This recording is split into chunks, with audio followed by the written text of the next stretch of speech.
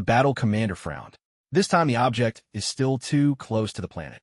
After a moment's thought, he continued, send out the trackers and the triple change squad for an aerial interception. Have the fleet provide covering fire. Wait until they've moved a bit further from the planet.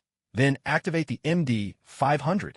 The priest nodded, and the staff by his side hurriedly relayed the orders. Soon, the Transformers unit mobilized and clashed headlong with the Tyranid swarm. Ironhorn, what's the situation with the ground forces?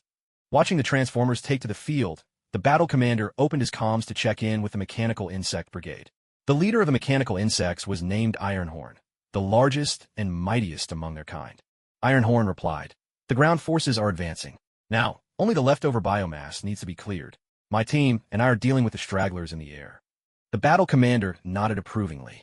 Excellent work. You're outperforming your predecessor. Hear that, everyone? I'm even better than my father. Ironhorn hooped in triumph, throwing himself into the chase with renewed vigor.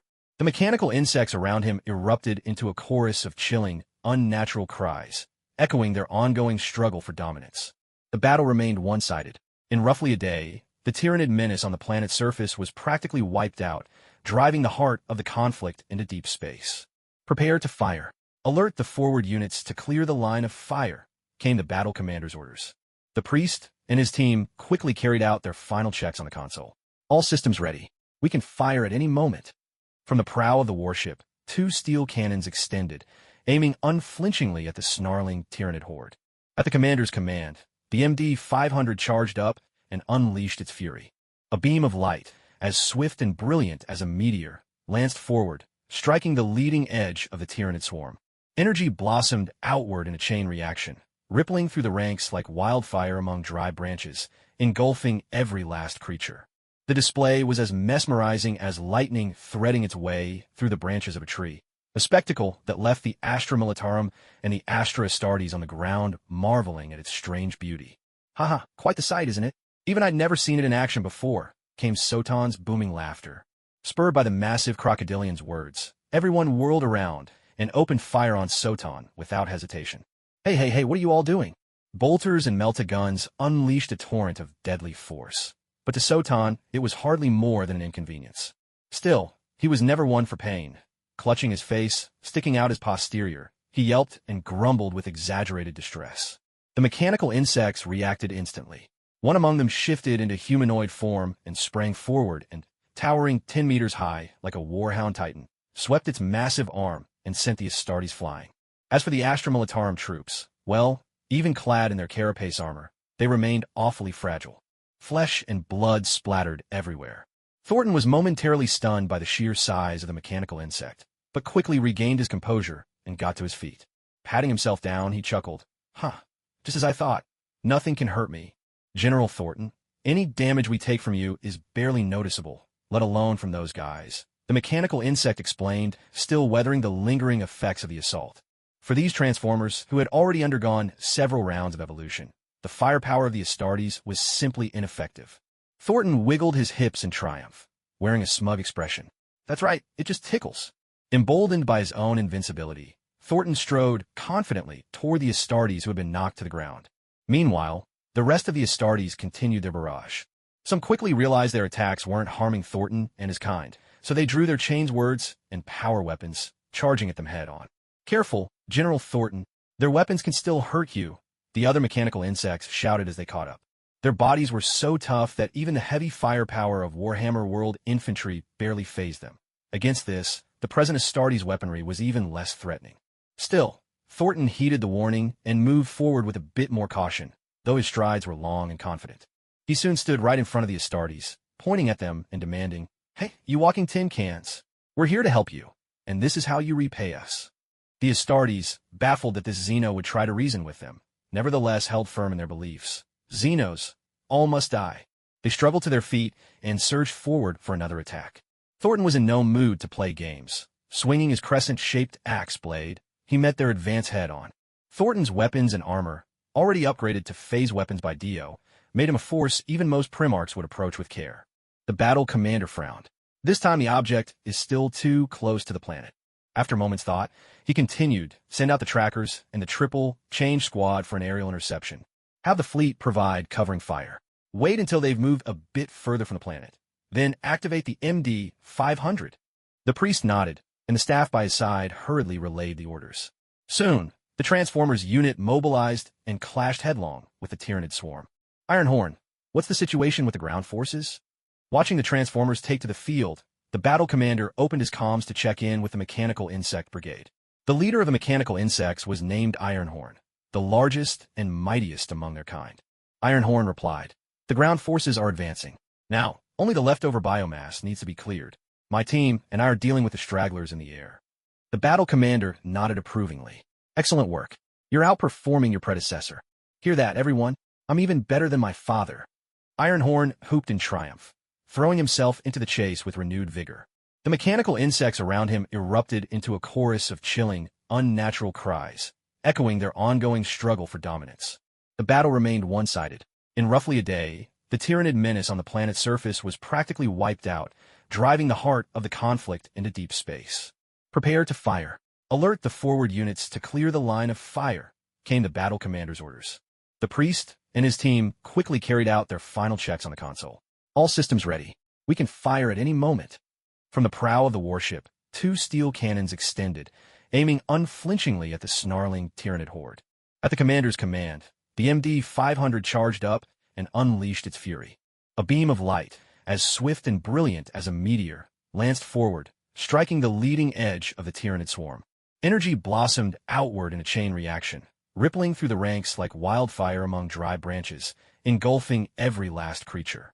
The display was as mesmerizing as lightning threading its way through the branches of a tree, a spectacle that left the Astra Militarum and the Astra Astartes on the ground marveling at its strange beauty. "Haha, quite the sight, isn't it? Even I'd never seen it in action before," came Sotan's booming laughter. Spurred by the massive crocodilian's words, everyone whirled around and opened fire on Sotan without hesitation. Hey, what are you all doing?" Bolters and melta-guns unleashed a torrent of deadly force. But to Sotan, it was hardly more than an inconvenience. Still, he was never one for pain. Clutching his face, sticking out his posterior, he yelped and grumbled with exaggerated distress. The mechanical insects reacted instantly. One among them shifted into humanoid form and sprang forward and, towering 10 meters high like a warhound titan, swept its massive arm and sent the Astartes flying. As for the Astra Militarum troops, well, even clad in their carapace armor, they remained awfully fragile. Flesh and blood splattered everywhere. Thornton was momentarily stunned by the sheer size of the mechanical insect, but quickly regained his composure and got to his feet. Patting himself down, he chuckled. Just as I thought. Nothing can hurt me. General Thornton, any damage we take from you is barely noticeable, let alone from those guys," the mechanical insect explained, still weathering the lingering effects of the assault. For these Transformers, who had already undergone several rounds of evolution, the firepower of the Astartes was simply ineffective. Thornton wiggled his hips in triumph, wearing a smug expression. "That's right, it just tickles." Emboldened by his own invincibility, Thornton strode confidently toward the Astartes who had been knocked to the ground. Meanwhile, the rest of the Astartes continued their barrage. Some quickly realized their attacks weren't harming Thornton and his kind, so they drew their chains words and power weapons, charging at them head-on. "Careful, General Thornton. Their weapons can still hurt you," the other mechanical insects shouted as they caught up. Their bodies were so tough that even the heavy firepower of Warhammer World infantry barely fazed them. Against this, the present Astartes weaponry was even less threatening. Still, Thornton heeded the warning and moved forward with a bit more caution, though his strides were long and confident. He soon stood right in front of the Astartes, pointing at them and demanding, "Hey, you walking tin cans, we're here to help you, and this is how you repay us." The Astartes, baffled that this Xeno would try to reason with them, nevertheless held firm in their beliefs. Xenos, all must die. They struggled to their feet and surged forward for another attack. Thornton was in no mood to play games. Swinging his crescent-shaped axe blade, he met their advance head-on. Thornton's weapons and armor, already upgraded to phase weapons by Dio, made him a force even most Primarchs would approach with care. Of course, there were some powerful Primarchs who might still pose a challenge. But for this batch of Astartes, Thornton was utterly unstoppable. Like a beast unleashed, he cut through their ranks, felling one after another. Thornton, however, showed restraint. Except for the first few, he let the rest of the Astartes live. After dispatching them, Thornton heaped the fallen Astartes into a pile, then plopped himself down on top, bouncing up and down with gleeful mischief. "Mess with me? You think you have what it takes?" Thornton crowed arrogantly from his perch at the summit. By now, the Astartes had been beaten into critical condition, their neural stasis protocols kicking in and plunging them into pseudo-death. They're even weaker than the cans back home. One of the mechanical insects remarked with disdain. Just then, a portal opened. The captain of the Marvel Empire's Astartes warband stepped out, calling, "General Thornton, that's enough fun. These are our reinforcements. We need to get them back quickly." Thornton, after hearing this, leapt down from above, hands on his hips, and burst into hearty laughter. "Don't worry. These guys are just in a state of feigned death. In a bit, I'll have the medics revive them. It's nothing serious." The regiment commander could only nod helplessly, signaling the priest to open a portal and instructing his Astartes to hurry down and set up positions. Meanwhile, the Astra Militarum soldiers were already trembling, watching with a mixture of awe and fear as the Astartes stepped out from the glowing portal. After all, this wasn't the 40K era yet. The Astra Militarum soldiers, who hadn't experienced the horrors of the heresy, still believed these armored warriors were merely quarreling with each other. The state of the art-powered armor, clearly friendly colors, all pointed to them being on the same side. Moreover, the cobalt blue armor left no doubt. They were Ultramarines, members of the distinguished 13th Legion. Confusion washed over the Astra Militarum. Why weren't these Ultramarines striking back against the Xenos in front of them? Why were they even calling each other brother, as if nothing had happened? After all, these alien warriors had just bested most of the Ultramarines before them, yet now laughter and camaraderie echoed in the air. The Astra Militarum were left baffled and unsure. One officer, gathering his courage, stepped forward to stop an Astartes captain and asked, "Excuse me, may I ask which company of the Ultramarines you belong to? Did you come in response to our distress call?" The captain glanced at the Astra Militarum soldier, then turned to his brother beside him. "Does our company designation even matter in this world?" "It should, I guess. Let's try it," his companion replied, uncertain. Pausing to think, the intercepted captain finally answered, "I am the captain of the 3rd Company, 7th Battalion of the Ultramarines. This is the captain of the 4th Company, standing beside me." As soon as the words left his mouth, the Astra Militarum officer's face drained of color and shock, because the captain who had fought alongside them before, now sitting helplessly, pinned beneath the alien's backside, was also the captain of the 3rd Company, 7th Battalion. Elsewhere, beneath another starry sky, this was the territory overseen by Leman Russ, the Wolf King of Fenris. When the Marvel Empire's Astartes reinforcements arrived, they were swiftly discovered by the Wolf Lord's psychers and priests. After being informed, Leman Russ looked up into the sky where demon-like figures and mechanical insects pierced the clouds, and fell into deep thought. These were definitely not creations of his own Imperium. No, their origins could only belong to the consort of the Empress, the other head of the Imperial Aquila. At this realization, Leman Russ threw back his head and let out a roaring laugh. "Brothers, our true leader's reinforcements have arrived." The Space Wolves hesitated for just a heartbeat, but those in the know immediately broke into jubilant cheers. This was a secret every one of them understood well. When they shouted for the Emperor, it was half in jest, but now, shouting for the boss, this was no mere title. They knew it wasn't the one back on Terra. Then the Primarch's bodyguard at Leman Russ's side quickly issued orders. No matter what they saw next, no one was to show any signs of surprise. As the leader of the Space Wolves, Leman Russ's guard was a uniquely chosen band. These were his closest brothers in arms, handpicked from Fenris. Though these men were well past their prime, most had undergone the transformation into Astartes. Theoretically, they were the oldest warriors ever chosen for the honor among all Primarch's bodyguards. At the same time, each was as cunning and formidable as Leman Russ himself, true kindred spirits. Next came the familiar routine. Swarms of mechanical insects and demon-like creatures launched their assault. But this time, they were not up against Tyranids, they faced the Necrons. From what I've read, the Necrons were once a race much like humanity. Why are they so intent on wiping us out? One company captain wondered aloud, watching the attack unfold.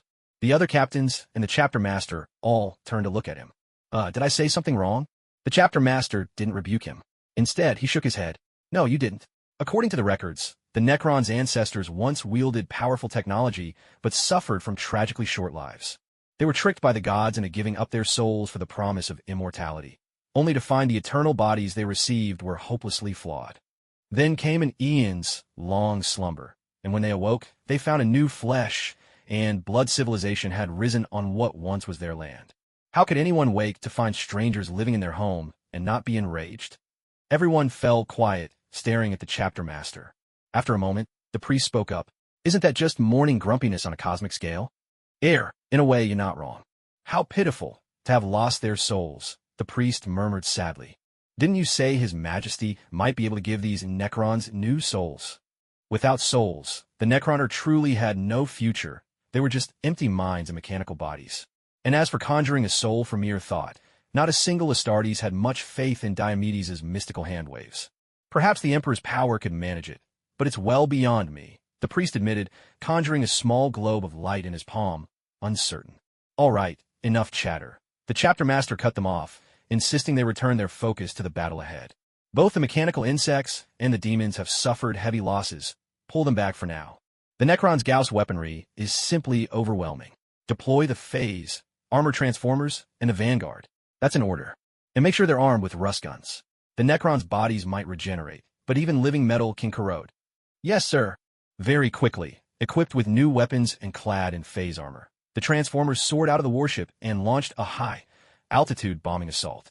Meanwhile, the Vanguard guards made use of the Transformers' landing as cover, immediately vanishing from sight upon reaching the ground. The Vanguard guards were capable of complete corporeal dissolution, much like Vision or Martian Manhunter's intangibility, which, in effect, meant they could activate the Phase armor on their bodies at any moment.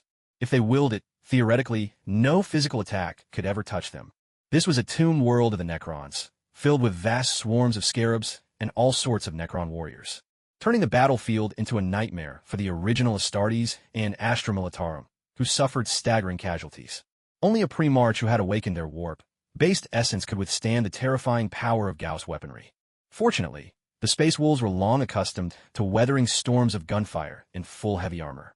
Confronted with Gauss weapons and neuro-disruptors, they could rely on their exceptional bodily prowess and lightning-fast reflexes to evade danger. But the other Astartes arriving as reinforcements were not nearly so fortunate. It was a stroke of luck, though, that this battlefield was within a Necron tomb world.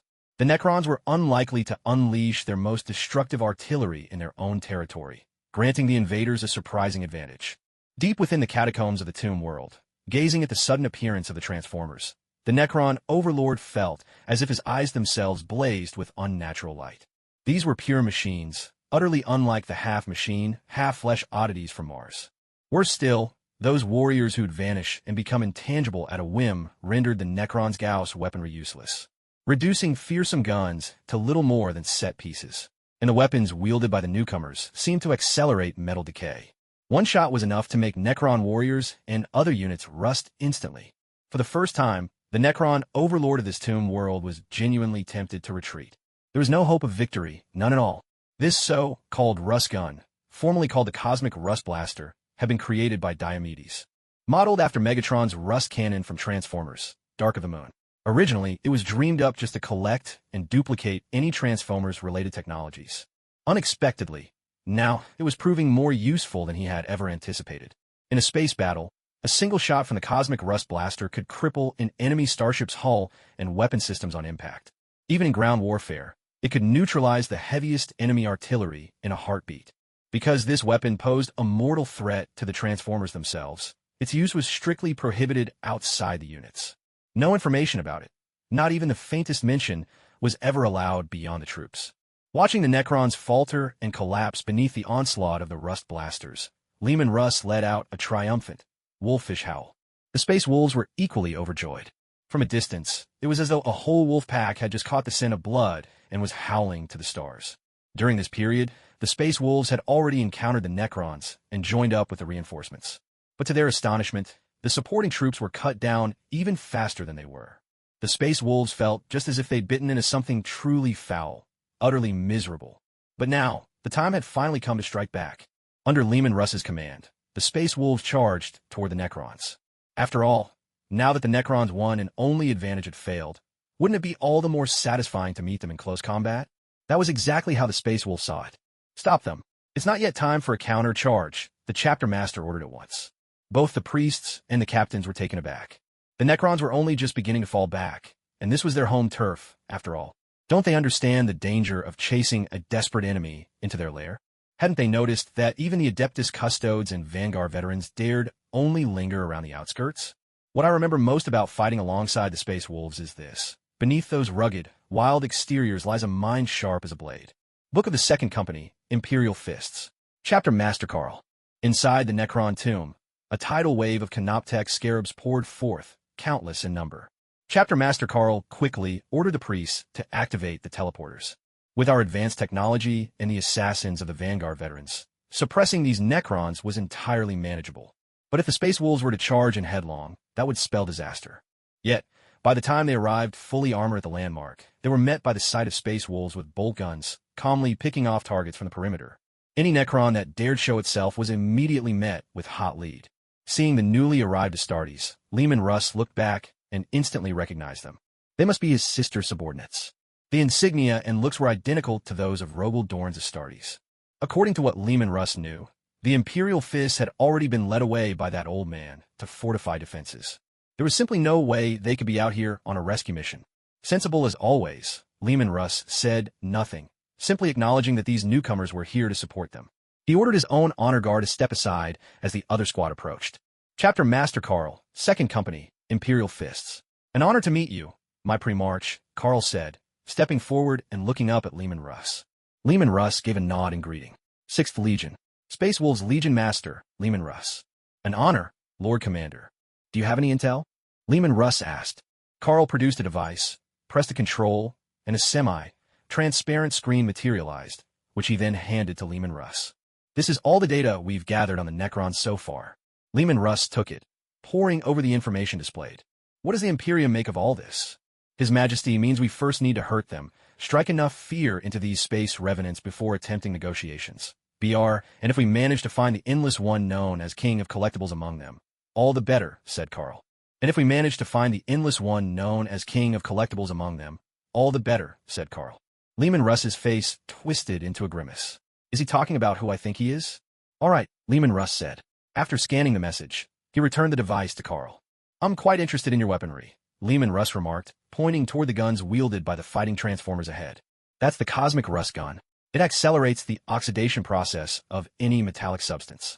After several upgrades by our Emperor, this weapon can rust through an entire capital ship about the size of your Emperor-class warships in 10 minutes flat. It works even in a vacuum, and it's frighteningly effective, Carl explained. Since you've already sworn allegiance to the Empress, we can put in a request so you can have one too. Leman Russ broke into a broad smile. Now, that's just perfect. You folks are far better than that old coot back home. His voice was anything but quiet, yet the Praetor Guard and all nearby soldiers kept their eyes solemnly lowered, avoiding the subject altogether. Everyone knew who Russ meant by that old coot, but nobody dared to say the name. No need to spell it out, everyone understood. After reading the battlefield reports, Carl spoke up. Commander, please ensure your wounded are taken care of, then organize the troops for a counterattack. Leman Russ drew himself up, his chest out. No need to worry. The Wolfkin are always ready for battle. Carl nodded, and the two men began laying out their strategy together.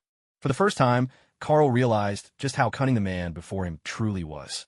Russ could wield every possible element of the battlefield to gain the upper hand. It might be the basic duty of any officer, but Russ managed to account for every conceivable factor, both the obvious and the unexpected.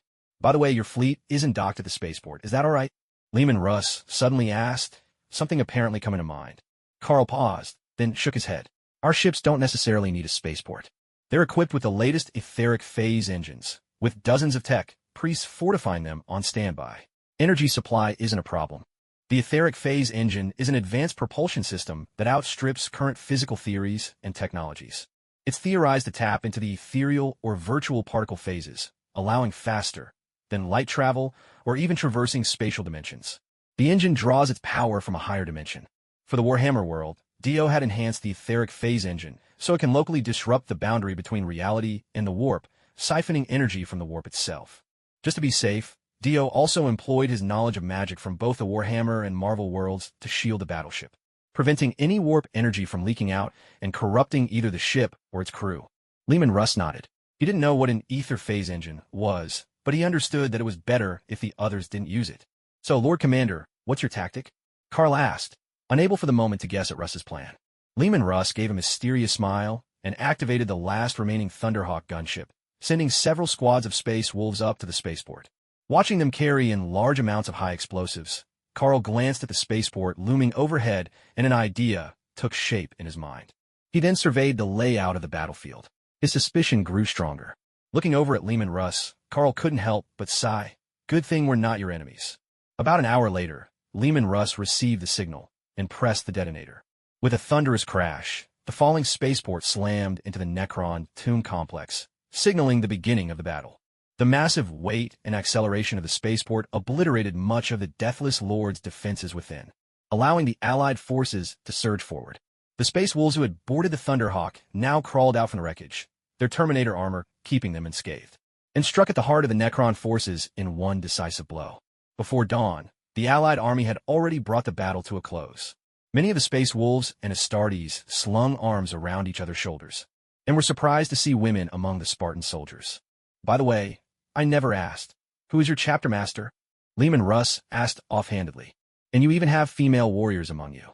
Their physical abilities are nearly on par with our brothers, and their military prowess is impressive.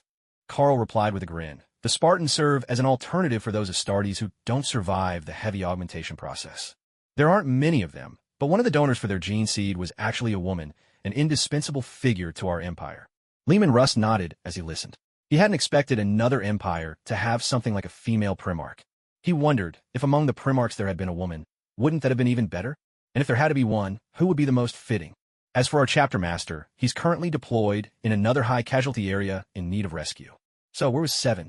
He was breaking through the atmosphere. This was another sector where Iron Warriors, Ultramarines, and Wordbearers had combined their efforts. Here, the Wordbearers hadn't angered the Emperor of Warhammer by their actions in the Perfect City, so they could fight side by side with the Ultramarines. However, due to their dissatisfaction with Guilliman's methods in Ultramar, the relationship between Rogal Dorn's followers, the Doubters, and the Ultramarines remained tense. Here, too, was a region heavily infested with Tyranids, and yet the Orcs were also present.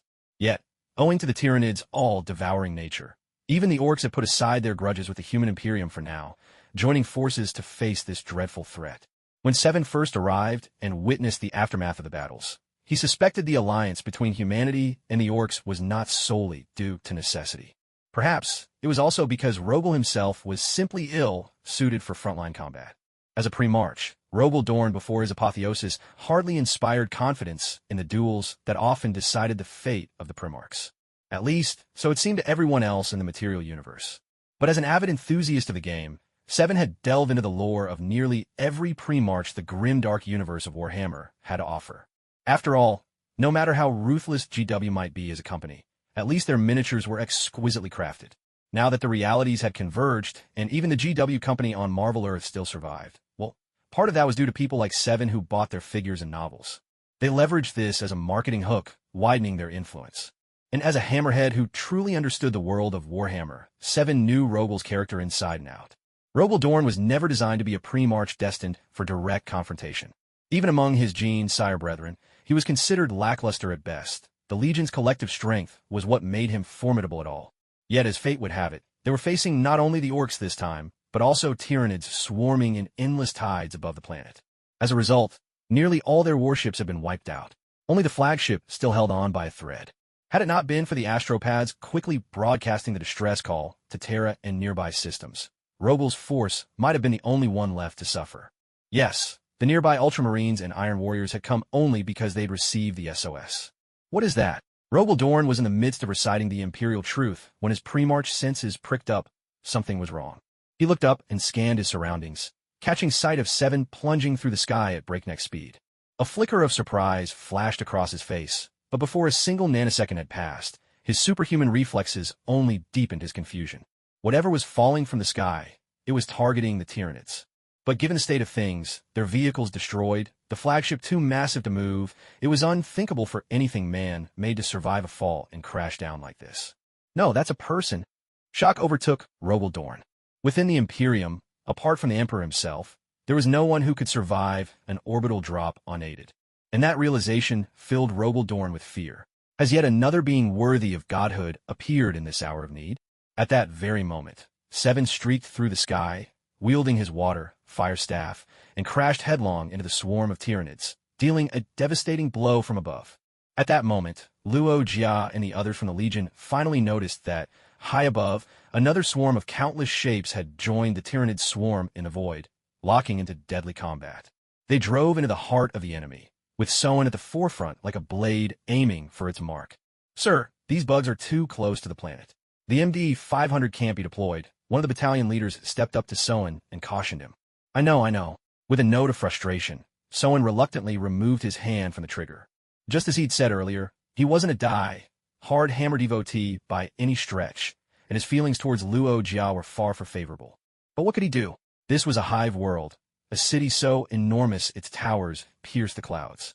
Inside, there were countless civilians to be evacuated, most of them converted by Luo Jia and the preachers, faithful to the imperial truth. Otherwise, why else would Luo Jia be here? And truthfully, their mission this time was to rescue civilians from just such places. And, if possible, to help the embattled Astartes as well. Here's how we do it. First, clear out enough space to accommodate everyone. Also, the MD-500 comes in smaller variants. Take those through the portals to the surface, join up with our ground forces, and assist the evacuation. I'll lead the daemonkin and the mechanical insects to deal with the Tyranids on the outskirts. As soon as the evacuation's complete, drop the antimatter immediately. The battalion leader snapped to attention, giving his respects, a clear signal he understood. Soen then suited up in his armor, picked up his fire-water staff, and stepped boldly out onto the hull of the ship. Feeling the chill and radiation of open space washing over him, Soen began to rise in the void. Suddenly, flames that burned even in a vacuum bloomed at the tip of his staff. With daemonkin and mechanical insects already darting past him into the fray, Soen braced himself against the hull, then launched forward with a powerful kick, hurling himself into the battle. Swinging his fire-water staff, he scattered the Tyranids, their assault wavering for a moment. Some of the creatures even turned in his direction, clearly marking him and his allies as their new target.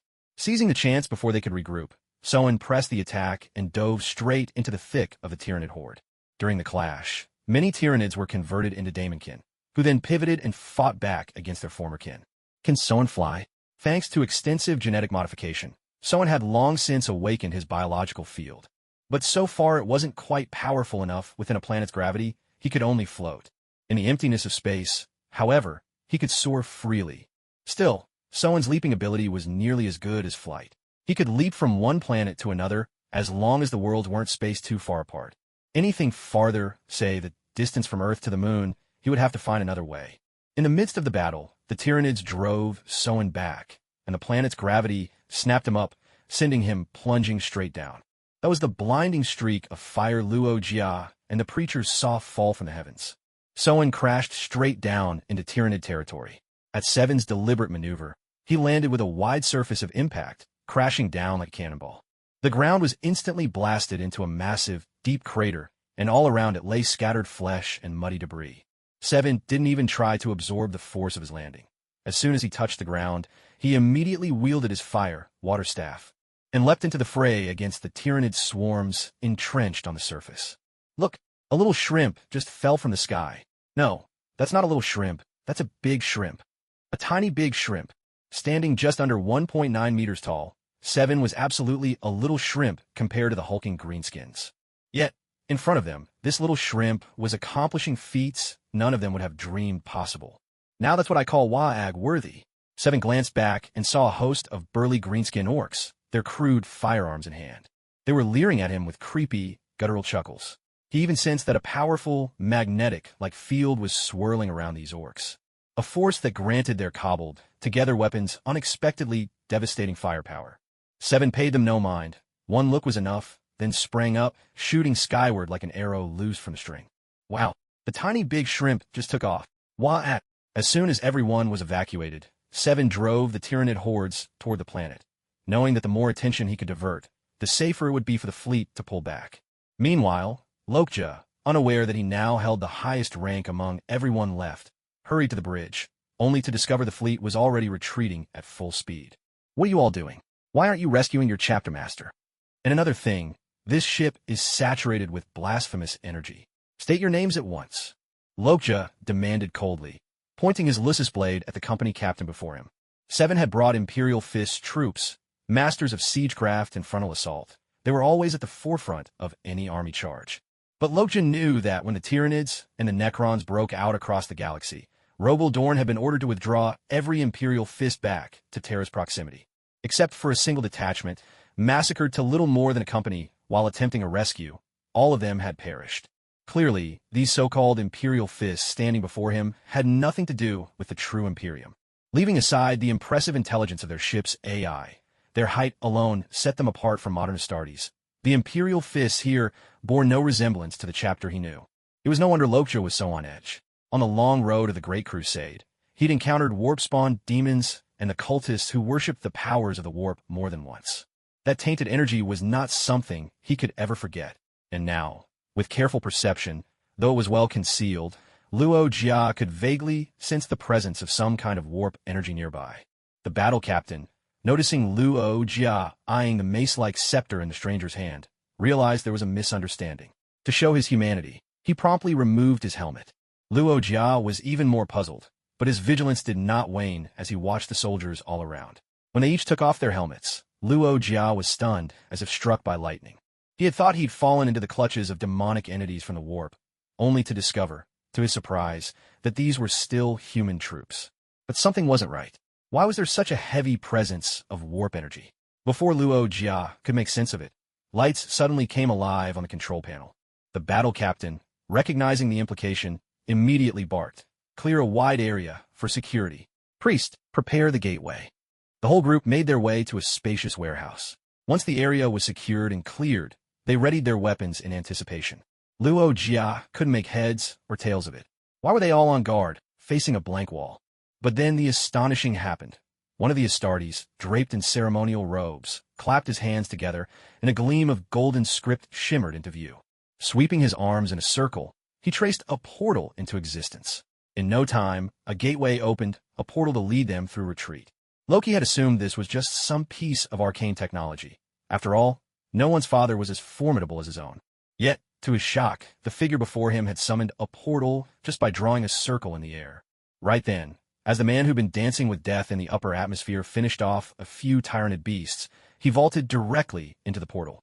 The next few pursuers leapt after, and as the portal snapped shut, its edge sliced clean through their necks, leaving their heads to tumble to the floor. Sevon glanced at the severed heads at his feet, gave one a casual kick, and ordered, "Take these back for analysis. Dig up the floor under them as well. Who knows if there's anything corrosive in that blood?" The surrounding Astartes nodded, producing a device that carved out the heads along with a section of flooring beneath. Luo Jia stared in blank amazement, unsure how he had suddenly ended up on the ship's bridge. Far off in the distance, the planet, along with all the tyrannids swarming about it, had vanished without a trace. "Did I just miss something important?" Luo Jia asked, slumping down on the floor, all concern for dignity forgotten. Sevon ignored him entirely, turning instead to order the fleet to set course. There were still rescue missions to be done. "Rescue accomplished," said the Emperor and Dion in perfect unison. A quiet moment passed before the Emperor remarked, "I didn't expect you to choose just these two squads." Dion replied, "I'm just here for fun. Why bother bringing out everything I've got? No point in going through all that trouble for nothing. And unlike a certain someone, I don't get so into character during cosplay that I end up breastfeeding people." The Emperor's face darkened instantly upon hearing this. This incident had long become one of his embarrassing stories, a true stain on his record. Just as expected, the GW from the other universe was indeed a walking disaster. "By the way, don't you ever get tired of living like this all the time?" Dio asked, a hint of deeper meaning in his words. The Emperor understood exactly what Dio was getting at. The so-called Emperor had long been divided. He was born as the King of Destruction, Lord of Darkness, created for the sole purpose of annihilating all things in the warp and the material universe. That was his intrinsic mission. In the original storyline, the Emperor and the Eldar gods were supposed to form an alliance. After all, among the sprouts, except for the black sprout, the other colored and white sprouts tended to treat humans and other Xenos of the universe with a bit more decency. Of course, that didn't apply to those three, the Necrons, the Orcs, and the Tyranids.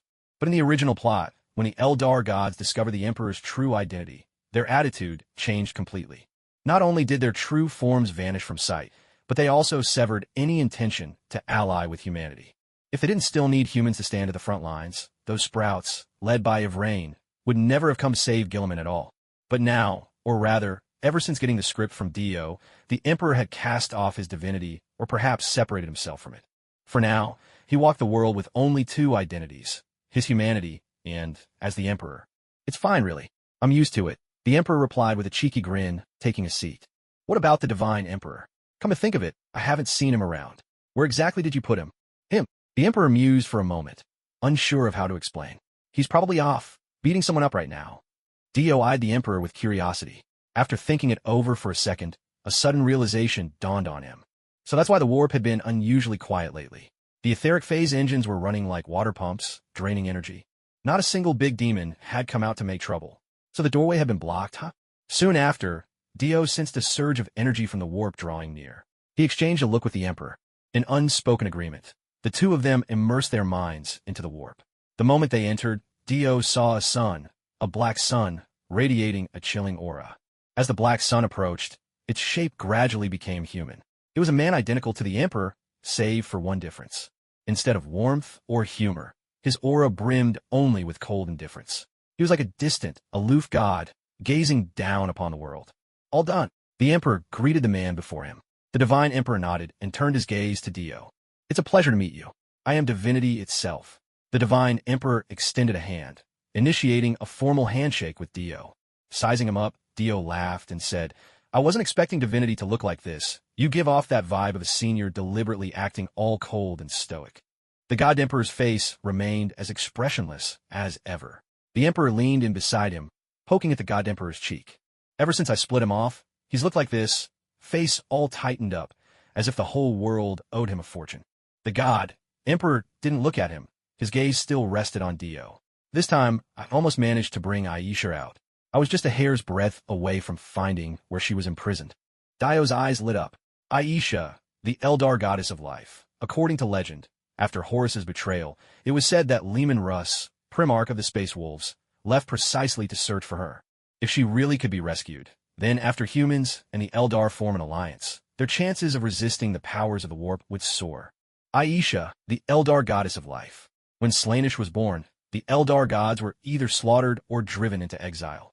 Asurion, the king of the Eldar gods, didn't even resist. He was snuffed out in an instant. Kain, the god of war, was fought over by Slaanesh and Khorne. Refusing to surrender, his soul was torn into thousands of pieces. Aisha, the goddess of life, was so overwhelmed by terror that she lost all composure, fleeing through the warp without knowing the way, and stumbled into Nurgle's domain, where he hid her away. Thanks to her unique nature, Nurgle constantly brewed his thick, Val soups for Aisha to drink, observing her reactions and noting how quickly she recovered, then starting the process all over again. As far as the Eldar know, the only one of their gods still active is the one hiding in the webway, the laughing god, Segarak, worshipped by the Harlequins. Segarak, the trickster god. Because of the webway's peculiarities, even the Emperor might not find it if he searched. Segarak himself had to come seeking the Emperor before their alliance could be forged. Going back, then? Dio asked, pointing to the space behind the god Emperor. Truth be told, Dio was more than eager for a rematch against those four entities. If he could absorb even one of their distinctive traits and harness the powers of the four Chaos Gods, his growth would skyrocket. His power reserves might start multiplying by leaps and bounds. The god Emperor shook his head. The only reason I could block their way last time was because he shared part of his power with me. I'm no longer what I was in the 40K era. Holding the gate was already close to the limit. If I want to go again, I'll need to recuperate first. Dio understood in an instant. In other words, his abilities were still on cooldown. But Dio wasn't keen on waiting. By the way, is it possible for you to recreate the scene where you set Nurgle's garden ablaze? Dio turned and asked the Emperor. The Emperor looked startled, pausing for a moment to consider. The god Emperor, too, fixed his wide eyes on Dio. What are you up to? The Emperor asked, eyeing Dio warily. Dio grinned mischievously. If the god Emperor goes to hold the gate, and you, the Emperor, swoop in after, wouldn't that be a perfect pincer attack, shutting the door and trapping the beast inside? And if we recreate that iconic scene of setting Nurgle's garden aflame, I'm sure the other three wouldn't lift a finger to stop it.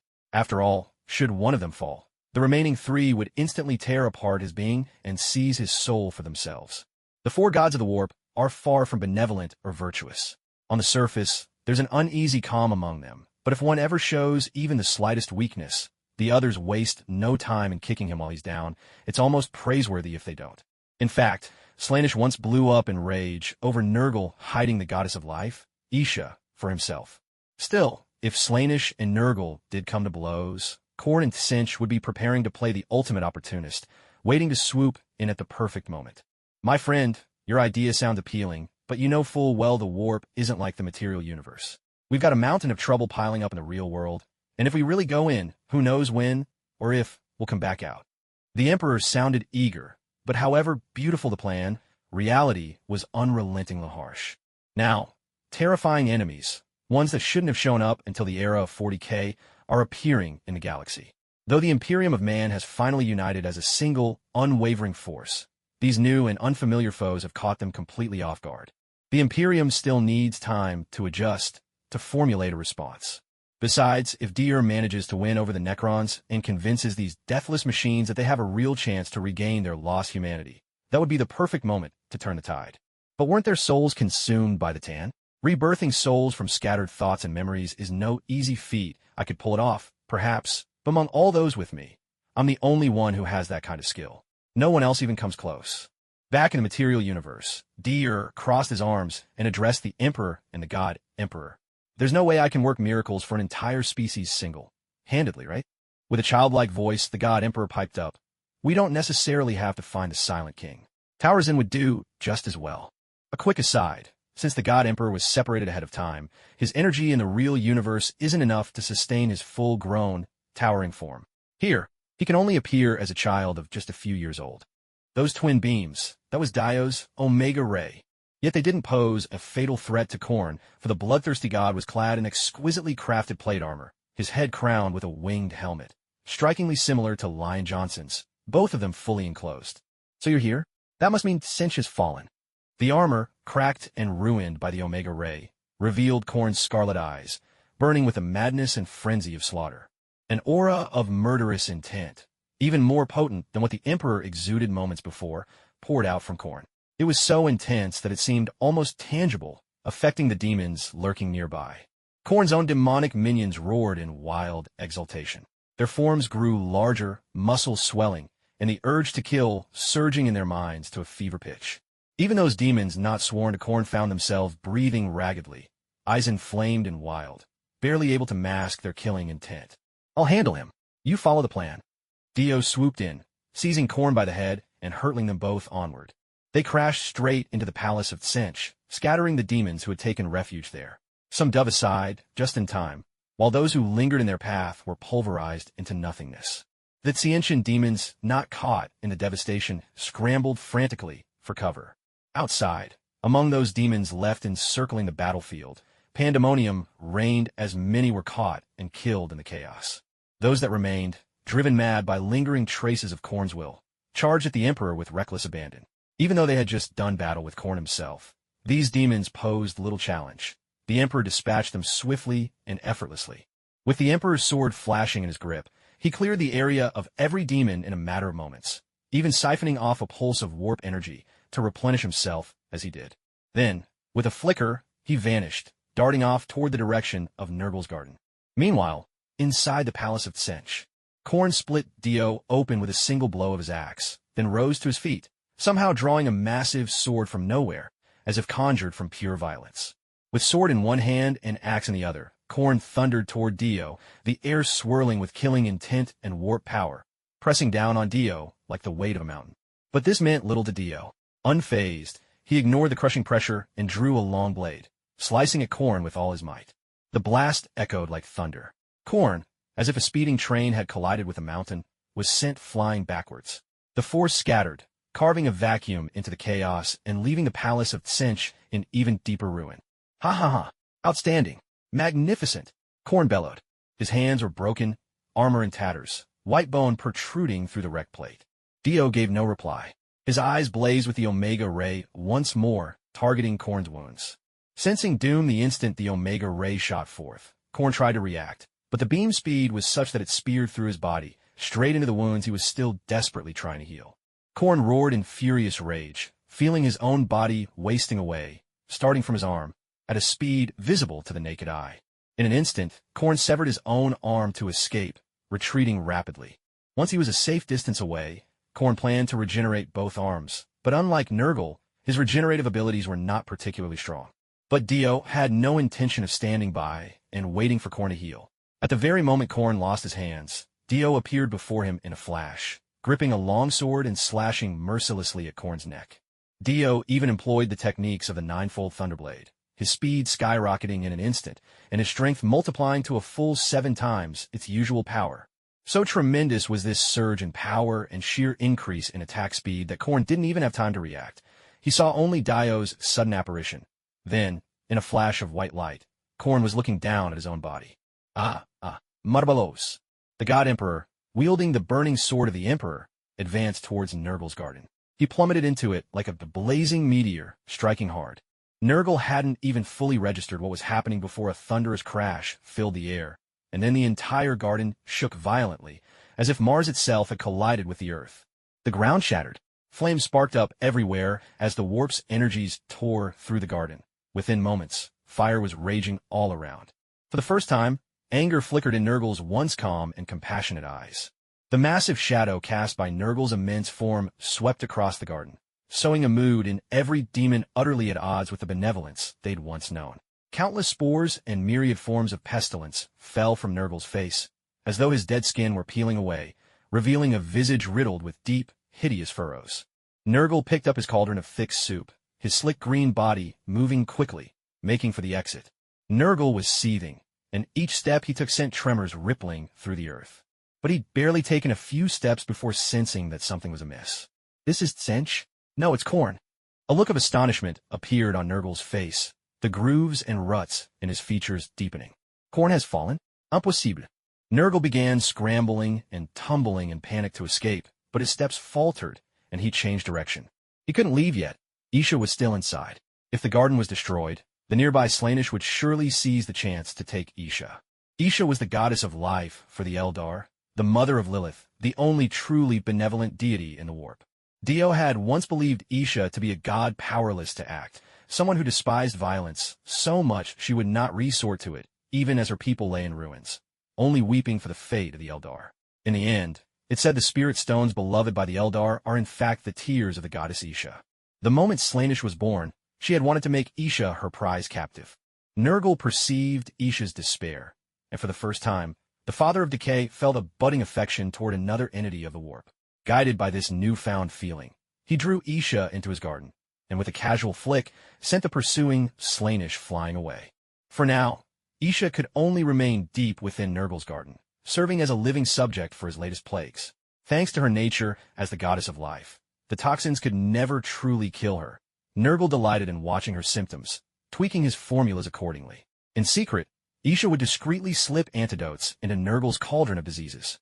Truthfully, Isha was relatively free. She roamed the verdant, grotesque expanses of Nurgle's garden at will. Nurgle issued a decree. None of his demons would ever harm her. Should they defy this, the Tender Father would punish these errant children, a rule binding even the mighty great unclean ones, including Kugath. Meanwhile, Isha had little choice but to hide within the garden, lest Slaanesh succeed in finding and killing her. From time to time, she would catch sight of Slaanesh pacing restlessly beyond the garden's borders, staring at her longingly. Nurgle was always quick to lumber over, eager to reassure himself of Isha's safety. Slaanesh, realizing the garden had been engulfed in purifying fire reminiscent of the Emperor's own sword, had no choice but to pull back, abandoning pleasures to seek refuge near the garden's outskirts. As for entering the garden itself, that was simply out of the question. Those flames, the very essence of the Emperor's sword, burned with a purity that threatened the core of any being below the power of the four Chaos Gods. Any lesser warp entity touched by this fire would be utterly destroyed, soul and all, granting them no hope of resurrection by any warp-born means, no matter whether slain in the immaterium or the real universe. Even the mightiest among the four gods would suffer, should they come in contact with such fire. At best, they might lose part of their being. At worst, they would be cast down from divinity entirely. This was the manifestation of the Dark King's concept made real. As for Slaanesh, it was born in the warp from the Eldar's indulgence, a living shadow of their excess. Truth be told, such an entity claimed no true gender. It was like those videos once seen, or the so-called depictions of the four gods circulating online, mere fan creations with no bearing on cosmic reality. The precise form of Slaanesh remains shrouded in uncertainty, but its drive for power is undeniable. None are more fervent in pursuit of strength. As a warp god born from the Eldar's collective consciousness, Slaanesh, in essence, is not unlike the Emperor. Both require the souls of their entire species to be truly awakened and birthed. But complications arose during this process. The Eldar, having discovered hints of this danger, acted in advance. Many of their kin went into hiding, taking further precautions with soul stones to prevent Slaanesh from claiming their souls upon death. As things stand, the pantheon of the Eldar has been all but wiped out. Aside from Segarak, whose whereabouts somewhere in the twisting labyrinth of the webway remain unknown, Slaanesh only knows that Isha, the goddess of life, has been hidden away in Nurgle's garden. And today, the Garden of Nurgle has been set ablaze by someone who seems suspiciously like the Emperor himself. Though he was curious as to why the two mighty overlords of the Warp, Khorne and Tzeentch, had gone silent, Slaanesh wasn't about to let that distract him from sneaking into Nurgle's garden to try and make off with the prize while he could. After slaying Khorne, Dio felt an immense surge of energy well up inside him. In terms of sheer quantity, it was already 1/5 of what he'd gained from vanquishing Tzeentch. Still, it felt a little less potent than the energy from Tzeentch. Yet unlike when he defeated Tzeentch, who, besides energy, had only granted a boost to Dio's mind and sharpened his psychic senses. Now, with his psychic perception vastly enhanced, even the depths of the warp could no longer shield themselves from Dio's awareness. Khorne, on the other hand, had given him far more. Energy, yes, but also a host of new powers, including Khorne's own concept. Yes, Dio had truly acquired a portion of Khorne's essence. As one of the 4 chaos gods of the warp, Khorne stood for hatred, slaughter, and other dark emotions. Known as the Blood God, Khorne was the most brutal and destruction-hungry among the 4. His adoration for bloodshed and carnage had an obvious cause. His very power drew strength from these emotions, as if they were sustenance keeping him alive. And it was these abilities that Dio had now inherited. He now possessed the power to absorb the emotions of others and use them to fuel his own strength. For Khorne, however, it wasn't as simple as drawing on destruction and slaughter alone. As the god of courage, he drew from desires with a dual nature. And so Dio, too, could only absorb a certain kind of two-sided emotional craving to bolster himself. Though that seemed rather trivial at the moment, Dio, still in good spirits, didn't immediately indulge in absorbing more, not even amidst the swirling chaos of the warp. Instead, he used his formidable power to seal off the importunate cravings trying to burrow into him, keeping these warp-corrupted emotions locked safely outside. Just then, Dio's attention was caught by a sudden burst of flame. In the warp, the only one who could ignite such a blaze now, besides the God Emperor himself, was no one at all. It looks like he's reached Nurgle's garden. I'd better hurry, Dio mused, taking advantage of the distraction to quietly search for more souls corrupted by the warp.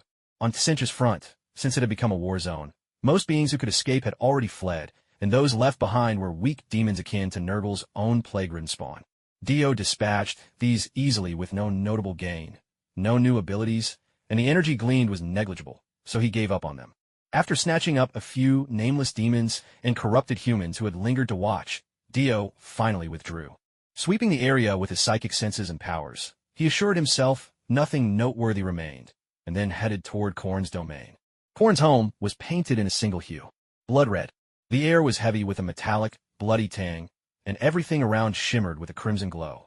The earth reeked of blood, while the river ran thick, luminous as molten metal, glowing with dazzling streams of blood. All around stood structures fashioned from bones, some human, others from countless unknown creatures, piled and stacked into grotesque buildings. At the heart of this macabre architecture sat a massive brass throne, raised high atop a dais paved entirely with skulls. Many greater demons barred the way, but every one met their doom. Dio ripped out their souls, refined their essences, and took them as spoils. Among them was Kabanda, the infamous demon of Khorne, who during the Horus Heresy struck down an angel, leaving him crippled and unconscious. At this, Dio gave a soft sigh of admiration. Truly, Khorne's minions live up to their reputation, brainless berserkers to the very end. Even when I come for their master's head, they charge forward instead of fleeing. In some ways, this was just as well. Some of these demons had once been mortals corrupted in real space. Others were formed from the very fabric of the warp. It made no difference to Dio. He claimed them all. Among the fallen demons from real space, many had once been human, though some belonged to races he could not identify. Yet, by and large, humanity predominated. Dio's eyes also fell upon Khorne's armory. Inside were battle axes, great swords, and a dizzying array of weapons, each crafted to inflict unspeakable carnage. Dio was even surprised to spot chained words and power axes taken from the human Imperium's arsenal. It seemed Khorne, much like the Blood Ravens and Trazyn, had a fondness for collecting. But where others sought variety, Khorne had an obsession with weaponry. Once he had scavenged all he could, Dio took his leave of Khorne's realm. Glancing back toward Nurgle's garden, ablaze with unnatural fire, Dio spotted two figures locked in a savage clash. It was none other than Nurgle and the Emperor. Since being separated from the Emperor, the God Emperor now instinctively drew upon the power of the Lord of Darkness whenever he struck an enemy. Every motion bristled with dark majesty. His moves infused with apocalyptic force, the purest flames of destruction searing Nurgle's form. Yet Nurgle, most durable of the four gods of the warp, somehow endured the onslaught and refused to yield. Peering into the heart of the melee, Dio caught sight of a tall, slender woman with pointed ears, crouched and trembling behind Nurgle, her arms wrapped around her head for meager shelter. This was Isha, the Eldar goddess of life. Dio even noticed tears brimming in her eyes as she bit her lip, fighting not to break down in despair. In one shadowy corner, Dio caught sight of a figure, one of breathtaking, perhaps impossible beauty, peeking out with restless curiosity. To call her beautiful would be a disservice. She was perfection incarnate. Her face, her form, every aspect of her body, though not human, every feature harmonized flawlessly into a vision of ultimate allure. In that instant, Dio knew exactly who she was. One of the four gods of the warp, Slaanesh. Strictly speaking, Slaanesh was a god of the Eldar, and she harbored an unhealthy, insatiable desire for everything connected to their race. Now, with the Emperor's flames consuming Nurgle, Slaanesh could not resist the urge. She hid, poised to pounce, ready to seize Isha at the first opportunity. But while the God Emperor's flames blocked Slaanesh from further action, they also drew its attention. "You will be the easiest god I've ever slain." Without a sound, Dio sliced Slaanesh cleanly in half. Just to be sure, Dio infused the blade with the power of Omega, easily shattering Slaanesh's form. The sundered Slaanesh froze in shock. As it felt its body rapidly corrode away, terror, astonishment, and a perverse ecstasy flickered across its face. A look of pleasure surfaced on Slaanesh's countenance. Yes, this is exactly the sensation. And with a voice quivering in delirious bliss, Slaanesh's body slowly dissolved into drifting ashes. At the same time, Dio sensed a surge of energy from Slaanesh. It was once again a power that granted the ability to absorb desire, this time with the added potential to absorb souls. Yet there were still limitations. He could only absorb the souls of his own kind to grow stronger. Even so, Slaanesh's energy was pitifully meager. All things considered, it matched Dio's observations about the level of power one would expect from an ordinary warp deity. Compared to the Emperor, or to Dio himself when he first arrived in the world of Warhammer, it was a pale shadow. Dio looked up, casting a glance at the ongoing clash between the God Emperor and Nurgle, then quietly darted off in the direction of Slaanesh's palace. Before leaving, he didn't forget to send a mental message to the God Emperor. "Slaanesh is dealt with. Hold on a bit longer. If it becomes impossible, just escalate the destruction." Within the Garden of Nurgle, the God Emperor was at first taken aback by the message. Then his expression shifted repeatedly. Nurgle, the most resilient of the current warp gods, stood supreme in both regeneration and the power to spread contagion. Let's put it plainly, the God Emperor was strong, wasn't he? After half a day of fighting, Nurgle was still lively and unscathed, except for looking rather displeased. By contrast, the relentless battles were starting to wear on the God Emperor. He was beginning to feel fatigue. He still needed time to reach his full potential. Even if, in truth, that time would not be long. After discarding a broken wooden ladle, Nurgle simply tore off an arm charred by the flames of the Emperor's sword. And to the Emperor's barely concealed envy, Nurgle regrew a perfect new arm. Lord of Shadows, this time you've gone too far. Of the four gods, Nurgle had the mildest temper, yet now he stared grimly at the God Emperor, his gaze burning with equal parts wrath and wariness. In the original tale, when the Emperor burned the Garden of Nurgle, Nurgle didn't intervene, and the reason was rather simple. Known as the kindly grandfather, Nurgle treated all his followers the same way. None was more noble than any other. And could anyone rival Nurgle's own grandeur? What's more, Nurgle's approach to both his followers and outsiders was unfailingly laissez-faire. He cared little for missionary work or the spread of organized cults. He hardly bothered about the so-called faith of Nurgle at all. But there was nothing to be done about it. Ever since Nurgle had taken in the 14th pre-March, Mordorion and his Death Guard, that lot had become much more troublesome. The main reason Nurgle's garden was set ablaze was Mortarion's loneliness. He went so far as to lure Guilliman into the garden, planning to share a twisted embrace of love. But in doing so, he incurred the wrath of the Emperor, enthroned upon the Golden Throne. Like an ancestor possessing his descendant in a moment of crisis, the Emperor descended, scorching Nurgle's garden with divine fire, forcing Mordorion to retreat and withdraw deep into the garden's fetid heart. lapsing into brooding silence. As for Mortarian's Death Guard, they had to shoulder all the blame and were collectively punished. Even Nurgle itself didn't dare utter a word of protest. Whether or not Nurgle could win wasn't even the point. It had no ground to stand on. If it really did go knocking on the Emperor's door, demanding justice, it would only provoke the Emperor to rise in person. But things were different now. This time, the Emperor had come seeking trouble on his own initiative. Nurgle now had every reason to break into the material universe. Even if its true form couldn't manifest, its hosts of greater demons could take the field. Not only could they corrupt the Emperor's loyal primarchs, but they could also dismantle his every scheme. Even if the four gods all joined forces, they knew they were no match for the Emperor alone. Wait, something was off. It seemed that now, only Nurgle was left. With sudden dread, Nurgle realized the other three had fallen utterly silent. With his grotesque face stiffening, Nurgle glanced at the Emperor, who now wore a cold, mocking smile. Hesitation flickered across Nurgle's mind. The Emperor had somehow, imperceptibly, dealt with the other three. That could only mean legions awaited outside, lying in wait, perhaps hoping to enrage Nurgle so it would storm forth. Perhaps those armies were already lying in ambush. To powers like these, the number of mortal troops hardly mattered, but the weight of so many lives could still slow Nurgle's retreat, if only for a moment. Nurgle gazed darkly at the Emperor, then let a sinister smile creep over his lips. So you've resorted to trickery? He sneered. Well, next time, none of your precious children will be spared. The nature of the warp meant that the four gods were nearly indestructible, unless erased on a conceptual level, and the very laws of the universe rewritten. So long as there was desire and belief, they could never truly die. Regardless of how Robot had dealt with the other three, what he killed were only the gods of this moment.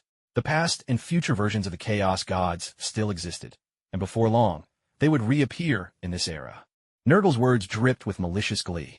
As soon as the other three gods returned, their plans against the Emperor would move forward sooner than ever, and on a scale never before seen, even grander than anything they'd ever plotted. And when that day came, the Imperium of Man would descend into true darkness. At the very least, Nurgle believed Cinch would see to that. The Emperor said nothing. Instead, he straightened his posture, and the fires wreathed about the sword of the Emperor leapt higher, burning with renewed intensity. A wary look clouded Nurgle's fetid features. The God Emperor forced the energy within his body to surge, and the flames wreathed around his blade grew even more intense and ferocious, roaring like the engine of a powerful machine. With a gentle sweep of the sword, the blazing fire surged outward, rolling over the garden like tidal waves, engulfing everything in its path. The garden burned even more fiercely now.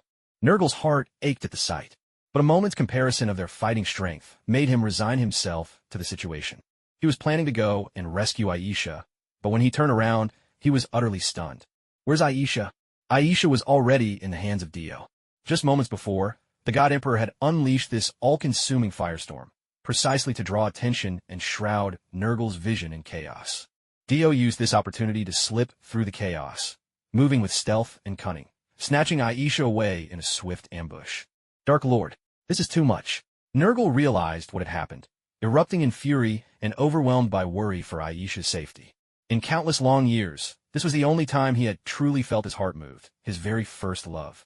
Everyone knows how unforgettable a first love can be. At this moment, Nurgle felt just like a lover who's had his beloved snatched away right before his eyes, the kind of heartbreak anyone could understand. The God Emperor heard Nurgle's anguished roar and flashed a wicked grin, taunting him like a cuckold. Don't worry, we'll take good care of Aisha. Hearing this, Nurgle's eyes blazed red with rage. He looked as if he'd just seen his beloved dragged away by a mob, driven mad, ready to throw himself into the flames. And to give credit where it's due, with his thick skin and rapid regeneration, Nurgle did indeed burst his way through the inferno that encircled the Nurgle Garden. But when he emerged, he found nothing. No army, no weapons, not a single soul in sight. If this had truly been an invasion force, Nurgle wouldn't have come out to such emptiness. The Emperor couldn't possibly have spirited away his troops so quickly, which meant that perhaps he'd only succeeded in frightening himself. Nurgle stared blankly at his surroundings. The warp remained as chaotic as ever, though compared to the rest, this region of the Four Gods' domain was a rare haven of calm. I lost you. Nurgle sobbed, heartbroken, like a small beast that had lost its home and its family, crying out in despair. He stepped through the spatial portal on his wrist, returning to the reality of the material universe. Dio wasted no time and brought the unconscious Aisha, along with the God Emperor, to complete the mission handover to the Emperor. As expected, the troop of clownish harlequins appeared right within the imperial palace of Holy Terra. Thankfully, the Emperor had shielded the area from prying eyes. Otherwise, not only these harlequins, but Aisha herself would have been attacked with power weapons the very moment she appeared. The harlequin troop had come to take charge of Aisha.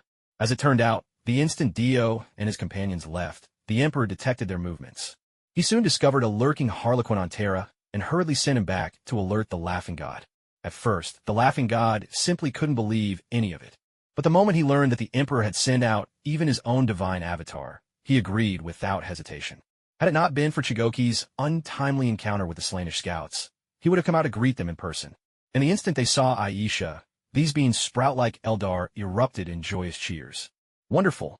It's the goddess!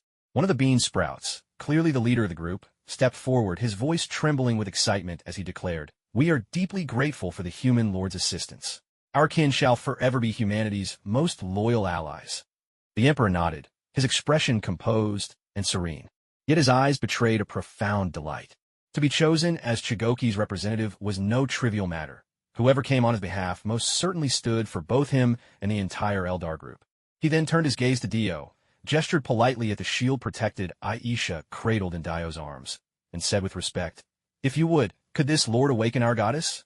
With one hand supporting the shield gifted by Talaxin, Dio sent a direct psychic shock to Aisha's mind. It was a pure mental jolt, devoid of any psychic energy, a sudden stimulus that snapped Aisha awake. Eyes flying open, Aisha found herself staring at a host of strangers. Barely able to discern their faces, she flailed her arms in panic, shrieking as she desperately tried to hide herself. The bean sprouts hurried to calm her, while Dio, seeing her distress, promptly handed Aisha over. Though the Eldar appeared slender, their bodies were actually densely muscled, their grace belying their toughness. And as a goddess of the Eldar, Aisha was no different. Her tall, willowy form revealed a surprisingly firm musculature. When they rushed her back to real space, Dio had wanted to foist her on the Emperor, protesting the awkwardness of carrying her. But the Emperor, hands clasped behind his back, refused, insisting it would not look proper. Dio gritted his teeth in frustration. After all, Aisha was indeed uncomfortable to hold, as bony as she was. He couldn't help but wonder how Gilliman endured carrying Ivrain. Only after some time did Aisha gradually calm down. With patient reassurance from her fellow bean sprouts, she slowly recovered, and, listening to their hurried explanations, began to grasp her present circumstances. Curiously, she surveyed her surroundings, quickly spotting the Emperor, Lord of Destruction. Yet Aisha was no reckless fool. Unlike the four demons of the warp, she took a slow, steadying breath, then stepped forward with grace and bowed. "Thank you, Lord of Humanity, for rescuing me from torment. I'm truly grateful." Visibly brightening, the Emperor nodded in return. "Seeing you safe and sound brings me joy as well." Yes, the Emperor had met, and even knew, Aisha. Long ago, the immortal Emperor had walked incognito among humanity, at a time when relations between humans and the Eldar were far from cordial. One might even say the two sides viewed each other with mutual contempt. As the god fated to bring destruction and vengeance, the Emperor had already encountered the Eldar deities during his journeys through the Immaterium, whether bartering with the Chaos gods or engaging in friendly brawls. Perhaps because of the long, tangled history between humanity and the Eldar, the relationship between the Emperor and the Eldar gods was equally fraught with mutual disdain. Such as the caprice of fate. Races once sworn enemies now found themselves in need of their old foes for salvation. A wry smile flickered across Aisha's lips as the irony settled in her heart. Afterward, the two sides had a cordial discussion, developing an initial plan for alliance and gradually refining their cooperative strategy. "I need to speak with Zagauki next," Aisha said, sitting in an upright posture that radiated both grace and nobility. "Once our policy is set, we'll send our people." Even after enduring so much filth from Nurgle's torments, she retained all the dignity and composure befitting a goddess. Before leaving, she exchanged a polite and dignified farewell with Dio. Only once Aisha was escorted by the spirit seeds into the Eldar webway did Dio turn to the Emperor and ask, "What are your plans now?" The Emperor immediately understood his meaning. Both he and the Imperium of Man had best prepare for the inevitable backlash from the four Chaos gods of the Immaterium. After all, this time they had truly offended the gods, gravely so. Of the four Chaos gods, 2 palaces had been badly damaged while the other 2 were thoroughly looted. It wasn't hard to imagine. Once the four gods came to their senses, humanity would face a tidal wave of retribution, even fiercer than before. It was entirely possible the emperor himself might become little more than a corpse king, dead to the world, the Imperium reduced to a wasteland, and humanity left with not a shred of hope. With a grave expression, the emperor said, "I understand. I've already brought the children back in secret. I intend to lay everything bare. I will tell them everything, hold nothing back. So long as they harbor no more resentment or doubt. Half the problem is already solved." Dionadith. Those fallen primarchs. Most had always treated the emperor like a distant patriarch, transforming themselves into roaring tyrants instead. That enigmatic attitude wounded many of the primarchs deeply, and coupled with their own inability to let go, it had all ended in ruin. Remember afterward to have them keep their legions in check. After all, if things like Erebus betrayal can be prevented, we should, Dio reminded him. The emperor's face grew even more somber as he nodded in agreement. By the way, how are things going with Taliesin? Can it be resolved? The emperor asked, concern evident in his voice. The god emperor rolled his eyes, hugging an unidentified dairy drink as he settled into a chair for a leisurely sip. Relax. I may not have done this before, but I've got all the theoretical knowledge. Nothing can go wrong. Dio slapped his chest confidently, but that one remark instantly drained the color from both the emperor and the god emperor's faces. You've never done it before? And you're so sure it'll work? The god emperor spewed milk from his lips, staring at Dio in disbelief. The emperor, too, tried to intervene and offer some advice. Why don't you try it on a servitor first? We shouldn't fight unprepared battles, you know? Our future alliance could hinge on this. Dio just shrugged, unconcerned. Relax. Operating on souls is really quite simple. All I have to do is cleanse these captive souls completely, and then there's hope for Talash's resurrection. Easier said than done. Why don't you give it a try yourself? The emperor, catching the dangerous glint of Omega power in Dio's eyes, decided to swallow the rest of his words. Without further ado, Dio turned and left. He still needed to filter through those souls. After all, it would be bad for the Silent Kings to see Taliesin restored as a human, only to become completely unhinged. Still, it might be wise to test on a servitor first. Success would be ideal.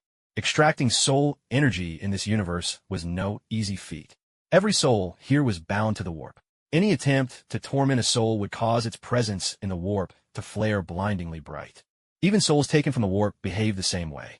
And the method of extracting soul energy wasn't much different from soul torture. You had to strip away everything, leaving only pure essence. It was much like the ancient art of soul extraction, a process excruciating beyond imagination for the soul's owner. What's more, the agony would fuel emotional extremes in the warp, providing a perfect feast for those malign deities lurking there. A vicious cycle, no end in sight. Of course, all that applied to other factions in this world. And truthfully, even in the Warhammer universe, such methods were seldom a concern. Because the Necrons possessed a secret, the Null Field. The Null Field referred to a zone engineered by the Necrons, severed from the warp, and thus robbing souls of their strength. Within this field, all connections to the warp were cut. Living beings would gradually lose sentience, becoming little more than shells. The effect on the soul was devastating. Prolonged exposure brought irreversible damage to any entity's spirit. Yet performing operations on souls inside this field could circumvent all the problems mentioned above. Besides, no matter how advanced the Null Field became, the Necrons, once restored to human form, would have little use for it. So, Dio sought out Taliesin and explained his proposal. The Null Field? No problem. I have no desire to see my soul tormented by the so-called gods and demons of the warp after regaining my humanity. Taliesin agreed without hesitation. Soon, the tomb world emerged into the material universe, and Taliesin began preparations to activate the Null Field. However, before that, Trazyn opened a communication link with the Silent King. Beck, the Silent King, is styled as the Star God Shatterer, the conqueror of the Old Ones, the unifier, the final master of the Triarch, and the wielder of the scepter of eternal glory. And these are only a fraction of the countless honorifics Zarek has amassed throughout the endless years as ruler of the Necrons. His inexhaustible glory unfurls like a magnificent tapestry. Within the galaxy of the Warhammer universe, only a handful possess the power, wisdom, and sweeping vision of Zarek, the last Silent King. During the horrific process of the initial biotransference, Zarek was given a new body, the strongest and most advanced among all newly forged Necrons. His nervous and sensory systems were replaced entirely with mechanical synth organs, their precision and sophistication far beyond anything that flesh and blood could achieve.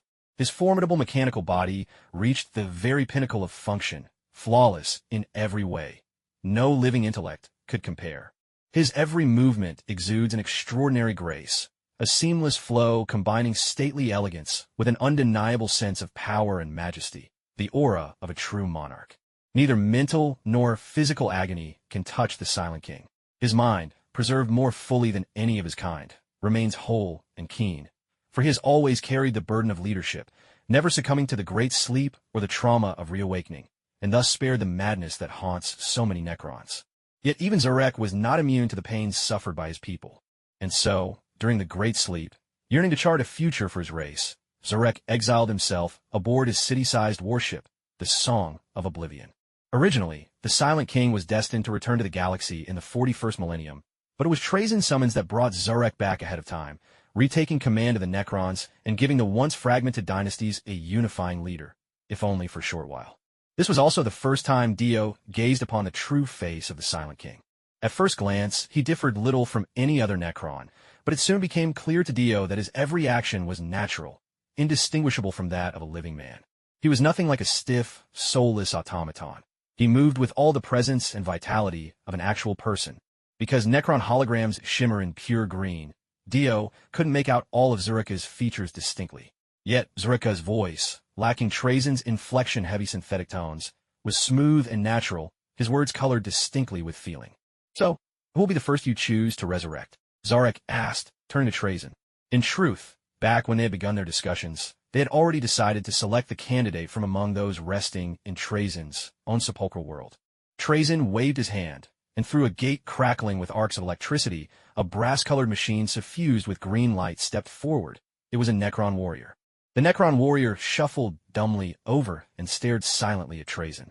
Without a word, Trajan handed the Necron warrior directly to Dio.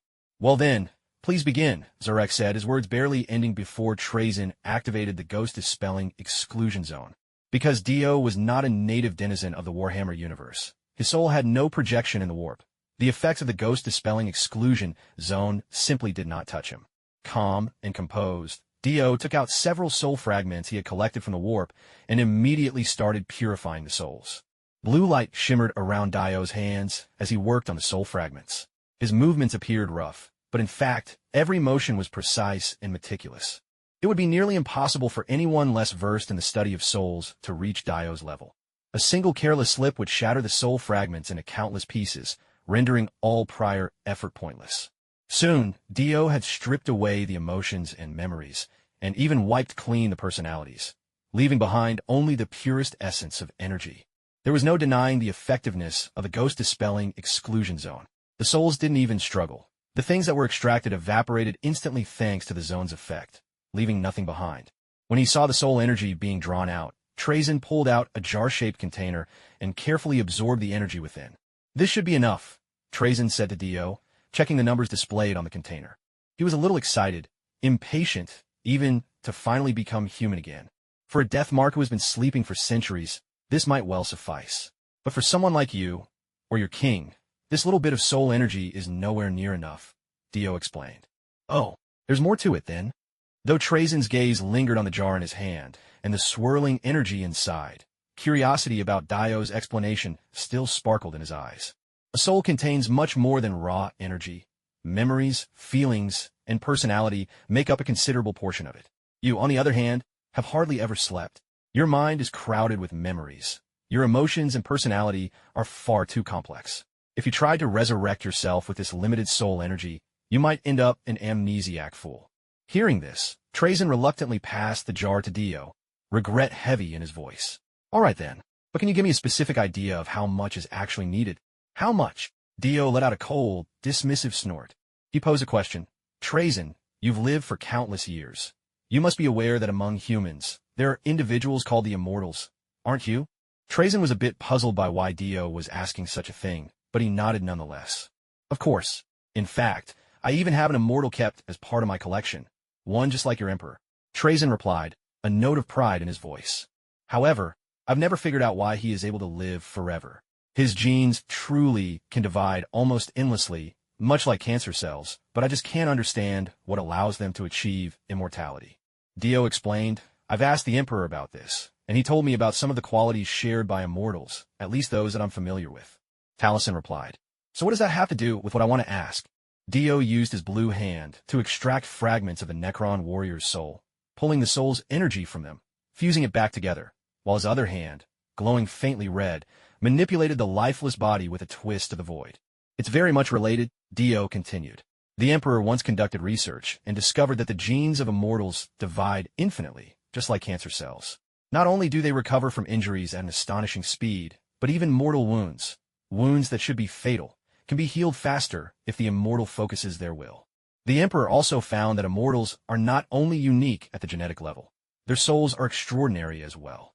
Oh, Taliesin's curiosity was piqued. Even silent King Sarek, watching the scene unfold through the screen, grew interested. An immortal's soul stands above their physical body. The very fact that they can recover from what should be certain death, even being reduced to ashes, through the sheer force of their spirit and willpower proves one thing. Not only are their genes remarkable, but their souls are also incredibly strong. Taliesin was clearly excited, visibly shuddering in his mechanical frame at this new idea he was hearing for the first time. Sarek, too, was stirred with excitement. The race of the Necroner had one fatal flaw: their extraordinarily short lifespans. The blame lay with their homeworld, a planet so harsh and unforgiving that it dealt irreversible damage to their genetic codes.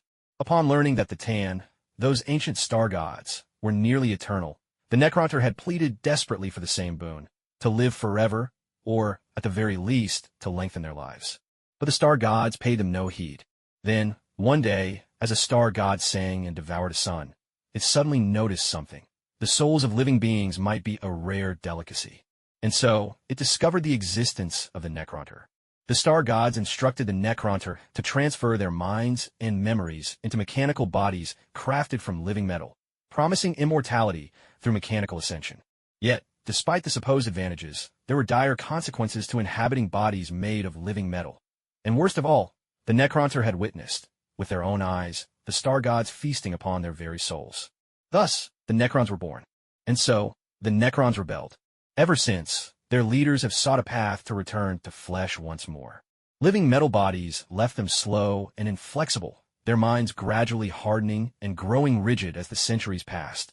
To avoid becoming nothing more than automatons, they chose to enter deep slumber. This was the origin of the Necrons. Now, for the first time, both Taliesin and Sarek were hearing these theories. A new brightness shone in their eyes, the seeds of countless new ideas stirring in their minds. In order to gather soul energy capable of perfectly bearing your will and personality, you need to completely refine the soul of a greater demon who has served under one of the four gods for countless years. The Necrons were familiar with greater demons. After all, their technology was made to slaughter gods and demons alike with ease, so of course they knew such creatures existed. They simply didn't put any stock in them. Taliesin and Zalrak fell silent. Souls of greater demons were almost impossible to obtain.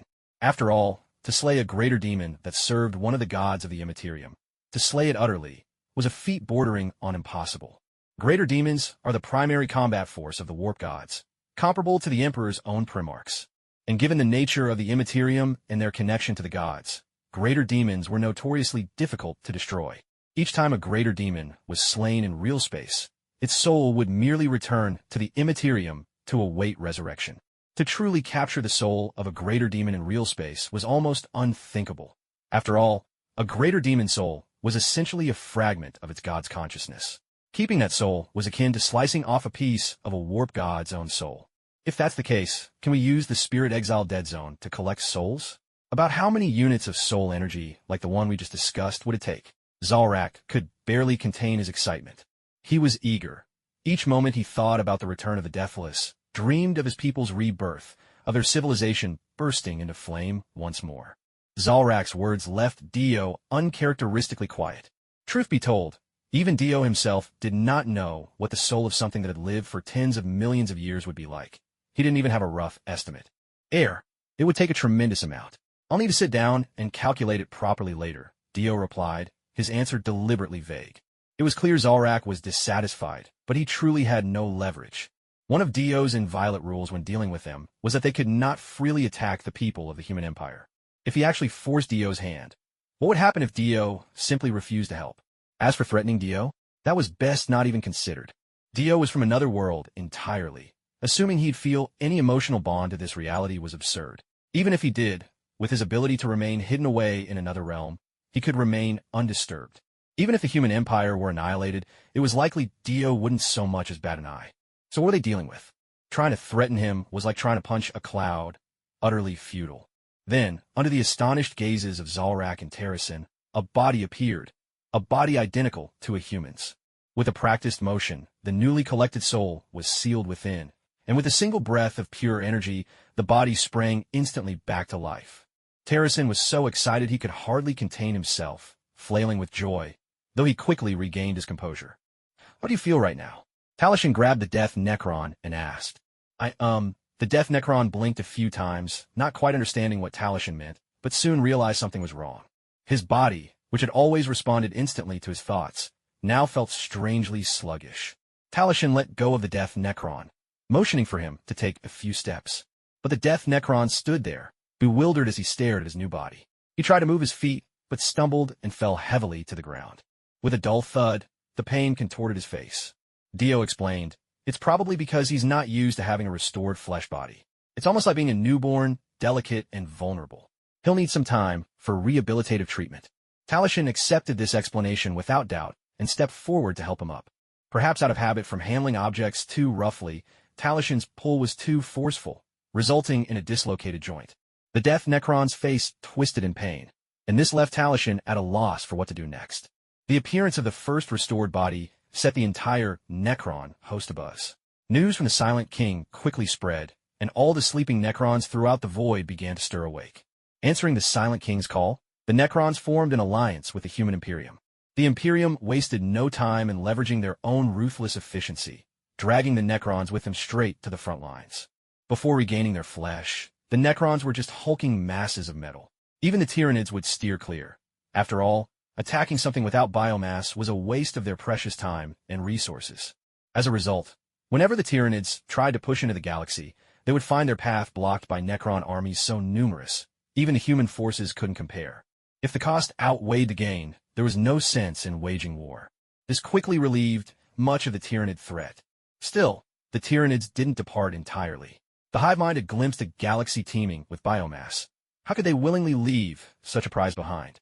So they circled the outskirts, attempting encirclement. Yet the Necron's weaponry was so fearsome that the hive mind hesitated, never fully committing, leading to a constant probing stalemate at the galaxy's edge. But once the Necrons and the Imperium became allies, the ones who suffered most were the Orcs. With Necron support, Gauss weaponry became especially devastating against anything with flesh. The Orcs had almost no chance to release their spores and propagate, making them loath to face Necrons in battle. And now, with the Imperium and the Necron armies joined in alliance, the Orcs found it utterly impossible to feel any trace of their trademark whack spirit. As for the physical restoration and soul reconstruction of the Necrons, Dio compiled a comprehensive guide and delegated the task to his subordinates. After all, with so many hands, even if no single person could reforge a body alone, a congregation of priests working together could certainly get the job done. Moreover, mastering magic or similar abilities was not a privilege reserved for priests alone. In fact, among the Astartes under Dio's command, there were quite a few with such powers. Pooling their strengths, it didn't take long before they managed to awaken several Lich Lords who had slumbered for eons. As for the risk that these reborn Necrons might be corrupted by the warp once their souls were restored, that was a gross underestimation of Dio's expertise.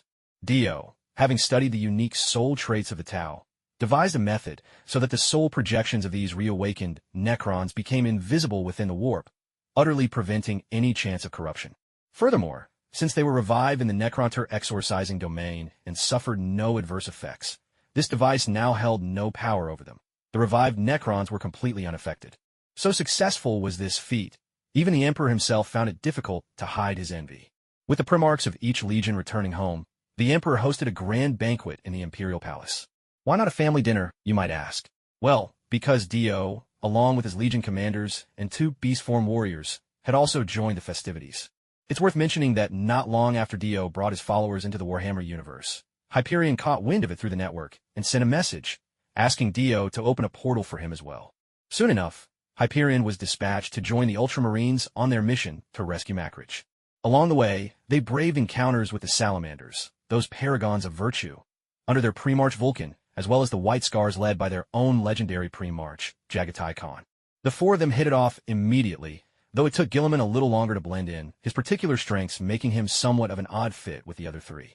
In fact, only Dio's Ultramarines seemed to earn much of Gilliman's concern, because Dio had also taken it upon himself to instill a sense of compassion for ordinary people in Hyperion and the other Eternals.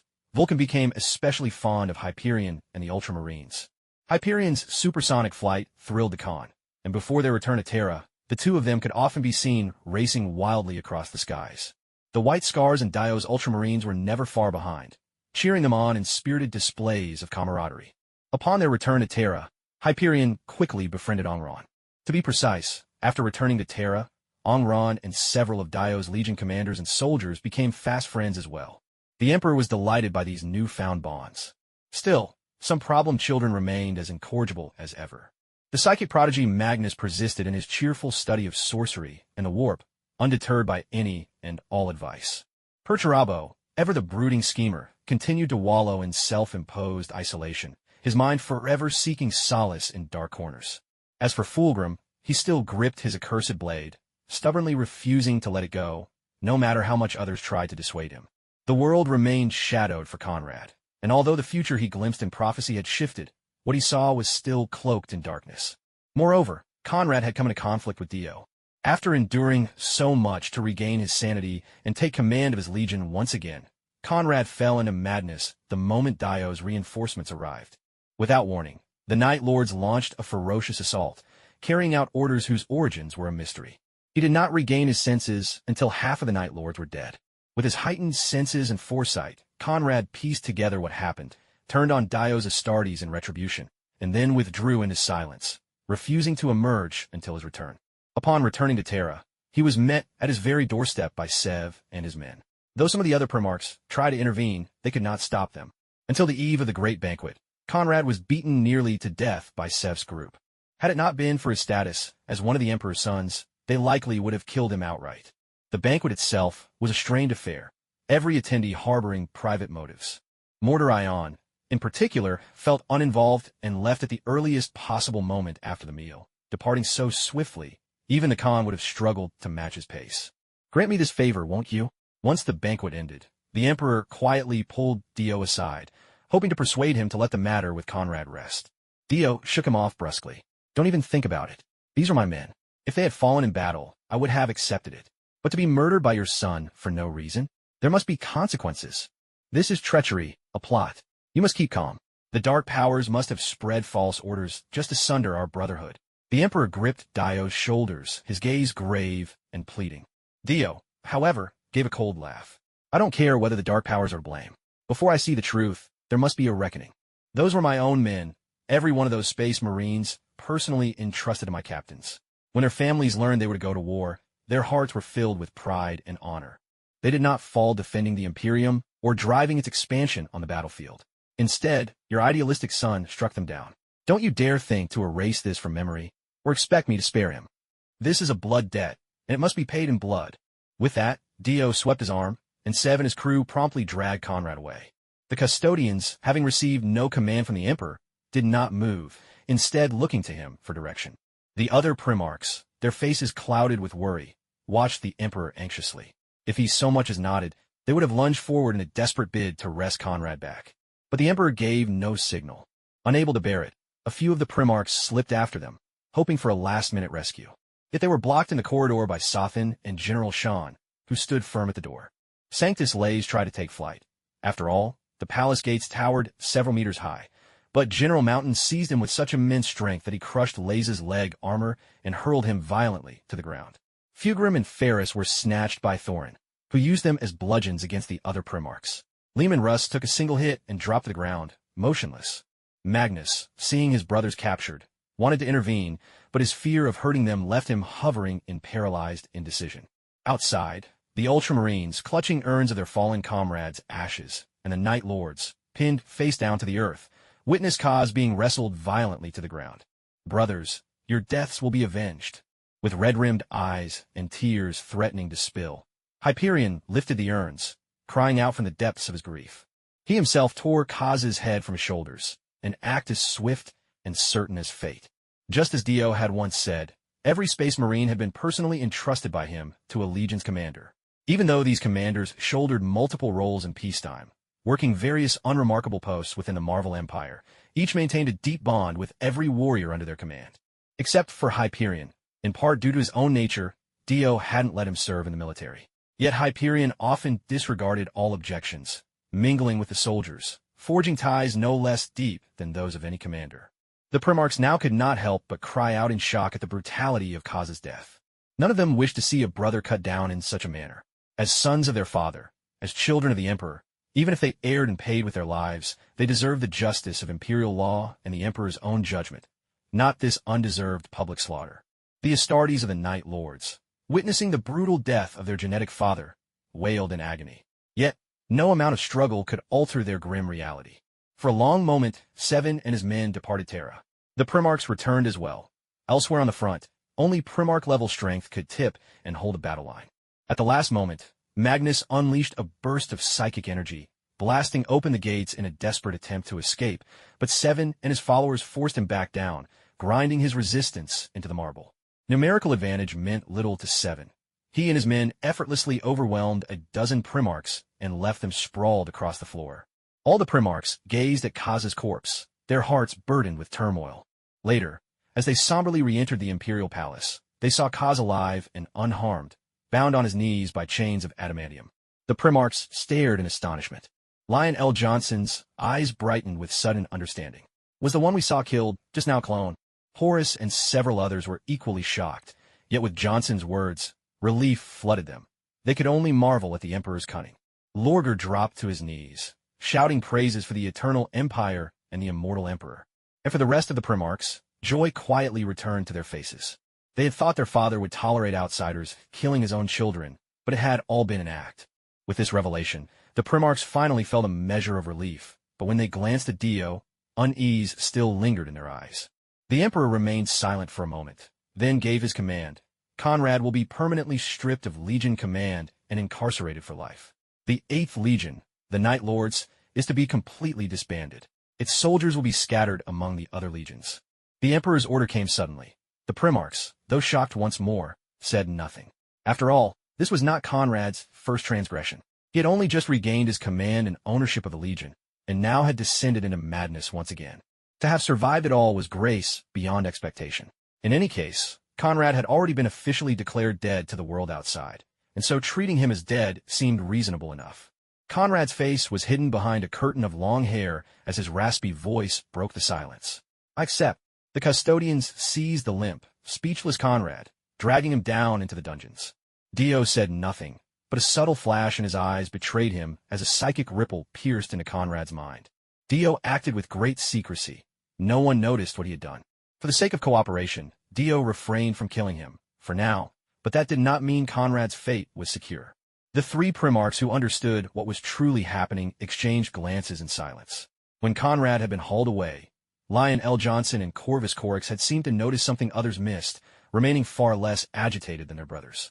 Upon learning the truth, they let out a deep sigh of relief. Originally, the Horus heresy had sown deep suspicion among the Primarchs, and even stronger bonds of sentiment, each carrying psychological scars from harsh childhoods and early experiences. Of course, the Emperor bore some fault as well, yet the Primarchs were unwilling to lay blame at his feet. When they saw the Emperor stand aside as Savan and the others took Conrad away for execution, their world had felt as if it were collapsing. Later, the other Primarchs would surely agonize. If a father can allow outsiders to kill his own sons, what hope is there for the rest of us? They would wonder if the Emperor truly felt nothing for his sons, using them as tools to be discarded at a whim. But now the truth was clear. It was only a clone that died, a gesture for Dio's sake, not a callous abandonment. Moreover, everyone had seen the state Conrad was in. Even Vulcan, the most kind-hearted of the Primarchs, had never liked Conrad, even harbored disgust for him. His exit from the Great Crusade would only strengthen the unity and order within the Imperium. I won't say anything more about this incident, but there mustn't be a next time. I'll take my leave now. Settle your own family business. As for these problem children of yours, figure something out yourself. If you can't, I'll personally drag you to the toilet and execute them one by one. After delivering a ruthless parting remark, Dio crushed over 100,000 suns in the Milky Way with just a thought. Yet in the next moment, he restored them all as though nothing had happened.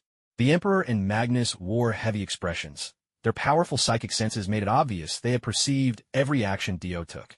Before the stunned eyes of those present, Dio opened a portal and departed from the Warhammer universe. Some of the Primarchs still didn't know Dio's true identity. They only knew that an empire as vast as the Imperium itself had been assisting them. After all, with so many soldiers and even Legion commanders who surpassed the Primarchs in power, they couldn't help but feel like weaklings by comparison. Now, their confusion only deepened. They ached to uncover Dio's true identity. The Emperor let out a sigh, and after a moment's thought, used his psychic gifts to share with them the annals and novels of Warhammer that Dio had entrusted to him. Dio had not brought back the ashes of the fallen. The Adeptus Astartes instead wanted their comrades' remains to bask in the glory of victory upon their final return. Back in his own empire, Dio began attending to state affairs. Thanks to his policy of grooming successors as he neared retirement, not much business had piled up that required his personal attention. He wrapped up the necessary tasks in a single day, then went out to clear his mind and relax. Returning to the Marvel Universe, Dio felt as if he had come home. The very first thing he did was check on Hela. Good, she was still out and about. Next, he turned his eyes to Earth. Earth had suffered significant devastation, all due to Ultron's rampage. Though Ultron had finally been destroyed in the end, the scars he left behind were deep. In response, the international community swiftly enacted the Superhero Registration Act. It wasn't long before Dio noticed something remarkable brewing in China, a formidable new unit and a corresponding law. Perhaps the steadily opening cosmic network was the cause, but officials had begun to discover that within Dio's empire, training methods identical to those from Swallowed Star and the Ninefold Thunderblade were widely available, along with other cultivation techniques. Half skeptical, Chinese authorities bought physical copies, tried practicing them, and, to their surprise, many were able to get started. Curious, they reached out to the local fire lizard unit stationed there. After finding out the officials were cultivating these methods, the fire lizards took the time to explain the strengths and drawbacks. On the plus side, any citizen of the empire could learn them, as long as they were living beings and had the patience and determination needed. However, as one advanced, the resources and costs required grew astronomical. Even ordinary citizens could rarely reach higher levels, and the empire itself had no strict requirement for the military to train this way, allocating training slots instead to the lawmen of each planet. This was the organization that had evolved from the very city Patrol 7 had once led. Then, right in front of the officials, a fire lizard displayed the Ninefold Thunderblade technique, leaving the leaders utterly astounded. In the aftermath, the author of these cultivation novels immediately fell under surveillance. Then Huaxia began tentatively selecting people within the military to undergo cultivation.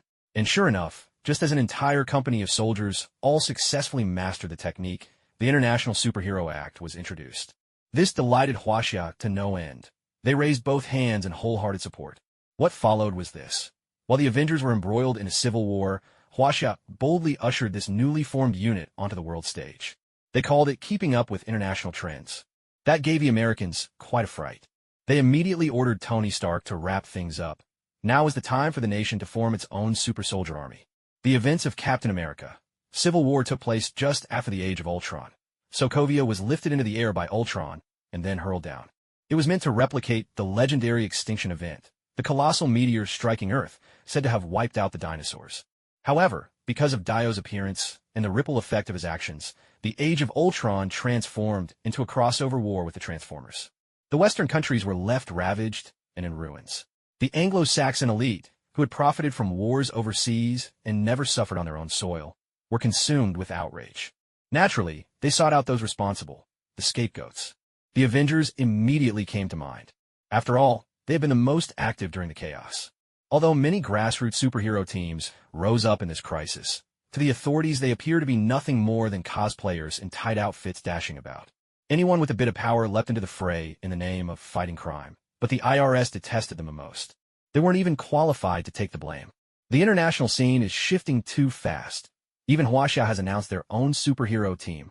The president slammed his hand on the table, his anger echoing through the room.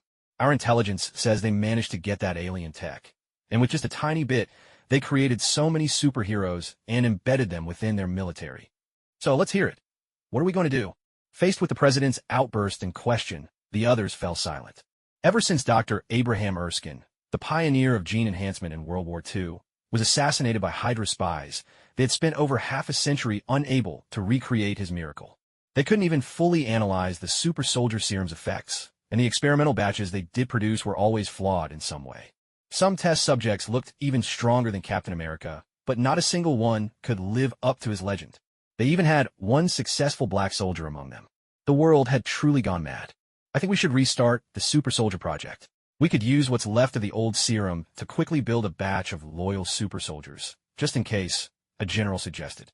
No, we have the Avengers. There's absolutely no need to build a super soldier army from scratch. Besides, some of those so-called superhero teams out there already have members whose physical abilities rival Captain America's. We could recruit them, bring them into the fold, and then conduct our research in secret. See if we can produce a whole squad of super soldiers even stronger than Cap. A man in a sharp suit adjusted his glasses as he made this suggestion. Everyone's eyes lit up. Indeed, there were people out there whose bodies had somehow mutated, granting them strength that could even surpass Captain America's, though the cause of their mutations remained a mystery. But, since their numbers weren't particularly large, they never seemed that powerful as a group. Individually, they might not be impressive, but if you took a group of such individuals with military training, they become a force to be reckoned with. At that point, the Avengers wouldn't even be their ceiling. They'd have the confidence to go toe-to-toe with the Justice League. Of course, that was just wishful thinking for now. I think we should pursue both approaches at the same time. After all, these small groups of superheroes already have their own internal issues, and it wouldn't take much incentive to bring them over to our side. On top of that, our research on the super soldier serum is much more advanced now. As we study these small teams, we can continue perfecting our super soldier program. The general thought for a moment before laying out his proposal, which met with agreement from everyone around the table. The president considered this for a moment, and then spoke. How is the research coming along on those materials our people acquired and studied after entering the virtual universe? As he spoke, he turned his gaze toward a young researcher nearby. Caught off guard, the young researcher felt a cold sweat forming. The discussion had been going so smoothly, and he'd been happily spacing out, when suddenly the spotlight was on him. He stammered, "The research is progressing rapidly. We've already gained a preliminary grasp of more advanced knowledge, and we're even attempting to upgrade the super soldiers." The president's eyes lit up as he asked, "Oh, any breakthroughs?" The researcher winced, looking a bit defeated, and stammered, "Well, yes, there's been progress, but overall things are moving slowly." Progress was still a win. That thought reassured the president, who replied, "No problem. We can use that new knowledge to refine our serum, and let's also investigate those civilian mutants." Just then, the young researcher spoke up again. "Dr. Erskine's serum feels less like the product of Earth science. In the virtual universe, we actually found a similar serum formula. Even with subsequent research protocols, it seems we've reached a bottleneck." The president frowned, but remained silent. One of the others explained, "Based on the information we've seen, the research projects in the Galactic Empire are different from ours. We can choose a different direction for our studies. We don't have to follow in their footsteps. And we've already started our own research. The progress I mentioned earlier is actually the result of us exploring an alternative path." These words finally softened the president's expression. Our advancements in weapon technology, thanks to our own scientific breakthroughs, are nothing to scoff at either. I believe our results won't be inferior to theirs. Even better news arrived, lifting the president's spirits further. Once everyone had agreed on the course ahead and their respective plans, they rushed off to put those strategies into motion. Meanwhile, at the Avengers headquarters in the suburbs, Tony Stark sat heavily in a chair, peeling off his armor, weighed down by exhaustion. He had just come out of a fight with the ever-resilient Captain America, and a fresh bruise still colored the corner of his eye. This clash had driven a temporary wedge between the two, and Captain America quickly found himself on SHLD's wanted list. Of course, there was no way S.H.I.E.L.D. would publicize that information. After all, they still had a reputation to maintain. Imagine how the nation would react if a deathless hero of World War II suddenly became a modern fugitive. It would spark outrage across America, since Captain America was the idol of countless teenagers, and not just ordinary civilians. Many grassroots superhero teams might also take issue with the authorities. After all, some of them practically saw getting thrown in jail as a badge of honor, something to boast about. They thought it was the coolest thing. There was always a sense of reckless bravado about them. Knock, knock, knock. A series of knocks echoed through the room, prompting Tony Stark to look up. Framed by the floor-to-ceiling window stood an elderly man with a shock of white hair, holding a parcel in his hands. Excuse me, is this the residence of Tony Stank?" Tony heard the muffled voice through the glass and let out a weary sigh. Resigned, he nodded. Yeah, that's me." He got up and walked to the door, taking the package from the old man's hand. A single glance was all Tony needed to recognize the sender, especially thanks to the old-school cell phone inside and the lone phone number stored within. His suspicions were instantly confirmed. "You old fox," Tony muttered with a wry chuckle, cursing under his breath. Dio had arrived on Earth at the tail end of the Avengers' internal conflict. If things had followed the original storyline, the next act would have been his, for it was Thanos, or rather Dio, who planned to snatch the Infinity Stones and snap his fingers. But Dio had no such ambitions now. Whether or not this universe had enough resources was none of his concern. He could always travel to other worlds if he needed more. If this one proved insufficient, he'd simply reap what he needed elsewhere. Or, failing that, launch a cross-world war, seize a new territory, and move his nation there. Now, the group of Transformers who had been vacationing on Earth had gradually returned, continuing their playful escapades. Meanwhile, the situation with the Hwasha military caught Dio somewhat by surprise. After all, he hadn't paid much attention to those system rewards once he deposited them. A few extraterrestrials had practiced as well, but only a handful possessed the resolve and stamina required to truly learn and master the skills. One could only say that Earth was destined for greatness. Everything good in the universe seemed to find its best audience among Earth's people. And every calamity, it seemed, could only truly spread from Earth as well. They had named this Special Force Dragon Team, a nostalgic, somewhat juvenile name that briefly reminded Dio of his own lost youth. Dio glanced around, picked out a spot, and strode forward. At the same time, a portal materialized before him. The other side of that portal opened directly into Kamar-Taj. The Sorcerer Supreme had changed since his last visit. It was now Stephen Strange who held the title. "Greetings, esteemed Emperor of the Empire," Strange said, his face adorned with a practiced smile. "So, are you the new Sorcerer Supreme? Where's the Ancient One? Where did she run off to in her retirement?" Dio asked with interest, dropping into a chair nearby without so much as a glance at Strange. By now, Stephen Strange had mastered the ways of magic and had even built a reputation as a creditor to many lords of different dimensions. He made no move in response to Dio's casual disregard, but instead answered, "The Ancient One has chosen to follow the Great Eternal, Your Majesty.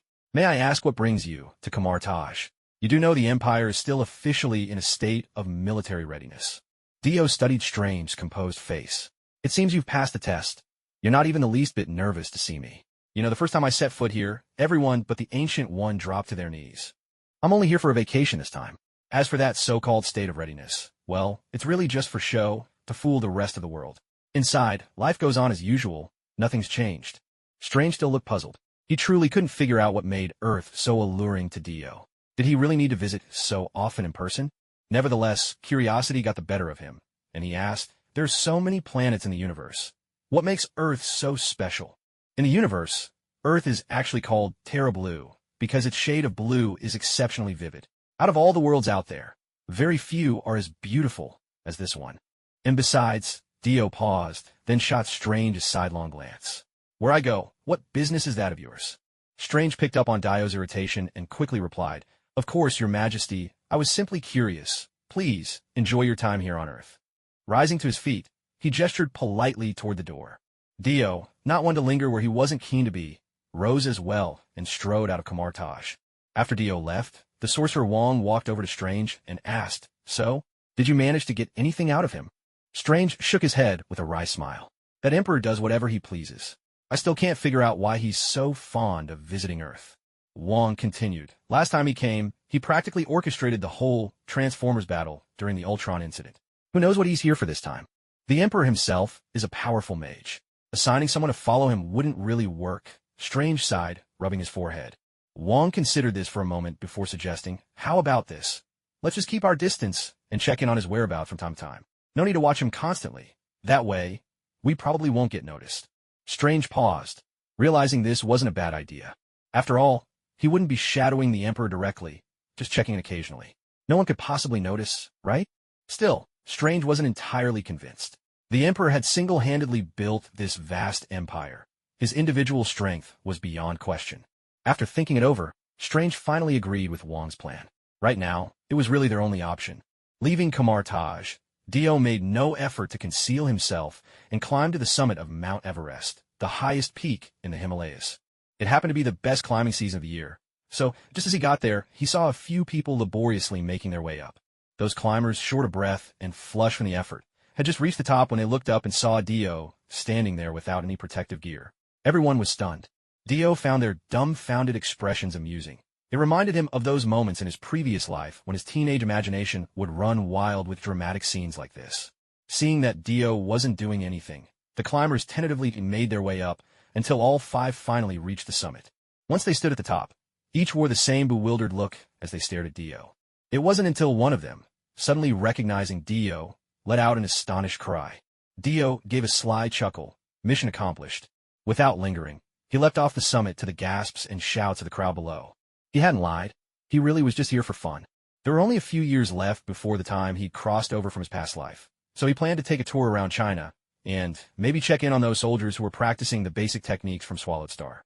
He made no effort to disguise his movements, and after the climbers used their satellite phone to report the strange man, it wasn't long before the army started tailing Dio across the plateau. Especially once he entered a town. Standing over 2 meters tall, Dio truly stood out like a crane among chickens on the highlands. After sampling some of the local snacks, he called out the soldiers who were covertly tailing him. "Don't be nervous. Pay first," Dio said, gesturing at the shopkeeper who was still staring at him a daze. After handing over the money, Dio added, "In a few days, I'll be heading to the Dragon Team. You let the higher-ups know yourselves. I'll take a little tour first." With that, he turned and walked off, paying them no further heed. The group returned to their military vehicle, intending to keep following him. But they quickly realized they couldn't even get within a kilometer of Dio, utterly unable to approach. Helpless, they reported Dio's movements to their superiors instead. In truth, they didn't need to tail him. All along the way, Dio made no effort to hide his whereabouts. On the contrary, he was surprisingly open, happily stopping to take pictures with men and women who recognized him along the roadside and requested a photo together. You had to admit, the people's manners were remarkable. After snapping their pictures, they would swiftly step aside, asking nothing more, never pestering him for anything else. Once he reached Sichuan, Dio planned to head north through Shaanxi, and Tianjin before entering Beijing. But as Dio acted so high-profile on his journey, the foreign powers grew only more covetous. The military sent someone to brief him. China was under considerable international pressure because of him. So, as soon as he entered Shaanxi and barely had a few bowls of the famed lamb flatbread stew, Dio suddenly teleported straight into the Dragon Team's base. At last, China could breathe a sigh of relief. After all, Dio's identity spoke for itself. Those Transformers who just wiped out American military bases worldwide had only recently returned to Earth for a holiday. If Dio stayed in China much longer, no one could really do anything to him, but it would put China in a truly difficult position. You had to understand, the Dragon Team was just the force brought into the public eye to absorb the main attention and pressure. The real hidden fighting strength of China went far beyond just that unit of the Dragon Team. And don't forget, the Divine Spear Bureau, under Zhang Xian's command, also had agents actively training, and none of them were lightweights. A force of 120 soldiers, all adept at the swallowing starfield technique, stood in neat formation. Beside them stood the Fire Lizard unit, who had also been informed of Dio's arrival. Upon Dio's arrival, he was greeted by a sea of dark green armor. Zhang Xian hurried to meet him as soon as he appeared. "Your Majesty, these are the achievements of our forces. Is there any guidance you might honor us with?" Zhang Xian kept his posture humble, never daring to look Dio in the eyes. There was reason for Zhang Xian's humility. When they had first heard the stories about Dio from Tony Stark, they hadn't taken him seriously. After all, without video evidence, it was just talk. Nobody would truly believe such tales. But later, they had entered the virtual universe network and learned the full extent of Dio's exploits. The realization left them deeply uneasy. After all, who else in history could, with personal might, subjugate an entire planet and seamlessly bring its military and political machine under his own rule? Dio's quiet arrival this time startled them all, especially since his personal army, stationed on Earth, belonged to an empire so formidable it could intimidate the entire universe. Facing troops like those could make anyone nervous. Fortunately, those troops had never acted with the recklessness of a fungus outbreak. Still, they continued to ponder how best to honor him according to the rituals once reserved for emperors, but the burden of making this decision ultimately fell on Zhang Xian's shoulders. With no other choice, Zhang Xian could only steel himself and proceed as such. But Dio gently patted him on the shoulder and said, "No need for all this. I'm not some terrifying demon. Just treat me the way you always have. To tell the truth, the way you're acting now is uncomfortable for both of us." "Yes, yes," Zhang Xian replied. Slowly, he lifted his head and, seeing that Dio's expression hadn't changed, straightened up with care. Dio, however, no longer paid him any attention. Instead, he turned his gaze to the company of soldiers standing before him. Most of these soldiers were around the second rank of the apprentice level, with a few at the third. To be honest, reaching such a level of strength was quite impressive, especially considering it was the plot points of a novel that had helped push their progress in just a few years. In the Empire, not many people practiced the devouring the starry sky method. Instructional videos weren't just scarce, they were virtually non-existent. Outside, there was nothing at all. They had no way of accessing any knowledge from the virtual universe, so they could only muddle through on their own. It seemed that the author, under surveillance, must have provided the Huaxia authorities with substantial advice on cultivation. These men started their training from the moment they enlisted. Today, they stand as the youngest and strongest group we have. Zhang Xian, regaining his composure, stepped forward and introduced them. Impressive, truly, Dio remarked with genuine admiration. To be honest, I almost feel tempted to start recruiting right here. And indeed, he did harbor such thoughts. After all, aside from himself, there were scarcely any who had achieved mastery in the devouring the starry sky method. If he could really assemble a force of earthlings trained in this technique, he could expand the Empire's influence dramatically. Dio had always held an intricate attitude toward the universe. He relished the idea of extending his reach across the cosmos, becoming a force to be reckoned with. When that happened, whether or not he actually possessed the universe was unimportant. His influence alone would be enough to command its respect.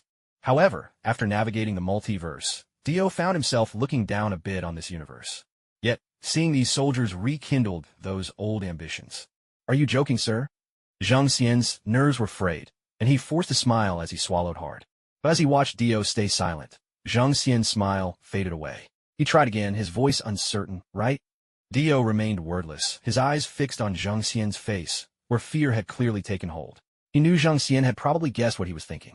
A nation on a planet could never refuse the demands of a universal powerhouse empire. If they compromised for too long, they might truly become little more than a vassal in the end. But reality was harsh. They simply didn't have the power to say no. Dio shook his head with a laugh and said, "Don't overthink it. I mean foreign mercenaries." Zhang Xian was momentarily taken aback. The nature of foreign mercenaries was fundamentally different from that of regular troops. They didn't need to be fully integrated into the empire and would still retain a certain degree of autonomy. But these soldiers don't have high ranks. Haven't you thought about getting them some supplies to bolster their health? Dio asked. Pulled back to reality by Dio's words, Zhang Xian gave a helpless, wry smile and replied, "It's not that we don't want to, it's just that the country's broke." Pouring in a huge amount of resources to get them as far as they are now was already incredibly difficult. After establishing relations with the Empire, the purchasing power of Earth's currencies declined. When it came to these interstellar goods, the countries of Earth suddenly became paupers. If it weren't for the vibranium deposits on this planet, and the fact that the Empire had organized some mining operations, otherwise these nations would be left staring at the galactic marketplace with nothing but empty hands. Forget about buying anything. They couldn't even afford the data for internet access. Dio nodded thoughtfully, then signaled for the nearby Fire Lizard Company commander who had been standing guard. His tone relaxed as he instructed, "From now on, you'll secretly assist them in training more soldiers of this caliber. I'll have them draft a formal plan once I return, and later I'll introduce a dedicated training program for these super soldiers. For now, the Fire Lizard unit will provide support. If we succeed, rest assured, your contributions won't go unnoticed." Hearing this, the Fire Lizard commander was overjoyed. His bare face lit up with excitement. He almost couldn't contain himself. Was His Majesty planning to amass troops? And add a new class of soldiers? Could this mean war was on the horizon? No, wait. The numbers are too small for a campaign now. Maybe he's planning to stockpile forces for 100 years or so before launching his offensive. The commander's face radiated enthusiasm. He saluted smartly and declared, "I guarantee the mission will be accomplished." Dio didn't pay any mind to the commander's over-the-top expression, simply waving him off to return to his post. Turning to the dazed Zhang Xian standing beside him, he asked, "Have you tried putting the virtual universe to use in their training?" Once more jolted by Dio's question, Zhang Xian's eyes lit up as he mulled over Dio's words. This feeling was so familiar. It was just like their old days together, like a big brother looking after you. No, to be accurate, more like a true godfather. Whatever his ulterior motives, right now these benefits were too good to pass up. When the resources arrived, he could always study things further on his own. Although he tried to keep a straight face, it was obvious he was delighted. "We've used it, but mostly for mental training. It doesn't really do much for the body." Zhang Xian took the opportunity to voice his frustrations, handing the virtual universe helmet over to Dio. Even going into the giant axe combat arena hasn't provided much of a boost. A single glance, and Dio understood exactly why. DE had essentially recreated all the functionalities of the virtual universe helmet from the world of Swallowed Star. Of course, wearing the helmet couldn't actually enhance your physical strength, but just like training in the giant axe martial arena, you could still sharpen your reflexes, master the subtleties of muscle control, and build up muscle memory all at once. However, that was a version for adults. To prevent minors from going astray, DE had designed two types of helmets. One of them couldn't improve physical abilities, nor could it allow someone to indulge in virtual extravagance without consequence to their real body. And that was the very helmet they were using now. It even went by another name, the Minor Protection Helmet. The leaders of Huaxia were elated by DE's support plan. After all, this was assistance coming from an imperial power of cosmic dominance, tailored specifically for them. The major powers on Earth might wield some authority, but compared to the vastness of the universe, their influence was almost negligible. Thanks to DE's support, Huaxia now saw the perfect chance to rise to entirely new heights, a leap beyond anything they'd ever achieved. Before long, a fleet loaded with a mountain of resources arrived on Earth, though every ship traveled under strict concealment. We are deeply grateful for the Emperor's generosity. Our thanks know no bounds, Zhang Xian beamed, his smile blooming like a chrysanthemum. Such immense resources, such advanced technology. It was obvious, before long, Huaxia's technological prowess would surge ahead in leaps and bounds. It was hard to even imagine how far they might go.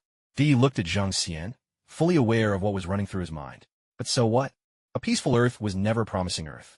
Only through chaos could the chance for unification emerge. It's nothing, really. After all, this is what diplomacy is about. Exchange and cooperation, make it official. Di replied with a pleasant smile. Yet deep inside, Di was thinking, let the storm begin. Let's see which force on this Earth can truly unify under the stars. With that, Di left, still smiling amiably. Back in Huaxia, development was proceeding in a well-ordered way and growing ever stronger, while Western countries, especially Europe and America, clearly found themselves in disarray. With the discovery of vibranium in Wakanda, the ocean, and Antarctica, Wakanda itself had been annihilated, and the Atlanteans wiped out to the last one. Most land-based nations had merged into larger entities. Aside from the so-called 5 rogue states, hardly any other small, independent countries remained. DE's arrival had greatly hastened this process. Of course, in Asia, smaller countries either pledged allegiance to Huaxia or quietly renewed their fealty to Damao. And with the American military bases destroyed, even Australia was showing signs of wanting to move north and come under Huaxia's wing. Though many Australian civilians fiercely opposed this idea, leading to growing internal tensions and talk of splitting apart. Europe, meanwhile, was facing the worst turmoil. Britain and France, age-old rivals, now watched as France's territory expanded, while among the European nations, only Britain, France, and Germany remained. The rest had already been swallowed up. In Central Africa, no one was making any moves. The empire was busy with its mining operations there, and Wakanda's geography placed it right near the Atlantic in Central Africa. Conveniently, almost straddling the equator. As for America, absolutely nothing had changed.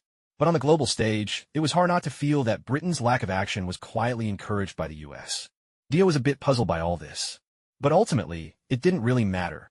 It didn't stop him from enjoying the spectacle. All of it boiled down to Captain America, the scattered remnants of Hydra, and, of course, the business with the Red Room. The reason Black Widow and Captain America were on the run, dodging authorities, was that they crossed paths with Black Widow's sister, the same woman who once played the role of family, Yelena. Together, they rescued their unreliable foster father, Red Guardian Alexei Shostakov, and set about dismantling the Red Room. But fate intervened. The Autobots had once mistaken the Red Room's flying fortress for an American military base and unleashed havoc on it. So when they later broke into the Red Room, they somehow ended up stumbling through the barracks of an abandoned Soviet-era installation. And as luck would have it, there was an old nuclear bomb lying in wait.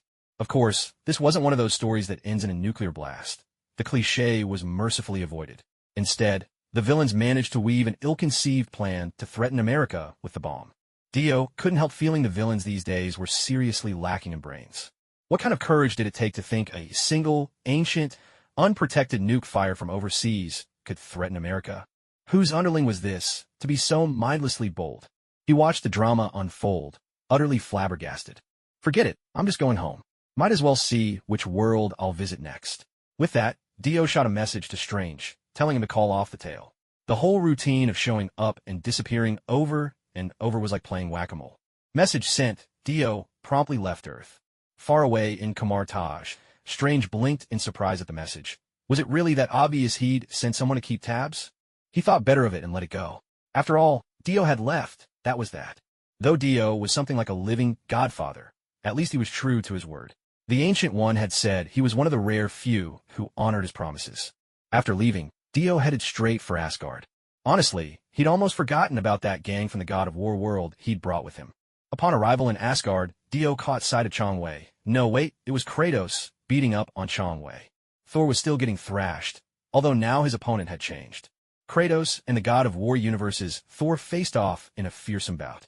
Odin merely stood by, occasionally shaking his head and sighing as if lamenting the whole affair.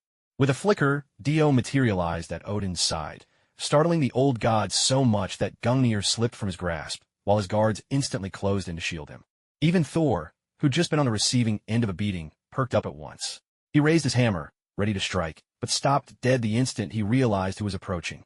In the process, he managed to pull a muscle in his back. At the same moment, Odin, upon recognizing who had startled him, hurriedly commanded his guards to stand down. Good heavens! What's going on with you?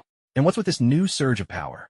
Why am I suddenly struggling to see you clearly? Odin had planned to play the stern father-in-law, but his words turned into 3 consecutive exclamations of pure shock.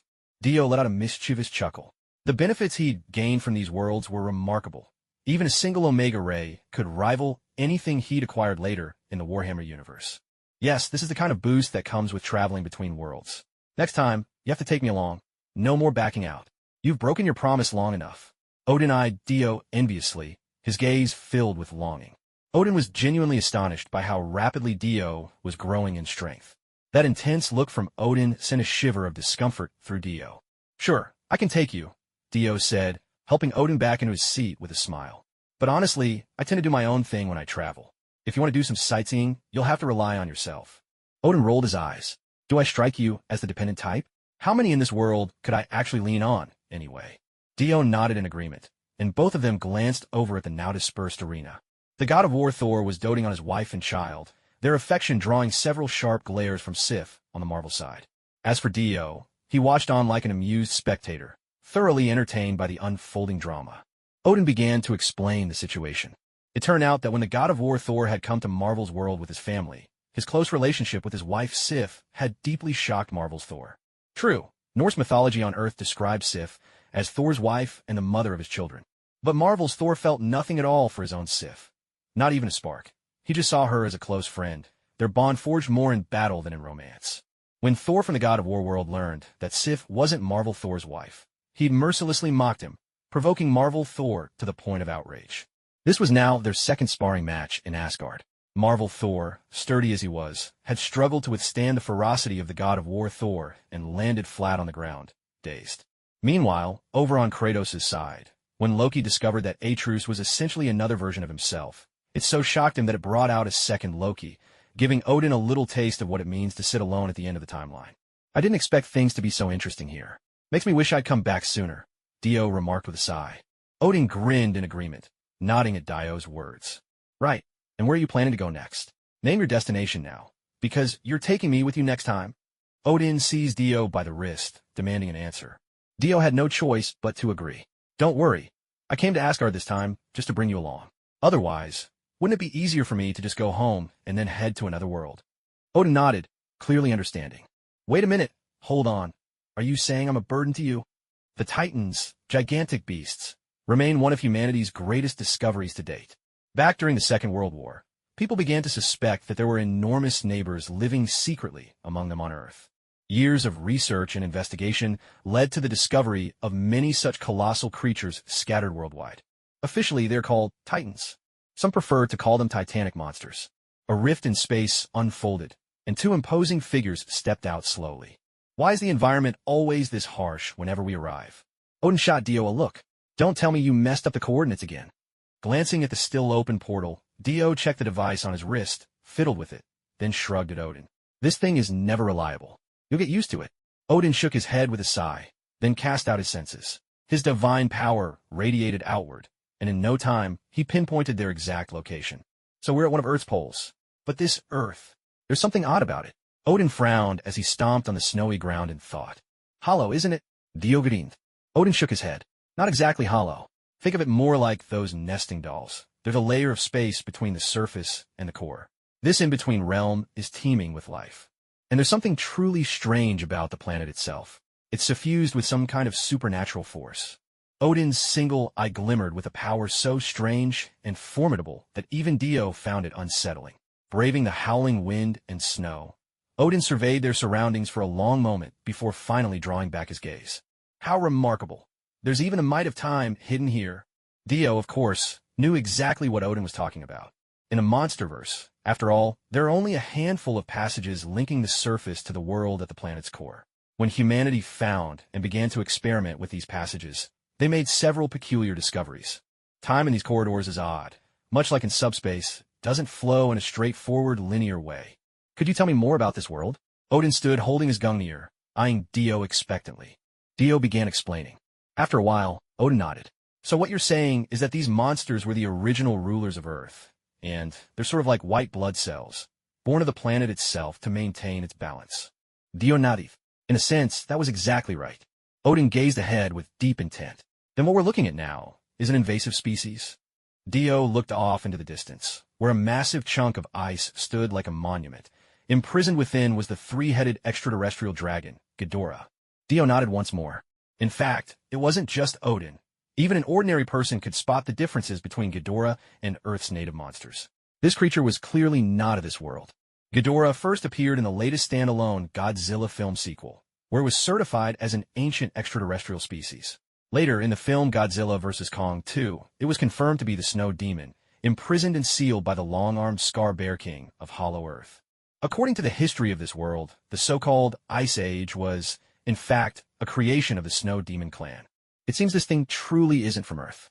Its appearance is bizarre, and its bloodline is quite unusual.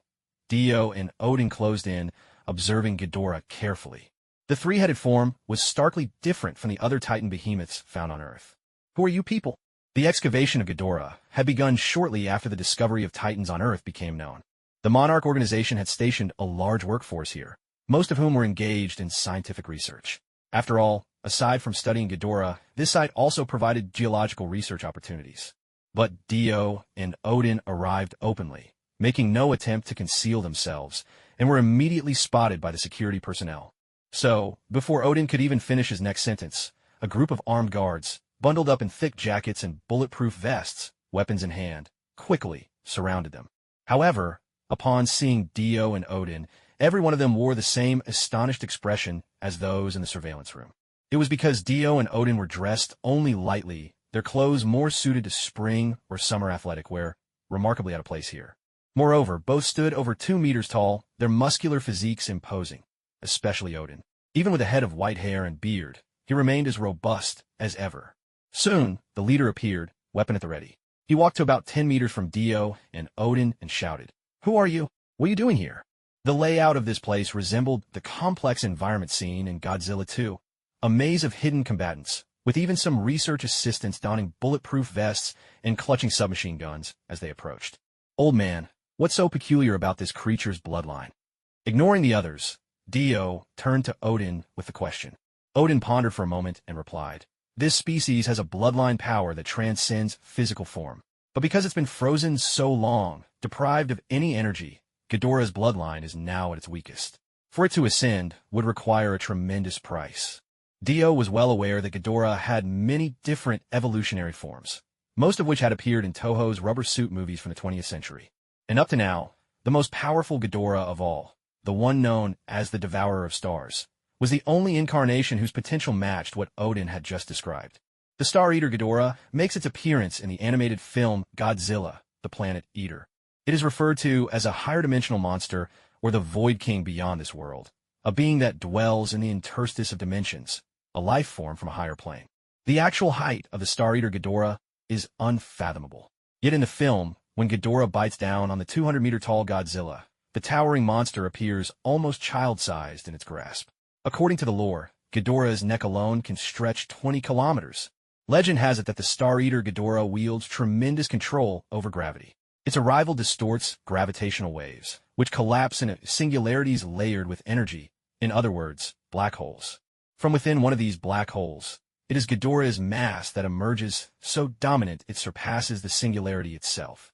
In effect, the Star Eater Ghidorah is a supergravitational force, dwarfing even black holes. This abnormal gravitational might twist the very fabric of space and time.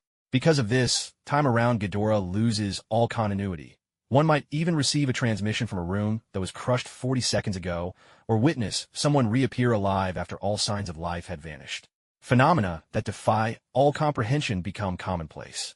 Although mortal eyes and ears are capable of perceiving the Star Eater Ghidorah, technological sensors, whether infrared or electromagnetic, cannot detect it. Even the necks that stretch from the black hole betray their presence only by the warping of gravitational fields. Put simply, the laws of this world cannot confirm the existence of such a monster.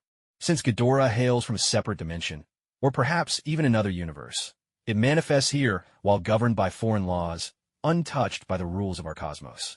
Around Ghidorah, the very laws of physics are utterly warped. This is Ghidorah's ultimate evolutionary stage, yet, a being so advanced it utterly eclipses mere dimensional existence. Conventional attacks stand not a chance against the true form of the Star Eater Ghidorah. There's only one recourse, to expel Ghidorah by banishing it from reality itself. Upon hearing Odin's words, Dio's curiosity was piqued, and as he gazed at Ghidorah before him, a new idea took shape. Odin, noticing Dio's shifting mood, asked, "What are you thinking?" Dio chuckled mischievously. "I was wondering if I should tame it and keep it as a pet. My Transformer dinosaurs are all grown up now. Seems like it's time for something new." Suddenly, the crack of gunfire split the air. Bullets struck the ground just in front of Dio, followed by an angry roar. "Stay away from Zero." It was the captain, the same one who had questioned them earlier, who fired and shouted the warning. In their eyes, Dio and Odin were nothing more than reckless intruders. They had no idea how these two men, dressed so lightly, had made it to the depths of Antarctica, but here they were, surrounded by guns yet still chatting as if nothing were amiss. As if that weren't enough, they now dared to ignore the armed men in favor of drawing closer to the massive ice sculpture. It was as if they had utterly disregarded everyone present. Exasperated, the captain motioned for his team to hold their fire, then fired a warning shot himself. And so we come to the scene at the beginning. A bullet landed by his feet, and Dio came to an abrupt stop. How much do they even pay us in a month? Is any of this worth risking our lives? Dio Saif. What? The captain didn't catch his words and frowned, about to step forward. But before his foot even touched the ground, the gun slipped out of his hand, spun around midair, and pointed straight at his head. A burst of commotion buzzed in his ears. Before the captain could even comprehend what was happening, he found a muzzle aimed right at his temples. Instinctively, he raised his hands in surrender, only to see his own assault rifle floating right in front of him. With a sideways glance, he saw that everyone around him was in the same predicament. Their guns hovered in the air, suspended before their very eyes. Everyone was petrified. Not a single soul dared to move. This entire scene defied every rule of reason, unfolding right before their eyes. The captain even considered calling for backup from the control room, but it took him a long moment just to react. It was only then that he realized Dio had single-handedly seized control of everyone in the base. Odin glanced over with a flicker of surprise. "I thought you just killed them all." Dio rolled his eyes and replied, "I'm not some crazed killer. None of these people have any personal feud with me. They're just doing their jobs. There's no need for a massacre." Odin nodded in genuine admiration. To have such strength at your age and still restrain your bloodlust, that's truly rare. Meanwhile, those in the Marvel universe who'd seen whole bloodlines wiped out in the face of resistance. "Yeah, right, sure." Then, with a surge of psychic power, Dio spread his fingers in a sudden gesture, and a massive ice sculpture exploded outward from the center. At the heart of all, King Ghidorah reared back its three heads and let out a singular, earth-shaking roar, a cry that resonated in a way both alien and deafening. The shards of shattered ice morphed into the sharpest blades, merging everything in their radius. The startled guards, the researchers who couldn't react in time, and even the very bones of the research base itself, into one frigid, unyielding mass. Thanks to his divine protection, Odin remained completely unharmed. But as he gave a sidelong glance at the scattered bodies of the guards, he nearly wished he could take back his previous words. King Ghidorah's three heads had barely finished their roar when they suddenly dipped low and sprayed a torrent of yellow, lightning-shaped energy straight at Dio and Odin. Ghidorah was no simple beast. Its intelligence was keen. It had caught every word of Dio's and Odin's earlier conversation. If only it could speak human language, it would already be hurling curses at them. Odin promptly sidestepped, retreating beyond the monster's assault range, while Dio charged straight through Ghidorah's crackling breath and landed a solid punch squarely on the central head. The right head snapped in response, and lunged to bite with no hesitation. The left head tried to coordinate, but its own lightning spit missed Dio and ended up striking its compatriot instead. Dio couldn't help but laugh at the spectacle. According to the movies, these three heads of King Ghidorah are known as Dai Lang, Erlang, and Kevin. Dalong is the one in the middle, holding the dominant position. Erlang is the one who just attacked the head on the right. He's hot-tempered, fiercely aggressive, always following the commands of the middle head. Kevin is on the left. His personality clashes with the other two. According to online comments after the movie was released, he's a bit of a goof. Even in the heat of battle, he's easily distracted and spaces out. Erlang, his face blasted with lightning, howled in pain, and whipped his head away. Meanwhile, Dalong regained control of himself, turning back to unleash a surge of lightning-like energy at Dio. In a flash, Dio struck and knocked Kevin out cold. Without hesitation, he kicked Dalong aside as well, and then with a powerful punch, floored Erlang too. What kind of monster is this? Seeing that now only his own head remained conscious, Dalong cursed silently. How'd I end up messing with this mysterious guy? He didn't look that big, but his strength was incredible. Now that the shock was wearing off, Dalong realized all his teeth were shattered. Dalong, a bit flustered, tried desperately to rouse the other two heads, meanwhile beating his wings, eager to escape this place as fast as possible. It wasn't that he couldn't fight. The real problem was he had just regained his freedom and was practically out of energy. And with two heads down, his advantage was mostly gone. All Dalong wanted now was to run, recharge, and wake the other two up, one crisis at a time. But Dio was in no mood to let Ghidorah get away. Dio reached out, and a powerful psychic force seized Ghidorah, holding him firmly in place. Then Dio's telepathy invaded his mind. Relax, what if you became my pet? I promise, you'll eat well and live well. Impossible. I will never be anyone's pet. Dalong protested furiously, his tone sharp and indignant. His flailing, toothless form somehow made him look oddly adorable. Don't be so worked up. Think about it. You can't beat me right now. Why not team up with me? I'll take care of you. All you need to do is look cute from time to time, Dio said, inviting him again, unruffled. This time, Ghidorah struggled even harder. You said right now, wait till I recover. Then I'll squash you with no effort at all. And I absolutely refuse to act cute. Dio was genuinely surprised he knew what acting cute meant, but continued. Come on now. Hear me out. If you stay here and absorb energy, won't the others gang up on you? They're no match for me. Dalong roared. Dio just sighed. There you go again, so impatient. If you were so powerful, why were you frozen for so long? Listen, if you stick with me, I'll take you somewhere rich in energy, free from interruptions. You'll be able to grow stronger without any trouble. Well, what do you say? Before Dalong could respond, a clever-sounding voice chimed in. Boss, I think he has a point. Each head turned in unison, and it was Kevin, having just woken up, who had spoken. Dalong immediately roared at him. Shut up. This isn't your place to talk. Kevin pouted in grievance, drawing back and hiding behind Dalong's neck in embarrassment. Yet when Dalong looked back to Dio, he didn't shout or lose his temper. Instead, he pondered for a moment, his face thoughtful. Are you being serious? Seeing hope, Dio nodded eagerly. Of course. I always keep my word. Dalong fell silent again, deep in thought, while beside him, Kevin nudged and nudged, trying to rouse Erlang. With his eyes tightly shut and his face twisted in a grimace, Dalong finally gritted his teeth and declared, Fine, we'll go with you. Dio's eyes lit up, and he clapped his hands with delight. See, if you'd agreed earlier, we could have skipped the trouble. But sometimes a little tussle brings people together. Come on. Reaching out, Dio shrank Ghidorah down to the size of a chameleon, comfortably cupping the tiny creature in his palm. Seeing this, Dalong grew agitated and tried to break free, but Dio soothed him patiently until he calmed down. Kevin, on the other hand, was quite impressed by all, gazing around with wide-eyed curiosity at their surroundings. As for Erlang, he still hadn't woken up. When Dio found Odin, he was accompanied by two surprise additions. Kratos' son Atreus and Thor's daughter Thrud. Dio eyed the pair, who tried to laugh off their discomfort. He couldn't figure out how the two little ones had managed to tag along. Stroking Ghidorah's now softened exoskeleton in his palm, Dio turned to Odin and asked what happened. I don't recall bringing those two along. Odin sighed and explained, they must have slipped in while you left the door open just a moment ago. Dio nodded softly. He couldn't possibly keep his mind-reading active all the time, and besides, he trusted Odin enough that he didn't feel the need to stay on guard throughout their journey. If we're not careful, Kratos and Thor will lose their minds, Dio joked. Odin just heaved another sigh, looking at the two youngsters with a measure of exasperation. You two really can't follow us wherever we go. If we end up someplace dangerous and don't spot you right away, your families will be worried sick. Odin advised them, his voice earnest and firm. The two kids nodded obediently, though no one could be sure what they were really thinking. Dio took in their familiar, iconic outfits and offered them a gentle smile. Well, there's nothing dangerous here. Why don't we explore a bit together? You'll be running into each other more in the days ahead, anyway. Odin wasn't surprised to see Dio taking on a role of the good guy, but the last part of Dio's remark did catch him off guard. Dio noticed Odin's surprised expression and explained, "It's always good to broaden your horizons. After all, these two youngsters are still quite young. They adapt quickly. Come on, let's take a stroll somewhere else." With a wave of his hand, Dio opened up a portal. On the other side was a bustling metropolis. The people on the street were frozen in shock, staring at the portal and the group of strangers who had just appeared out of thin air.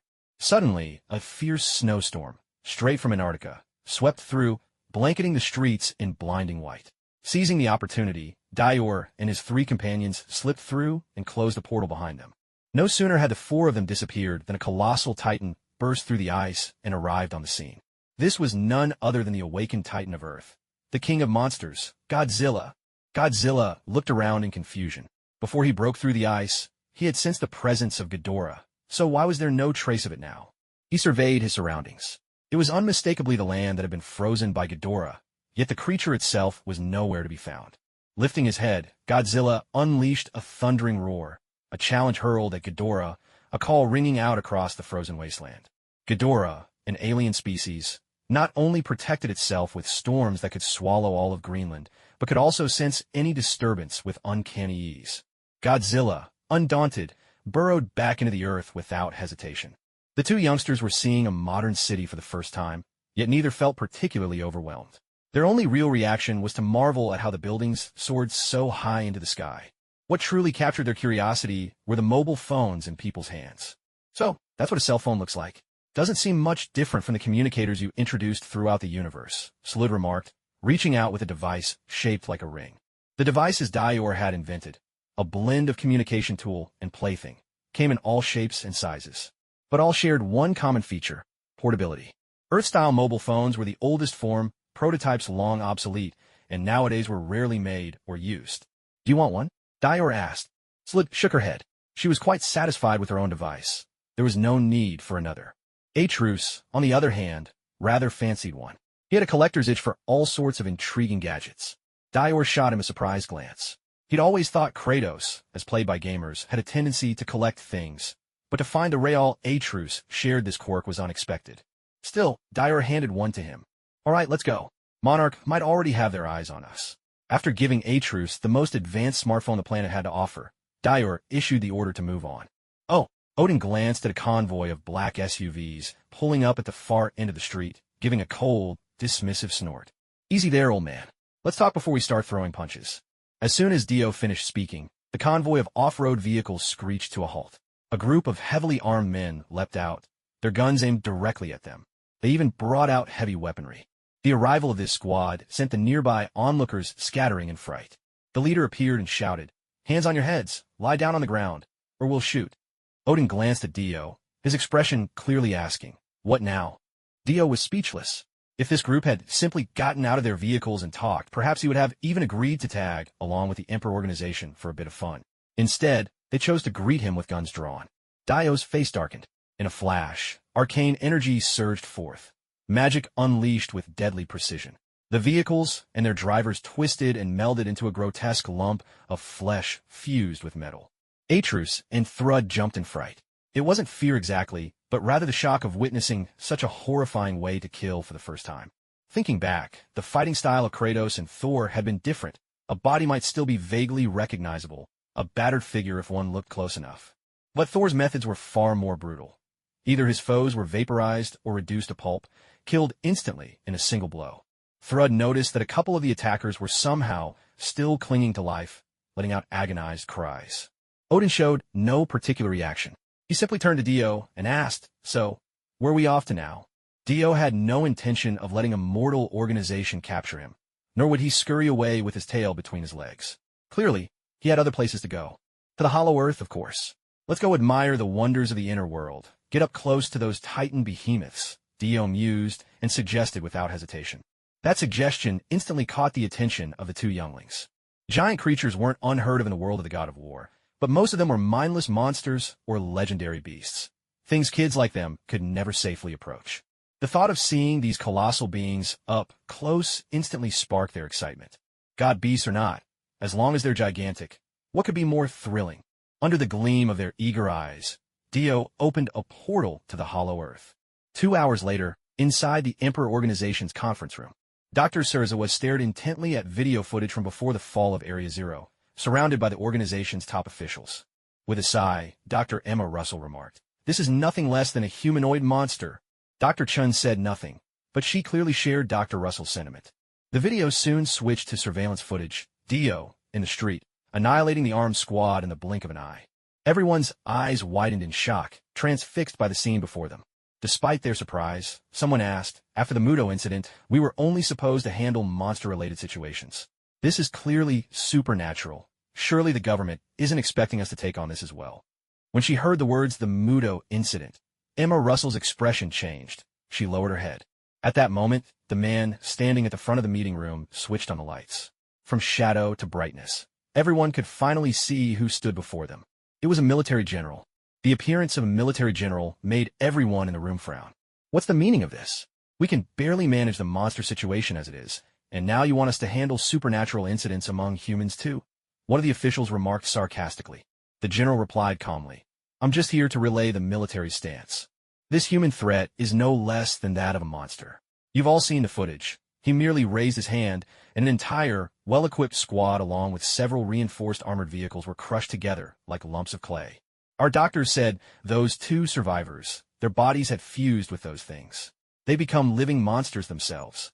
What's more, when Monster Zero broke loose and destroyed the base, the clouds overhead were so thick that satellites captured none of what happened. All we know is that in the end, Monster Zero vanished without a trace, and not a soul survived in the entire base. Eventually, satellite images caught Godzilla arriving at the scene, but after just a glance around, Godzilla simply left, found nothing at all. Dr. Serizawa cut in abruptly. "Are you suggesting they killed Monster Zero?" The general wasn't offended by Dr. Serizawa's interruption. He sighed and said, "Yes, but that's only our speculation. When reinforcements arrived, they found no trace of Monster Zero at all. No remains, nothing. All they found were the shredded bodies of the local research staff. Is there any chance he took Monster Zero with him?" Dr. Emma Russell asked instinctively. The general almost couldn't help but laugh at the suggestion. "Take it with him? What, just tuck it in his pocket?" Dr. Emma Russell frowned at the general's sarcasm, stealing a glance without replying. "He's already capable of things like this. If he put a monster in his pocket, I wouldn't be surprised at all." Dr. Chun, usually silent, gestured toward the monstrous lump formed by the fused bodies. The point was well made. The general drew a deep breath, offering no rebuttal. The military's position is that Monarch should work with us to capture this human threat. If we can take him alive, that's best. If not, we'll have to find a way to eliminate him. We can't allow someone this dangerous to threaten the very survival of humanity. With those words, the general left behind a team to handle liaison and cooperation, then departed ahead of the rest. The Monarch staff were left frowning. Wasn't it simply because they feared someone possessing powers beyond ordinary humanity? Because they were afraid their own status might be threatened? After all, the military isn't afraid of a single giant monster. Its massive size just makes an even bigger target. With enough heavy firepower, if the bombs don't kill it, the debris certainly will. But when there's an individual, roughly human-sized, with power on par with these monsters, that's where the real fear sets in.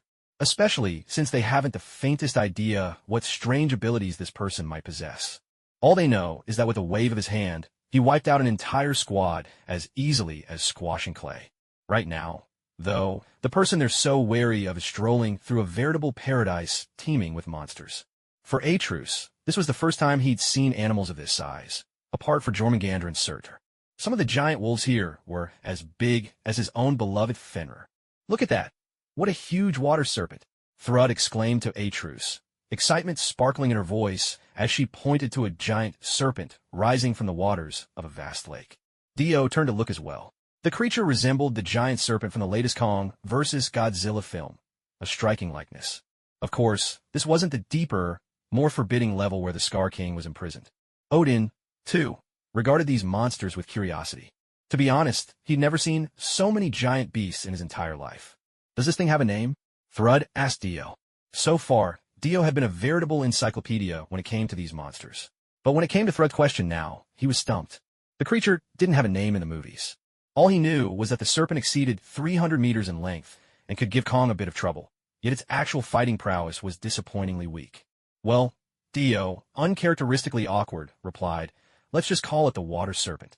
Oh, a glimmer of disappointment crossed Thrud's face as she looked at Dio with wide, expectant eyes. Dio's mouth twitched. He reached out and gently pressed a hand against her face. "Don't try that on me, won't work. And I honestly have no idea what this thing is called." With her trick exposed, Thrud pouted, letting out a soft, exaggerated sigh of exasperation.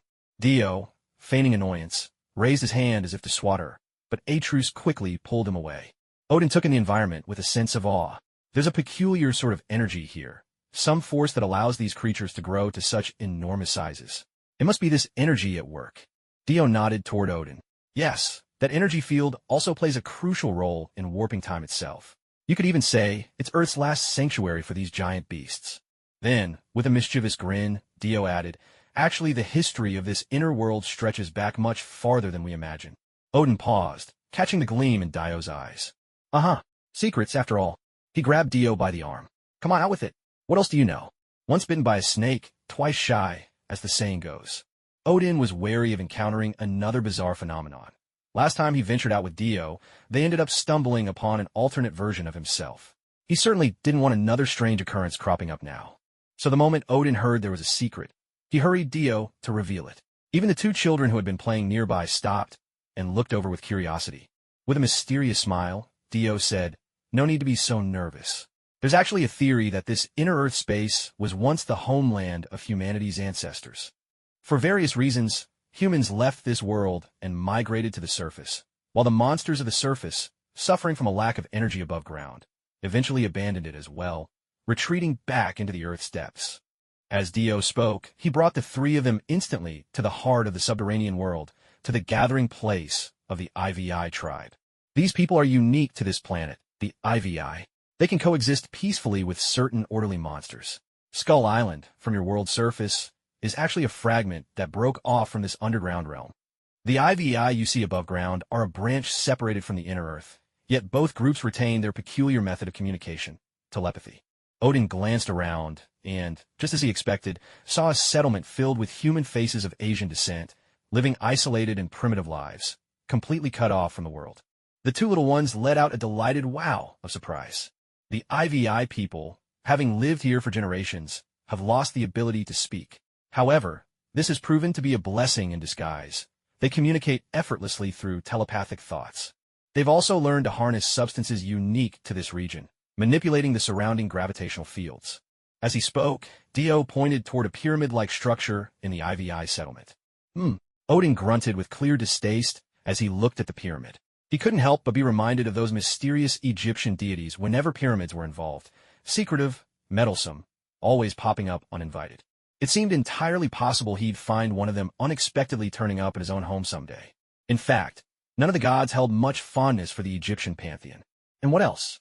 Atrus, ever eager for knowledge, asked Dio. After thinking it over, Dio led the group to an area crisscrossed with rivers of molten lava. He pointed to the center and said, "This subterranean world has another layer, within which a titan beast is imprisoned." With that, Dio exerted a force of will that instantly subdued all the titans present, dragging the Scarface King, the dominant gibbon, right up before them. "Oh, that stinks." As the beast was pulled over, an overwhelming stench nearly made the two little ones gag. They clearly weren't used to such pungent company. The Scarface King itself was thoroughly bewildered. It had woken as usual that morning to eat, lord over its underlings, and bask in satisfaction amid a treasure trove of food and offspring. Just as it was about to indulge in a relaxing scratch, a crushing force, utterly inescapable, had slammed every titan ape, itself included, flat on the ground. After that, he even found himself shackled and dragged forward, brought face to face with a few of the little ones. Scarface King couldn't make sense of these tiny creatures, so small he could hardly see them. Instinctively, he wanted to let out a furious roar, but the moment he opened his mouth, it was forced shut with a violent snap. A deafening ringing filled his head. And that wasn't even the worst of it. He had bitten off part of his own tongue. Several of his teeth shattered as well. The pain flushed Scarface King's face crimson. Tears streamed down, and saliva, mingled with blood from his tongue, poured out involuntarily. Had he not been immobilized, Scarface King would have likely run off, clutching his mouth, drooling in agony. Despite the unpleasant smell, Atrus and Slud still clambered onto Scarface King's massive body. Atrus even tried to communicate with the beast in the language of the giants, only to be met with utter silence. Scarface King's eyes just held a calm so profound, it seemed almost like a wish for death. "All right, it's time for us to go," Odin said, having finished listening to Dio's tale. He was both enriched and secretly relieved there were no traps hidden within the story, then called out to the two little ones. Reluctantly, Atrus and Slud crawled down. After all, creatures of such immense size weren't a common sight. Without further delay, Dio and his companions took their leave. Scarface King was simply left behind by Dio, abandoned without a second thought. As for his fate, there was little need to worry, for a wild beast deprived of its teeth survives little time in the wild, even with the snow demon to assist him. No one bothered about him anymore. Instead, he became the target of many. Soon enough, his bone whip snapped, and his body, mercilessly tormented, reduced to its last breath, met its end in the seething magma. Meanwhile, Dio led the trio on, wandering about. Atrus and Slud even joined forces, hoping to capture a titan beast to bring back with them. And the target they set their sights on? Tiamat, sovereign of the surface world. Tiamat was a colossal beast with scales and limbs, bearing a form much like a Chinese dragon. Of all the titans, she was the longest. Her sharp, fin-like scales allowed her to drag prey into the water like an anaconda, then coil around her catch with her enormous body, slicing open flesh with her scales before unleashing a poisonous breath so deadly it would blind her victim. Her name hails from the primordial mother goddess of Mesopotamian myth. Tiamat was first discovered by Monarch, found in slumber within Stone Mountain, Georgia. To monitor her, Monarch built Outpost 53 at the site. Then, in the year 2019 of this world, Tiamat was awakened by the call of Zero, also known as King Ghidorah. She destroyed Outpost 53 and escaped, wreaking havoc upon the nearby city. After Godzilla defeated King Ghidorah and claimed the title king of the monsters, Tiamat did not return to her original lair in Stone Mountain. Instead, she continued to migrate through the oceans, destroying every whale, colossal squid, and even any other monster that crossed her path. On her way, Tiamat even went so far as to sink one of the Emperor Organization's submarines. You could say she was outrageously arrogant. Later, she even seized another underwater lair that used to belong to Godzilla. When Godzilla went to demand justice, he ended up getting slashed by Tiamat's scales, and her venom blinded him. If it weren't for Godzilla's ability to sense heat, pulling off a comeback by dragging Tiamat on ashore and finally dealing with her, things might have turned out very differently. Afterward, Tiamat fled and hid among the icebergs near the Arctic. In Godzilla vs. Kong 2, sensing an imminent crisis, Godzilla ran straight to the Arctic, killed Tiamat, took over her lair to absorb energy and prepare for the disaster to come. Honestly, Dio had no desire to domesticate this creature. First of all, Tiamat was innately malicious, inherently hostile toward other species. Second, there just wasn't much use for her in the Marvel Universe, either. She might seem powerful, but all her abilities were centered on underwater combat. Once dragged on a land by Godzilla, she was quickly subdued, and in the movie, she was dispatched in no time by a single blast of Godzilla's radioactive breath. But calling her weak wouldn't be fair, either. Her venom could blind Godzilla, and her razor-sharp scales could slice through his hide. She was somewhere in between, not the strongest, but definitely not the weakest. Besides, with her vicious temperament, Tiamat was nearly impossible to tame. After a moment's thought, Atrus spoke up. Then what about the giant water buffalo on Skull Island? He was referring to the enormous water buffalo first introduced in the New Kong series, which hid beneath the waters of Skull Island. Dio glanced toward the giant buffalo below on Skull Island. These massive creatures could coexist with aquatic plants, and they were known for their gentle nature. Dio had no objection to such a species. After Odin gave his approval, Dio picked out several calves and, accompanied by Odin and the other two, returned to Asgard. Excited, the two little ones hugged the calves, each several times their own size, and followed Dio to the riverbank in Asgard. As soon as the parents heard their children had returned, they rushed to the lakeshore and promptly took the two back home. Of course, Atrus wasn't reprimanded, but Thrud received a thorough scolding from both the Thor and Sif of the world of the war god. After all, Atrus was notorious for sneaking off, while Thrud usually only left on missions commanded by Odin and was always accompanied by guards. But this time, it was world-crossing teleportation, and it led to an unknown, potentially dangerous place. Besides Dio, even Odin wouldn't dare use such travel lightly. Luckily, this time they ended up in a harmless world. Had it been a dangerous one, without Dio and Odin to protect them, things could have been truly disastrous. However, in the end, the god of war, Thor, dragged Kratos right up to Dio. Of course, it wasn't to start an argument or interrogate him. Instead, much like Atreus and Slur, they wanted to go out on a trip together. Dio was taken aback by this idea, leaning back in mock defense. "What is this? Why do the two of you want to come along, too?" On Thor's rugged, stubbly face appeared, strangely enough, a hint of a pleading smile as he glanced over at Kratos. Kratos let out a sigh and said, "Wasn't the whole point of us coming here to help out? Besides, we need to know what kind of enemies we'll be up against in the future, don't we? And you, as a king, should understand what I mean as well. Heading into battle with no idea about the enemy is a major military blunder." Kratos' words lit up Thor's eyes. He hadn't thought of a good excuse himself, but unexpectedly, Kratos had hit the nail on the head. What Kratos said made perfect sense. Dio couldn't refute it, and it was only the truth. With a weary sigh, Dio yielded to the hopeful looks on Thor's face and finally agreed. "All right then, come with me to the next world. I was just about to go anyway," Dio said, his fingers swiftly flicking to select their destination. "Oh, right? Won't Baldur be joining us?" Thor snorted dismissively. That guy is pretty obsessed with his current state. He's lost all ambition, more or less. Dio could only shake his head. "Fine, let's go." Once, the Empire of Shurima was a flourishing civilization, ruling over an entire continent. Its armies were made up of ascended warriors, beings of immense power who themselves had forged this empire, so much so that none dared provoke them. Yet, after thousands of years of prosperity, the ascension ceremony of Shurima's last emperor ended in disaster, and the entire empire was reduced to ruins. The ancient splendor of Shurima survived only as legend on people's lips. Now, most of the nomads who dwell in the Shuriman desert are forced to search this merciless land for the most basic necessities of life. But today, new visitors are about to set foot in this region. A portal ripped open the fabric of space, and through it stepped three towering figures. A desert. The moment Kratos caught sight of the wasteland, his expression darkened.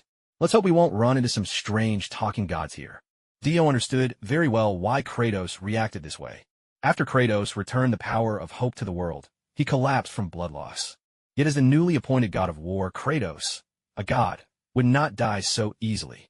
Eventually, his wounds healed, and he left the sorrowful land of Greece behind. Without really noticing, he found himself wandering into Egypt. This land of endless yellow sands had not left Kratos with pleasant memories. Especially infuriating to Kratos was the appearance of Thoth, the god of wisdom from Egyptian mythology. Thoth told Kratos that he was a man of destiny and needed to return to Greece to continue his fated journey. Back in Greece, Thoth would badger Kratos nearly every day, his incessant voice ringing in Kratos' ears. Sometimes, even Athena's spirit would drift by to deliver a sharp blow to his heart. Unable to tolerate it any longer, Kratos tried to hunt down the Egyptian gods, but no matter how he searched, they eluded him. After venting his anger amid the endless sands, Kratos stormed northward, leaving Egypt behind. As he passed through the outskirts of the Norse lands for the second time, he was ambushed and dragged in by two wolves. Thus began the events of God of War 4 and 5. One could say that during Kratos' journey from Greece to the Norse lands, where he found marriage and fatherhood, the Egyptian gods dealt the harshest blows to his spirit. It's no wonder that now, staring at the vast desert, he was instantly reminded of the Egyptian deities and Thoth, the bird-headed scribe of the gods. But come to think of it, there's a similar figure in Shurima, the Emperor of the Sands, Azir. Or, more precisely, the ascended warrior Azir, bird-headed and divine, who broke free from his tomb and rose to become a god. The gods themselves won't show up these days, but there are still some self-proclaimed ascended demigods who used to be regulars around here, Dio explained, offering some background on the events of Shurima. "Oh, sounds like there are plenty of worthy opponents," then, said Thor, the god of war, his voice brimming with excitement as he casually swept his hair back. During his time in Marvel's Asgard, Thor had learned from his new companions how to keep his hair and beard tidy, and now he couldn't resist admiring his own well-groomed look from time to time. Odin had once remarked on it, suggesting that perhaps Thor's wife Sif, seeing the golden-haired Marvel Thor's charming smile, felt a sense of rivalry that spurred these changes. Thor had even taken up a strict exercise routine, treating it as a way to shed a few pounds. Dio now had all the reason to believe that one of Thor's motives for coming along was to seek out stronger foes to test and improve himself. As for Kratos, Dio suspected that Thor had dragged him along merely for company. perhaps to avoid awkwardness. We can look for them, but it's best to have a clear goal. Aside from a few ascended who've fallen to darkness, most maintain their sense of self and haven't changed, Dio said, focusing his mind a lock onto a humanoid presence. Oh, is one of them that dog-headed figure you mentioned? Kratos asked. Dios Maid. His name is Nasus. He was among the oldest of Shurima's ascended warriors. When disaster struck Shurima, he and his brother used their own bodies to drag the traitor Zerath into the seal. He and his brother were among the rare few ascended who escaped the Twilight's reckoning, never falling to become Darkin. Dio led the pair to the top of a sand dune, where in the distance, the crash of weapons and furious shouts thundered through the air. It was Nasus, the jackal-headed sage, and his brother, Renekton, who had been driven mad by Zerath's torment. They were also the inspirations for Sothan, a character in the Super God Academy universe. Upon witnessing this, the god of war, Thor, could barely contain his excitement. With a snap of his fingers, Mjolnir flew into his grasp. Then, Thor turned to Dio and said, "You wouldn't tell us all this for nothing, and now you've brought us here. Out with it. Who are we supposed to help?" No sooner had Thor finished speaking than Dio saw Kratos draw his blades of chaos, poised for combat. Dio was a bit surprised. He had pegged Thor as a simple brute, but it turned out the god was actually quite shrewd. Since arriving on Runeterra, Dio had formed an idea. His system only granted him rewards after he encountered certain special items. In the Marvel Universe, it was the Infinity Stones. In the DC Universe, the specific item remained unclear, but it was always some unique artifact of the realm. As for Runeterra, aside from the diluted Ascended essence that mimicked dragon might, the only things of value were the world runes buried in the subterranean, forbidden stone forest of Demacia. Judging by the lack of any solar disk in Shurima at the moment, the golden bird Azir clearly had not awoken yet. Thus, the only possible target was Azir's last-blooded descendant, the warrior goddess, Sivir. But the line between fantasy and reality isn't so easily crossed. Using telepathy, he searched dozens of women who matched the name and age for Sivir, but only one being could unmistakably locate Azir's true heir, and that was Nasus. As for why go through all this trouble? Simple. For the thrill of the game and the fun of playing God. Our goal is just to keep Renekton in check. Remember, don't go all out. Hold back, make yourself seem weaker, and give me the chance to talk some sense into him. With their orders clear, Thor seized Kratos and charged straight into the battlefield. Thunder boomed overhead, forcing Nasus and Renekton apart. Cowardly fools, Renekton roared, assuming the two newcomers were reinforcements called in by Nasus. Bellowing with fury, he charged at Thor and Kratos. "Wait, hold on," Nasus called out, utterly baffled by the sudden arrival of these strangers. Still, concern for their safety spurred Nasus to urge them to retreat at once. But they were no ordinary mortals, one the god of thunder, the other the god of war. Even wielding his ascended power, Renekton was no match for either of them.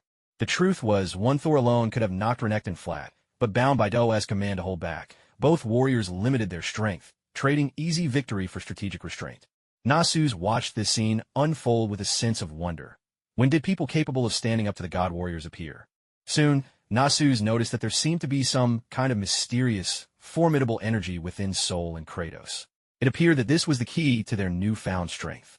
"Arg, you damned insects!"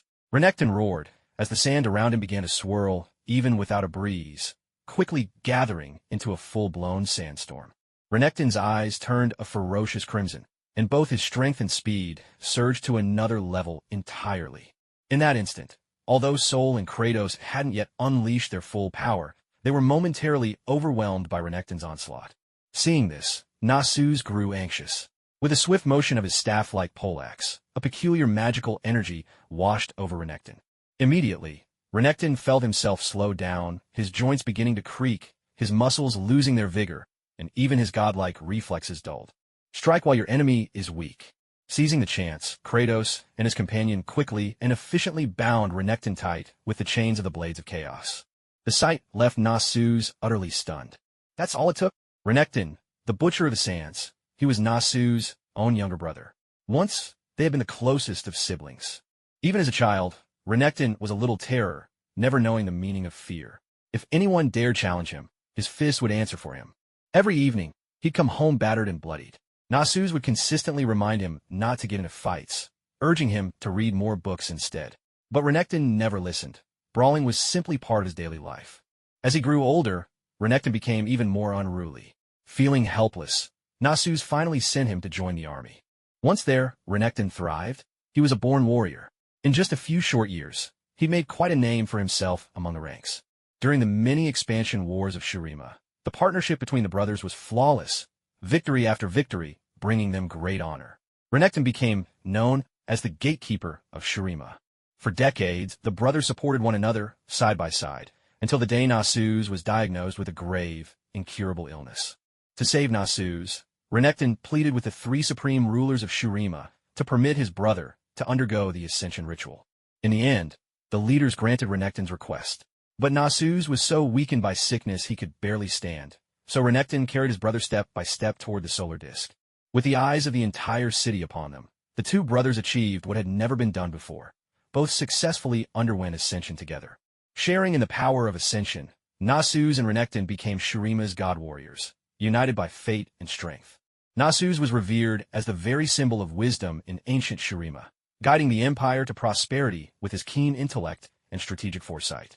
Even in his youth, Nasus displayed a boundless thirst for knowledge and remarkable talent in military strategy, becoming one of the youngest generals in the history of Shurima.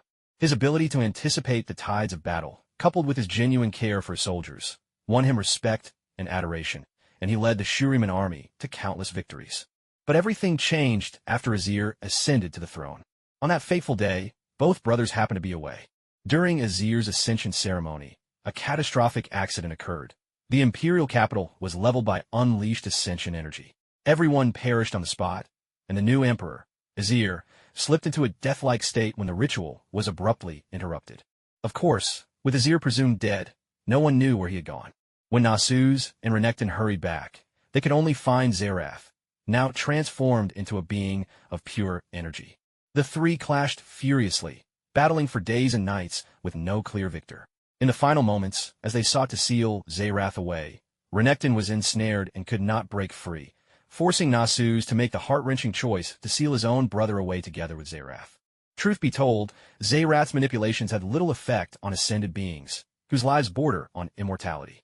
Yet as the ages passed, trapped in confinement, Xerath's mastery of magic grew, and in the endless passage of time, Renekton was gradually consumed by darkness.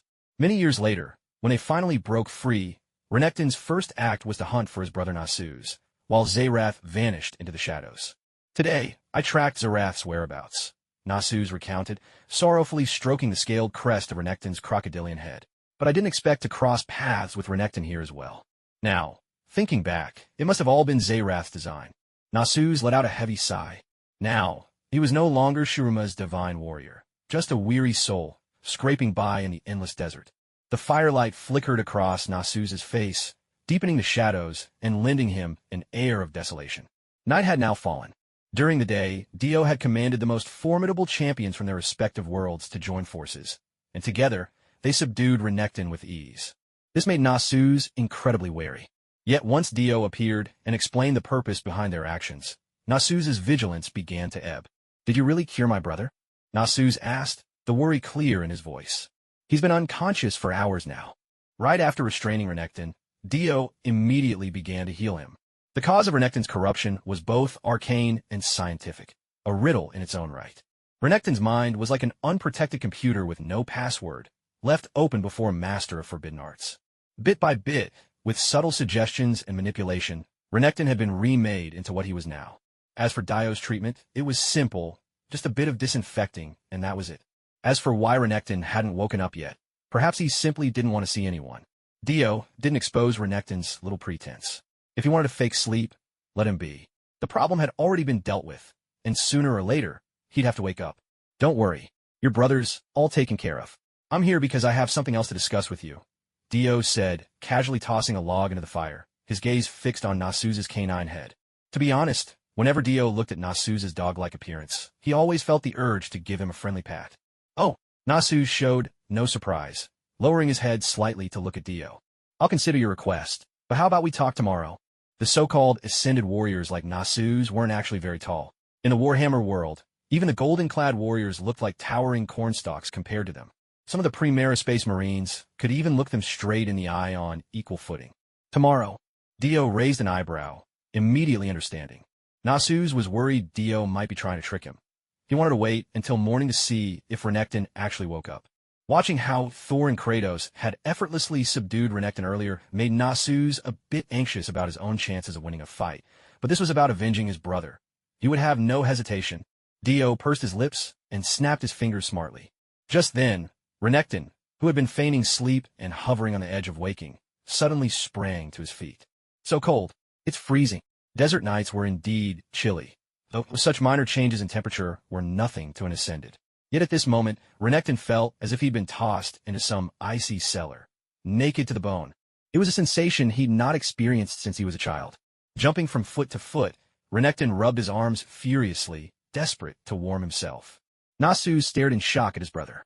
Though Renekton's behavior was odd, he seemed far more clear-headed than before, neither foggy nor frenzied.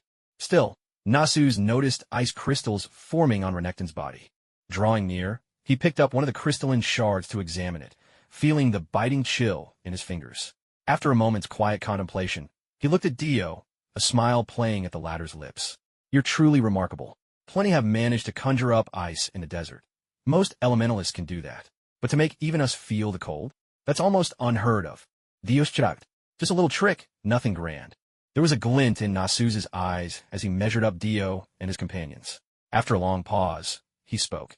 As I suspected, the energy flowing in you and your friends is unlike any cultivation method I've ever known. He then sat cross-legged and said, Go ahead, tell me, what is it you need from me? Only then did Dio lower his hand, while at last Renekton stopped shivering. His powerful physique quickly brought him back to normal. Yet when he saw his brother sitting upright on the ground, facing three silent figures, even Renekton, thick-headed as he might be, instantly realized who had subdued him just moments before. He was furious, not amnesiac after all. Dio, watching Nasus maintain his solemn composure, couldn't help but twitch at the corner of his mouth. Don't make things so heavy, he said. What I have to say is actually quite simple. Nasus shifted his gaze thoughtfully toward Dio. Do you remember Azir? For a moment, Nasus was caught off guard by Dio's question, then slowly nodded. Azir, I saw him when he was still a child. Unfortunately, before his coronation, my brother and I had to leave the Imperial City for our own reasons, or else Zayrath would never have gotten the chance to lure him into the Ascension ritual. After his death, the throne was left without an heir. Renekton and I struggled to the limit of our strength to finally seal Zayrath. As for Azir's remains, it was one of those schemers lurking beyond the palace who put him in a coffin. After those words, Nasus fixed Dio with an inquisitive stare, as if to say, If Azir is already laid to rest in a tomb, what more could there be? Dio cleared his throat. Ahem. Actually, Azir didn't die. What? The exclamation burst from both Nasus and Renekton as they sprang upright in shock. In a flash, Renekton's claw shot out toward Dio. Are you trying to make fun of me? But his strike was blocked by Kratos, who intercepted him and answered with a sharp kick that sent Renekton flying back. That's impossible, Nasus protested, his voice trembling. No one could possibly survive such a release of energy. Even Zayrath became a corrupted Bacchae, and Azir never completed the ritual. How could he possibly? His words tangled in confusion, growing more hesitant as he spoke, until Nasus fell silent, overcome by his own wandering thoughts. The Ascension ritual involved channeling a torrent of scorching energy from a golden disk descending from the sky to transform the body. Those who succeeded became ascended warriors, while those who failed turned into Bacchae. And there were only ever these two outcomes, no more, no less. Now, with Zayrath having become a Bacchae, Azir's fate at that moment. A chilling realization dawned on Nasus. Though Zayrath's interference interrupted the ritual, the overwhelming energy had still twisted Zayrath into a Bacchae. But what of Azir? If Azir, too, had become a Bacchae, there was no way he could have been quietly laid to rest in a tomb.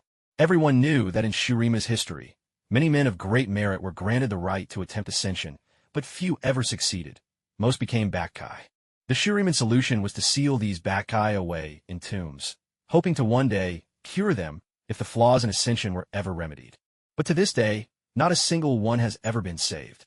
For there were only ever two outcomes to the ritual, which meant Azir must have survived. It was only because the ascension ritual had been interrupted that he fell into this strange state, which led to him being entombed like this. So all these years, Nasus was overwhelmed with shock. He could hardly believe that, in that era, someone would have dared to do such a thing. That was the new emperor of Shurima. Nasus's breath came in quick, startled bursts. All this time, and the possibility never once crossed my mind. Dio, however, remained expressionless. According to Azir's backstory, his tomb was riddled with countless traps. There were even cursed objects inside, the likes of which turned Cassiopeia into her half-snake form. To be fair, it was true that some emperors set deadly traps and curses within their burial chambers, so that robbers would pay for their offense with their lives. However, if you look deeper into the story, the logic beneath the surface doesn't really hold up. Still, a number of different factors were at play here. For instance, the Shuriman Empire always looked down on the peoples it conquered. Most famously, Icathia, the homeland of the Grandmaster at Arms, Jax. After years of submission to Shurima, the people of Icathia hoped one of their own might earn the chance at ascension, believing such a gift might win their loyalty at last. But Shurima flatly refused, and with open arrogance declared they would never allow those people the honor of ascension. Icathia rose up in revolt. But this was only a snapshot of everyday life in a vast empire like Shurima, especially in the origin stories of all those Darkin ascended, who, after their transformation, fought endless wars, sometimes waged for decades or centuries at a stretch.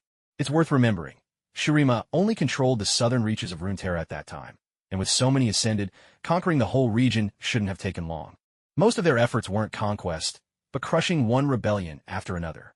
You could say, even without Azir's ascension, even without the corruption of the ascended by the void, Shurima was already on borrowed time. Perhaps they could have suppressed it all by force, but such heavy-handedness would only have drained the empire faster. One day, the constant unrest would hollow out Shurima, leaving nothing but an empty shell. At its heart, the tale of Shurima is clearly patterned after the mythic aura of Egypt's pyramids. They never cared to explore any deeper meanings. Dio looked down at Nasus, who was so shocked he'd sunk to his knees, and offered gentle reassurance. Don't let your imagination run wild. Azir may be in the tomb, but he hasn't woken up. He's still sleeping. If he was awake, you wouldn't need to search for him. In fact, he'd probably come searching for you. Nasus's eyes lit up. As the heir, Azir had been schooled in all the disciplines befitting the role.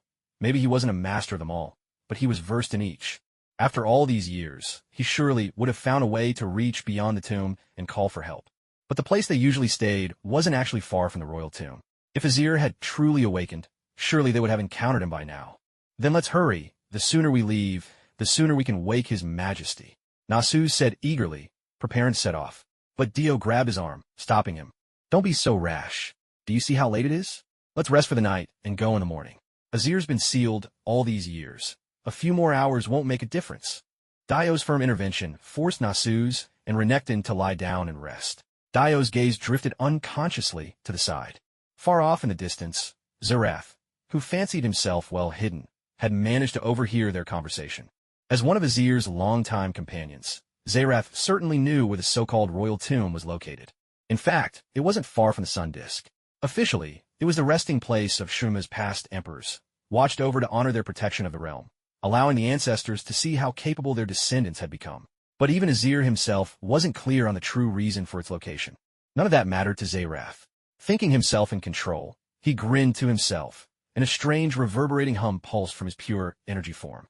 A spark of blue light, and in the next instant, he vanished, teleporting away. Zerath's movements were subtle. In theory, Nasus and Renekton shouldn't have detected anything. But that was only in theory. Nasus caught the faint disturbance and turned toward where Zerath had disappeared. Who's there? Nasus demanded, reaching out, and from seemingly nowhere, a scepter-shaped battle axe flew into his grasp.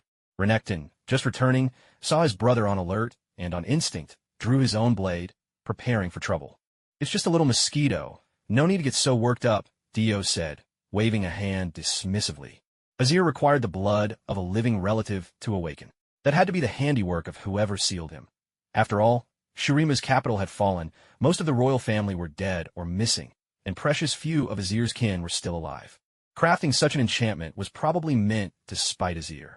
Renekton looked to Dio in bewilderment. A little mosquito? I could never mistake the sound of Zerath, even in my dreams. With that, Renekton brandished his blade, ready to storm after Zerath. Startled, Nasus made to follow. Dio, with a surge of telekinesis, froze Renekton in place and tossed him onto Nasus, blocking both of them. Relax. Even if Zerath broke open the tomb, there's not much he could do to Azir. The seal is unbreakable. Dio then explained the tomb seal to the two brothers, and for the moment, Nasus and Renekton calmed down. There was no helping it. The seal was just that miraculous. This type of bloodline-based seal existed in Nasu's memory as a powerful sealing technique. Nasu slammed a fist into the sand, fury burning in his eyes. Damn them. Just how afraid of His Majesty's return are these cowards? Renekton grew even more furious. Isn't that just stating the obvious? We need the power of royal blood to break the seal, but His Majesty has no descendants left in this world. Where are we supposed to find them now? Renekton's words snapped Nasu's out of his haze. His mind had been tangled and restless, but his younger brother's shout brought clarity back to him.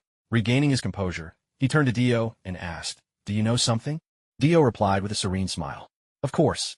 Your emperor does still have blood descendants in this world. I can't say exactly how the line survived, but I know for certain that they exist." While the two were reeling from this revelation, Dio asked again, "Nasus, in the past few years, have you heard of a woman named Sivir, a mercenary who wields an enormous cross-shaped blade?" Nasus was taken aback by the sudden turn in Dio's logic.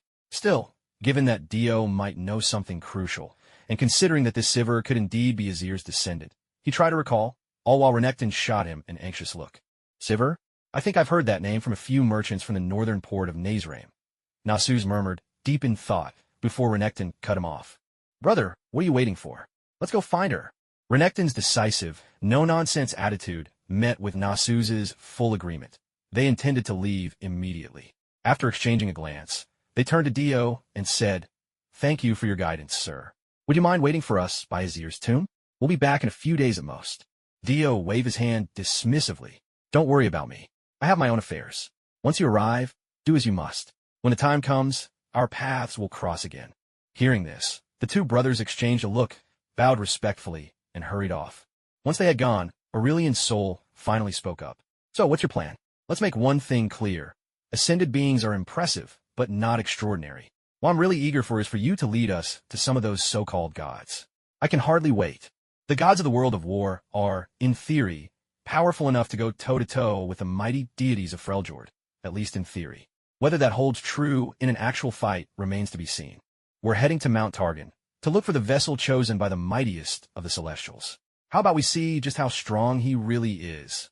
Dio proposed, his words making Soul's eyes light up with anticipation. Meanwhile, Kratos paid them little mind, scribbling away in his notebook. He didn't care much where they were headed. He'd only come to accompany Soul. This trip, to him, was just a journey, a chance to gather stories and impressions to share with Atreus once he returned home. After a night's rest, the three of them set out for Mount Targon at sunrise. Shurima sprawls across a vast expanse. Under Dio's scanning, this desert region alone is revealed to be nearly twice the size of the Sahara. The entire continent that holds Shurima is even larger than Africa itself. The sun disk, as it turns out, isn't too far from Mount Targon. Journey west across hundreds of miles of barren, endless plains to reach the Garden City, and catching sight of Soance's sandstorm means you're only a massive mountain range away from Mount Targon. To be honest, the scenery along the way is truly remarkable. The sandstorms in particular, cascading and unending like waterfalls, are sights you won't find in any other world. And the realm of runes lives up to its name. The very air hums with an energy, a palpable force of elements that is both abundant and unmistakably powerful.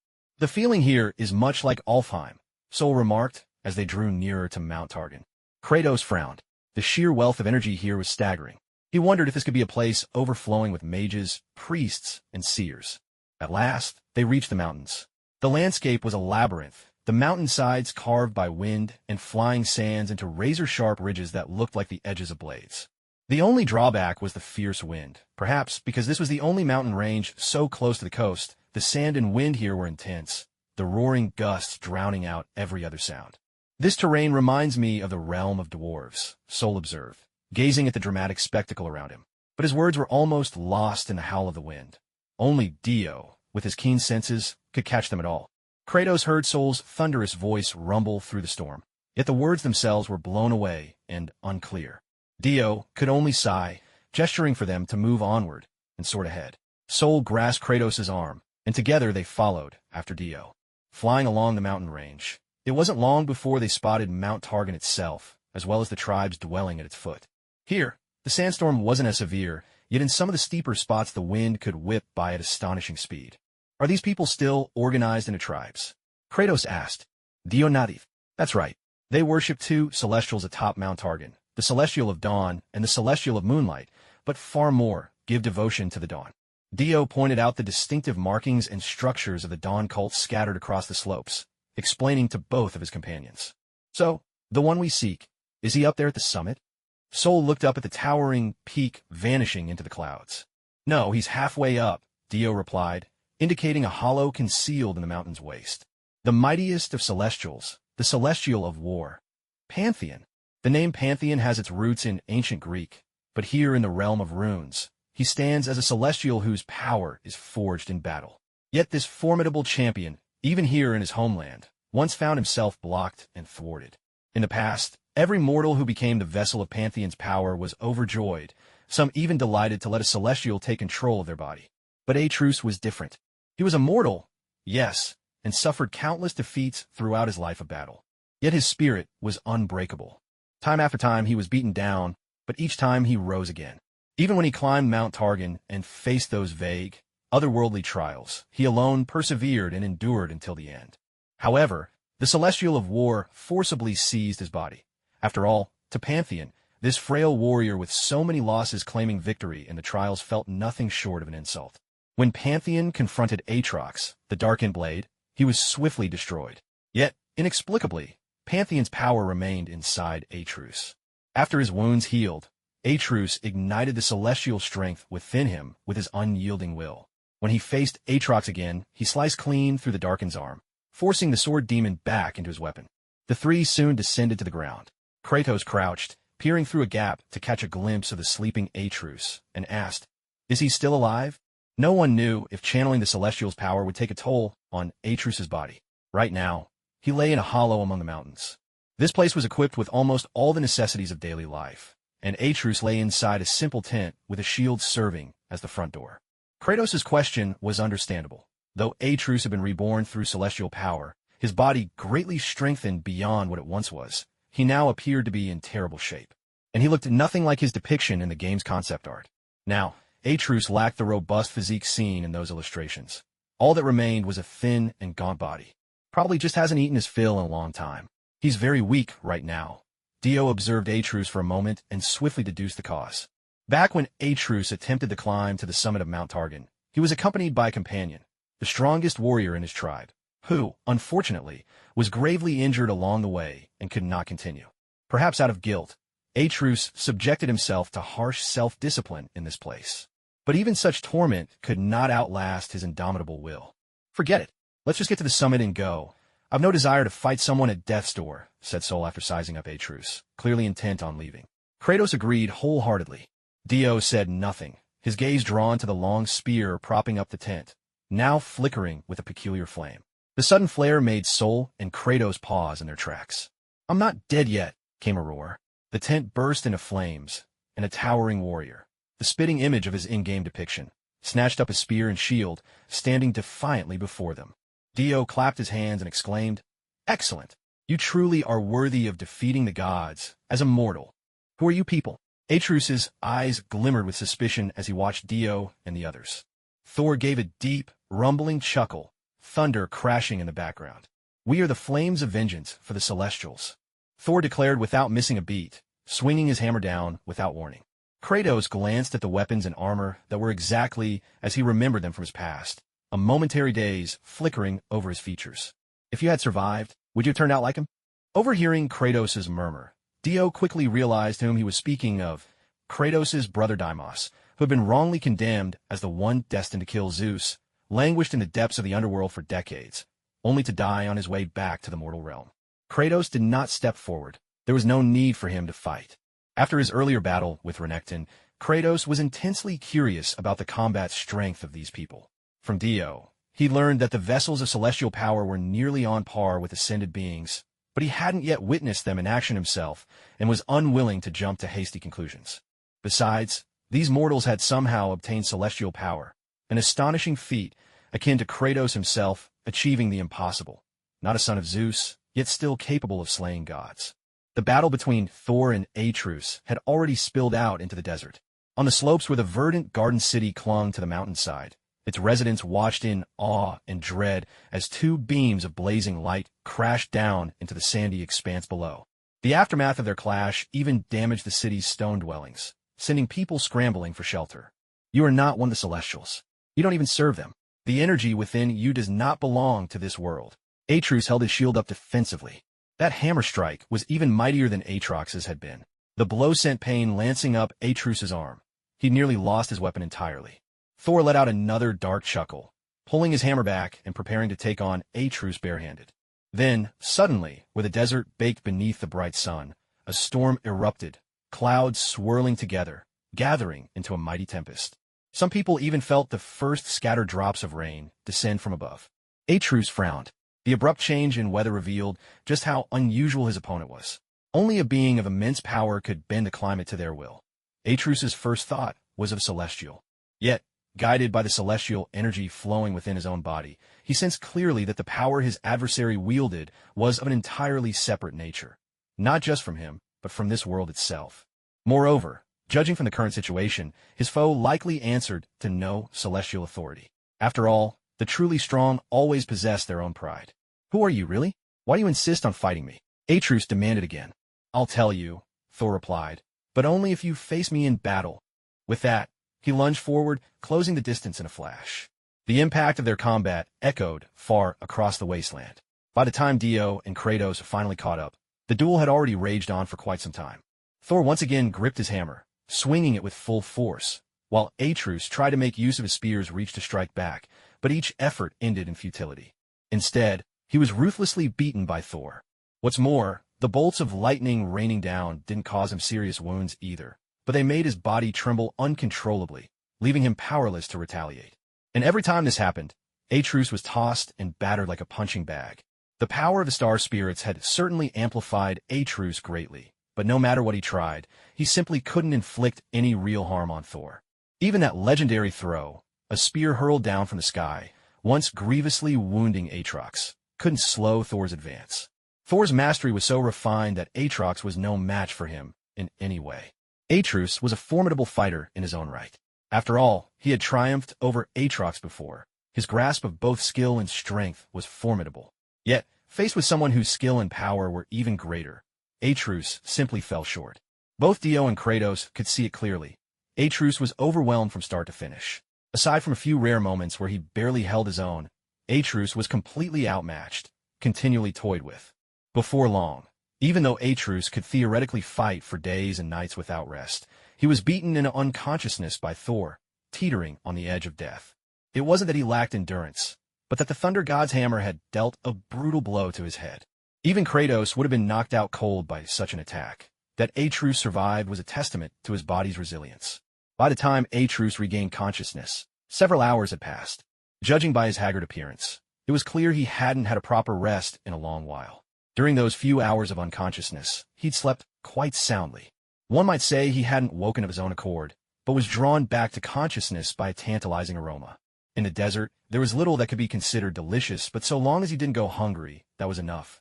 Kratos was unfazed. He could eat anything on his travels. Thor, on the other hand, turned up his nose in strong disgust. Still, the smell managed to rouse Atreus from his slumber. Rubbing his belly, he asked, "Who exactly are you people?" Thor handed him a skewer of roasted, unidentifiable meat, then explained, "I simply wanted to find a worthy opponent. After all, you're the one who defeated Aatrox. I wanted to see your true strength." Atreus silently nibbled on the charcoal-grilled, mysterious creature passed to him by Thor. "At first, I heard you saying something about climbing to the mountain's summit." After a moment of silence, having finished the food in his hand, Atreus asked. The three who had been about to get up paused for a second and exchanged glances. Dio then replied, "That's right. We're planning to see the face of the star spirit." Atreus looked at Dio's smiling face, allowed a sigh, and said, "It's best not to go. Ever since the Celestial of War left, anyone who tries to climb the mountain gets burned to death. They say it's the wrath of the Dawn Goddess, but I know the truth. It's Pantheon's anger. He's ordered all the Celestials watching over this place to stop people from reaching the summit. I live halfway up the mountain for one reason, to keep those pilgrims from throwing their lives away for nothing. Because I know exactly why they're doing it. They're here to hunt me down." The trio quietly listened to him, none of them offering a reply.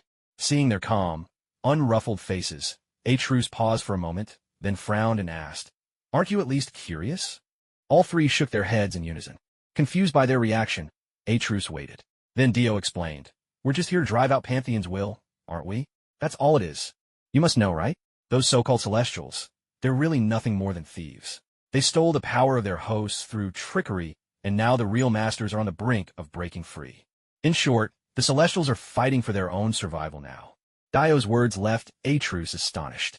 So, the mighty Celestials had another secret history? And what does it mean that they're struggling just to survive? Can beings as divine as the Celestials even die? Atrus's thoughts weren't wrong. What Aurelian's soul, the Star Forger, truly desires is to wipe out the Celestials who deceived him. Of course, the only one who might survive is the Twilight Celestial, whom Atrox despises above all others. But that is another, much longer story. So, Dio's voice called Atrus back from his musings. What do you think of the tale? He lifted his head, his gaze complex as he peered through the thick clouds above. It was as if his eyes could pierce the mist and spot the gathering of Celestials atop the peak. We appreciate your good intentions, but we won't be content unless we go up there ourselves. Dio brushed imaginary dust from his clothes and, with a nod to his companions, led them on a flight straight toward the summit. Atrus shook his head, resigned. Kindly advice falls on deaf ears when it comes to fools courting death, but the risks are now clear. The three of them were certainly powerful, but even so, against a fully awakened Celestial, they might still be overmatched. With another sigh, Atrus set about pitching his tent again. All around, searing flames erupted, filling the air with a heat so intense it could vaporize iron and flesh in an instant. But when faced with Dio and his companions, it proved utterly ineffective. They passed through the blockade with ease. Perhaps it was the Celestials' arrogance, but beside those fireballs, there wasn't another obstacle in sight. Up in the clouds, a female warrior clad in golden armor, with a golden sword and shield in hand, froze. Wordless, she lowered her blade and turned, disappearing without a trace. The three reached the summit without incident. Contrary to what Atrus had warned, there were no traps laid for them. Not even a single soul was waiting. I thought there would be a fierce battle, Kratos sighed, gazing at the breathtaking scenery above the clouds. Indeed, Thor nodded, sounding disappointed. Dio scanned their surroundings. He just sensed the feeling of being watched, glanced quickly in that direction, but found nothing. Whatever it was seemed to realize his intention and vanished without a trace in an instant.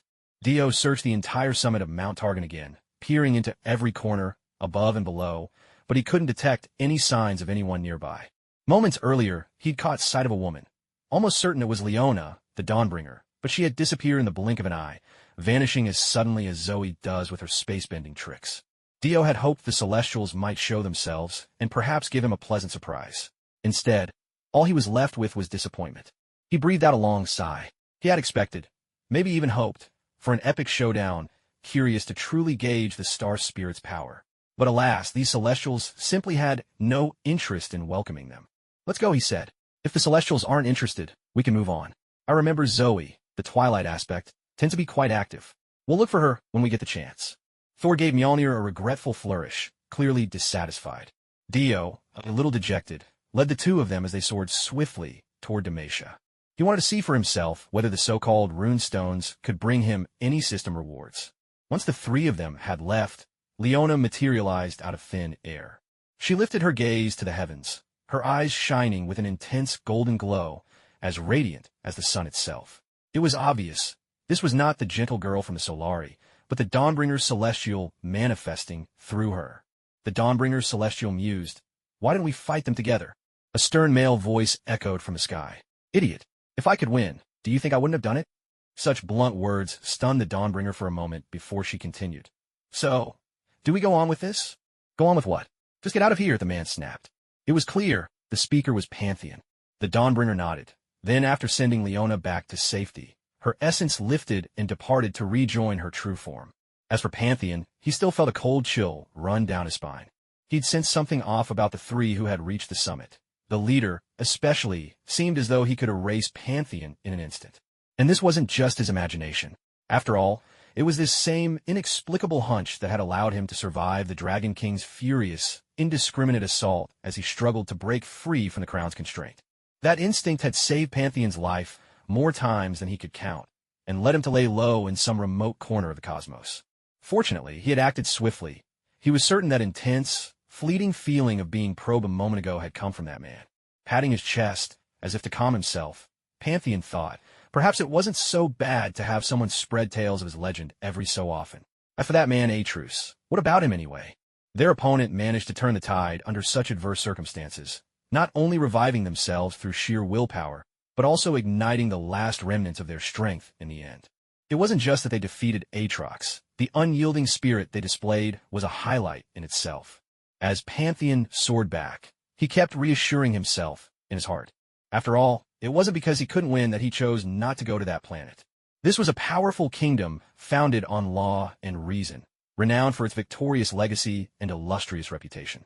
Dalmatians revered justice, honor, and duty, and took great, almost fanatical, pride in their traditions and heritage. The capital city, mighty Dalmatia, was built upon anti-magic stone as its very foundation. This white rock, capable of suppressing magical energy, was originally used to create a refuge for people seeking protection from the dangers of magic. Dalmatia's army was famous for its elite troops. Captains and generals led the charge at the front, with steadfast soldiers following closely behind. The design philosophy of Dalmatia was elegant, yet never lost its simplicity and restraint. Their armor and weaponry were free from excessive embellishment. This architectural style really does remind me of those elves, Thor remarked as he gazed at the cityscape below. I get the feeling you've been more and more taken with elves on this journey, Kratos teased. Dio chimed in. What can you do? Alfheim is just that captivating. Thor nodded in agreement. It truly is. With that, the three of them began searching for their destination, the anti-magic stone forest. Though anti-magic stones were known for their dampening effect on magic, a more accurate description would be that they absorbed and stored magical energy within themselves. So, this is what you call an anti-magic stone, Kratos mused as he gripped a chunk of it, instinctively marveling at the energy it held. Do you sense anything special? Thor, being a pure warrior, lacked deeper knowledge, while Kratos had picked up a good deal of magical knowledge for practical reasons and also for Atrus's sake, even learning to sense magical energies.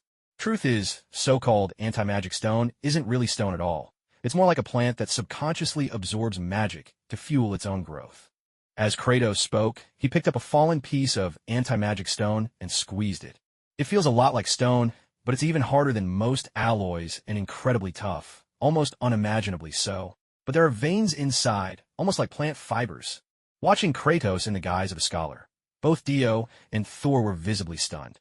Kratos always made the impression of a raging berserker. The stories of the 4th and 5th God of War games had brought out his humanity and fatherly duty. But never before had they seen him quite like this, acting just like a researcher. What's wrong? Kratos asked, breaking off a piece of the anti-magic stone. Dio and Thor merely shook their heads. Especially Thor. He was clutching his forehead, looking utterly stunned. He never imagined that someone who once fought evenly with him would have this hidden side, and after all this time together, he had never noticed a thing. Who would have thought someone was working so hard in secret, only to amaze everyone in the end? For the first time, Thor felt a hint of urgency. Seeing Dio's exasperated expression, he nodded with a sigh. Looks like it's time I put in more effort too. The brief episodes soon passed, and the three quickly returned to their search. The two frontline warriors methodically combed through the anti-magic stone forest. Due to the nature of the forest, their progress was painstakingly slow. Meanwhile, Dio was already underground, face to face with Rise. So, you two covet the power of the runes? Rise stood motionless, his face betraying no emotion as he stared at Dio. Dio shook his head. To be honest, I admire what you've done, spending countless years relentlessly gathering the runes alone to shield the innocent from their dangers. Rise acted as if he hadn't heard Dio at all. Arcane energy flickered about him, and the runes etched across his violet skin began to glow pointedly. But Rise's arcane energy sputtered, flickering as if a television had lost its signal and then faded away completely. As Dio drew steadily closer, Rise tried to summon arcane power more and more desperately. But no matter how he tried, his efforts met only with a suffocating silence. Relax, I'm just going to touch these so-called runes and be on my way. Pretend you never saw me. Let's keep things the way they were, all right? Dio spoke as he passed Rise, giving him a reassuring pat on the shoulder before heading straight for the anti-magic stone holding the runes. Rise stood rooted to the spot, struggling wildly. Yet no matter what powerful spells he hurled at the invisible barrier, he was completely trapped. He twisted in place and caught, out of the corner of his eye, Dio drawing ever closer to the runes. Scenes of the rune stones seducing countless minds over the years flashed before him, making sweat bead on his forehead in a panic. As Dio's hand hovered ever nearer to the rune stones, Rise, realizing he was powerless to stop anything, shut his eyes in despair. Moments passed. There was no cataclysmic surge of energy as he had feared. Instead, Dio's calm voice broke the silence, just as I thought. Contact with World Rune, Domination. Congratulations, host, you have obtained energy convergence, boosting the efficiency of all your energy attacks. Contact with World Rune, Resolve. Congratulations, host, you have obtained energy barrier, boosting the efficiency of all your energy use. Contact with World Rune, Precision. Congratulations, host, you have obtained energy absorption, boosting the efficiency of all your energy use. Contact with World Rune, Sorcery.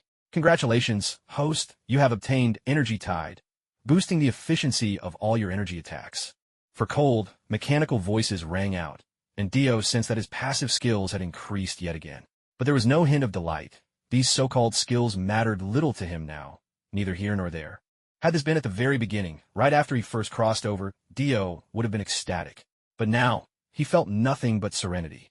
However, the runestone continued its restless murmuring, whispering ceaselessly in an attempt to stir up the deepest desires in his heart, seeking to turn him into a puppet of power. Dio wasn't particularly interested in the powers that came with the rune.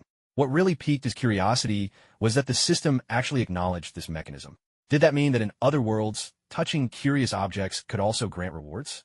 Snapping back to attention, Dio realized something intriguing. These runes could reach into the depths of one's heart, awakening secret desires. He couldn't help but feel that what Rise was currently doing was a bit like the Collector from Marvel Comics, a desperate pursuit of rare and precious objects at any cost. That, he reckoned, was the influence of the runes acting upon Rise. What's more, Dio had an ominous sense that gathering all the runes together might lead to something monumental, something out of control. So, is that why Bard took a few runestones away? Dio wondered aloud, though he quickly brushed the thought aside and let it slip from his mind. Why waste time thinking about things that had nothing to do with him? Dio ran his fingers over the runestone in his palm, appreciating its unique texture. If it were more angular, more faceted, and unique to this world, he might have been tempted to take a few home, polish them, and enjoy them at his leisure. Reluctantly, he put the runestone back and looked up at Rise, who had just opened his eyes and was drenched in sweat. All right, Archmage, take it easy. See? I've finished admiring it. As Dio spoke, he lifted Rise's restraints. Rise wobbled and nearly collapsed to the ground. Dio said, "There, hurry and check if any runestones are missing. Otherwise, you might accuse me of theft later on." Panting, Rise got to his feet and cast a wary glance at the unchanged Dio, then surveyed the underground chamber. "You're actually all right?" Rise asked, incredulity in his voice. "Excuse me? Were you hoping something would happen to me?" Dio retorted, giving Rise a quirky look as he helped him up. Realizing his words might have sounded wrong, Rise quickly apologized. "Sorry, I was just surprised. I never thought anyone besides me could truly resist the seduction of the rune's power." Dio chuckled softly. "It's not wise to keep holding the runestone in your hand for long. Your method is pretty clever, actually. Sealing them here in this stone forest severely dampens the world rune's power." "A smart idea." Rise gave a sheepish smile. "Thank for the compliment." To his own surprise, Dio found himself getting along quite well with Rise. This was largely because Rise was actively seeking a strength that would allow him to remain untouched by the world rune's temptation. After all, so many years had gone by, and it was sheer determination that had kept him going. If he hadn't laid a solid foundation in his earlier days, he would have fallen apart long ago. Dio didn't have any particularly good suggestions either. After all, he himself relied on a powerful mind and soul to directly ignore the effects of the runes. Still, he advised Rise to meditate as much as possible. The method of meditation in Runeterra is actually quite simple, but because getting started is challenging and ordinary people tend to have a poor attitude towards magic, it never really became widespread. Rise figured Dio had a point. Every time he dealt with a fragment, he'd feel completely rejuvenated after a meditation session, and the pull of the runes seemed less consuming the next time they appeared. He used to think it was just his resistance increasing, so he slowly started shortening his meditation sessions, both in length and in frequency. But looking back now, it was clearly the restorative effects of meditation each time that had been helping him. It seemed every step in a mage's discipline served a real purpose. Nothing was done in vain. "Looks like it's time for me to return to the basics," Rise sighed. Dio truly believed in the virtue of meditation. After all, the legendary Wuju Bladesman, managed to ignore or resist the corruption of the Darkin through the simplest forms of meditation. That alone showed just how essential meditation really was. "Well, I've sorted things out here. No need for me to stay any longer," Dio said, as he got up. With no interest in Rise's polite farewells, he casually opened a hole in the ceiling above and left. Watching as the earth above closed up and reformed into solid ground, Rise couldn't help but mutter, "No wonder I never noticed your arrival." So that's how it is. Back on the surface, Dio found that Sol and Kratos were nowhere nearby. Reaching out with his senses, he quickly discovered that they had been surrounded by an army. And it wasn't just any army. It was the dauntless vanguard of Demacia. Yes, the very same dauntless vanguard commanded by Demacia's premier hero, Garen. Overhead, a whole squadron of Drake-riding cavalry circled menacingly, sealing off every angle from sky to ground. With a flicker of telepathy, Dio instantly understood what had happened. The three of them hadn't bothered to conceal their arrival at all, and even Sol's flight came accompanied by raging storms due to his own unique nature. Such a commotion couldn't possibly go unnoticed, and it caught the attention of the airborne Drake riders. While Dio was underground, feeling the very pulse of the world's runes, the Drake riders spotted Sol and Kratos. They quickly summoned the nearby dauntless vanguard, who then closed in and surrounded them completely. Ordinarily, the dauntless vanguard shouldn't have been anywhere near these parts, let alone able to arrive so fast. But as luck would have it, this vast expanse of anti-magic stone forest was extremely close to the heart of Demacia itself, and this particular group of the vanguard was out here on field maneuvers. Clad in brilliant white rune-steel armor and armed with matching weapons, the members of the dauntless vanguard watched Thor and Kratos with wary eyes. "Who are you?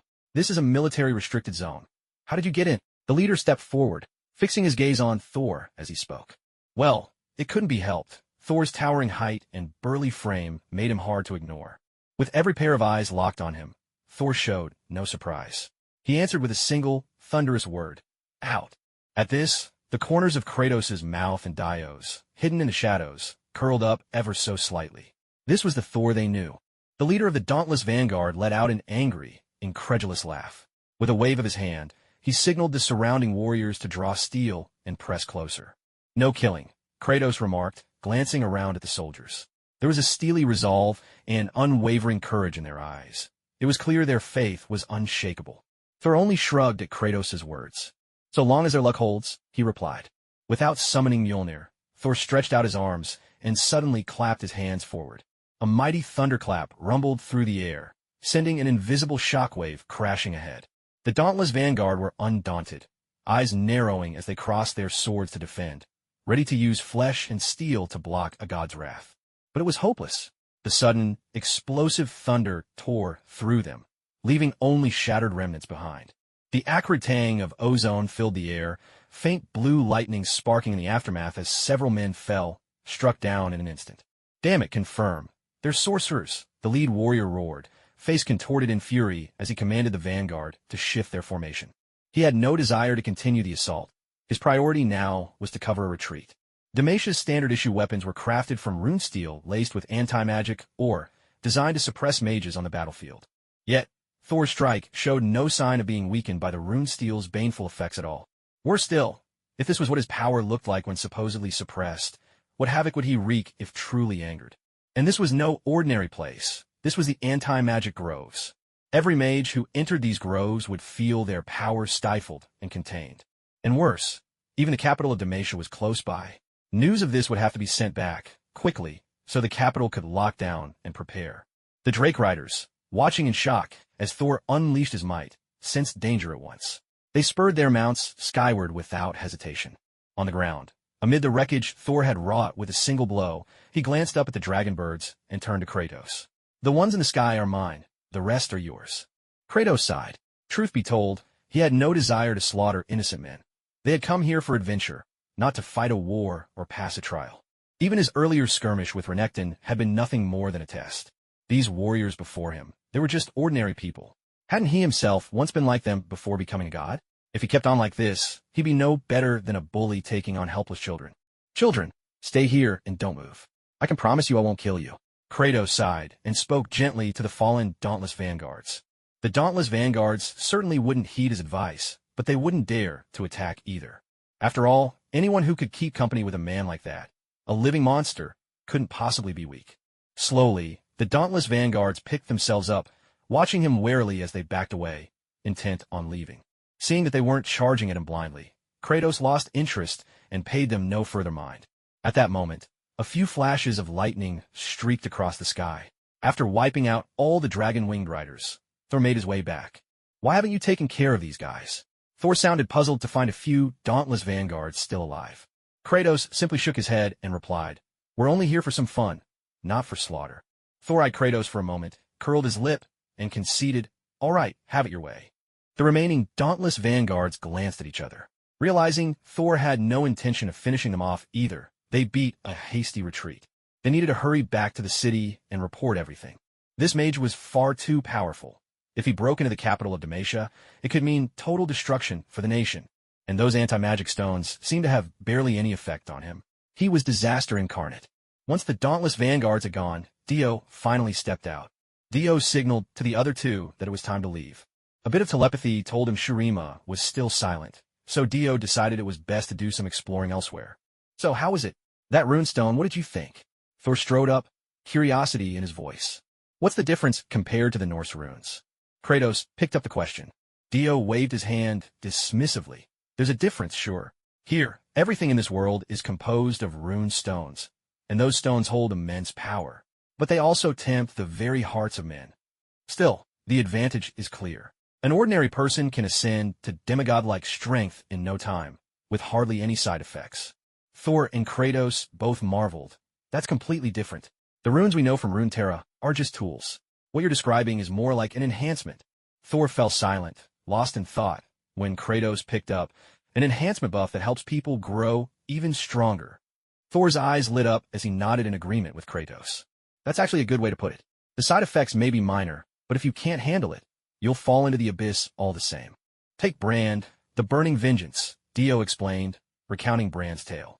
"He once wielded a rune stone, but then lost himself to its side effects and became a monster. There were many factors in the background of his story, of course, but bottom line, Brand simply couldn't resist the temptation of the runestone. After all, pursuing strength is nothing to be ashamed of." After hearing the story, Kratos let out a sigh and added with a hint of regret, "He really was a pitiful soul." Thor didn't argue. In fact, he fully agreed with Kratos' assessment. "Yes, I suppose I just overestimated myself."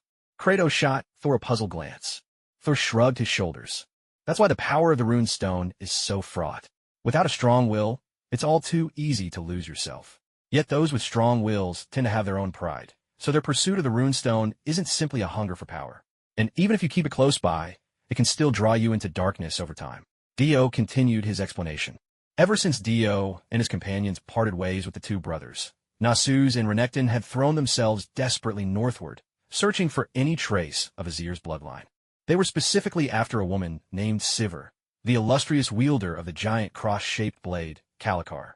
The brothers' relentless search sent them crashing through towns and outposts, their presence unmistakable. Many merchants and city dwellers saw with their own eyes the legendary celestial warriors, thought to be the stuff of myth. As for Sivir, the target of their quest, news of her soon surfaced thanks to the brothers' noisy inquiries. Not long ago, a Noxian merchant caravan had hired Sivir's team to scour ancient tombs across the central Shurima region. Unfortunately, on a route that barely missed crossing paths with the brothers heading north. Nasus and Renekton could only shake their heads in disbelief. Incredible. After all their effort, their quarry had somehow ended up trailing just behind them. They dared not linger. Nasus immediately led Renekton southward in pursuit. Sivir's convoy and mercenaries were not swift travelers, but the two ascended surged ahead at full speed, covering the distance in only a few hours, soon coming upon Sivir's cautious, defensive encampment. And one could hardly blame Sivir for her vigilance. To see two titans stirring forth desert storms would unsettle even the bravest soul. That her people didn't turn and run at first sight was a testament to their courage. When Nasus and Renekton finally drew near, the convoy got a clearer look at their towering forms. Towering nearly 3 meters, their strange features and overwhelming presence frightened Sivir's mounts, which neighed and reared, desperate to break free. Fortunately, the Noxians in the party were no ordinary folk. After securing their baggage and livestock, they forced Sivir and her mercenaries into formation, preparing for the worst. Their main concern was prepping an escape for the wealthy patrons from Noxus. "Are you the legendary celestial warriors?" Sivir stared at the brothers in astonishment. As a native daughter of Shurima, she had grown up hearing stories of the Ascended. Especially after the fall of the Shuriman Empire, one name stood out, a celestial warrior still known to walk the sands, famed for his kindness to mortals. Nasus. That's right, the jackal head, the golden armor, that colossal axe shaped like a scepter. Sivir and her companions were left stunned, unable to believe they could witness a living legend of Shurima with their own eyes. Boss, the one beside him looks like that infamous butcher of the sands everyone's been talking about lately. One of her men stammered, his voice trembling. At once, everyone's gaze shifted to the crocodile-like figure of Renekton nearby. At first, none of them had thought Renekton could actually be the notorious butcher of the sands. The scattered survivors who had barely escaped him described a mindless beast, lost to madness. No one expected him to be standing so calm and collected. Yet there was no denying it. The signature appearance, the unmistakable weapon. Every detail seemed to confirm their suspicions. After all, a nickname might be mistaken, but never a reputation earned in blood. Renekton had earned his title through countless acts of brutality. Entire cities had fallen to his rampage. One by one, the mercenaries lost their fighting spirit, their weapons slipping from their hands. Even in the face of one ascended, an army of mortals could only hope to delay the inevitable, and for only so long, especially when their numbers were already thin. Besides, they were just hired swords trying to make a living. If it weren't for the Noxian blades pressed to their backs, they would have scattered at the first sign of danger. Sivir's mind raced with memories of the legends describing Nasus. She gripped her crossed blade tightly, forcing herself to step forward. Anxiously, she spoke up to Nasus. "Exalted warrior of the gods, is there anything you require of us?" From a distance, Nasus had already spotted Sivir and the Kalikar in her hand, his heart pounding with anticipation as he strode swiftly toward her. Renekton, beside him, was even more stirred. The moment Sivir stepped out to speak, he charged forward, unable to contain himself. Renekton's sudden movement startled everyone.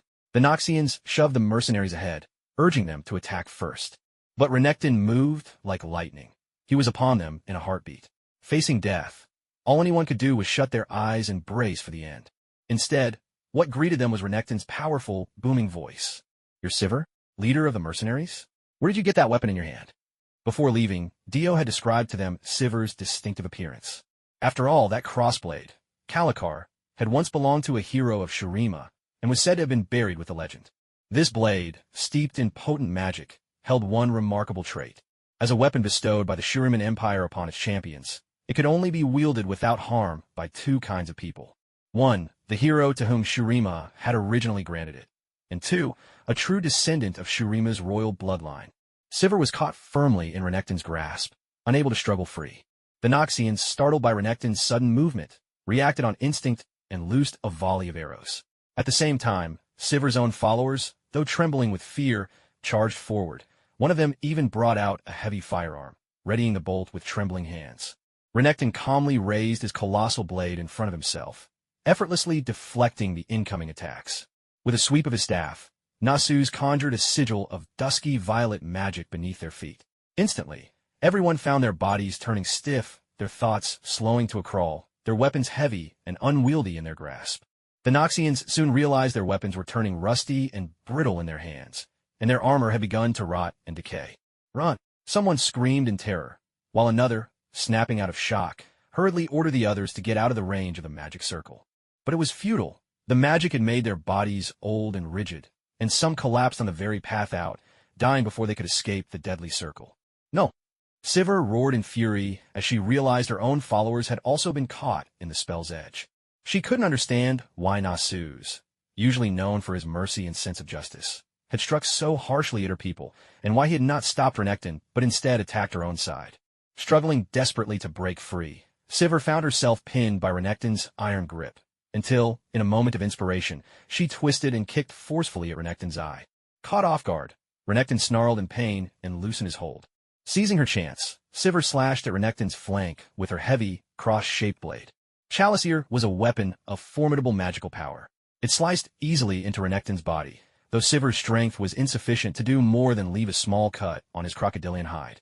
The attack did little real harm, yet Renekton was still distracted by the pain in his eye. That gave Sivir another opening. Twisting her body for momentum, she hurled a massive crossblade toward Nasus in a single, defiant arc. But with a flick of his hand, Nasus knocked Chalice Ear from the air. Then, reaching out, he seized Sivir with a spell, pinning her in place with magical force. Nasus's magic circle was not especially large, and many managed to escape its grip. Sivir's own mercenaries, clinging to the circle's edge, were mostly spared from slaughter. It was the Noxians who suffered the greatest casualties. At their head stood a figure draped in a long robe trailing the ground, features hidden beneath the heavy cloth. She did not flee, as if she already knew that mortal might could never match god warriors. As her followers fell around her, she stepped forward unafraid. "Please, I beg you, have mercy." The speaker's voice was unmistakably feminine, gentle, yet laced with a captivating allure. "We will serve the honored god warriors. Spare our lives, I entreat you." As she spoke, she knelt gracefully, the folds of her robe slipping aside to reveal her fair, beautiful legs. Whether by chance or cunning, it was impossible to tell. However, after the ascension ritual, the two of them had long lost those kinds of feelings. Nasu's paid his brother no mind. Instead, he turned his gaze to Sivir, whom he still held captive. Gently, he set Sivir down on the ground and released the magic that bound her. "I apologize," Nasu said. "My brother has only just recovered his senses. He could be a little impatient." No sooner had Sivir landed than she twisted agilely away, putting distance between them. She drew a short blade from behind her waist, holding it defensively. Watching Nasu's and Renekton warily, Sivir took her time, sizing them up before speaking. "So, what exactly did those questions of yours mean just now?" Nasu's proceeded to explain. In summary, their last emperor, Azir, was not truly dead. He needed a living descendant to assist in his resurrection, and now, there was only one such blood relative left. "So," Sivir frowned, probing further. "You're saying I'm a royal descendant of the Shuriman Empire?" Nasu's nodded. At that moment, Renekton, rubbing his eyes, came forward as well. A bizarre expression crossed Sivir's face. "So, you heard from a strange character that my ancestor, Azir, might still be alive, and then you came looking for me?" Sivir pressed. Nasu's nodded in silence. Renekton, never one for patience, burst out loudly. "Just give us a straight answer. Stop dragging it out." Nasu's pressed the end of his great staff firmly across Renekton's mouth, pinning him to the ground. "My apologies, my brother's a bit impulsive. But still, I must ask you, the question my brother asked before. Are you the one?" Nasu's voice trembled as he spoke, noticing the resemblance between Sivir and the Emperor Azir from his memory. Deep down, he already felt certain. Sivir considered for a moment, then answered the questions Renekton had barked at her earlier, one by one. After so many years of composure, Nasu's could barely contain the pounding of his own heart. The confirmation dawned on him. The person standing before him fit every criterion. A living heir to Emperor Azir's bloodline. Though he found it hard to take Dio's words at face value, Nasu's knew that if Dio had wished them harm, deception would not have been necessary.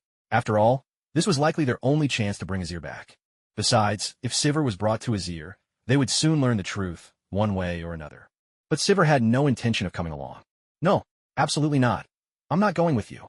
Sivir had already guessed, from the look in Nasu's eyes, that she was indeed the person they sought. She refused outright, before Nasu's could say another word. Nasu's ignored her protest. He signaled Renekton to round up the rest of Sivir's mercenary crew, and with an unyielding attitude, forced Sivir to come along. As for the woman still kneeling on the ground, neither of them so much as glanced her way. The wind picked up, swirling sand through the air, as Nasu's and Renekton took Sivir and the others and departed.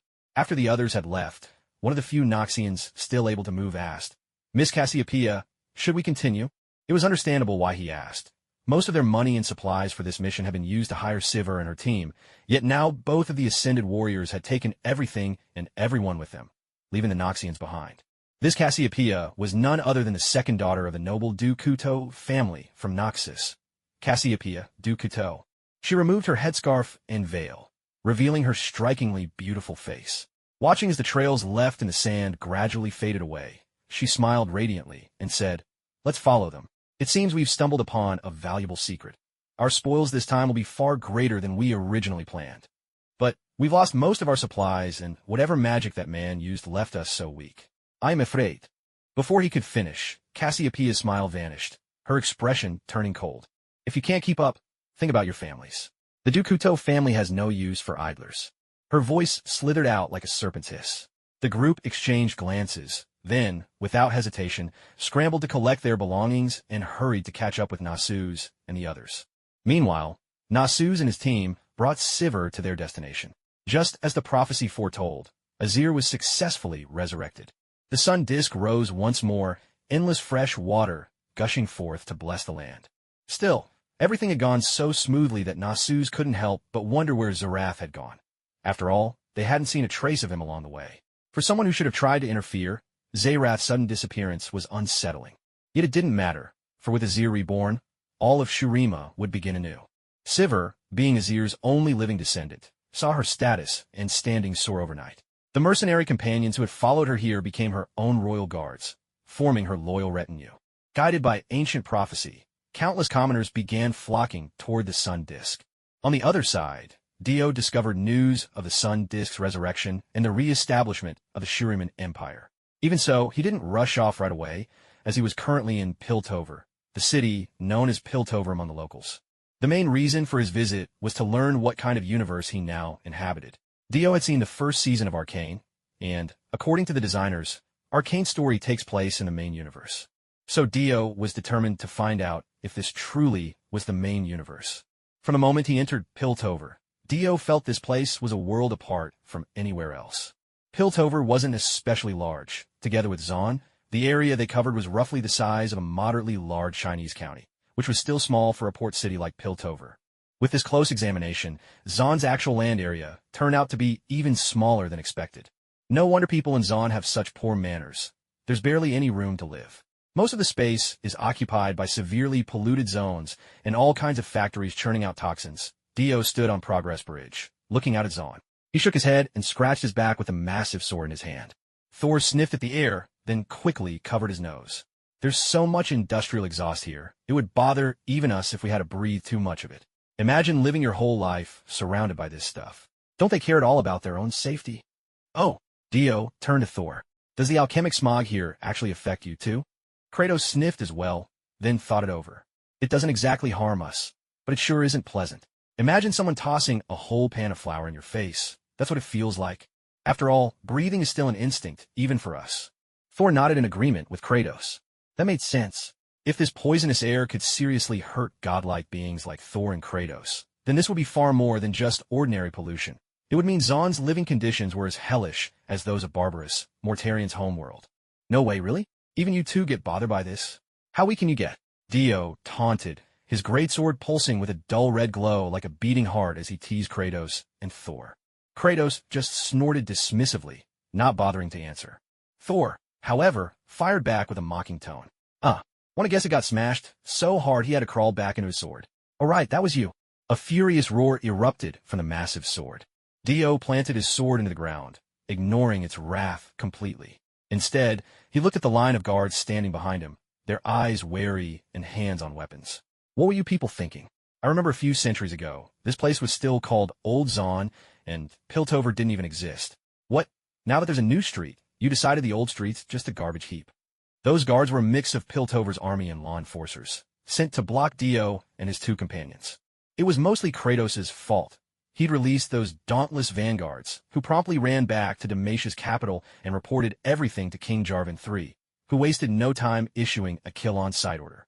Meanwhile, Dio had dropped by Noxus for a quick visit. The three of them barged straight into the Immortal Bastion. The so-called guards and soldiers there could do nothing to stop them. Vladimir tried to intervene, but was immediately dispatched by Dio. Dio even absorbed Vladimir's energy in the process, gaining the ability to wield blood magic. He considered looking for LeBlanc as well, but when she didn't turn up readily, he simply lost interest and moved on. After that, Dio ventured deep into the Immortal Bastion and found Mordekaiser's suit of armor. Of course, he didn't take it with him. After Dio left, Emperor Darkwill considered the whole event a disgrace and promptly sent his troops in pursuit. After Demacia received the news, they immediately withdrew their pursuers and even sent Noxus a letter of condolence. It said this infuriated Darkwill quite a bit. On the way to Piltover, they ran into the sword demon Aatrox, who was flying towards Shurima. No one knew what got into him. He suddenly attacked them out of nowhere. He was promptly smashed back to his original form by Sol. Later, Dio arrived in Piltover. Mbessa, the wolf mother of Noxus, led her troops and teamed up with the Piltover enforcers to hunt Dio down. And so, they ended up cornering him on the Bridge of Progress. To Dio's questions, no one gave an answer. Ever since Aatrox, the Dark-End Blade, was struck down and forced into his true form, Mbessa and her troops had only followed behind, with no intention of actually attacking. After all, Aatrox's reputation spoke for itself. Though he was the stuff of legends, his very nature made him a frequent force in countless battlefields. Except for relatively peaceful places like Piltover and Zon, the likes of Shurima, Bilgewater, Noxus, Demacia, and Freljord would catch glimpses of Dark-End figures once every couple of generations. Aatrox in particular, He was the infamous madman among the Darkin. Demacia and Noxus had attempted to suppress him before, but all it ever achieved was meaningless loss of life. And yet this was the kind of monster that had just been felled with a single blow by the burly fellow by Dio's side. Even the legendary war ascendants of ages past had never accomplished such a feat. What's more, the leader of the group was even more terrifying. This was Aatrox, a being who could ensnare the minds of those who held his sword. Yet here he stood, holding a long sword, untouched by any corruption. He was clearly no ordinary man. Dio looked at the assembled crowd, watching them grip their weapons, scared but too afraid to flee, and clicked his tongue in disapproval, turning on his heel and heading straight into Zon. By now, the timeline was clear to Dio since his arrival in Piltover. This was right at the start of Arcane's first season.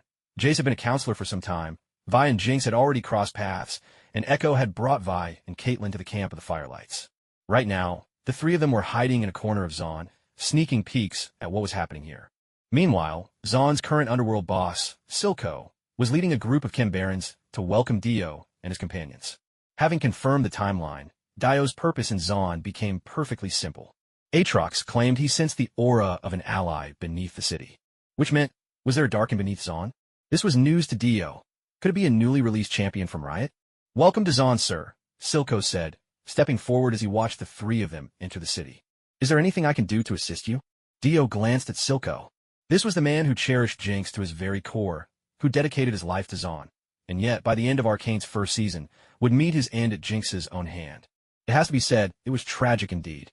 Dio lowered his gaze to the other man, as Silco, thin and frail, stood tall and straight. "It's nothing. I'm just looking for someone," he replied, not bothering to engage further, and strode away in the direction Aatrox had indicated. "Aatrox, can you tell who's inside?" Dio asked at the entrance of the lower Zonian mines. Aatrox let out a dismissive snort. "All I sense is a strong familiarity, but I've met far too many in my time. How could I possibly remember who?" Dio did not comment. After all, Aatrox, the single most powerful among the Darkin, had been the first to break free and walk Runeterra once more. Yet in his corruption, he had grown ever more chaotic and bloodthirsty. Most memories from his past were now but hazy echoes. To recall anything at all was already remarkable, let alone the scent of former companions. "It's too narrow.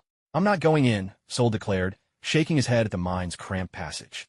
With his towering frame, over 2 meters tall and built like a colossus, crawl spaces like these were out of the question. "Then I'll stay with you," Kratos said. Dio nodded, and together with Kratos, ventured into the mine. Guided by Aatrox, Dio led the way, twisting and turning through the tunnels until they arrived before a wall. There, both Dio and Kratos heard the faint strains of music, someone playing a zither. I know who it is." As the melody reached them, even Aatrox's blade began to shudder in his grasp. "Stellato, so it's you, the infamous songstress." Dio and Kratos. No sooner had Aatrox spoken than a violent cacophony erupted, the sheer force of the sound tearing through the mine and revealing, within the wall, a harp. The blast of sound was so intense that even Kratos doubled over, clutching his ears in agony. Dio seized the harp at once, twisting it violently in his grasp. Through mental command, Dio spoke to its spirit. "Stop with your noise, or I'll crush this thing to pieces." Stellato tried to possess Dio's body through magic, but discovered her spells were useless. As she felt her heart body groan and screech under Dio's tightening grip, dread flooded her. If this vessel shattered, her soul would have nowhere to go. In the end, she had no choice but to fall silent. "Damn it, Aatrox, who is this person you brought?" Stellato howled, spotting Aatrox's blade thrown aside and lashing out reflexively. Yet the next moment, surprise overtook her. "Aatrox, why can't I possess this host?" "Now, why do you think? Didn't you just try?" Aatrox chuckled, sparking another fit of swearing from Stellato. Yet before long, she regained her composure. "You, human, what in the world are you?" Stellato asked, her tone uncertain and tinged with curiosity. Dio weighed the harp in his hand and said, "All right, everything's settled. Time to head for Shurima." "Shurima." Both Aatrox and Stellato cried out in astonishment. "What are you going to Shurima for?" Stellato asked. "Isn't it obvious? Azir's coming back to life. The Shuriman Empire is being rebuilt. I made a deal with Nasus and his brother. I told them how to revive Azir, and in return, they owe me a favor." "You never said you were heading to Shurima." Aatrox bellowed. "You never asked," Dio replied. Aatrox was momentarily speechless. It was true. He had never asked. When they arrived here, they'd simply noticed the presence of another Darkin's aura below and that's what brought Dio along. Thinking back, Dio did seem to be heading in this direction all along. Maybe he had simply stumbled upon his destination along the way. Dio paid them no further mind. Instead, he turned toward Kratos, who was getting up and steadying himself against the wall. "How are you? Still holding up?" Kratos caught his breath, waved his hand, and said, "I'll be fine. I've just never been attacked like that before. It caught me off guard." Dio took Kratos by the arm and led him out of the mine. Once outside, Sol caught sight of Kratos, who looked completely drained, and chuckled. "Wow, you're not having a good day either, are you?" As it turned out, Sol had stayed outside the whole time, guarding the entrance. The sound waves Spiritu sent out in the cave had given him a splitting headache. Now, seeing Kratos looking miserable, Sol laughed, not bothering to hide his glee. Kratos rolled his eyes, glanced at Sol's outstretched hand, raised a brow, and firmly grabbed hold of it. The three of them emerged from the mine, but everyone's attention was immediately drawn to the dark red harp in Dio's hands. Something was off. Because, shockingly, the instrument was talking. "Aatrox, look at all this flesh and blood energy. This is our chance to rebuild ourselves," Spiritu exclaimed, eyes gleaming at the crowd outside the mine. "Yeah, go ahead and try." Aatrox's tone was calm, but in Spiritu's ears, it sounded unmistakably mocking. "If you won't, I will." Spiritu roared. He tried to pluck the harp's strings to mesmerize the nearby onlookers, intending to then use blood magic to drain their life force and restore his body. But for some unfathomable reason, the strings didn't respond to his touch as they should have, as if his most basic instincts had been cut off. He couldn't even muster the smallest hint of blood magic. "Damn you, human!" Spiritus snarled at Dio, his soul trapped within the harp, gnashing his teeth in fury. At that moment, one of the workers from Zon, a miner, murmured that kind of sounds like the voice that lures miners to their deaths in the tunnels. His words drew everyone's gaze. Suddenly, the miner looked uneasy under all the attention. Yet no one spoke. The miner awkwardly backed away, soon disappearing behind the others. Silco watched as Dio stepped forward, then moved up gracefully and said, "Is there anything else you need from us?" Dio ignored Aatrox's furious howls, hefted the Darkin greatsword to scratch his back, and replied, "No, that's all for now. I should be going. You all have fun." With that, Dio called out to Sol and the others, leading them away toward the sun disk of Shurima. Everyone watched, stunned, as Dio and his group simply took off and soared out of Zon. Even Silco stood there, frozen stiff with shock. When Wolf Mother Ambessa arrived at the head of her troops, she happened to catch sight of Dio and his companions flying away. Her face twitched twice, but in the end, she couldn't muster a word. As Dio and Sol flew out of Zon, they noticed two birds locked in a brawl overhead, a sight odd enough to make them pause in curiosity. On closer look, it became clear these were no ordinary birds. After all, there aren't many who'd expect to see a bluebird and a crow duking it out midair. Anyone would find it absurd. It was obvious the bluebird was outmatched, getting knocked down after only a short struggle with the crow. "Tisich, the secret demon ram, and Janna, the wind goddess," Dio muttered, catching the bluebird before it could fall, his gaze lingering on the demon ram as 6 eyes unfurled. Ram cocked his head like any normal bird, feigning innocence. The secret demon ram, one of the 6 demon lieutenants under Fiddlesticks, the demon of terror, a member of the top 10 demons. He was known across the league as a mischievous rascal and the best spectator on all of Runeterra. If the Dark Angel Battalion ever showed up, he'd surely be the one they'd loathe the most. "Hey kid, want to make a contract with me?" The crow ram landed on Dio's shoulder, peering at him. Dio eyed the crow ram, a little surprised, not by the bird's vaguely time-worn accent, but the fact that in the stories, Demon Ram was never keen on making contracts. To this day, no one knew how Swain had managed to get Ram to sign a contract after the Battle of Presidion on the Ionia front. "No thanks, I'm not playing Odin," Dio declined bluntly, brushing Ram off. Ram, clueless as to who Odin was, still cackled with delight. "Huh, as I thought, you're not from around here. You're the 666th outsider I've met." Dio pushed the bird away and glanced down at the bluebird, Janna, whom he'd just hauled up. "Can you move?" Dio asked, thinking the bluebird Janna actually looked quite adorable. Unable to resist, he reached out to ruffle her feathers. "Stop it!" Janna turned her head to dodge Dio's big hand. "I'm Fine, but thanks for the save," Janna replied, fluttering her wings and trying to put some distance between herself and Dio. Upon seeing Janna, Aatrox, who was standing behind Dio, suddenly spoke up. Well, who do we have here? Isn't this the pointy-eared one we chased out of the mountain temple?" Aatrox's usual sharp tongue was in full force, and Janna was so enraged that she no longer cared whether Dio would keep running interference for her. She darted straight onto the greatsword and pecked away at it furiously. Come on, show me what you've got. Didn't you have breakfast, or what? Aatrox taunted, his words as biting as ever, until it looked like Janna's beak might snap from fury. Dio hurriedly pried Janna away. That's enough, knock it off. You're not going to hurt him like that, anyway. We have business to take care of. Save your fight for when you get your strength back. With that, Dio turned and left the scene. Meanwhile, the demon Ram and Janna, still in her bluebird form, exchanged a pointed glare and continued their squabble. Afterward, Dio rejoined Sol and the others, heading straight for the sun disk. Before long, the trio arrived at their destination without incident. Upon arrival, they discovered a large crowd already gathered, people from all over Shurima eager to join the Empire. Dio even noticed a pack of bizarre-looking desert wolves among the crowd. The 100-fanged dreadhounds, Naafiri. This was another Darkin champion announced by Riot after the events of Arcane, and Dio still remembered her vividly. After all, what made her unique was that her vessel wasn't just a single wolf. It was a whole pack. Rumor had it Riot would soon introduce even more Darkin champions to round out Shurima's legion of ascended beings. But back in his previous life, Dio hadn't kept up with those updates. Now, thinking back, he realized the harp from Zon probably belonged to one of them. To think you tolerate sharing a host with a pack of lesser beasts. You shame the noble Darkin warriors. The instant Aatrox spotted Naafiri, he unleashed a barrage of insults, paying no heed even to the newly arrived Nasus. Being a collective organism allows me to gather more knowledge, Naafiri replied calmly, as if Aatrox's tirade were mere background noise. Aatrox, Nasus interjected just as Aatrox was about to continue. He slammed his long axe to the ground and glared at the sword with a booming voice. This isn't your marketplace. Quiet down. Aatrox showed no fear in the face of Nasus, but in his current state, lacking a body and still restrained by others, there was little he could do. He grumbled a few more complaints under his breath, then fell silent. Turning to Dio, Nasus bowed his head in gratitude. Thank you for your guidance. Not only have we rescued Emperor Azir, but we've also found his sole living heir. This will not only restore the Shuriman Empire to the mortal realm, but ensure its legacy endures. Dio waved it off with a casual gesture. There's no need for thanks. I have my own reasons for helping. We're all just doing what benefits us.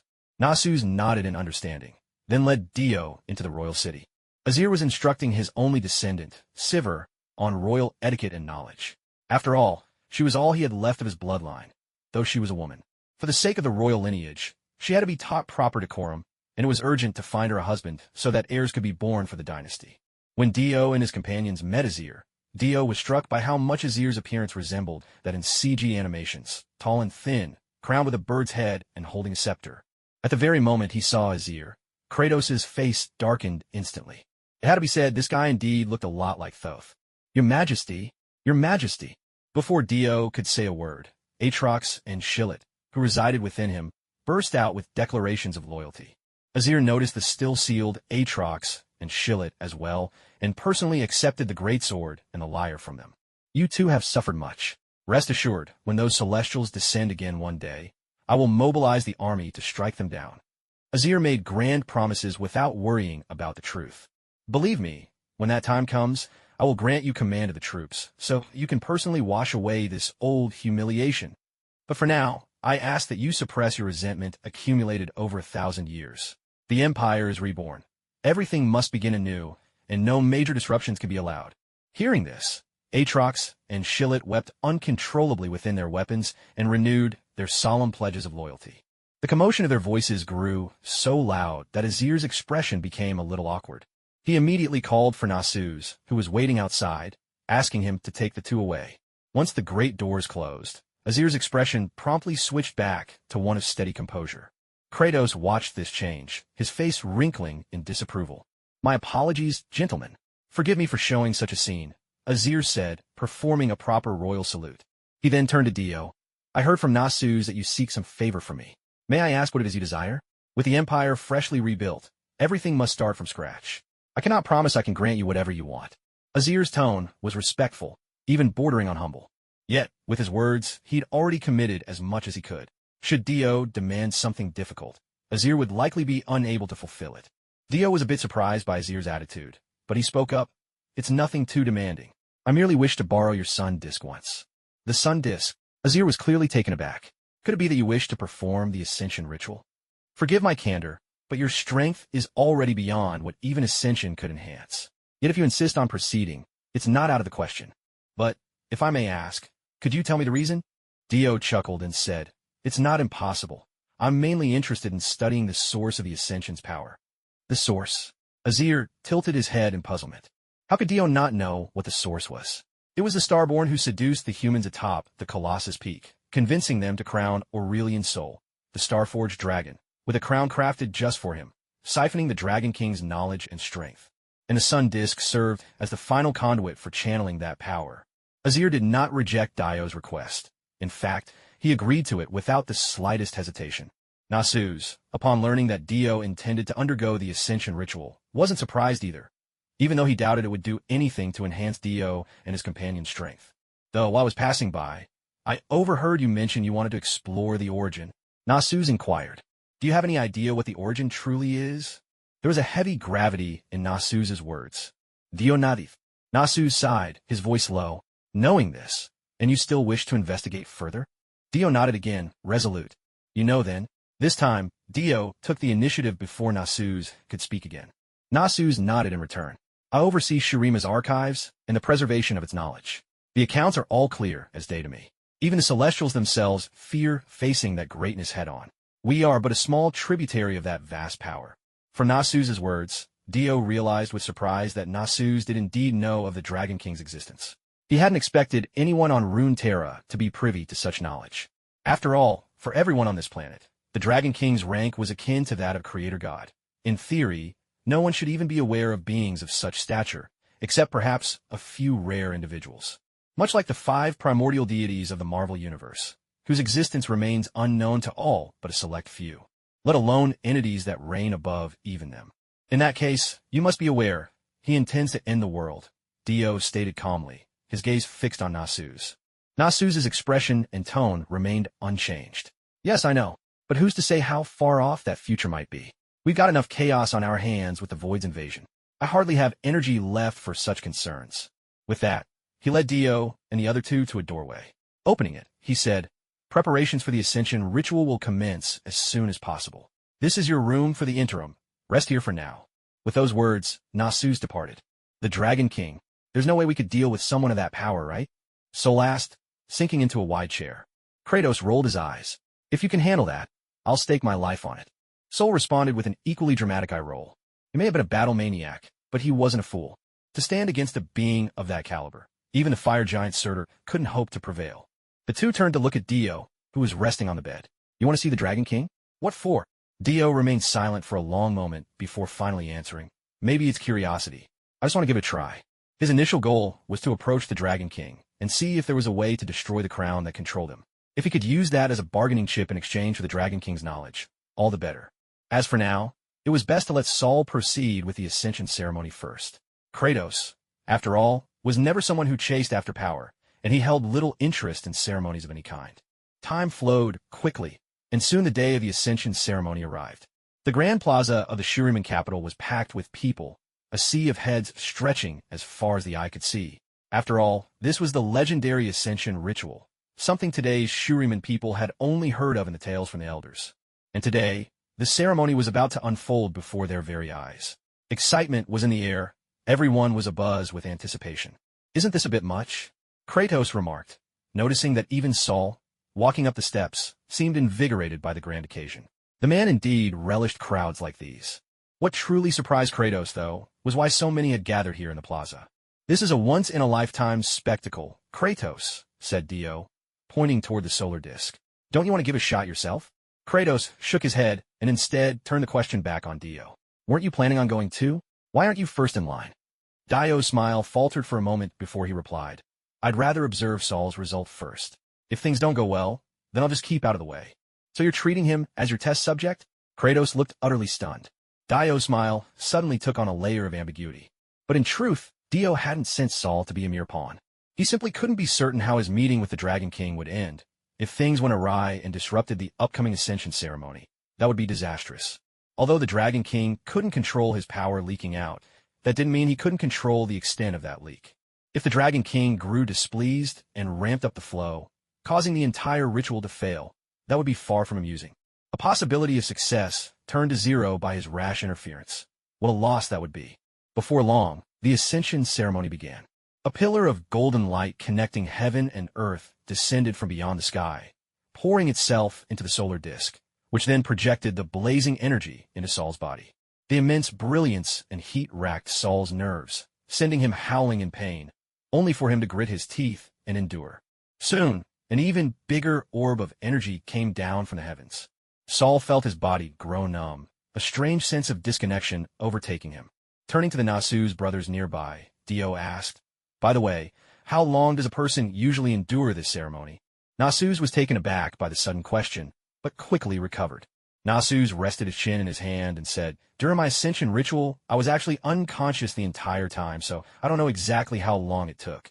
Only that it was a very long time. But I know precisely how long it took for Aatrox." As he spoke, he gestured towards Aatrox and Sterek, who both remained in their weapon forms beside him. "Hey, say what you want, but don't make me the butt of your jokes." Aatrox chimed in, caught in the crossfire. How'd he end up getting dragged into this while only watching from the sidelines? Ignoring Aatrox's irritation, Nasu's pondered. From what I recall, it took Aatrox about a week of baptism before he finally succeeded in his ascension.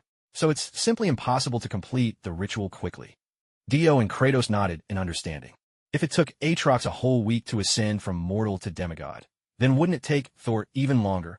Dio shared his thoughts with Kratos. Unsurprised, Kratos responded, "All right then. I'll go back and rest for now. I'll check in again in a few days." Dio heartily agreed with Kratos' suggestion, bade his farewell, and took his leave.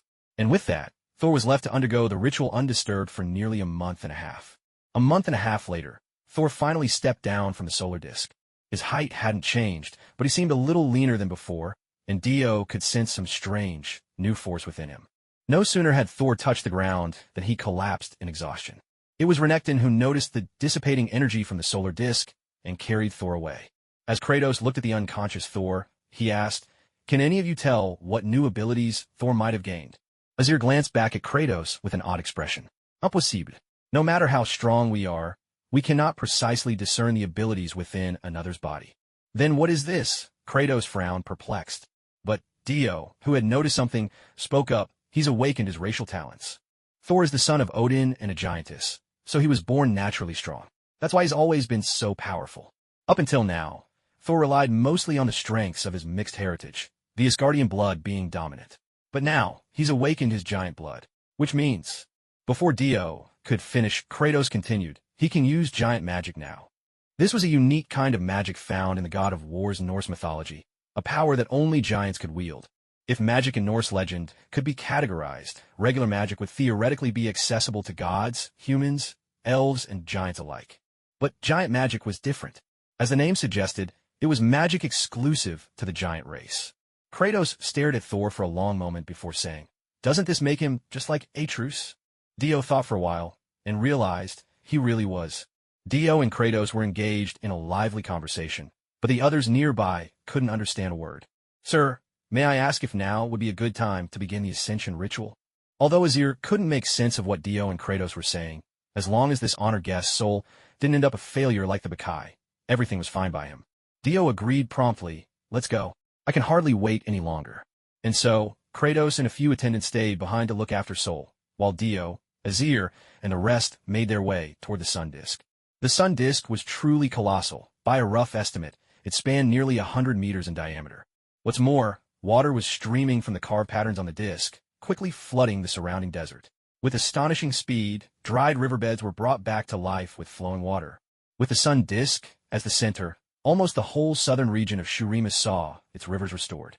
Although many places had yet to recover from the grip of desertification, under Azir's guidance, many newcomers to Shurima took to planting trees and building windbreaks to stabilize the sand.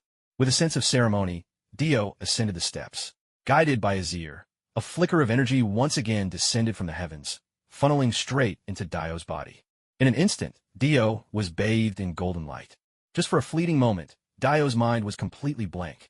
When consciousness returned, he saw before him a colossal dragon formed from the stars of the cosmos.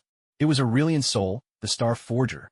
He was one of the first beings to awaken after the birth of the universe, and possessed unfathomable power. He could manipulate the energies of the cosmos at will, creating burning stars out of nothing, or crushing a newborn star with barely a flex of his might. Outsider, don't waste your thoughts. You can't help me, intoned the Dragon King, his gaze shining with the brilliance of a radiant night sky as he turned his attention to Dio. Your power is curious, but it isn't enough to affect me. Besides, my time of captivity is almost at an end. Before Dio could utter a word, his intentions were already known, leaving him rather helpless. But Dio was not so easily discouraged. How would you know if you haven't let me try? I haven't even attempted yet. Why are you so sure I'd fail? Amused by Dio's stubbornness, the Dragon King rumbled, very well. I'll allow you to try. On one condition. What's that? Dio asked, arms crossed defiantly. Wipe out every thief who has stolen my power. Dio was speechless. Are you serious? He pressed. Of course. That includes the one from just now, the Dragon King replied. Another moment of silence from Dio. But the Dragon King continued, naturally, you needn't kill Aatrox. One who has slain a celestial spirit deserves a reward. Dio decided it was probably best to let this go. Not to mention anyone else. There was no way he could kill Soul. In that case, let's change the terms, the Dragon King mused, thinking carefully before speaking again. Help me kill those thieves, and I can give you anything you desire, even my knowledge. There was a hint of temptation in the voice of the Dragon King. Dio was indeed moved by the Dragon King's offer, but he wasn't heartless. Killing those Darkborn wasn't out of the question. They had already fallen from grace, but Azir, Nasus, and Renekton, on the other hand, had not. I originally meant to win you over, Dio said, but on second thought, let's forget it. The Dragon King looked at Dio, seeming to want to say something, but at last, no words came. He simply flicked his finger, and Dio suddenly felt as if something was tugging him backward, pulling him away. I've given you a small gift. The bargain still stands. The mission and your reward remain. What you do next is up to you. In the haze, Dio heard a deep, magnetic voice resonating through his mind. It was unmistakably Aurelian's soul speaking. Moments later, Dio felt his consciousness return. He was back in his own body. He looked around, only to find Azir standing guard beside him. Azir's curious gaze flicked between the solar disk and Dio, his eyes sharp, almost as if he were considering gobbling him up. Startled, Dio quickly asked, "What's the matter?" Azir sounded excited. "How did you do it?" "How did I do what?" Dio asked, utterly confused. Azir's excitement only heightened. "Just now. You had only just begun the ascension ritual. How did you finish it in an instant?" "What are you talking about?" Dio stared at him, dumbfounded. He grabbed Azir by the shoulders, squeezing so hard the armor creaked, and Azir winced in pain. "So you're saying I started, and ended, the ritual in the same moment?" Azir cried out, clearly in pain, but waved off the guards who had hastened over, weapons at the ready. "That doesn't make sense," Dio said, frowning as he looked at Azir in confusion. "How could it have happened in a flash? I was talking with the Dragon King for a good minute, at least." Azir didn't answer his mumbled words, instead asking with evident curiosity whether Dio felt anything different about himself. Only then did Dio turn his attention inward. After a quick check, he found that, aside from his energy reserves having multiplied, nothing else seemed amiss. Still, even if he hadn't awakened some hidden bloodline, having his energy doubled was nothing to scoff at. But still, recalling the Dragon King's parting words, Dio felt his heart stir with longing again. Yet he wasn't some ambitious hero chasing after more power. He'd come here simply to see if he could win Aurelian Soul to his side. Now, though, it seemed that for the time being, that hope was dashed. Ignoring Azir's questioning gaze, Dio made his way straight to the ward where Soul lay unconscious and deep in slumber. Kratos was sitting in a chair when he saw Dio appear out of nowhere. Startled at first, he quickly asked, "What happened?" "I just saw that beam of light descend, and then, in a matter of minutes, it was gone." "Why did it end so quickly? You didn't turn into a Baki, did you?" Faced with Kratos' questions, Dio shook his head, then took his time to explain everything from the beginning. Kratos asked, "Weren't you tempted by such an incredible reward?" Looking at Kratos calmly settled in his seat, Dio shot back, "What? Do you expect me to jump for joy or something?" Kratos shook his head, looking at Dio with a complicated expression. Dio, knowing Kratos' history, could guess what he meant, so he replied, "Forget it. Whoever wants the reward can go for it. I'm not doing it. Once Thor wakes up, we're heading home. Honestly, our mission is probably a lost cause anyway." "Our mission? I don't think you've ever told me what your goal here was." Kratos clicked his tongue and leaned back in his chair. "It's nothing complicated. I just wanted to win over the Dragon King to our side. But it looks like there's no hope for that now. Maybe next time, when I've grown even stronger." Kratos remained perfectly composed, making a couple of amused sounds. The multiverse of the future isn't going to be easy. Even beings of this level are worth recruiting. "That's right." Dio shrugged, memories of his hazy backstory returning to his mind. Thor recovered quickly, awakening after only a single day of rest. Still, Thor felt odd about his transformation. After all, he'd spent his whole life slaying giants, and now he'd awakened the blood of a giant within himself. Of course, that gnawed at him. But in this world of gods and war, bloodline magic had to be accepted not just by the body, but by heart and soul. Otherwise, like Atreus in the fourth game, you would bottle it up inside until it made you ill. Thor had been a god for many years, though, so he wouldn't suffer like Atreus had. Still, if he refused to accept it for too long, it would take its toll on him. Seeing Thor staring blankly at his bed, Kratos tried to talk to him. He already had experience from dealing with his own son during times like this, so he knew exactly what steps to take. The only difference was, having to do this for a grown man like Thor felt more than a little awkward for Kratos. "Are you leaving soon?" Azir asked. Dio paused. Had he already been noticed before he could say a word? Still, he nodded. "Yes, we're planning to depart. This world doesn't have much more to offer us." "I see." Azir nodded, then ordered some items to be brought forth. Watching as people carried over the goods, Dio couldn't help but feel puzzled. "What are these?" "This is the knowledge left behind by the ancient deities of our land. Once, the Shuriman Empire employed this wisdom to forge arms for its ascended army. Even Kalikar, too, was wrought using these secrets, combined with the power of the sun disk." "Oh." Dio took the recorded tome and, with a thought, scanned its contents through psychic resonance. Dio was quite pleased. This method of forging was markedly different from the techniques currently used in the Marvel Empire. It would undoubtedly enrich the Empire's own methods when he brought it back. However, Dio nonetheless asked, "Aren't you afraid that I might surpass you by mastering these techniques and then turn them against you in war?" Azir laughed boldly. "To tell you the truth, even the weapons we currently use to seal the dark in are forged with these very methods. The wisest men of ancient Shurima tried and failed to unveil the full principles behind them. So, if that day ever comes, it surely means Shurima's fate has run its course." Dio gave no comment. He organized the newfound information, then left this world with Kratos and Thor in tow.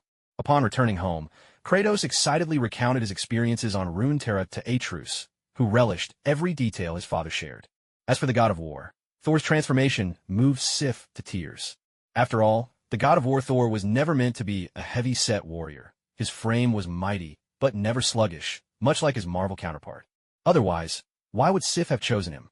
This caught the attention of Marvel's Sif as well. Marvel Thor, however, ever the blockhead, failed to pick up on these nuances. Seeing the god of war Thor's new physique, he cheered and rushed forward, hammer in hand. As you might expect, it ended with him knocked flat out cold. What a fool. Next time, why don't you take him with you? Odin shook his head at his son's cluelessness. To think he didn't immediately sense the change in the other's aura left Odin both frustrated and disappointed. Dio replied expressionlessly. "This isn't the first time you've told me that. Every time, you insist he needs more experience, and every time, I end up going alone." Odin looked a bit embarrassed. Though he wanted his son to gain that experience, if he wasn't there to support him, and something truly went wrong, he'd never forgive himself. Take, for instance, that scenario where Thor's death genuinely caught Odin off guard. After all, who would ever bear such murderous intent towards someone so simple-minded, especially considering he'd been shrunk to such a tiny size? Moreover, wasn't that particular trial conducted right under Odin's nose? Even if Odin had perished, he could still claw his way back from the underworld just to bless his son. Such is the prerogative of the All-Father. "This time, I mean it," Odin muttered, his voice a notch softer. Dio shot him an indifferent glance, bid a quick farewell, and strode out of Asgard. He planned to upload the knowledge he gained in his ear. "What's going on?" "The military supplies have been consumed at an alarming rate. Did we expand the army?" Dio found a spare moment to glance at his documents, and spotted one report stating that the Astartes' resource consumption had skyrocketed. He turned to the Eternals official before him and questioned. He well knew that the Astartes required enormous energy supplies just to keep their bodies functioning. With the exception of a few specialized units able to replenish themselves by absorbing external energy, the rest of the Astartes had no choice but to eat regular meals. So Dio's first reaction to this information was to think perhaps the surge in consumption was due to a recent expansion of forces, only to recall that such expansions required his explicit permission, and he had received no such notification. The official, startled by Dio's opening remark, could not hide his unease. After all, expanding the army without permission was a grave offense, serious enough to be considered treason. But before he could explain, Dio demanded, "Wait, that can't be. No request for expansion has reached me. What exactly is going on?" With those words, he slapped the document down onto the table. The official jumped, nearly leaving his seat in fright. Trembling, he stammered, "No, sir. We haven't received any orders to expand the army. In fact, we dispatched the custodes and the Grey Knights to investigate." After the supplies entered the warehouse, they were depleted even faster than the Space Marines could possibly consume, but the custodes and Grey Knights found nothing amiss. So, Dio faltered for a moment. If both the custodes and the Grey Knights had investigated, an unauthorized expansion seemed unlikely. However, if the supplies were disappearing more rapidly without the Space Marines using them all, that could only mean someone else was helping themselves. Dio considered it.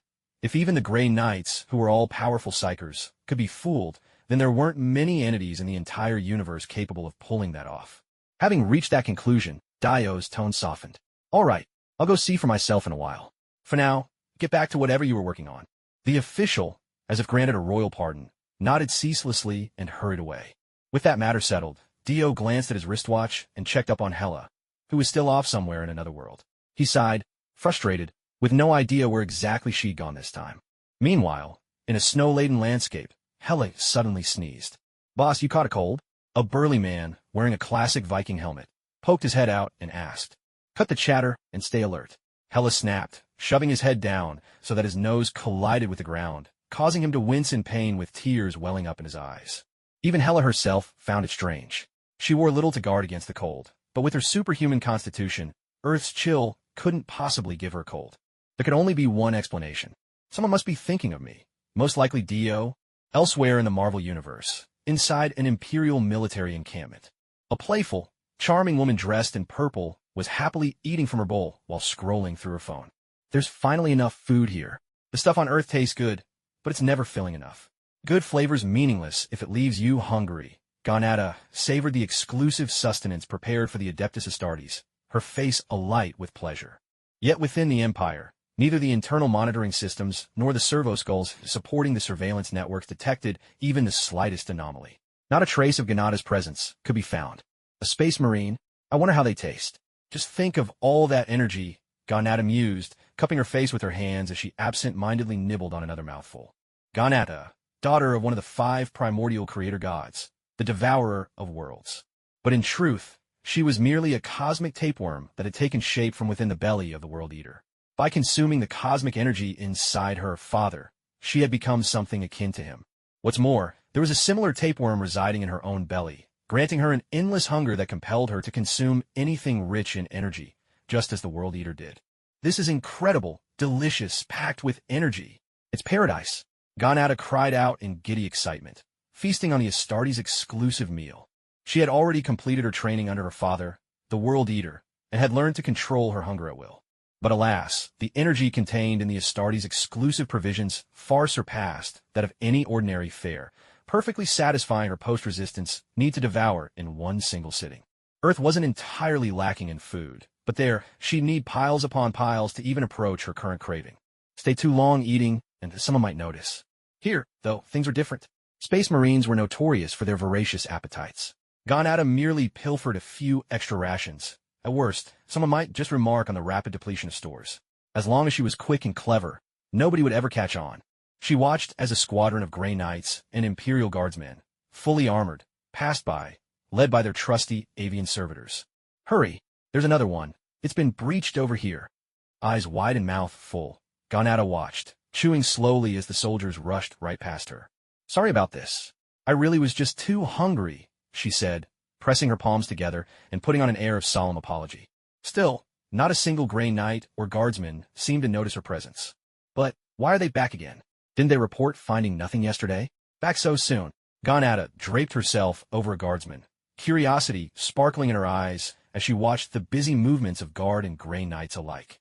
The avian servitors showing no response, not even the faintest sign of an energy flux. The Grey Knight squad leader reported to the Guardsman, whom Ganata was clinging to. Thanks to the Guardsman's imposing stature, Ganata stood eye to eye with the Knight Commander. "Ah, how adorable.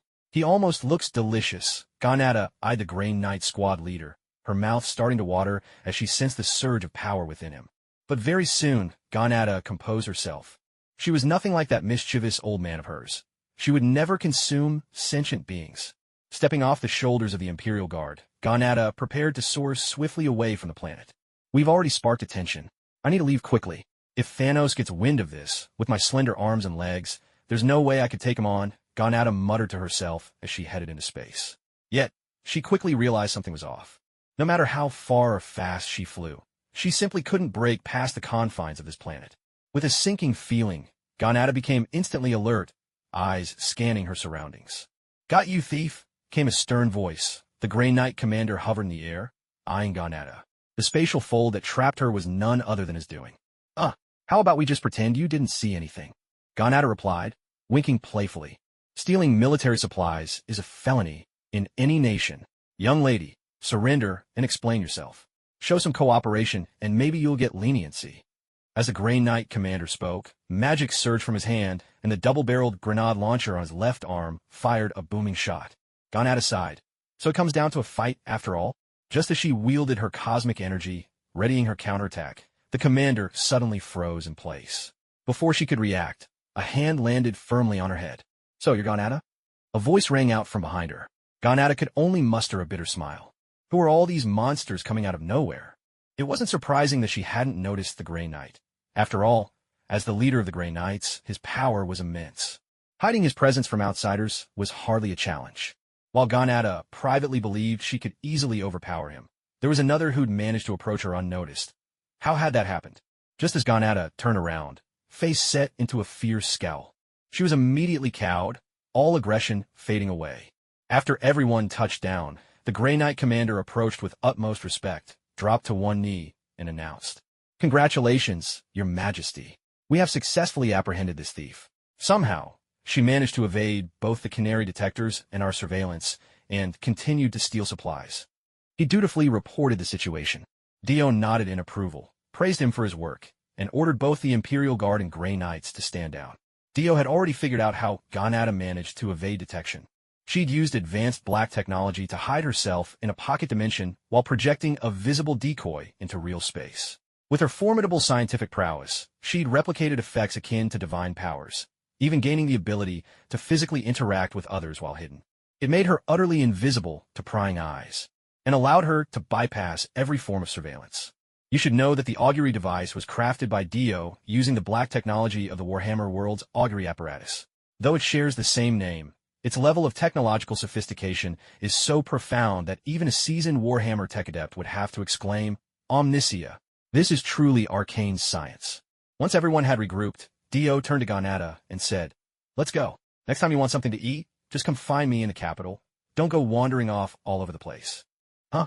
A winky face. Don't make that face. If I could take you in a fight, I'd have tossed you in jail myself." It wasn't that Dio was afraid of the planet devourer. Even though Big Swallow gets knocked down a peg quite often in the comics, he's still ranked among the creator gods, and his real power is nothing to scoff at. After all, every version of the planet devourer in the parallel universes is merely an avatar, just one split off from his true self. Dio himself had never fought against beings of that caliber, so he honestly didn't know the full measure of their strength. To play it safe, he had decided it was best not to provoke them for now. Until he grew stronger and fully grasped the laws of the cosmos, it was wise to steer clear of dealings with any of the 5 creator gods, unless absolutely necessary. Ganata was all the more puzzled by Dio's response. When she'd set out, the planet devourer himself had told her not to mess with Dio. Going by her father's words, it sounded like the underfed planet devourer wouldn't actually stand a chance against the man before her. Dio's comment left Ganata momentarily dumbfounded. She couldn't quite figure out whose word she ought to trust. Ganata, _. She thought for a moment, and then a sly grin crept across her face, as if she'd just pieced something together. Dio es bravo. What's with that look? Shaking her head to compose herself, Ganata stood up and said, "Oh, it's nothing, really. Just thought of something amusing. By the way, you said I could come to you when I'm hungry, right? Well, I'm still pretty hungry now. Do you mind if I trouble you a bit?" Dio clicked his tongue, but led Ganata away anyway. "By the way, if you vanish again next time, could you take me with you? It looked like a lot of fun," Ganata added. Dio didn't seem surprised and responded with a simple After all, his ability to jump between universes couldn't possibly be hidden from the likes of those cosmic entities. He'd been zipping through universes so often he'd practically turned them into Swiss cheese. It was a wonder the likes of eternity hadn't come knocking already. Besides, Ganata was the daughter of the world devourer. Her father surely would have briefed her on such matters before she left home. As for his plans to settle Ganada, Dio hadn't come up with anything solid at first. Her sudden arrival had caught him entirely off guard. It's not impossible, but you'll have to behave. And remember, there's no such thing as a free lunch. If you want to replenish your energy, you'll have to pay a price in return. Ah, I was hoping for a free meal, you know. But what will this cost me? Don't forget, I'm still carrying a baby. Ganada swayed her hips and pouted coquettishly. Dio remained unmoved. So you do remember you're pregnant? Huh? What if Galen finds out about this? He didn't finish his sentence. Dio abruptly paused, causing Ganada to look at him in surprise. Galen, the original name of the planet Devourer. To know her father's real name. Clearly, they must have met before, though who could say when? A shiver of fear flickered through Ganada's mind as she shrank her neck, uneasiness dancing in her eyes. Meanwhile, Dio thought for a moment and said, "You ran away, didn't you? I mean, what kind of expecting mother would travel thousands of miles to find me?" Ganada flashed a bright, innocent grin. "Don't think you can get away with this by acting cute." Dio seized her collar and lifted her up. No, wait. Realizing her plan had backfired, Ganada hurriedly surrendered. "I give in, I repent. I'm sorry really, please forgive me. It's true that father never lacks for an energy supply, but whenever he comes home, he consumes an enormous amount of energy. Even though he overeats while he's out, that hunger of his always seems insatiable. Worse than mine, honestly. It got to the point where, for the sake of his health, I figured I'd leave for a while." Seeing the skepticism in Dio's eyes, Ganada hastily added, "Don't look at me like that. You haven't seen how terrifying father is when he's hungry. I was half afraid he'd swallow me whole." Listening to her, Dio could vividly imagine it. After all, when Uncle Swallow is overcome by hunger, he's indeed a fearsome sight. With that thought, something seemed to occur to Dio. He slipped through space, instantly returning to the Imperial capital. After rummaging around a bit, he found what he was looking for, a small, stiff card. This was a creation of Dio's own design, inspired by the dazzling star charts of the cosmic necromancers, a fusion of his understanding of both the laws of the universe and advanced technology. It stood as the Empire's most sophisticated artifact, the pinnacle of science and worldly principles combined. Of course, its appearance differed from the original cosmic necromancer's star charts. Dio had fashioned it to look more like a card. What's this? Some kind of holographic projection. Ganada could see the dense layers of technology, though she had no idea what it was actually for. After all, even in a world overflowing with black tech wonders, even amid the marvels of American comic worlds, a dazzling star chart still counted as an ultimate piece of forbidden technology. At present, it was not yet perfected. At most, it had real-time monitoring functions. It was nowhere near the point where a single press could wipe out a planet. In fact, it would take several presses. Ignoring Ganada's curious questions, Dio activated the star chart and gave an order. Display a distribution map of all planets that have suffered unnatural destruction in the last 2 years. At his command, the artificial intelligence sprang to life, swiftly opening the appropriate interface and painting out the scattered pattern of devastation. Dio glanced at the distribution map and confirmed something in his mind. "How long has your father been experiencing this kind of hunger?" Dio suddenly turned around and looked at Ganada. Ganada was startled. What was going on? Why was he suddenly asking about her father's condition? Could it be that he was planning to meet her family, even proposing marriage? Ganada indulged in this pleasant fantasy.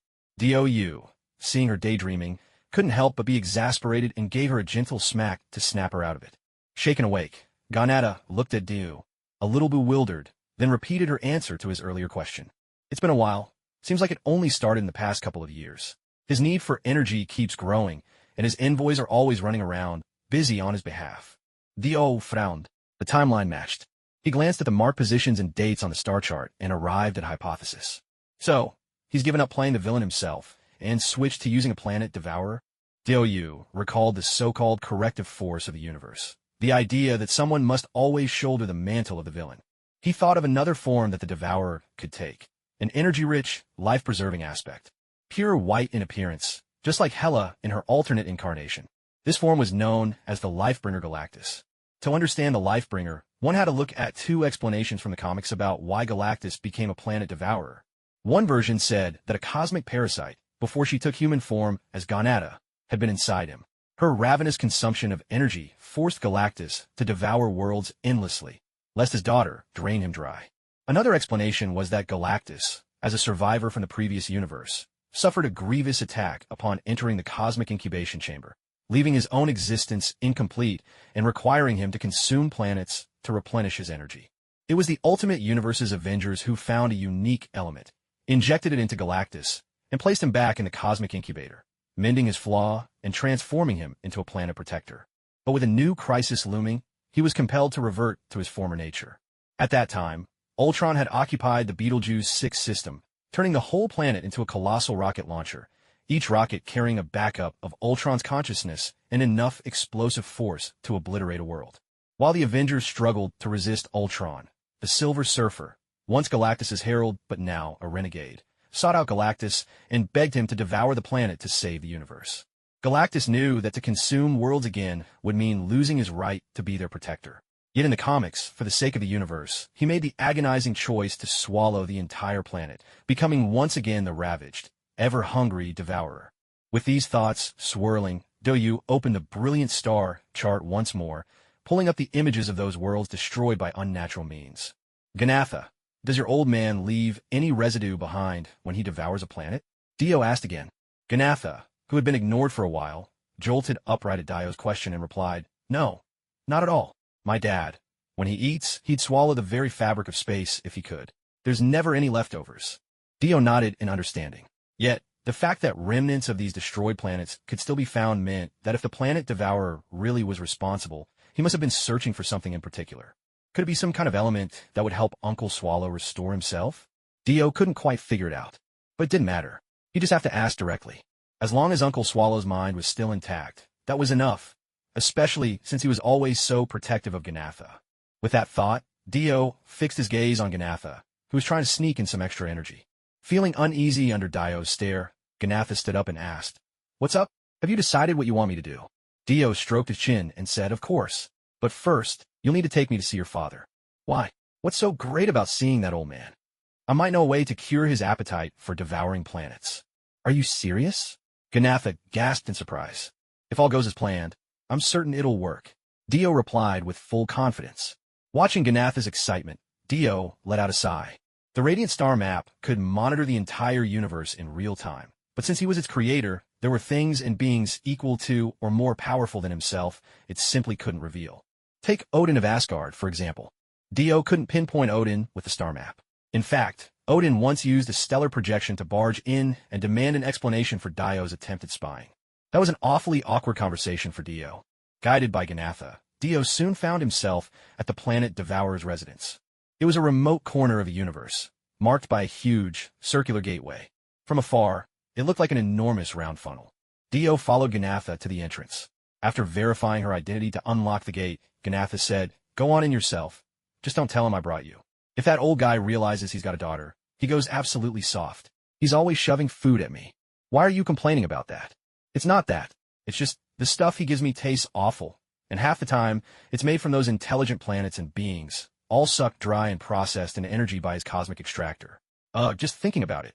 Ganatha paused, the thought making her gag, and she retched twice, tears slipping from the corners of her eyes. Dio said nothing as he watched the colossal figure looming behind Ganatha. Instead, he turned to Ganatha and asked, Well, what can you do? After all, you're his daughter. Of course he'd want to give you what he thinks is best. Plus, you're carrying a cosmic tapeworm, so it's only sensible to give you the richest energy for the sake of your life, isn't it?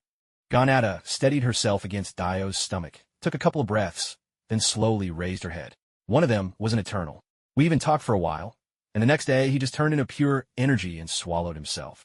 Dio's eyes glazed over at her words, his gaze slowly drifting upward until he was staring directly at Galen, the planet devourer, who stood nearly 10 meters tall in his ordinary form. Cold sweat broke out on the planet devourer's brow. The moment he caught a glimpse of Dio's blank expression, unease hit him like a tidal wave. Hey kid, listen to me. What are you looking at? The voices of the planet devourer and Ganatha overlapped. Ganatha, startled by the planet devourer's words, turned around, only to find the towering figure right behind her. And then, in an instant, a shock wave slammed into Ganatha, sending her flying through the air. Old man, did you honestly think I'd be afraid of you? With a flash, Dio opened a space portal and summoned his two avatars back from the Warhammer world. His main body then swelled to match the giant form of the planet devourer. He lunged straight at his foe, grappling the planet devourer and slamming him into the nearest planet. If you were Emperor Thanos, would you still fear the planet Devourer? No, it's the planet Devourer who fears Emperor Thanos. Dio had undergone the same body modifications as Emperor Thanos, though in terms of sheer strength he still lagged far behind. Even now, he doubted he could decapitate the planet Devourer in a single cannon blast. Seeing their true self enter the fray, Dio's Superman avatar, massive and imposing, charged in, relying solely on absolute physical power. His Thor avatar looked aged, but raised his hand, summoning a mighty, cosmic storm to join the assault. Such storms, legend had it, could rend stars and obliterate black holes. Of course, the avatars weren't quite at that level yet, but the storm was enough to hurt the planet Devourer. 3 against 1, it was a total rout. Even after taking on a giant form, Dio's main body lost none of its speed or strength, clashing with the planet Devourer in a contest of raw power. But unlike Dio, his enemy was a cosmic entity, an eternal guardian, a purifier of the universe, born wielding the laws of destruction. Every punch and kick carried immense might. Fortunately, Dio's mastery over space and time allowed him to defend against most of the planet Devourer's attacks. With the coordinated assault of all 3 selves, the balance soon tipped and the planet Devourer began to falter. Ganatara was far enough to remain untouched by the tumult, but as for the 4 engaged in battle, when that unleashed energy erupted, it shattered a planet as vast as Saturn itself in an instant. The 4 fell back into a fierce melee. It was just one eternal. Did you really have to go that far? The planet Devourer roared in fury. Dio's heart ached deeply. The Eternals were becoming ever rarer, and although their numbers had grown somewhat over the years, the more kin, the better. Howling in anger, Dio hurled another thunderous punch. The planet Devourer evaded Dio's fist, but then pressed his palm against Dio's chest, releasing a surge of power that blasted Dio away. Not missing the opportunity, the clones all launched their attacks. The Superman clone struggled alone to withstand the overwhelming pressure of the planet Devourer's power. The Thor clone summoned cosmic storms, normally a feast for the planet Devourer, but this time, those storms were under someone else's control. Before the cosmic siphon device could even activate, the storm veered and lashed straight at him. The planet Devourer was forced to dodge, failing to notice Dio quietly closing in. Dio unleashed a brutal punch, imbued with the might of the Omega Force and cosmic law, smashing squarely into the planet Devourer's face. His features twisted under the blow, his head whipping aside as he was sent hurtling backwards. Even as he soared, the cosmic storm struck him again and again. The Superman clone then transformed into a living missile, ramming ferociously into what would be vital points on humanoid form. The remnants of Dio's Omega Force and the power of law rampaged within the planet Devourer, while the storm and the Superman clone's onslaught compounded his injuries. Enough! The planet Devourer roared, sweeping aside all energy attacks with a wide arc of his hand. Then, both hands gathering cosmic might, he unleashed a furious barrage at Dio. Refusing to yield, Dio ordered his clones to fall back, then poured his full strength into an Omega beam, aiming it directly against the planet Devourer's assault. Their energies, true embodiments of destruction, clashed with such force that the surrounding space was sliced open, exposing the barriers of other worlds.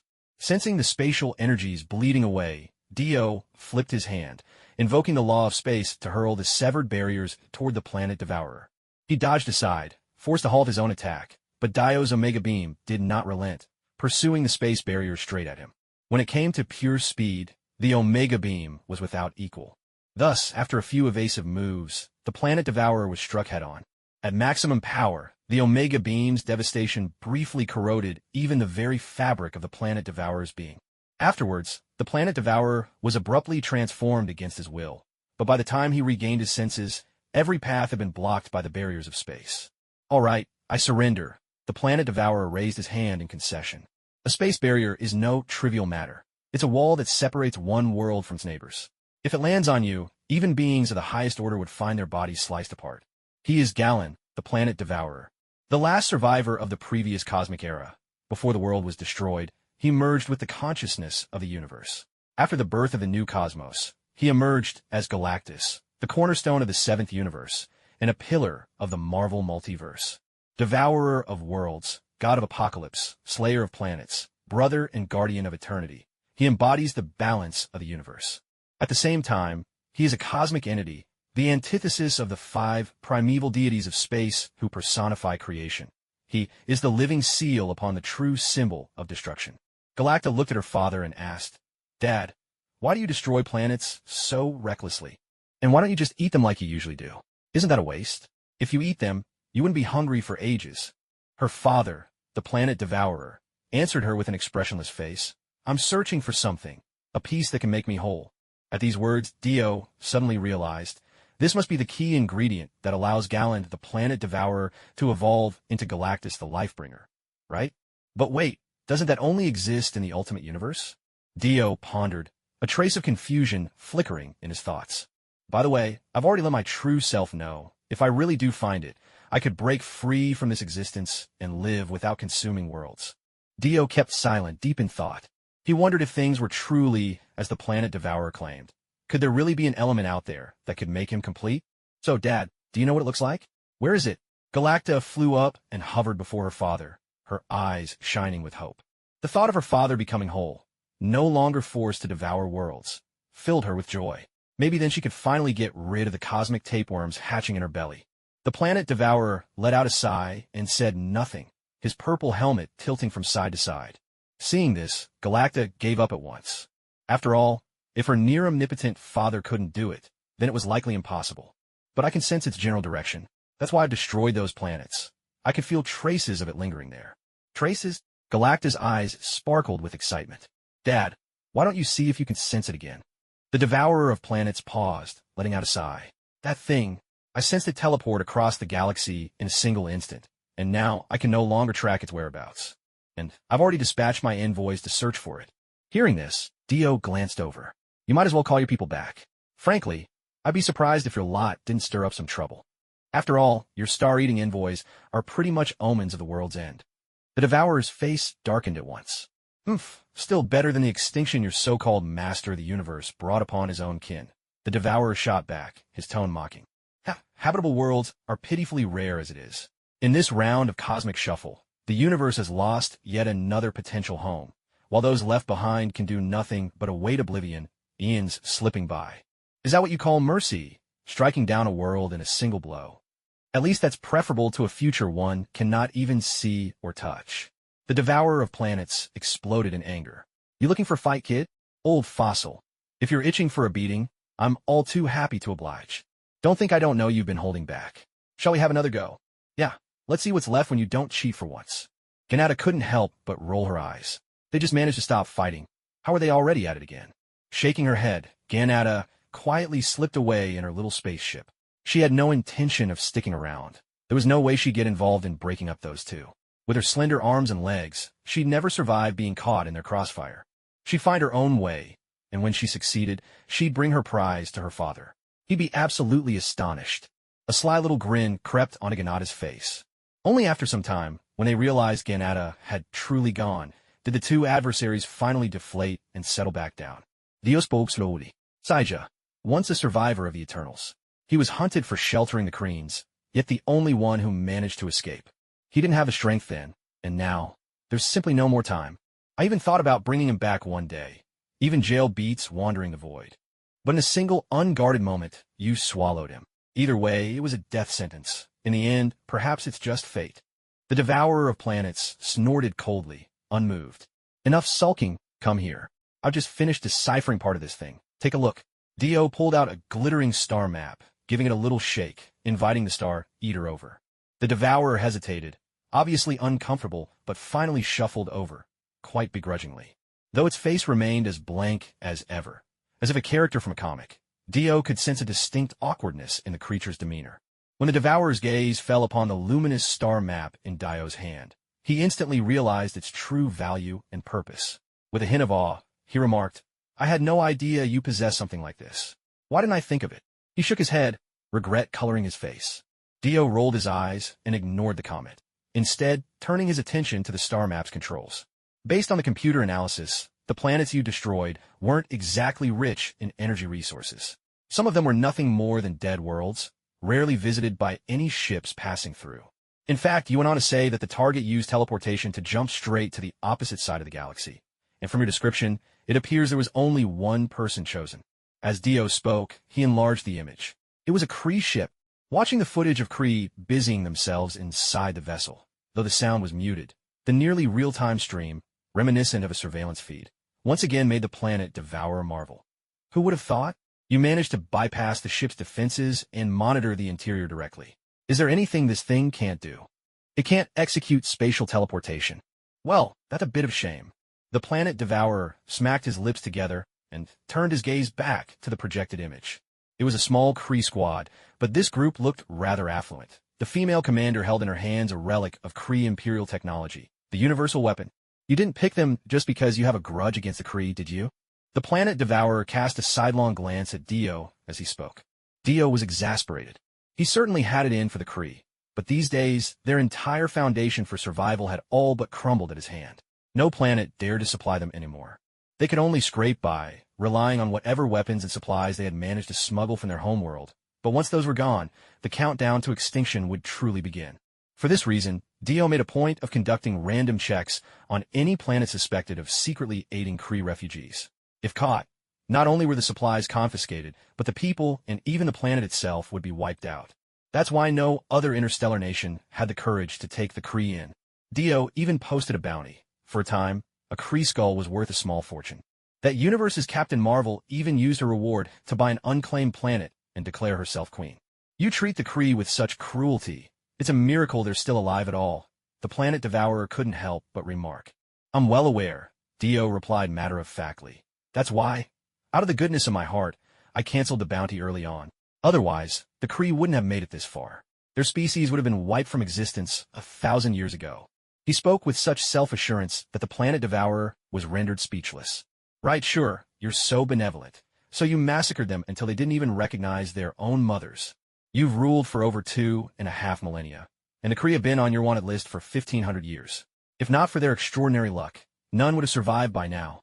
Just a few years ago, a rising star led a frenzy of hunting Kree, turning a hard-won population of hundreds of millions into fewer than 10,000 overnight.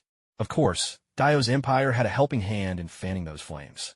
But as for Dio's utter shamelessness, the planet Devourer had now witnessed it in all its glory. All right, since we're sure they've got the item, let's just go straight there. The planet Devourer glanced at the coordinates on the star map, then began adjusting his spacecraft. Dua, seeing this, asked, why not just warp through space instead of flying there?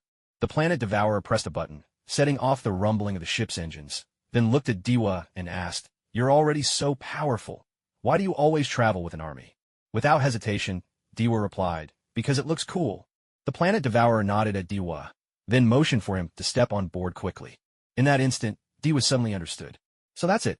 No wonder this guy keeps a few envoys around. It's all for the show. You really know how to make an entrance. Diwa's quick wit and lightning reaction as he hopped onto the vehicle earned a smug toss of the head from the planet Devourer. Except, with no hair, it was a rather pointless gesture.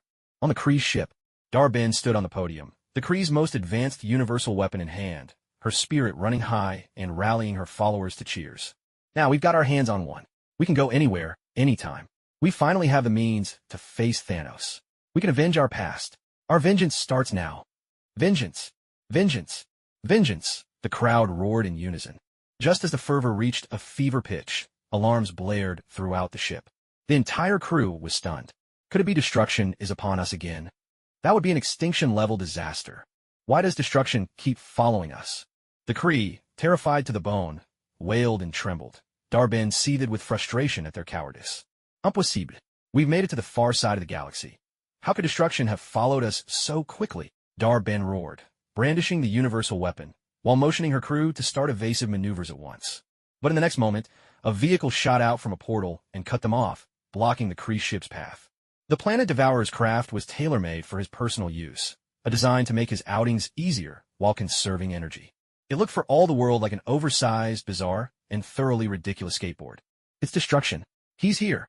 The vast figure of the planet Devourer, his signature purple armor gleaming, his presence radiating sheer oppression, was enough to strike terror into anyone's heart, even through the hull of the spaceship.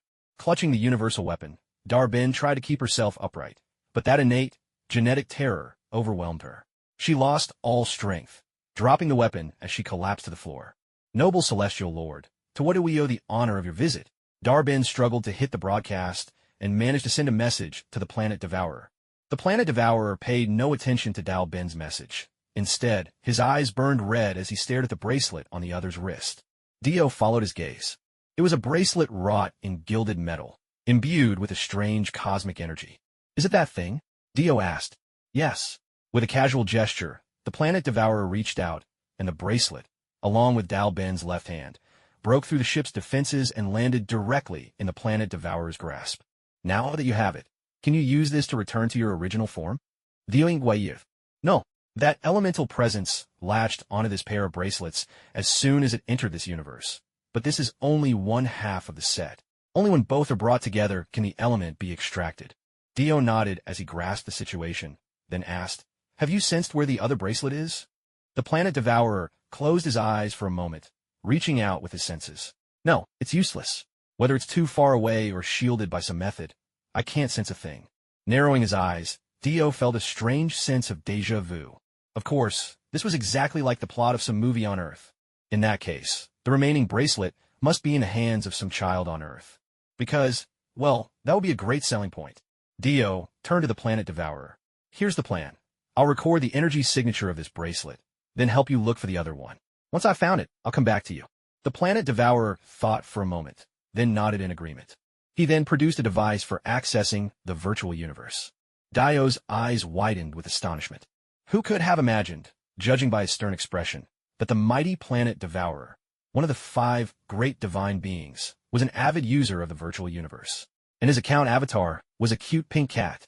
For a rare moment, seeing Dio's bemused stare, the planet devourer blushed. After exchanging contact info, the two went their separate ways. The planet devourer headed straight home, while Dio decided to experiment with the dazzling star map in his hands.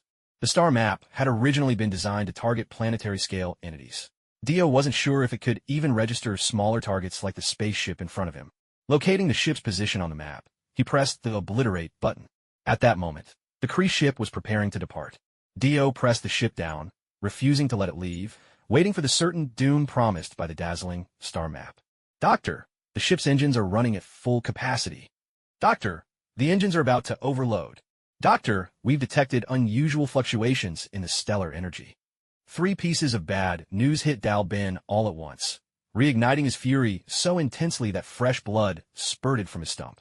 "Doctor, we're detecting a strange object." The image was transmitted to the large screen. All of the Kree people saw a humanoid figure, utterly undefended, holding a hard-edged card and staring at their spaceship with a cold, expressionless face. Those among them with even a little knowledge of history would never forget that face.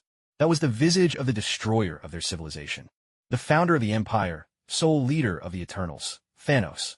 But Dio showed no interest in these revelations. He simply watched in silence as a beam of solar energy shot forth, swiftly drawing closer and enveloping the Kree ship in its brilliance. In an instant, the Kree vessel was submerged in that torrential stream of energy.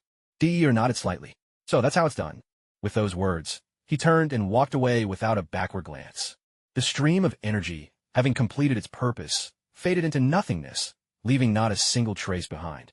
Come to think of it, did I forget something? The planet-devouring entity mused in confusion upon returning home. Far away on Earth, Dio suddenly sneezed. "Good grief, can I still catch a cold?" he muttered, rubbing his nose as he followed the energy signature to a modest 2-story building. Just like before, Dio did nothing to hide his presence or his identity. He came alone this time, without an army in tow. After all, fetching a single bracelet hardly called for an escort of Imperial guards. Such a fuss over something so trivial would be laughable. Still, his arrival was enough to set the already fragile United States on edge in an instant. After so much study and observation, they'd more or less begun to understand the personality of this cosmic overlord. To borrow a phrase from China, he was the epitome of a streetwise drifter. With retirement on the horizon, he had developed quite the habit of wandering around wherever he pleased. Since establishing diplomatic relations with Earth, how many times had he paid a visit now? Last time, he'd stirred up trouble by conspiring with the Transformers and Ultron, an incident inadvertently revealed by one of the Transformers who had joined in Ultron's mischief. The admission left even Ultron completely blindsided. This time, Dio made no attempt to hide himself, bursting straight through the atmosphere to land on Earth. The Americans, already on edge, were terrified at the prospect of another battle royale featuring the Transformers. The military immediately dispatched negotiators, escorting Dio all the way to his intended destination. It was a 2-story house, home to a Pakistani-American family of 5. The second daughter of the family, Kamala Khan, also lived there. Her name might have been ordinary, but her identity was anything but. In the comics, Kamala Khan is also known as Ms. Marvel. She's an inhuman with super strength and the ability to shapeshift or alter the size of her body parts at will. However, Deer soon discovered that in this universe, Ms. Marvel was not an inhuman, and her powers did not involve controlling her body's shape. In fact, it seemed that her superpowers were somehow connected to that mysterious bracelet. The arrival of Dio put the whole family on edge, their anxiety almost palpable. After all, Dio's notorious reputation and his formidable renown had only grown more entrenched in people's minds since Earth had linked up with the rest of the universe. Some foolish souls, disturbed by Dio's ruthless way of handling his enemies, even dared to suggest bringing Earth's laws to bear against him. Yet, within 5 minutes of voicing such thoughts, these people all mysteriously disappeared. "May I ask, is there anything we could do to serve you?" asked Khan's father nervously. "It's nothing much. I'm here to retrieve an item," Dio replied. Dio cast his gaze around the room. Sensing a peculiar fluctuation of energy, he reached out with a gesture. To the shock of everyone present, a strangely patterned bracelet broke through the floor and ceiling, landing in his hand. Several reckless reporters furiously snapped photos, hoping to capture whatever object could make a galactic overlord travel all this way to Earth in search of it. But when they saw it was an ordinary-looking bracelet, many among the media crowd couldn't contain their excitement. Could this be a token once exchanged with his long-lost love? Some speculated eagerly. Has he come to Earth in search of a grand romance, now that he's found the bracelet? Others mused, picturing a passionate love story set against the backdrop of worlds colliding. Yet, a few were uneasy, suspecting the bracelet might be some secret weapon left behind by an alien civilization. After all, if it warranted the personal attention of Dio, the galactic overlord, it had to be of utmost consequence. As for the Khan family, they were bewildered. As far as they could recall, their daughter had simply brought the bracelet home from a picnic. Respecting her autonomy, Khan's parents never questioned where the item had come from, so long as it wasn't the result of anything illegal. Kamala Khan herself was utterly baffled. She distinctly remembered picking it up during that outing, and, in fact, she'd found it on the remains of a body whose age she could not begin to guess. And that very bracelet had awakened within her the superpower of turning photons into physical matter. Kamala swallowed nervously and wisely chose to keep quiet. Dio paid no mind to the lively speculation of the media. It was always the same.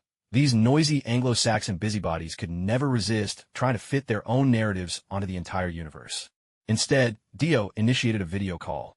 A helmeted head, adorned in purple, appeared on the screen in front of Dio. "Contacting me so soon. Could be you've already found it?" The Planet Devourer's voice trembled with eagerness. Dio waved the bracelet in front of the screen. "Of course. Take a look, another bracelet." Instantly, the Planet Devourer compared it with the one in his own hand, his excitement palpable. "Where are you? Send me your coordinates. I'll be there at once." Dio sent the Planet Devourer Earth's location, then ended the video call.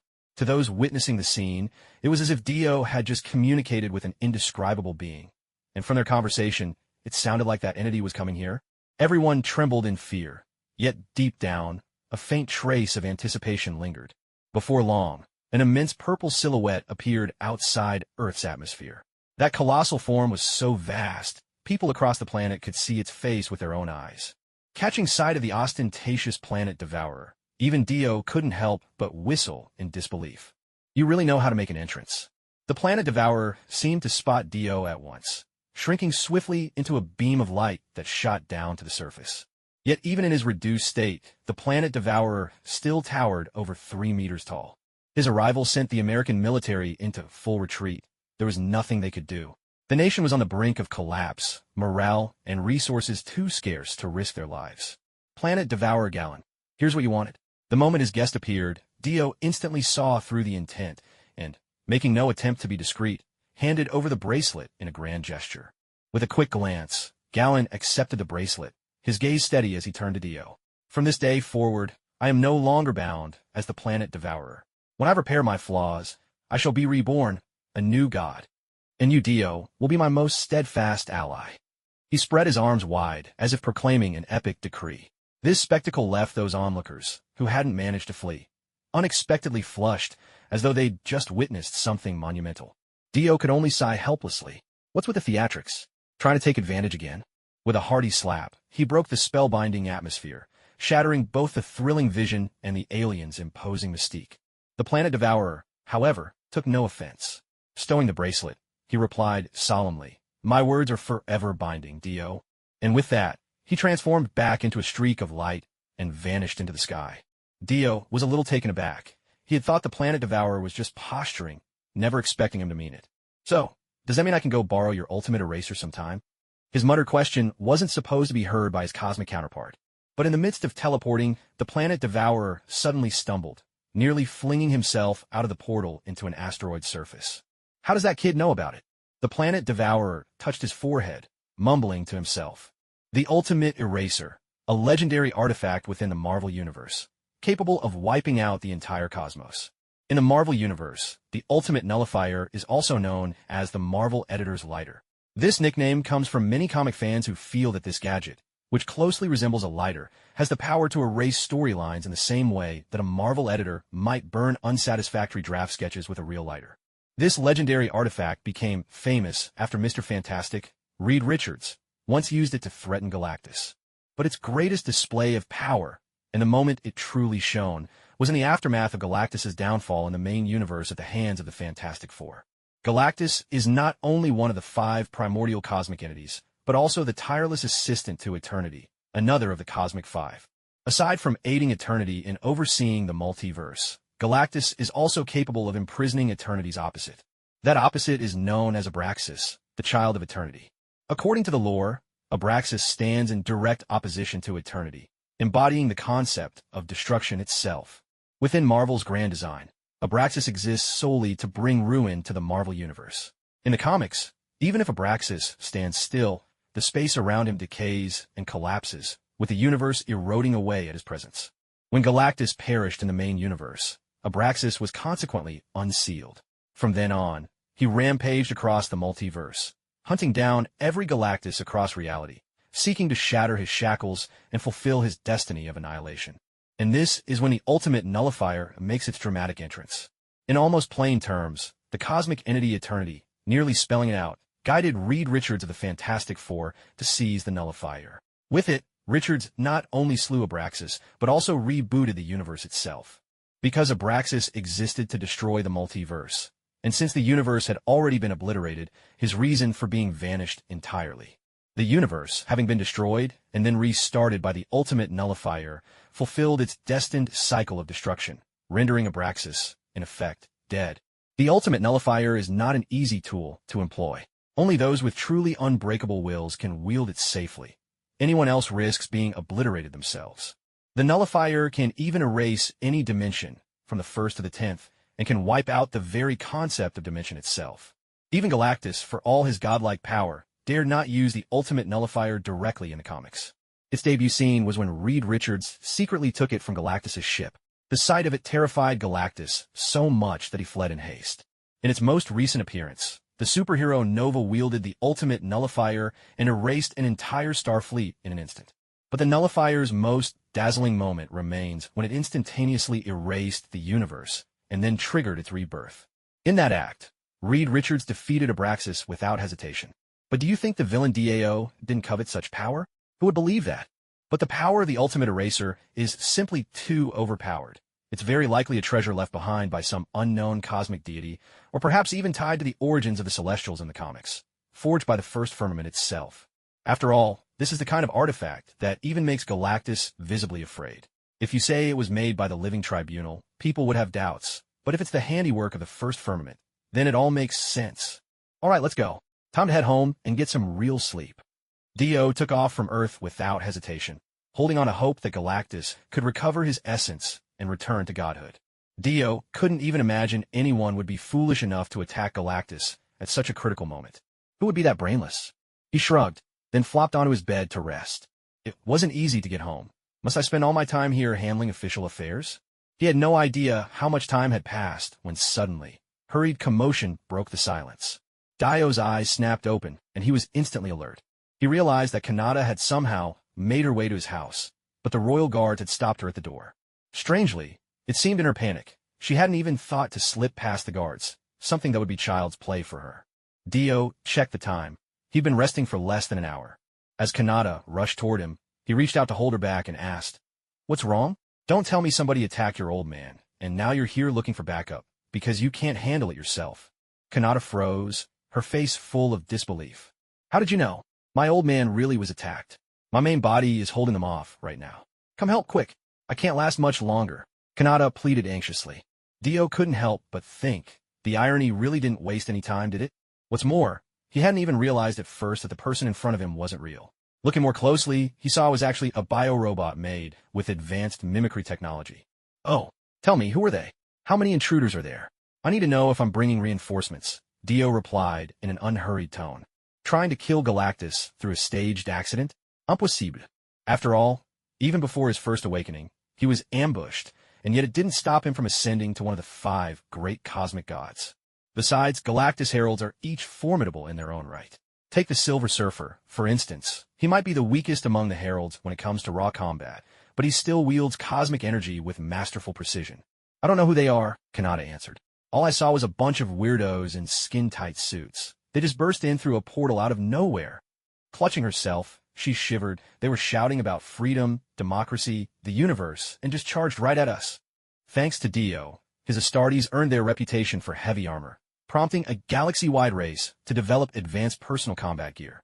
Among these, powered armor for individual soldiers quickly became the top research priority. So, in this universe, it's rare to see anyone running into battle in nothing but a thin bodysuit. As a result, from birth, Ganata has been steeped in a culture where heavy armor is the universe's standard. Those skin-tight costumes you see in comics, she's only ever encountered them in manga imported from Earth. Even Captain America from Earth wears a specialized military-grade combat suit. It might look trim and fitted, but it offers genuine protection, tolerable at best. So when this unexpected group of spandex-clad superheroes appeared, Ganata could only see them as a band of deranged weirdos, charging at her in a flurry of limbs. All right, I understand. I'll lead the troops over there immediately. Dio nodded, suited up in his armor, and followed Ganata out. As for leading troops, well, when you alone are the might of an entire army, why bother with anyone else? Besides, most of his forces were already off waging war in the Warhammer universe, and military law held fast across the Empire. To pull away anyone else now would leave the borders frighteningly unguarded. Given all that, Dio headed off alone. It simply made the most sense. With Dio's strength these days, what were a few superheroes anyway? Arriving confidently on the territory of the planet Devourer, Dio was surprised to find a crowd of oddly familiar faces. The Fantastic Four, but I don't see Mr. Fantastic or Invisible Woman's son. Does he not exist yet? Or, wait, are those the X-Men? Hold on, is that Deadpool too? He watched, bemused, as this motley crew of costume crusaders chanted slogans of freedom, democracy, and the safety of the universe, charging on the planet Devourer's lair in a wild, disorderly rush. He reached up to pinch the bridge of his nose, only to remember one of his hands was already sheathed in a power claw.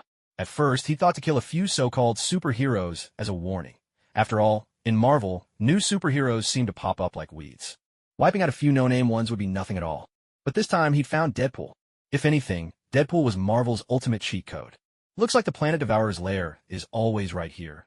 No matter which universe it is. Wolverine, Logan, grumbled, a cigar clenched between his teeth, eyeing the 4 heralds standing guard before the ship. With that one taken hostage, these 4 seemed tied up in knots. Colossus stepped between Wolverine and the view. Off to the side, Professor X said quietly, "She isn't a hostage.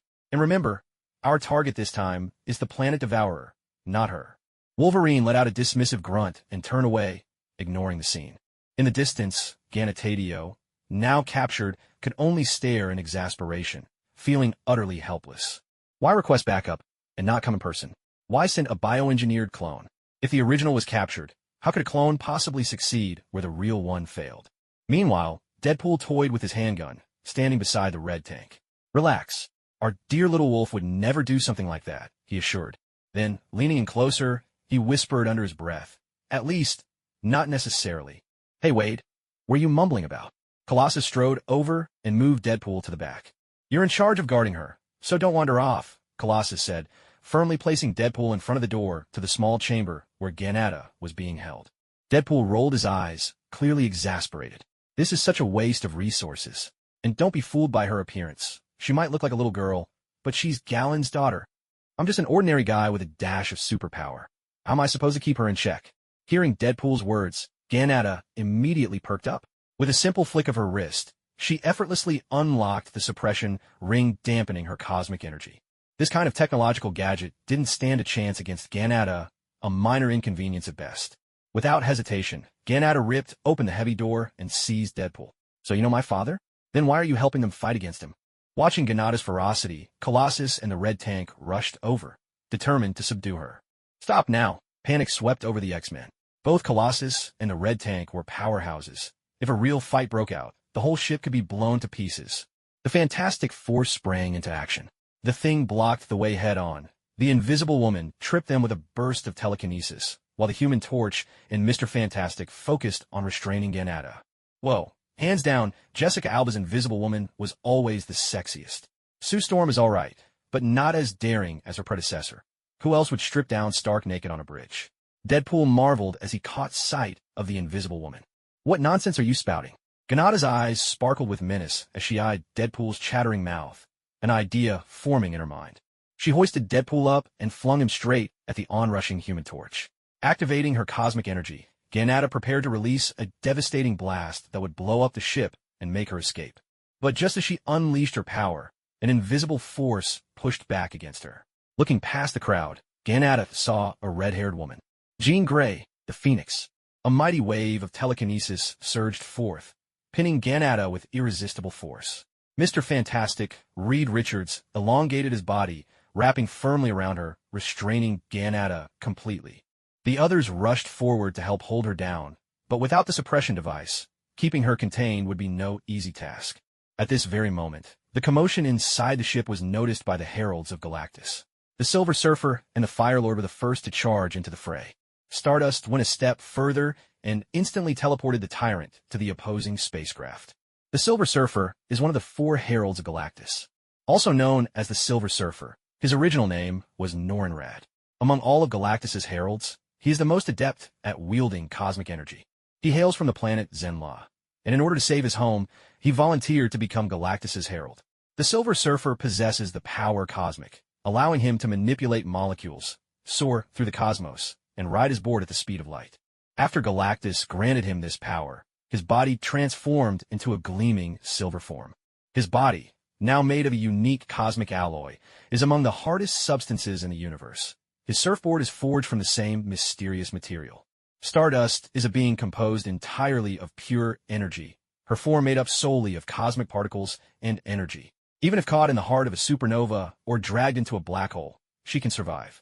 She can also use cosmic energy to create dimensional portals and black holes. Among the heralds, she is the one who loves Galactus the most, and also the most faithful. Firelord wields cosmic energy in the form of stellar fire, making his presence akin to a miniature sun. He carries a scepter capped with orbs at both ends, which can burn perpetually with cosmic flames as long as he remains in contact with it. His original name, Pyreus Krill, he formerly served in the Xandarian Nova Corps, where he underwent numerous combat trainings. He is also well-versed in alien technologies and interstellar navigation. The Tyrant, also called the Tyrant Herald, was once known as Terex. He is one of the most infamous among Galactus's 4 heralds. Empowered by cosmic forces, he possesses superhuman strength, stamina, and durability, and can command stone and earth. His weapon is the Cosmic Axe, which can unleash devastating shockwaves or erect an impenetrable energy barrier. Perhaps his most astounding achievement, the Tyrant Herald once used his mighty axe to cleave an entire planet apart. Terex was once a brutal dictator, ruling over the city of Lamlac on planet Burge, until Galactus forcefully recruited him as a herald. Galactus required a herald ruthless enough to find edible worlds with utmost efficiency and without the hindrance of a moral conscience. However, Tyrant Herald lacked true loyalty to Galactus. On one occasion, he even fled from Galactus's side, seized control of a planet, and plotted to build his own cosmic legion, crowning himself its ruler. Yet in the end, Galactus chose to forgive him. The 4 heralds soon clashed fiercely with the ship's own superheroes. With the power of the heralds on their side, the cosmic vessel the heroes traveled in was, as expected, swiftly destroyed. Fortunately, they were very close to the planet Devourer's enormous abode. The sheer size of this place worked to their advantage. It was so massive, like a real asteroid, that it even had its own atmosphere and gravity. Drawn by the planet Devourer's dwelling, the group found themselves caught by the gravitational pull, and they crashed straight into the colossal doors. Why are all 4 heralds here? I thought there'd be only the Silver Surfer. Nope, I'm out. I'm absolutely not fighting. Deadpool protested as he spun helplessly through space. These guys are terrifying in the comics, and we don't have the Sentry to back us up. Even if the Fantastic Four joined in, it'd be a struggle to take on just one. But now there are four all together. And didn't you notice? Thanos is lurking nearby. My old flame has learned to play dirty. Hiding out? That's not like him at all.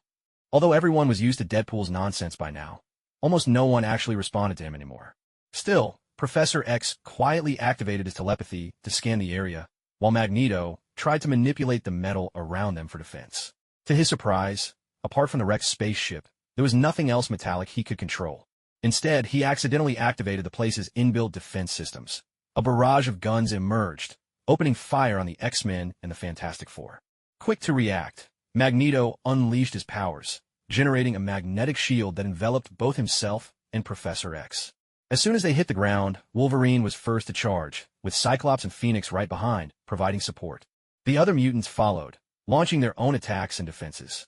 Yet Wolverine was flung back, and every attack from the team was effortlessly blocked.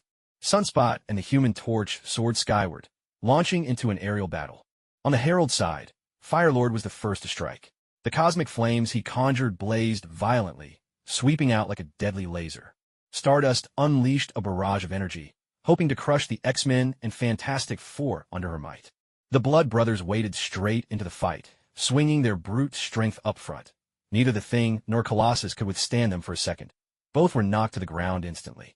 Only Juggernaut managed to stand his ground. Compared to the chaos of the four heralds, Galacta chose to make her escape. Where do you think you're going? Dio snatched Galacta by the scruff of her collar, lifting her up with ease. Galacta panicked for a moment, but quickly relaxed once she saw who it was. You're finally here? I thought you'd abandoned me.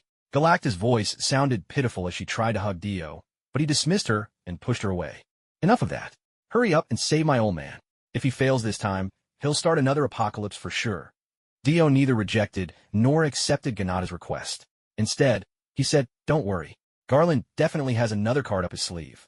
Besides, do you really think your father is just like you?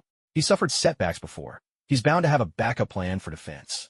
Professor, on the battlefield, Wolverine fought as he retreated, backing up to stand in front of Professor X, looking at him through the magnetic shield. Catching his intent, Professor X nodded slightly.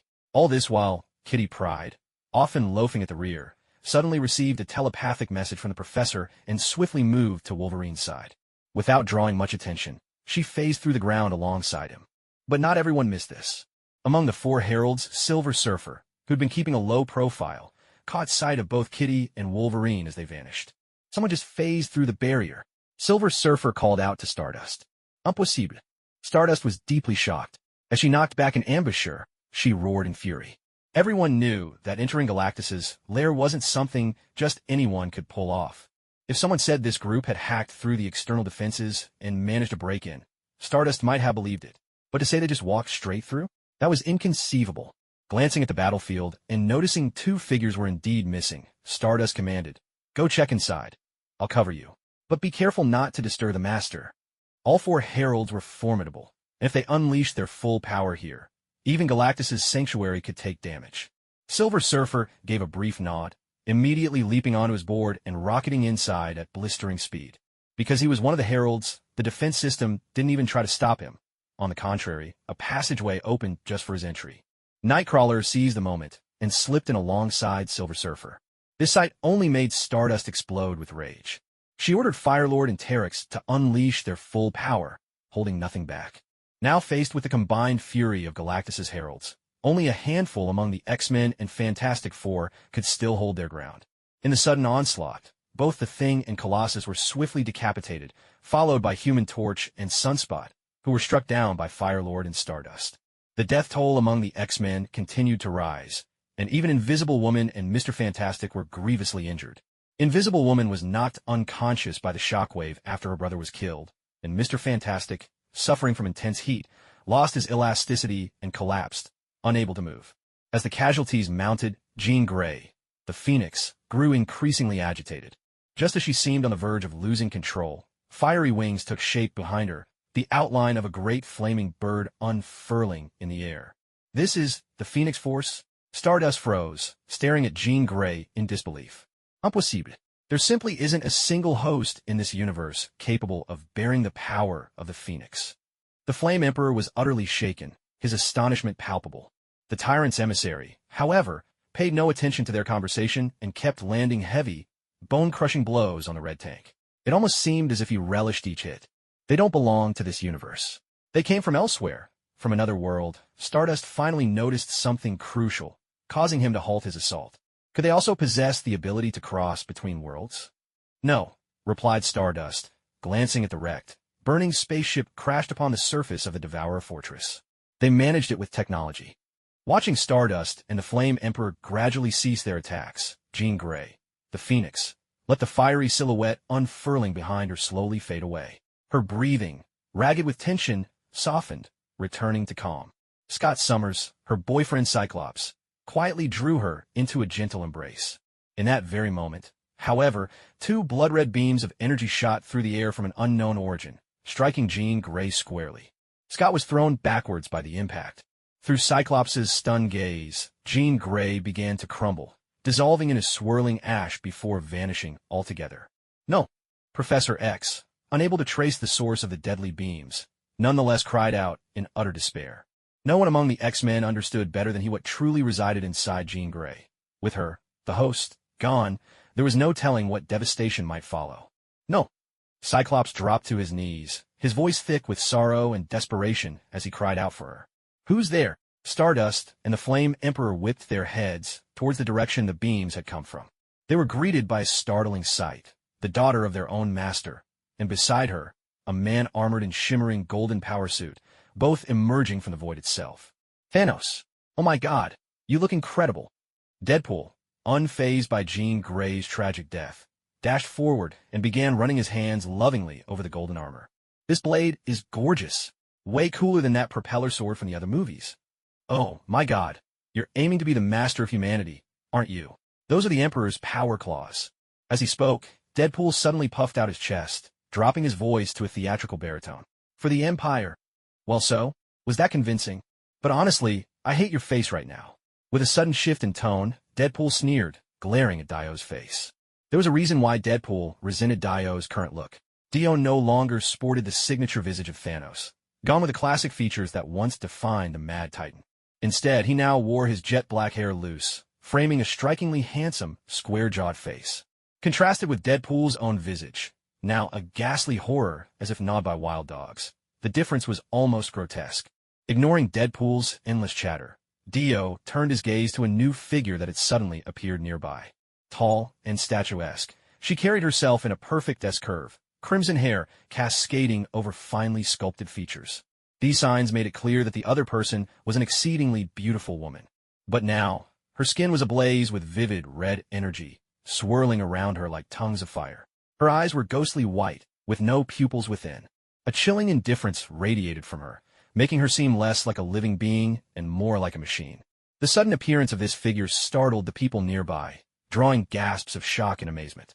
Yet Scott Summers, known as Cyclops, could do nothing but stare in utter bafflement at the levitating woman before him, who looked exactly like his girlfriend, Jean Grey. Seeing this, Dio's lips curled into a slight smile. She's finally emerged, the Phoenix. The Phoenix Force is among the most iconic powers in the Marvel multiverse. It hails from the primal universe itself, born at the dawn of all creation, a force both chaotic and eternal, everlasting and ever-changing, truly a child of the cosmos. The Phoenix Force embodies the powers of life and spirit within the primordial universe, representing existence and emotion. It is the nexus point linking the minds and spirits of all beings that exist or will ever exist across the infinite multiverse, a creator and wellspring of psychic energy, the vessel and master of the multiverse's future life force and emotions. When the Phoenix Force was still an ordinary entity, before it took on its current form, it roamed the endless universes. In the comics, when it arrived on Earth after thousands of years, it encountered a wizard who revered the Phoenix above all else. The image the wizard dreamed of shaped the Phoenix Force, making it take the form of the fantastical bird he had envisioned day and night. Because the Phoenix Force embodies the emotions and memories of the primal universe, it can sense all things, events that have happened, are happening, or are yet to come. As the heart of all life forces in the multiverse, The Phoenix Force can even link minds across the scale of entire universes, enabling feats such as telepathy and telepathic transmission of thought on a cosmic scale. Its control over matter reaches down to the subatomic level and even beyond. It can transmute matter, reorganize reality, and create something from nothing. It is capable of bending, shaping, and destroying all of space and time at will, teleporting through space, freezing it in place, traversing timelines, pausing time, manipulating dimensions, warping the flow of time, and moving freely between any point in space-time. It can just as easily obliterate or conjure up entire spatial dimensions or timelines, traversing any plane, dimension, or universe without effort. The Phoenix Force holds the power to rule over causality, to weave destiny itself, and to manipulate the workings of all things, ignoring the law of cause and effect to rewrite history on a whim. It possesses the ability to shatter, warp, reshape, or restart reality as it pleases, with influence ranging from a universe to parallel universes and even to the multiverse as a whole. Of course, the scope of these powers depends on how complete the Phoenix Force is when attained. In its true, unrestrained form, its influence surpasses even that of an omnipotent cosmos. Moreover, as the embodiment of multiversal, supremely powerful force, both the Phoenix Force itself and its host possess the ability to absorb, transform, and unleash all the energies of the multiverse. Yet, as the host of the Phoenix Force, Jean Grey's connection is merely to a singular fragment of its immense power.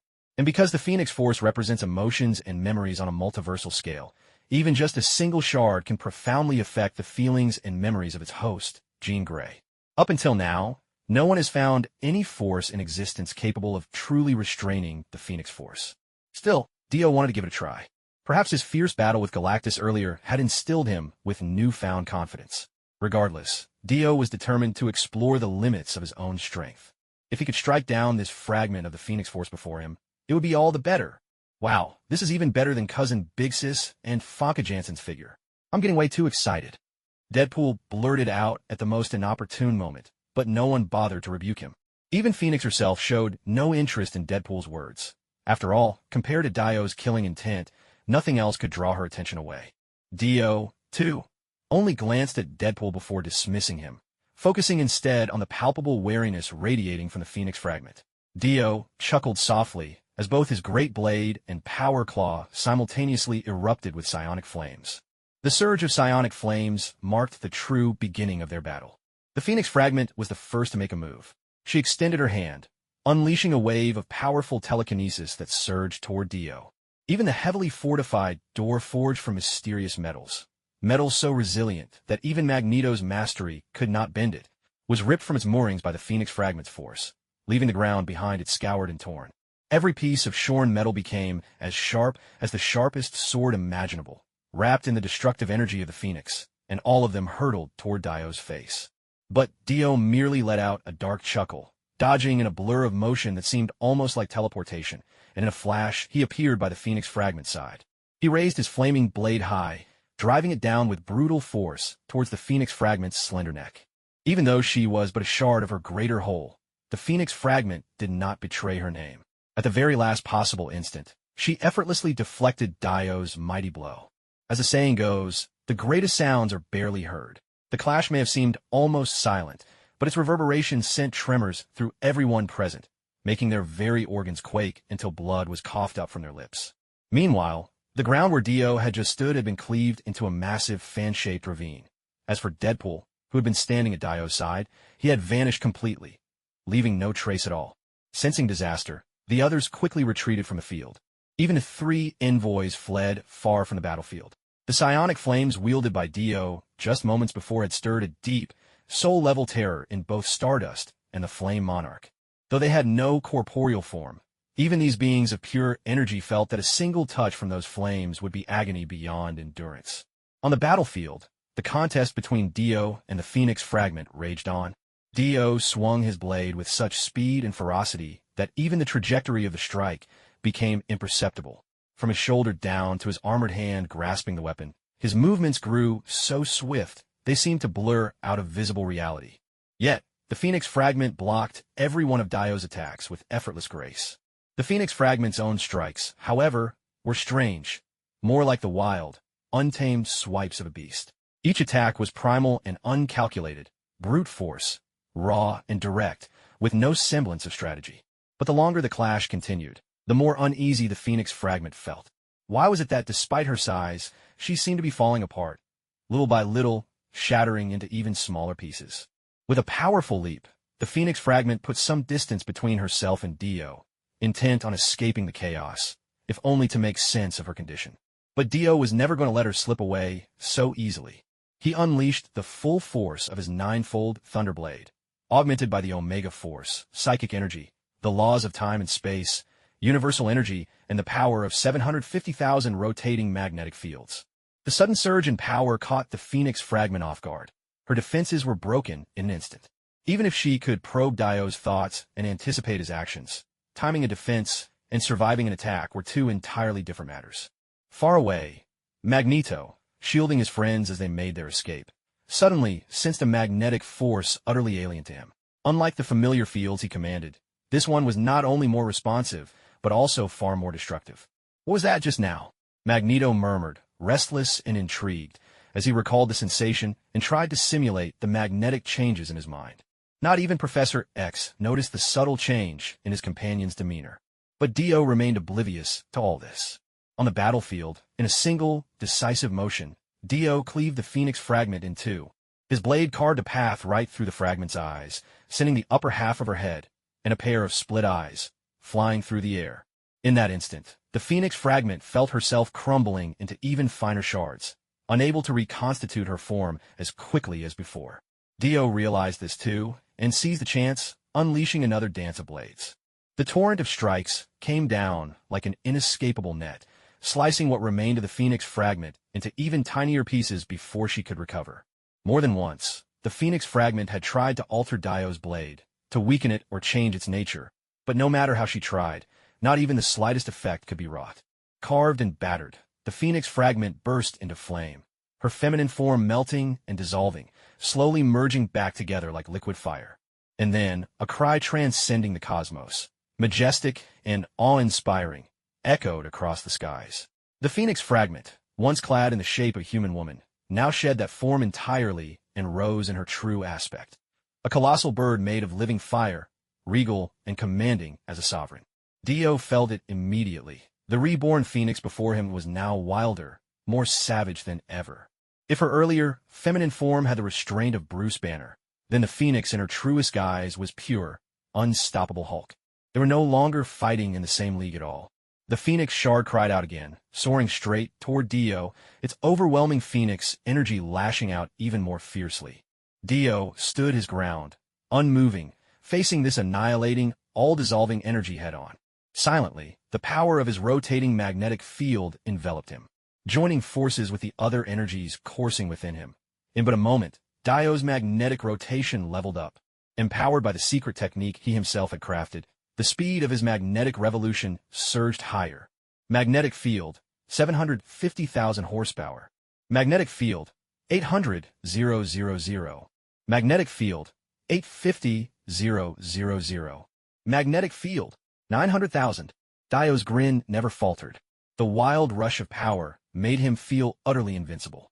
Yet, deep down, he knew this sense of omnipotence was but an illusion, born from the sheer, sudden flood of strength. In the blink of an eye, he had fully mastered the torrent of magnetic energy that had erupted within him. By now, the primal disintegration and assimilation of the Phoenix's power had lost all effect on him. Again, Dio commanded, his power claws vanishing as his arms transformed into thick armored gauntlets. Gripping his blade with both hands, he poured every ounce of strength into a fresh surge of power. And this time, fueled by the meteoric rise of his magnetic field, his attack unleashed a force beyond compare. Even the Phoenix Shard's full-force defense wavered, threatening to shatter at any moment. Dio refused to yield. With another swing, the blade's light flashed back into existence. Rays of steel, as dense as a fisherman's net, sliced into the Phoenix Shard. Once again, the Phoenix Shard loosed a cry that echoed through the cosmos. No longer kingly, but a writhing roar of unwillingness and rage. Then, before everyone's stunned eyes, the shard broke apart at a pace visible to the naked eye, scattering across the universe, awaiting its distant future restoration. And so was the Phoenix power no mortal could face, no, not just faced, but defeated by Dio alone. Now then, everyone line up, hands on your heads, squat down. With the star transformation before and after, the crowd exchanged uncertain looks, but chose compliance. "I'm lame. I can't squat," Professor X said, half laughing, half grimacing at the awkward pose everyone else had assumed, still hoping for some leniency. "No." Dio cut him off without hesitation. Who knows what tricks this guy might have lurking in that wheelchair? He couldn't trust a word from his enemy. "Fine, if squatting's impossible, then just lie down," Dio added. At first, Professor X managed a weak smile, but after that last line, his smile froze on his face. Hesitating several times, he ended up throwing a pleading glance to his old friend Magneto for help. But Magneto was still lost in the vision of Dio's recent magnetic feat. With no help forthcoming, Professor X tried to slide himself from his wheelchair and, with as much dignity as he could muster, stretched out flat on the ground for all to see. Gazing at the crowd of superheroes before him, Dio gave a snort of utter disdain. "Now, if you come clean, you'll be treated leniently. Resist, and things will get tough. Tell me, why are you here searching for the Devourer of Worlds?" Dio drove both blades into the ground, resting his hands on their hilts as he questioned the leaders before him. Mr. Fantastic, Professor X, and Magneto exchanged glances, as if deliberating whether or not to reveal the truth. Just as Dio prepared to execute one of them to make an example, a voice suddenly broke in. This all began a year ago, in the middle of, inside the Devourer of Worlds lair. Kitty Pryde, known as Shadowcat, led Wolverine, Logan, wandering freely as if no barriers could stop them. Normally, this place would require extraordinary caution, but every trap or defense mechanism was rendered useless by Kitty's phasing powers. It didn't take long before the pair reached the Devourer of Worlds incubation chamber without a hitch. That was smoother than I expected. Now that they'd arrived, Kitty Pryde looked around delightedly. Logan, recalling the young woman he'd once taken in and brought to Xavier's school for gifted youngsters, nodded gruffly, agreeing with her assessment. Yet Wolverine never let his guard down. His adamantium claws sprang from his fists, gleaming coldly in the unnatural light. "Kitty, find a way to shut down that machine. I'll cover you." He stood tall and resolute, his claws casting reflections all around. In that moment, a silver figure riding a surfboard slowly appeared at the end of the corridor. "Invaders, surrender now. It's the respectable choice." The Silver Surfer addressed Kitty Pryde, who was already poised for a fight. As for Wolverine, his reputation for ferocity meant little here. Overwhelmed by the Surfer's sheer power, Logan was swiftly subdued. With chilling efficiency, the Silver Surfer twisted Wolverine's neck, then instructed the system to periodically inject him with heavy tranquilizers. This would ensure that, should his master break free of the cocoon, Wolverine could be immediately brought to justice. His attention shifted to Nightcrawler, who kept teleporting in bursts of blue light. Nightcrawler's aim was to distract and protect Kitty by darting around unpredictably, hoping to confuse their opposition. But it was hopeless. An electromagnetic barrier snapped into place, trapping Nightcrawler within the room. Escape became impossible. Even movement inside the field was hindered. Each attempt to teleport ended abruptly, leaving him battered and dazed from crashing into invisible walls. The Silver Surfer glided forward on his board, closing in. Now, only Kitty Pryde remained uncaptured. Though Kitty was of Jewish descent, an identity that shaped her, she was undoubtedly one of the most celebrated and beloved members of the X-Men. She possessed the remarkable power of molecular phasing, allowing her to go through walls as though they were air. Kitty could pass through any solid matter and even extend her ability to fellow mutants in contact with her body. The basic principle is the ability to transform herself into atomic components and pass through any barrier. In this state, she can temporarily merge with objects without affecting or being affected by them, until her body has crossed the obstacle. She can enter this phase at any moment, for instance, when she is attacked. Even missiles and quantum weapons cannot harm her. However, she remains vulnerable to certain mysterious forces.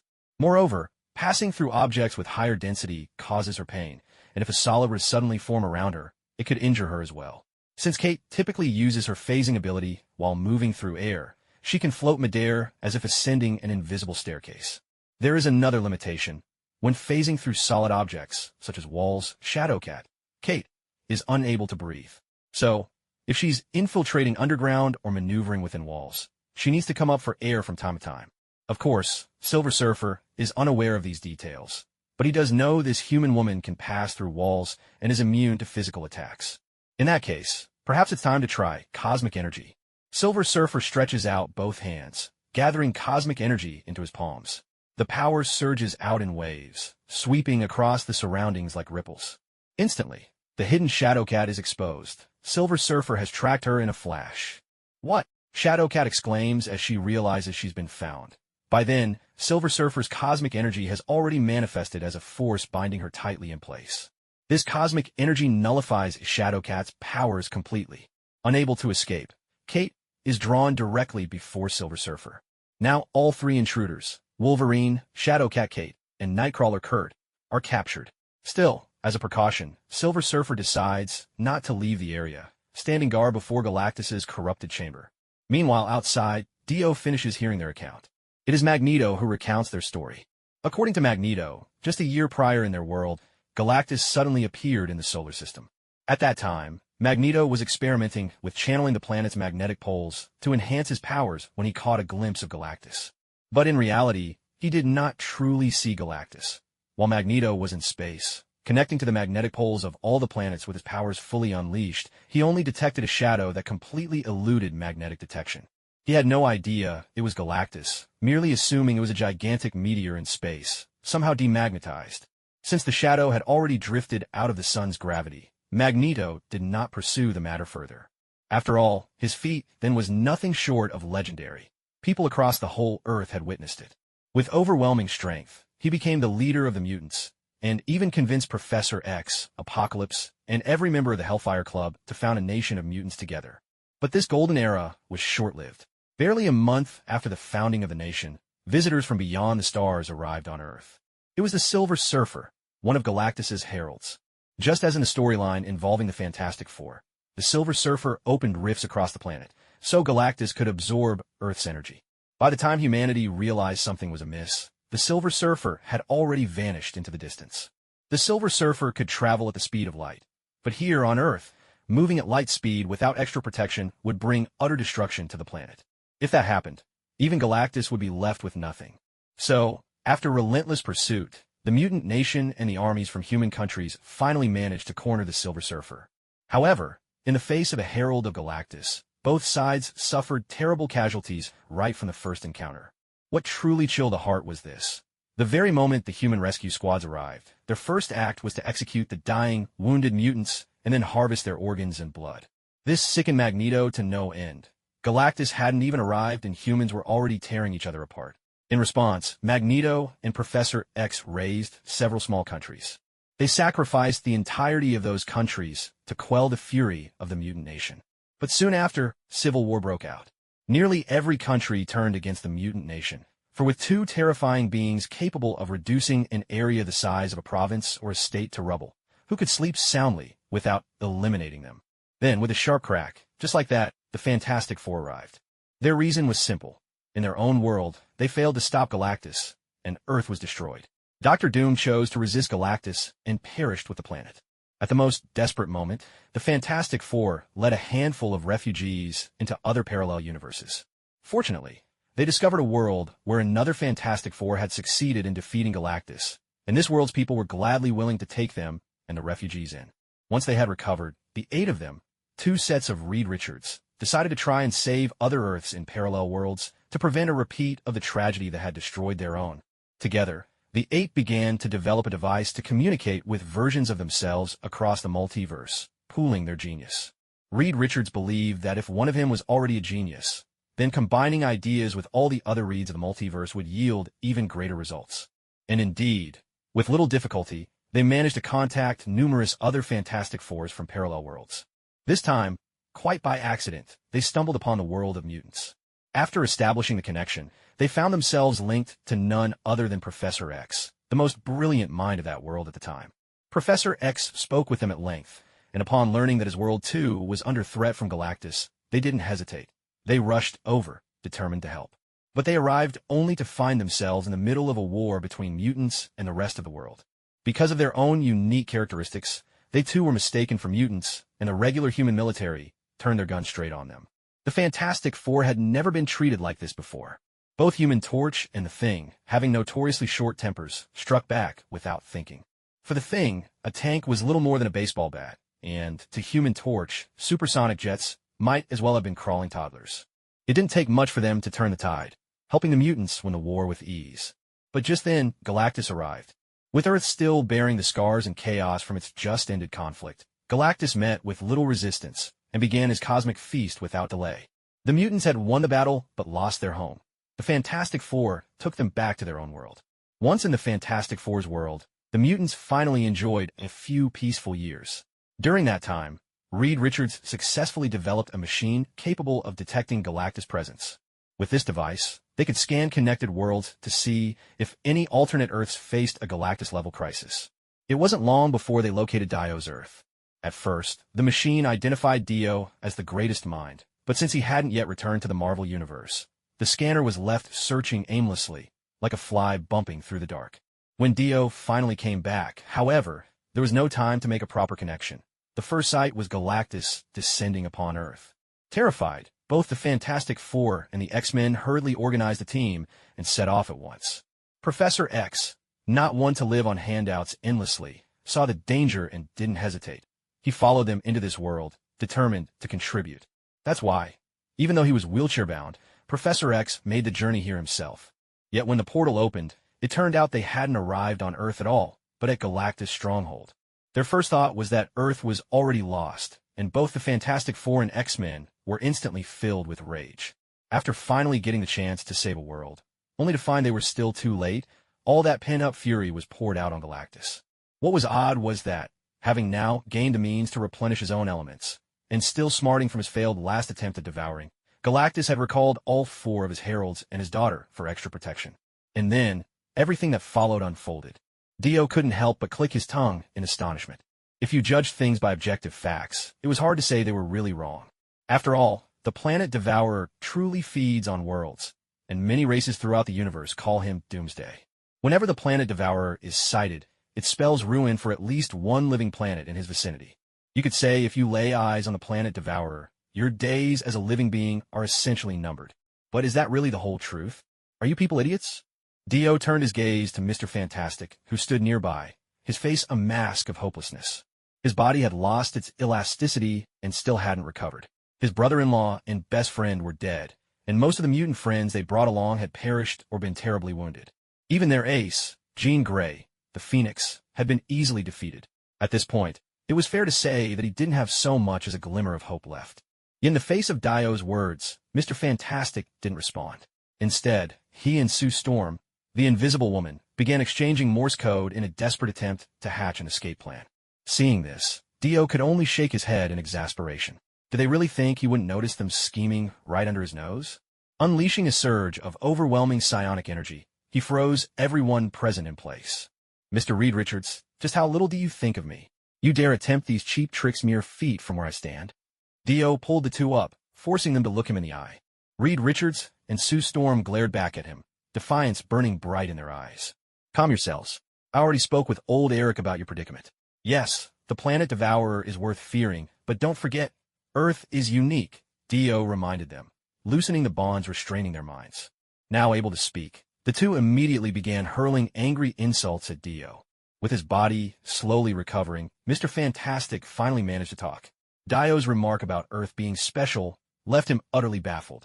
It's true, many superhero stories are colored by the political correctness of Western nations. Even so, a handful of characters possess core traits worth exploring far beneath the surface. What exactly did you mean by that? Mr. Fantastic asked. It took effort to pull himself together, but his curiosity got the better of him. Looking at Dio's blank, impassive face, Mr. Fantastic pressed again. Just now, you said Earth is special. What did you really mean? Reed, Sue snapped, astonished that he would engage with Dio. He's a supervillain. What on earth is there to say to him? Dio, who had scarcely formed an impression of Sue Storm until this moment, now had even less patience for her. With a wordless gesture that silenced her, he tossed her aside at his feet. You want to know? Mr. Fantastic nodded. As both a scientist and a superhero, he genuinely yearned to unravel secrets that most would never even imagine. In our multiverse, Earth isn't some 2-bit place any riffraff can waltz into, Dio said, lowering his voice as if revealing a cosmic truth. You should know, Earth is the eternal heart. Mr. Fantastic, Reed Richards, frowned, unable to decipher what Dio was talking about. Eternity, who is that? You're familiar with the multiverse, aren't you? Dio looked at Reed Richards. Seeing him nod, he continued. There are countless demonic beings, and even genuinely existing gods and devils throughout the multiverse. I believe that as you've been searching for your counterparts in other worlds, you must have encountered or at least sensed some of them. When Reed nodded again, Dio went on. All those real gods and devils in the multiverse have their own domains and direct superiors. Theoretically, the direct superior of the gods is the one I just mentioned, the personification of the abstract concept of the multiverse's spatial existence, eternity. Of course, that's only in theory. Eternity doesn't really interfere with them either. It's much like how death couldn't care less about the various underworld deities of mythology. As long as life is ended, death is satisfied, never bothering to spare you a glance. Eternity? Reed echoed the name, then asked again, so why is Earth the heart of this god? Instead of explaining, Dio replied, there are 4 such personified abstract entities in the entire multiverse, collectively known as the 5 cosmic entities. They are eternity, the embodiment of space; infinity, the embodiment of time; death, the personification of the concept of mortality; and last, Galen, the sole survivor from the previous cycle of the universe, known as Galactus, the devourer of worlds. Together, they make up the essentials of the entire multiverse. Reed nodded, but quickly realized something and asked, wait, you said 5 cosmic entities, but so far you've only named 4. And Galactus is one of them? Why does he devour planets? Dio answered patiently. Let me answer them one by one. As for the last entity, it's best not to even know his name. He is the embodiment of nothingness and the unknowable in the multiverse. He can create and manipulate everything in the multiverse that either does not exist physically or cannot possibly exist. He can, almost effortlessly, create, destroy, alter, or control any existing or non-existent matter, as well as the entire fabric of space-time in the Omniverse. For once, Mr. Fantastic couldn't hide his astonishment. Dio regarded him with curiosity. Aren't you worried I might be lying to you? Reed thought for a moment, then shook his head. I trust you. Wade Wilson's attitude toward you, combined with your abilities, speaks volumes. I don't think you'd lie to me. His words weren't exactly flattering, but Dio was nevertheless pleased and released Reed from his restraint. Distracted, Reed promptly lost his balance and plopped down onto the floor. Smart people always make things sound good, so let me continue explaining. With a casual gesture, Dio conjured up a chair and went on. The planet Devourer is the sole survivor of the last universe after its destruction.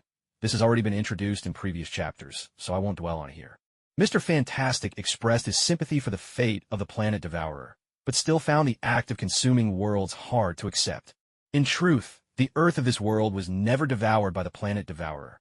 On the contrary, it allowed him to find the element he was missing. If all goes well, he will become Galactus, the life-bringer who repairs worlds, rather than Galen, the planet Devourer. Dio looked at the stunned Mr. Fantastic, Reed Richards, as he explained. This explanation caused Reed's expression to soften, but he still replied, then we'll wait and see. If he truly ceases to be the planet Devourer, we'll apologize and leave. But if not, please don't stop us. Dio did not object. In any case, he wasn't really in charge. His agreement or disagreement wouldn't matter much. The life-bringer Galactus.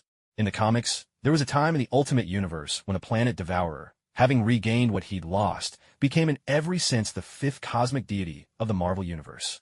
Of course, this didn't mean that once he stopped being the planet Devourer, he was no longer one of the primordial gods. Instead, it signified his new identity as a cosmic entity of this age in the Marvel Universe.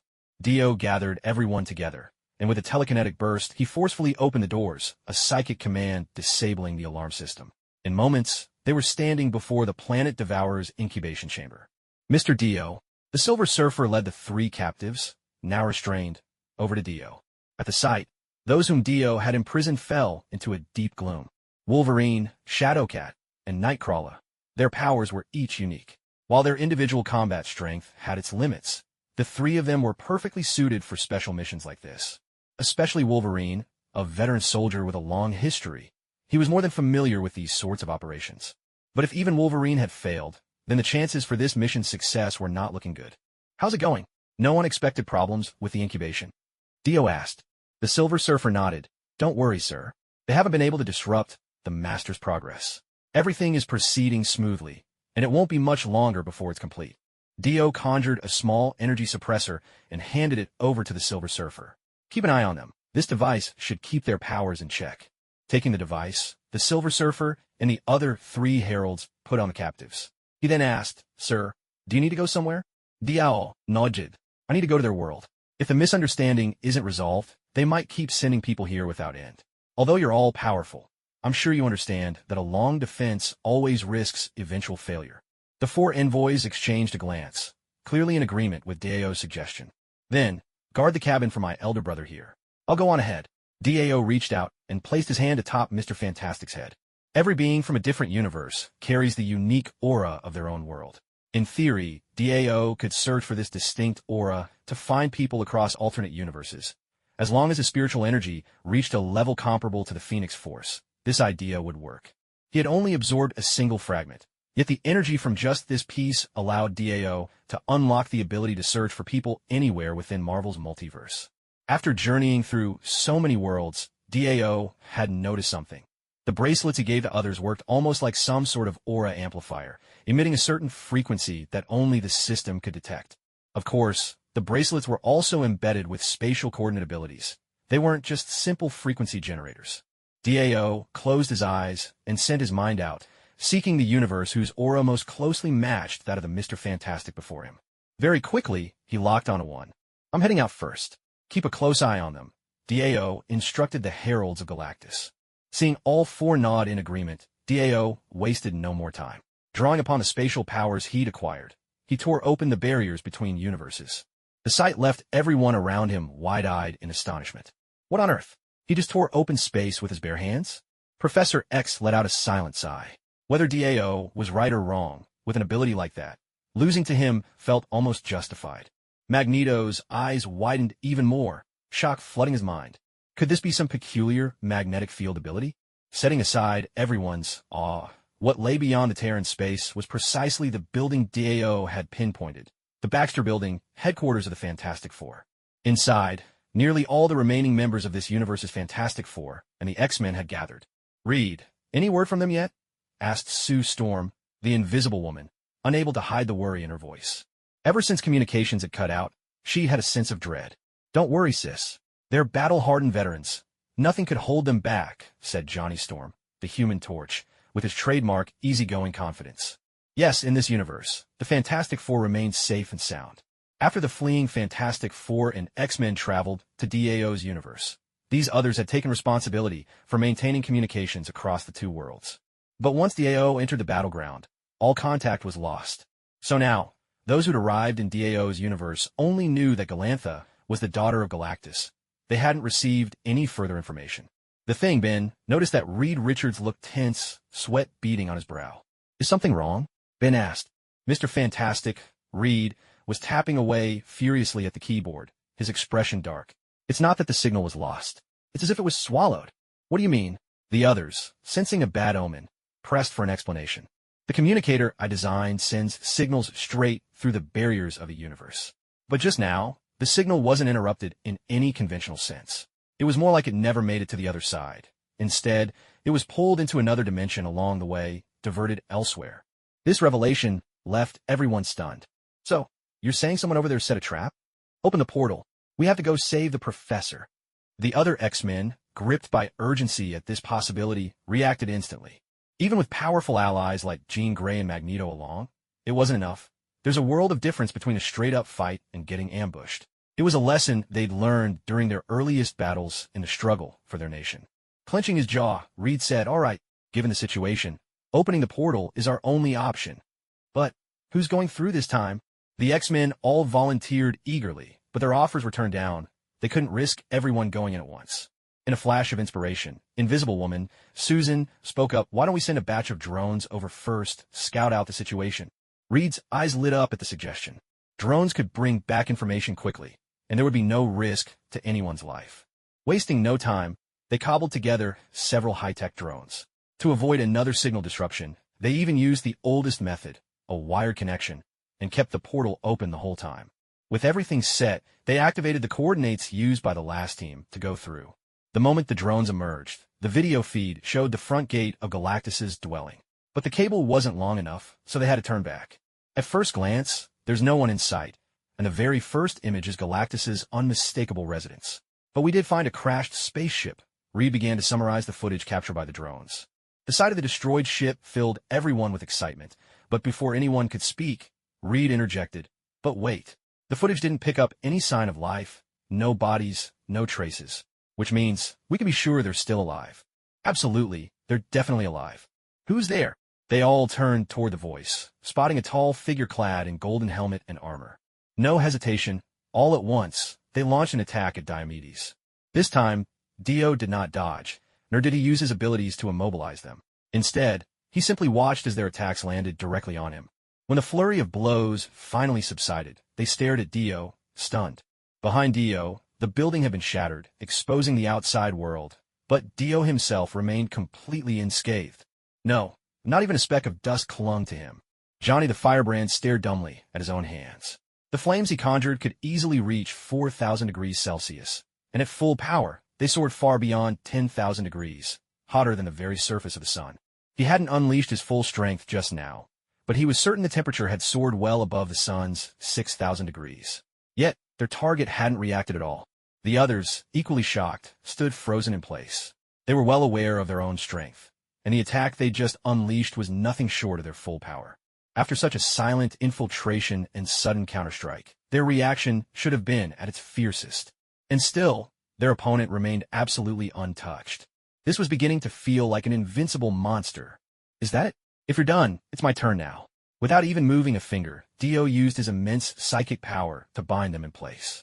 Then, with another sweep of his will, he materialized a fresh batch of suppressors and snapped them onto the group, encasing them all in a psychic sphere.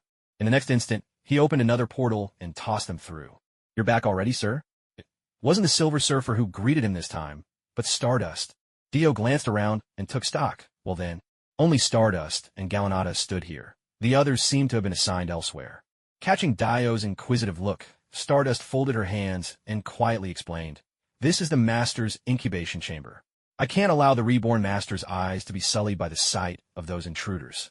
Dio understood, though he couldn't help but be a bit taken aback by Stardust's slightly obsessive demeanor. She might now be a life form composed entirely of pure energy, but before this transformation, she had been every bit a woman of flesh and blood. What was more, her loyalty to Galactus was absolute. And Dio gave her another look, and a touch, unhealthy, perhaps, in her devotion. Once, Stardust had been dispatched on a mission against a foe so powerful that her energy form was destroyed. But as a being of energy, she was able to return home and reform herself. When she got back, though, she discovered her world had been annihilated. Racked with pain, she sought out the 53 survivors and absorbed them into her own being. Soon after, Stardust sped back to Galactus's side, eager to serve him again as his herald. Galactus, however, questioned her reasons for demanding to be accepted anew, asking her to prove her loyalty with something more substantive. As a result, the girl drew out the vital energies of those 53 people and fed them to the planet Devourer, which finally restored the planet Devourer's trust in Stardust. It could be said that, in order to remain by the planet Devourer's side, she was willing to sacrifice everything. She would do anything for the planet Devourer. How much longer will it take? Dio asked. There is only one portion of this element from the planet Devourer. No matter which avatar acquired it and ascended, the change would gradually affect every other avatar. And eventually, like an infection, even a main body would transform into the messenger of life. Glancing at the planet Devourer's incubation pod, Stardust answered, "It should only take a few more days. Since you are the Master's friend, sir, we can prepare a room for you to rest during this time." Dio agreed readily, for he was eager to witness the birth of Galactus, the messenger of life. But before that, Dio paid a visit to the cells, confining the X-Men and both teams of the Fantastic Four in separate cells. He even placed a helmet, identical to Magneto's, on each of their heads, just in case, to prevent any unexpected incidents that might allow this group to escape. After that, Dio switched Mr. Fantastic Reed Richards' cell to one that was round, all to prevent him from using his unique body to slip away. Going even further, Dio placed these cells at the edge of a black hole. Should anyone escape, they would be instantly swallowed up. Only after making such preparations did Dio finally feel at ease and leave. Days passed. Dio, contemplating the laws of the universe that he had regained from his avatar, suddenly sensed an inexplicable surge of life energy shooting up into the heavens, a torrent of brilliant, golden life force expanding in all directions. It's happened. Dio detected a force of life so much more immense than Hellas. It left him truly astonished. I'll have to find some time to bring Hela here to see. No, he should be called Galactus now. She needs to come and learn from Galactus. Dio muttered to himself for a while. Then, he first returned to the edge of the black hole, retrieved the prisoners, and immediately teleported to the incubation pod. He wanted these people to witness the truth up close. Very soon, the swirling energy of golden particles began to subside, and the hatch of the incubation pod slowly opened. The moment it did, Dio felt an overwhelming wave of life energy, so potent, it reached the level of a universal law. The law of life. Dio was stunned. The force he sensed was truly the power of the law of life.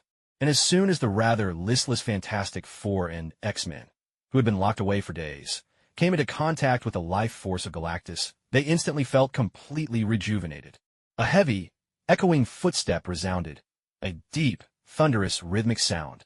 With that, Galactus, who had transformed from the planet Devourer into the Messenger of Life, made a dazzling entrance. Now, the Devourer of Worlds is a thing of the past. Here comes the Bringer of Life, shining bright. He will cast aside his former ruthlessness, cherishing all life as an irreplaceable treasure. He will heal ravaged planets, revive lost lives, and atone for the sins he once committed. He will know no exhaustion. He will be tormented by regret. He will... Galactus coughed. All right, enough with the speech. Any more of this, and I might just reboot the entire universe. Dio stopped his narration at just the right moment. With a flourish, Galactus drew back the golden particles he had radiated, absorbing them into himself, and even added a golden gleam to his form. Now, he was covered in more gold than his armor ever had. His very skin had turned to gold. Now that's a stunning look, Dio remarked, clicking his tongue in admiration. Galactus, as ever, couldn't help but show off, running his hand through his hair. Of course, there was still no hair for him to run his fingers through. Dio couldn't help but laugh, and then turned to look at the handful of onlookers, who were still reeling in shock. Focusing on one of the Mr. Fantastics, he asked, "So, do you believe it now?" The Mr. Fantastic, called on by Dio, began breathing heavily, unable to hold back his tears. "Great Celestial, please save my world." Sobbing, the man dropped to his knees. He crawled forward, overcome, pouring out his grief with every movement. The Shi'ar Empire? With Galen transformed into Galactus, the Bringer of Life, the former Devourer of Worlds was nowhere to be found. In his benevolence, he had even restored the fallen members of the Fantastic Four and the X-Men. Dio went one step further, forging diplomatic ties between the Fantastic Four and the X-Men of another universe at the national level. To seal the alliance, he even pulled over a squad directly from the Warhammer universe. As for reinforcements on his own home front, Dio wasted no time boosting his forces. Everything was going smoothly, so well, in fact, that he managed to locate the universe where the X-Men resided. And in that universe, Dio found the version of Galen who had not yet become Galactus, uncontaminated and still whole, and, most notably, the Shi'ar Empire, a power that, in his own reality, should have been one of the three great empires. Well, that makes sense. I always wondered why I'd never encountered the Shi'ar Empire in my universe. Turns out it was over here all along. With that, Dio arrived in person. He even took a moment to compare the galactic positions the Shi'ar Empire occupied in this universe to those of his own empire, and discovered that they matched, except his was larger. The Shi'ar Empire is a fictional nation in the Marvel Universe, one of the three great alien empires, rivaling the Kree and Skrull empires. Its origins trace back to an ancient planet called Aerie, home to the Shi'ar, a cold-blooded humanoid race evolved from birds. The Shi'ar possess distinctive physical traits, including lightweight, hollow bones, vestigial feathers on their forearms, and crests upon their heads. On average, they can lift objects weighing up to a ton and are endowed with extraordinary endurance. For this reason, the Shi'ar Empire is also known as the Raptor Empire. The Shi'ar Empire spans multiple star systems, encompassing a vast array of alien species and cultures within its reach. At the heart of the empire lies its central base, the artificial planet known as the Imperial Throne World. Its capital city is Chandler. The Shi'ar political system centers around the royal family. Be it emperor or empress, supreme power remains with the throne, which typically passes down through royal succession. The Supreme Council manages the day-to-day affairs of the empire, yet every council decision ultimately requires the approval of the emperor or empress. The Shi'ar boast advanced technologies, faster-than-light communications, teleportation, energy weapons for starships and infantry, as well as sophisticated force field systems. They also command singular innovations, among them holographic projection, cloaking capabilities, and a network of stargates. These stargates form a web, allowing instantaneous travel over great distances, even spanning entire galaxies. The Empire's military might is embodied by the Imperial Guard, a legion that recruits the strongest and most elite warriors from across Shi'ar territory. Among them, the legendary Gladiator serves as commander, revered by many fans as one of Marvel's true supermen. Shi'ar culture is shaped by a vigorous absorption of foreign influences, a spirit of integration that emerges even in their myths and legends. At the heart of their faith stand the twin deities Shara and Kithri, whose union represents the merging of strength and love. Yet the Shi'ar also inherit a streak of ancient, belligerent traditions. Consider, for example, the royal surname Narimani. Their former emperor was so notoriously brutal that his own sister usurped his throne. Indeed, royal life is a relentless cycle of power struggles, thrones taken and retaken, much like the dramatic tales in so many superhero comics. Despite their high-tech advancements, the Shi'ar still engage in visceral close-quarters combat with melee weapons. These arms are not only exceptionally resilient and sharp, but are wielded without regard for disintegration fields, a testament to their straightforward brutality. The Shi'ar Empire has crossed paths with Earth on several occasions. In Marvel Comics, they have attempted to establish contact with the planet, and have repeatedly clashed or allied with superheroes like the X-Men. It is also revealed that, billions of years ago, the Shi'ar themselves tried to conquer a primordial Earth, only to be repelled by an ancient order of mutants. Even Dio glimpsed figures in reality reminiscent of the comic book Gladiator. Strictly speaking, the Imperial Guard's Gladiator is not a true Shi'ar birdman. He hails from Strontia, a client world of the Empire. He belongs to the Strontian race, who possess innate superhuman powers. As a Strontian, he underwent the rigorous transformation process of a gladiator, unlocking even greater might. The gladiator enhancements of the Shi'ar Empire are more akin to a transformation through some kind of idealistic force. For one of the swordsman's superpowers is called the more confidence, the stronger. This power can even affect a swordsman's combat ability in day-to-day situations. If a swordsman's confidence takes a blow, his combat capability might dip below his baseline. His physical prowess could end up lower than even Spider-Man or Wolverine. This gladiator enhancement is way too overpowered, isn't it? No wonder the Shi'ar are one of the three great empires of the universe. With opponents like these, it figures that the Kree and Skrull in the comics have such formidable military might, Dio muttered to himself. Quietly, he took the opportunity to study this so-called gladiator enhancement procedure. It was an astonishingly potent modification. Though its upper limits wouldn't surpass this universe's boundaries, it still enabled feats like tearing apart black holes with bare hands and kicking stars into submission. If I could give my own soldiers this upgrade, wouldn't I just unify the whole universe? Dio considered this for a moment, and after taking into account the requirements for the procedure, he quickly realized it wasn't so simple. The cost of this operation was astronomical. Across the entire Shi'ar Empire, only their elite force, the Imperial Guard of the royal family, underwent this confidence-empowered transformation. Of course, only the swordsman was so utterly dependent on confidence. The combat abilities of the others, while not solely determined by their confidence, were still influenced by it to varying degrees. No wonder the Shi'ar Empire never manages to unify the entire universe. The price of this is just too steep. If you wanted to expand your army, every single recruit would need to be enhanced, but at these costs, mass expansion is out of the question. Dio spoke almost to himself, and after silently absorbing the techniques, he took a few blood samples from the swordsman and left. Unlike the Kylosian species created just for Drax's movie debut, the Strontian people, who have always appeared in the comics, are vastly superior. Dio nodded. If he used the DNA from these blood samples to clone a squad of Strontians, it would not only diversify the races and population within his empire, but also add a serious boost to his military might. This species, too, is a kind of cold-blooded, avian-descended humanoid, with DNA fragments that are somewhat similar to those of the Shi'ar. Dio examined further. Look at that. While there are some genetic similarities, the two already show hints of reproductive isolation. In other words, offspring from Strontian-Shi'ar pairing are as sterile as mules. Naturally, this issue exists only between Strontians and Shi'ar. If they pair with others, it's not a problem. Haha, if Gladiator Kalak knew about this, would he still be looking for a wife within the Shi'ar Empire? Dio chuckled, remembering how in the comics the sword Gladiator had even fathered a son, and had gone on to study at Xavier's School for Gifted Youngsters. That thought made him laugh even louder. But, he mused, what kind of troops would fit the Stroshan people best? Dark Raven Guard? Blood Angels? Or perhaps Midnight Lords? After returning from the Shi'ar Empire, Dio immediately set about upgrading his Imperial Guards. He had to admit, those guards transformed by his own hand adapted to new abilities at an incredible pace. Not only did they assimilate the powers quickly, but they also mastered them almost instantly. He then put their combat strength to the test. With their confidence soaring, the guards' fighting abilities skyrocketed. The improvement in their physical power alone truly showcased just how broken these mind-over-matter powers could be. They couldn't quite tear apart black holes with their bare hands, like the legendary sword Gladiator, but in their current state of supreme confidence, they could easily destroy a star. Dio was thrilled, not just because his elite protectors had grown stronger, but because this was a strategic enhancement, a preparation for wars that might come in the future. But Dio glanced at the energy that had been consumed. The cost is just too high. And this is only the result of transforming my personal guard. Even with the size of the Empire as it is, I can't just keep going at this pace.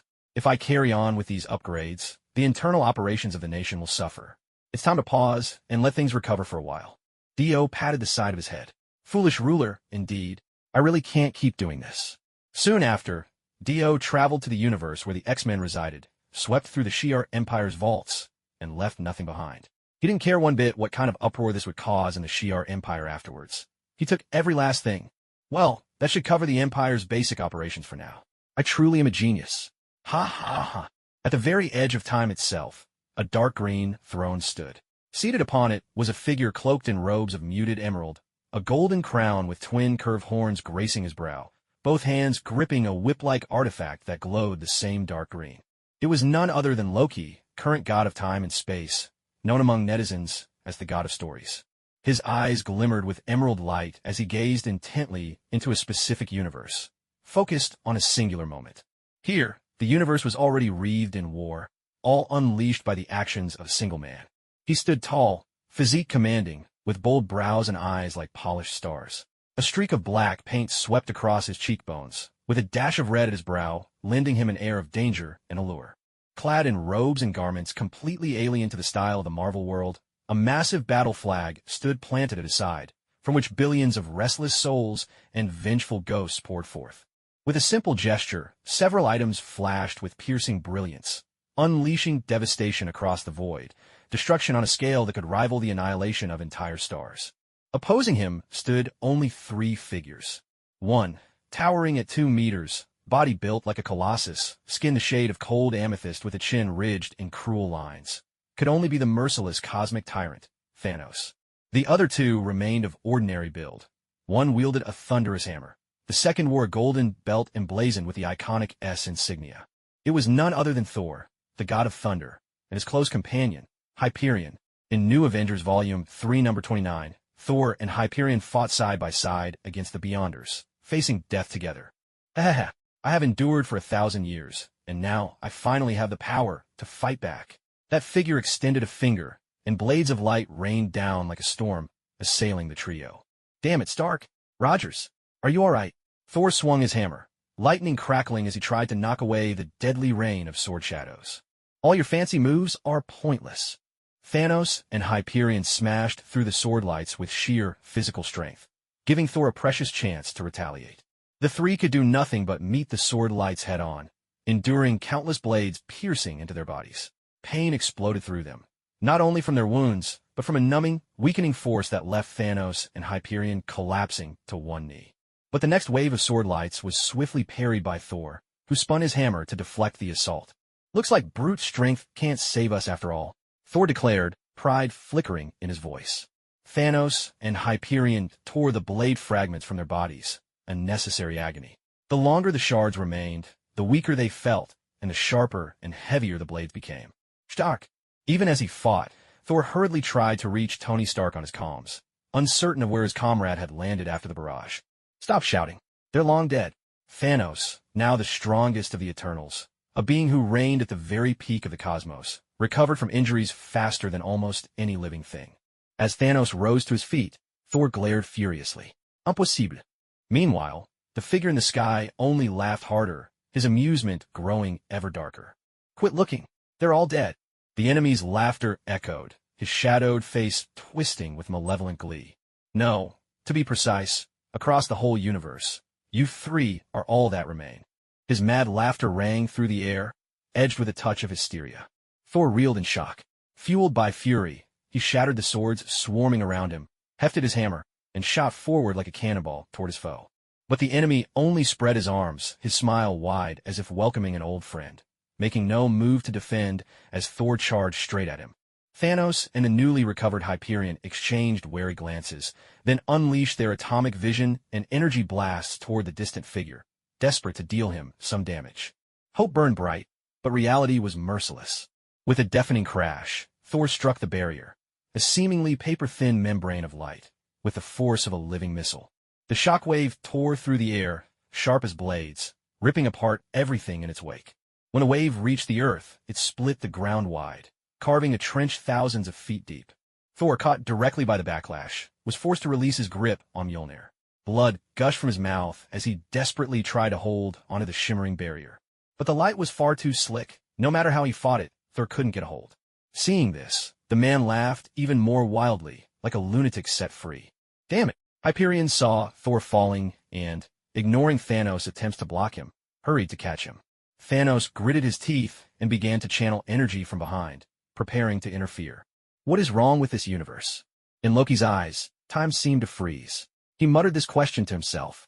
But near this throne, there was no one to answer him. Then, as if a thought had suddenly occurred to him, Loki began searching for something. Another universe. Within the empire of Dio. Dio, who had been pondering whether to carry out a gladiator transformation on the Astartes or the Spartan forces, suddenly looked up. So soon, the battle is about to begin? Dio asked into the empty room. At that moment, the Imperial Guard, ever vigilant, instantly became alert. They had just completed their own modifications. Confidence surged in their hearts, and their strength had grown dramatically. Everyone swept the room with their eyes, but as their gaze circled back, a shadowy green figure stood there, silent and still. Without hesitation, the guards activated their force dispersal fields and swung their weapons at the newcomer. But their attacks all passed right through, their weapons cutting through nothing but air. That's enough, stand down. This is my brother-in-law. Dio looked at Loki, who had arrived through astral projection, and gave a dismissive wave, signaling his guards to lower their weapons. Only then did the Imperial Guard relax their stance, though their eyes remained locked on the suddenly appearing Loki, unwilling to look away even for a moment. There's been a complication. Another traveler has appeared, but I only discovered him after he wiped out the entire universe. Loki answered with a sigh. Dio's pupils constricted. Wiped out the entire universe? To be honest, his first thought was of a variant who, seeking death's amusement, slaughtered everything. Emperor Thanos. That was, after all, the origin of Dio's own formidable power. But he dismissed the thought. Loki had said it was a traveler. Still, to wipe out a universe, whoever this was, their power must be unimaginable. If possible, Dio preferred not to get involved. With a sigh, Dio said, "Go on. This is a strange traveler. His powers are nothing like ours. In fact, he reminded me a bit of the group of Chinese deities who taught you a while back," Loki summarized. Chinese deities? Suddenly, Dio recalled something. Wait, are you saying he killed all those Chinese deities? Dio had personally received instruction from them, and was keenly aware of their true power. If not the most supreme in the universe, they were at least without equal.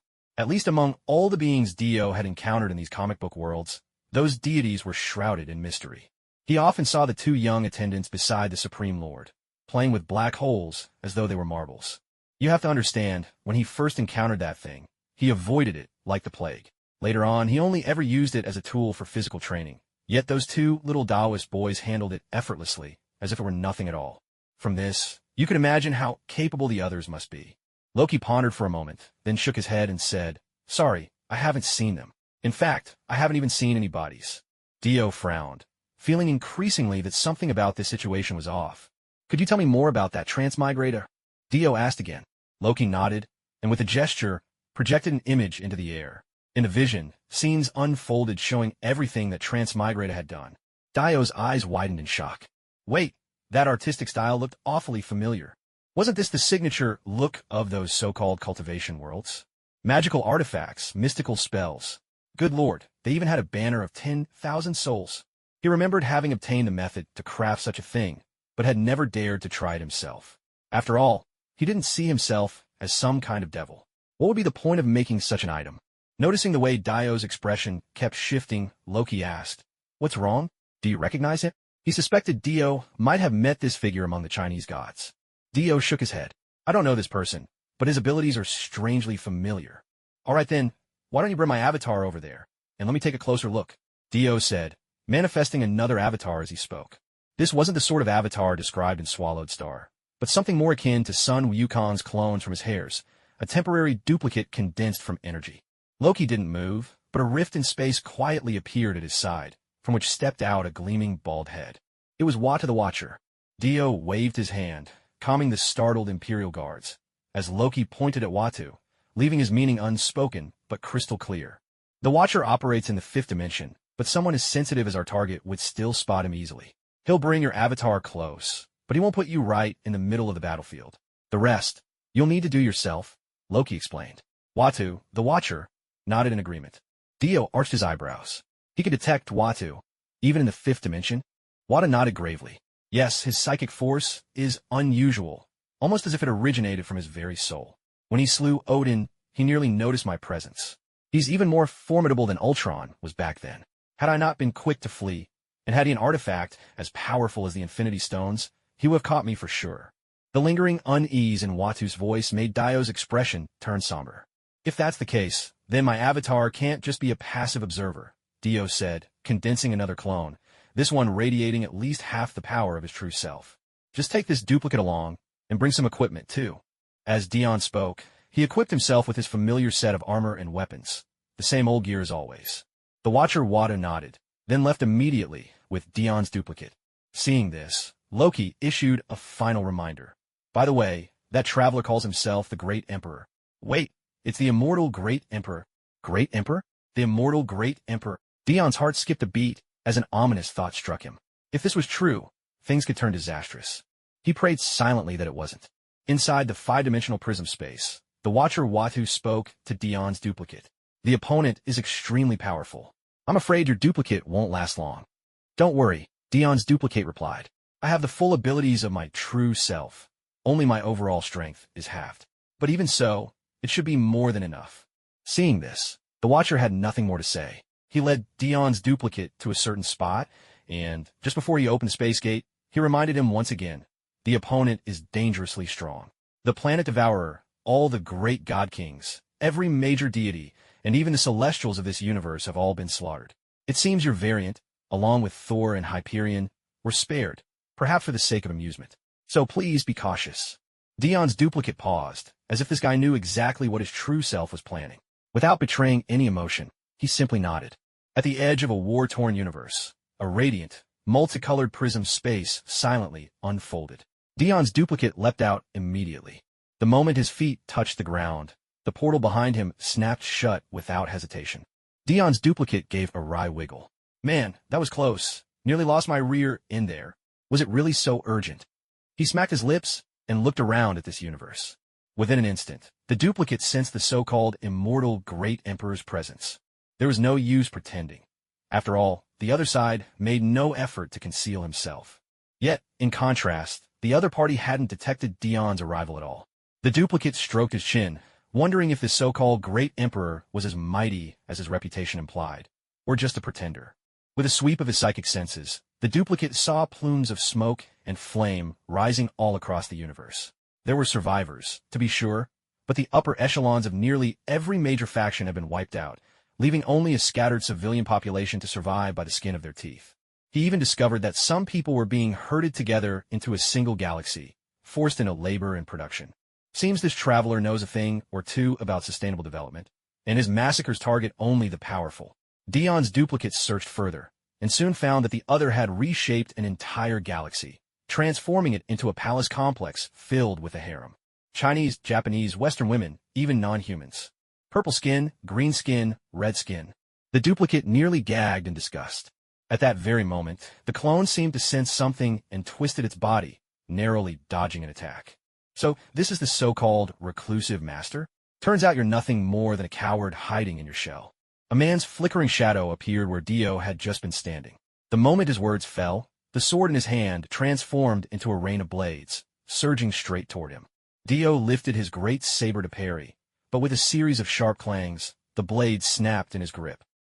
Little worm, even though I've long grown bored of toying with those filthy women, I haven't tossed them away just yet. Not that you have any right to peep. The man's face twisted in malice, his words slithering out like a viper's tongue. Dio glanced awkwardly at the hilt in his hand. Thankfully, his clone had come equipped with another blade. Waving his hand dismissively, he said, "You misunderstand. I'm simply curious about what's inside. Frankly, it's more of an eyesore than anything. You really have no limits, do you? Disgusting. The man's expression grew even darker. Elsewhere in the universe, Thanos slumped heavily to the ground, breath ragged, his clothes left in tatters, wounds covering his body. Take a good rest. He's already out of my range of perception. Hyperion, you probably can't see him anymore either, can you? Thanos cast a reassuring glance at Thor, who was still struggling to pick himself off the ground. Hyperion nodded. His sight was extraordinary, but now even he could not glimpse any trace of that man. At the very least, he must be light years away. Still, with how unpredictable and elusive he is, there's every chance he could return in the blink of an eye. Hyperion sank down, dejected. Hearing their words, Thor released a heavy, exhausted sigh, collapsing onto his back and gulping down air. Damn it, if he hadn't ambushed us, my father would still be alive. Who would ever allow filth like him to run rampant? Thor muttered angrily, using what little strength he had left. There was no answer. Around them, the only sound was the wind whispering by now and then, otherwise silence. After a long moment, Thanos finally spoke slowly. I remember when I was a student on Titan, I once encountered an interesting biology experiment. You? Studying? Hyperion quipped in disbelief. Thanos choked a bit at the interruption, but paid it no mind, choosing instead to chuckle and continue. I discovered that felines, no matter how tenderly you raise them from birth, are creatures that hold grudges, all over the smallest slight.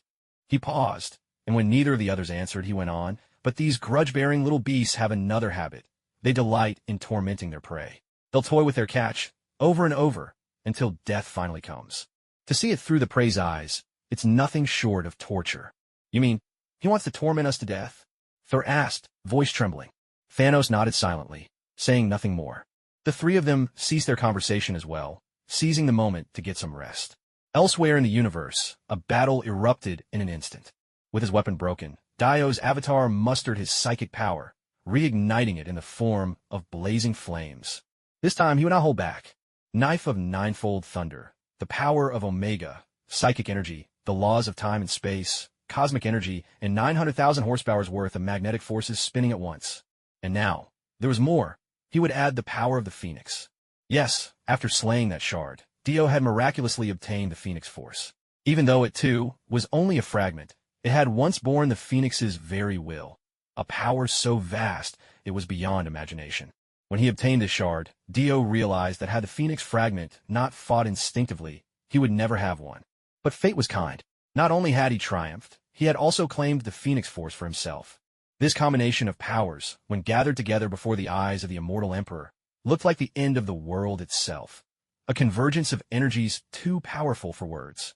This was already comparable to it had already reached the level of an emperor. But the immortal Emperor was no novice, either. Upon seeing this, he threw back his head and laughed heartily. Dispensing with any further magical weapons, he gripped his sword in one hand, while the other formed a blade-like gesture with his fingers. For thousands of years, I have wandered this strange world. Each of your ways of wielding power is far too crude for my taste. And yet, meeting a rival such as yourself still awakens my excitement. With a flick of his sword, the Emperor summoned a rain of 1,000 sword shadows, descending straight toward Dio's avatar. Yet the avatar did not dodge, nor did he flinch. He took the onslaught head-on. Dio also thought that, indeed, this comic book universe handled these forces in terribly clumsy ways. But Dio knew a simple truth. Overwhelming power could make even bricks fly. By mixing all these forces together and simply unleashing them, you could still achieve the effect you wanted. The immortal Emperor's face twisted into something fierce. He unleashed almost all of his power, bending the laws of reality into chains that snaked out to bind the avatar in place. But with energy of such magnitude coursing through him, though the chains draped across Dio's avatar, they did not manage to restrain him at all. What's going on? Alarmed, the immortal Emperor leaped back. He hadn't managed to intercept that attack, but he knew better than to meet it headlong. He may have called himself immortal, but that didn't mean he couldn't die. As he stepped back, a prickling sense of danger crawled down his spine. Without hesitation, he spun around and braced his defenses. There was a deep thud, and the immortal Emperor felt his organs shudder and quake inside him, blood surging up to fill his mouth. Instinctively, he spat. Impossible! How can my shield be shaken like this? Looking up sharply, he saw it was still Dio, crying out in shock. That speed! How is it possible? He didn't have time to make sense of it before agony exploded from behind him. His protective shield hadn't even lasted a heartbeat. The first sound rang out as Dier's clone slashed open the Eternal Emperor's body from behind, only to get stuck at the final shudder. The second sound followed as Dier's true form swung his massive hammer, smashing it heavily into the Eternal Emperor's body. The mangled body of the Eternal Emperor was hurled straight through a string of stars and countless asteroids, sent flying over 20 light-years away. The good news, the Emperor's body had been completely torn apart. The bad news, he had already started to regenerate. Haha, you can't even harm my essence, yet you dream of killing me? In a flash, the Emperor erupted with fury, what remained of his body unleashing the power of the laws, sweeping furiously toward both Diers. The original and the clone exchanged a glance and quickly split apart. No matter how formidable the Eternal Emperor was, he was, in the end, only a single individual. The Marvel system, though to cultivators its style of power might seem crude, had one unique advantage, and that was the multi-threaded power of the mind. Simply put, this meant running one's thoughts like a computer.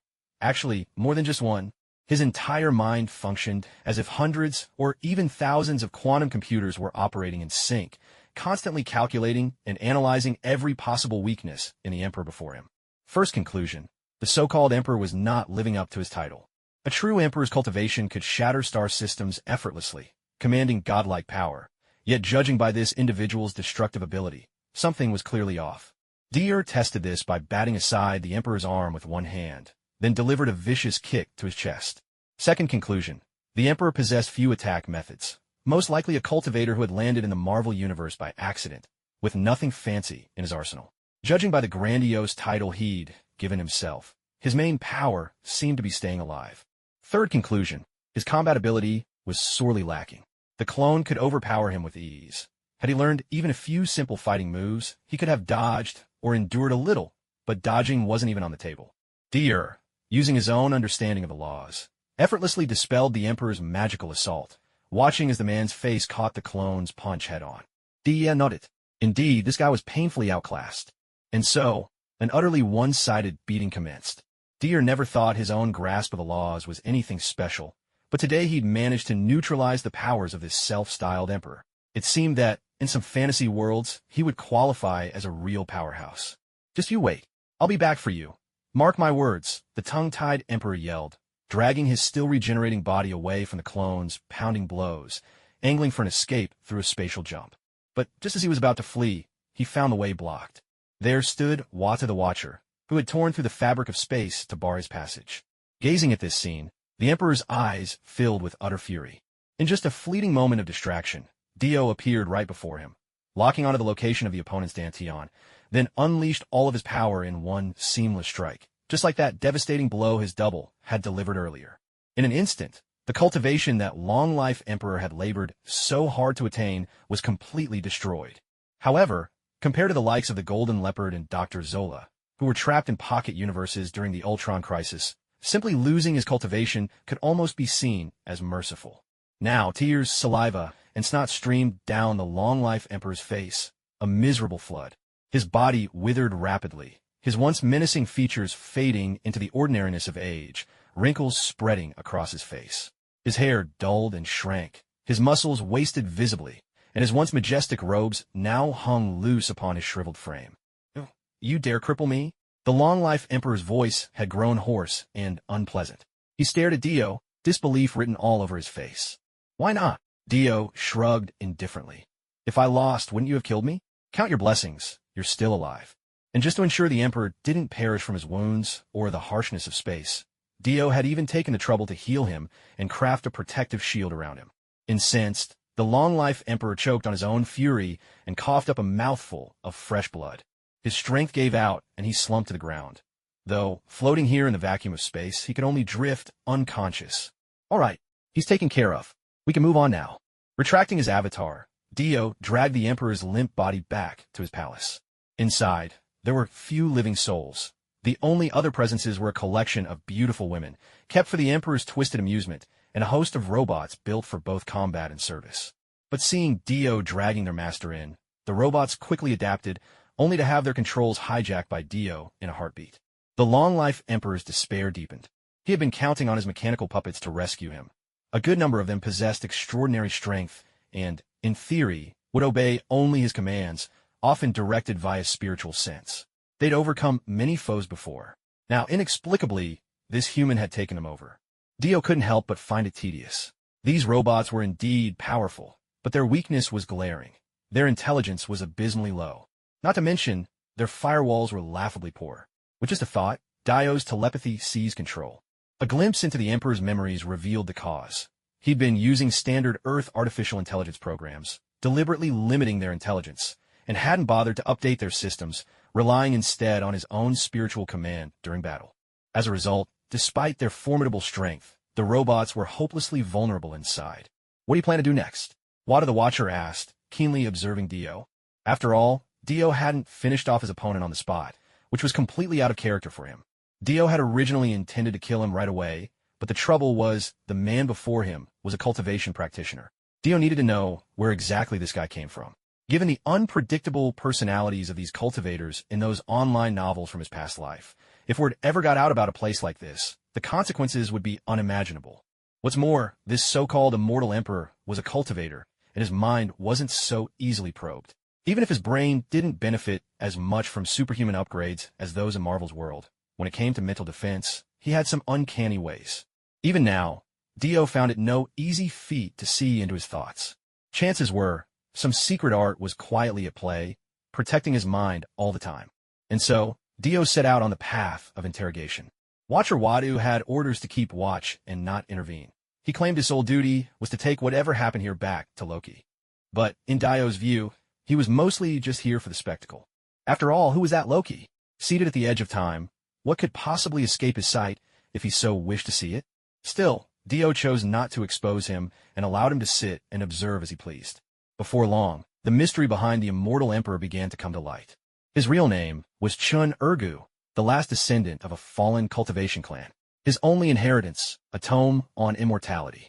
Unfortunately, his natural talent was poor, so after struggling to get by in society for some time, he was eventually knocked unconscious by a blow to the head and dumped into a mining camp in Black Mountain. Then, for some reason, utter chaos broke out in the mines. He tried to escape with a man named Yifan, but was struck in the head by a falling stone and immediately lost consciousness. When he awoke, he found himself here, thousands of years in the past. Thinking he'd made a clean getaway, he was overjoyed and tried to find his way home, only to realize the territories and powers here were nothing like he remembered. When he finally made his way to where his home once stood, he found only a barren wasteland, devoid of a single living soul. With his mind muddled, he could do nothing but fumble along, cultivating in secret while searching for a way back home.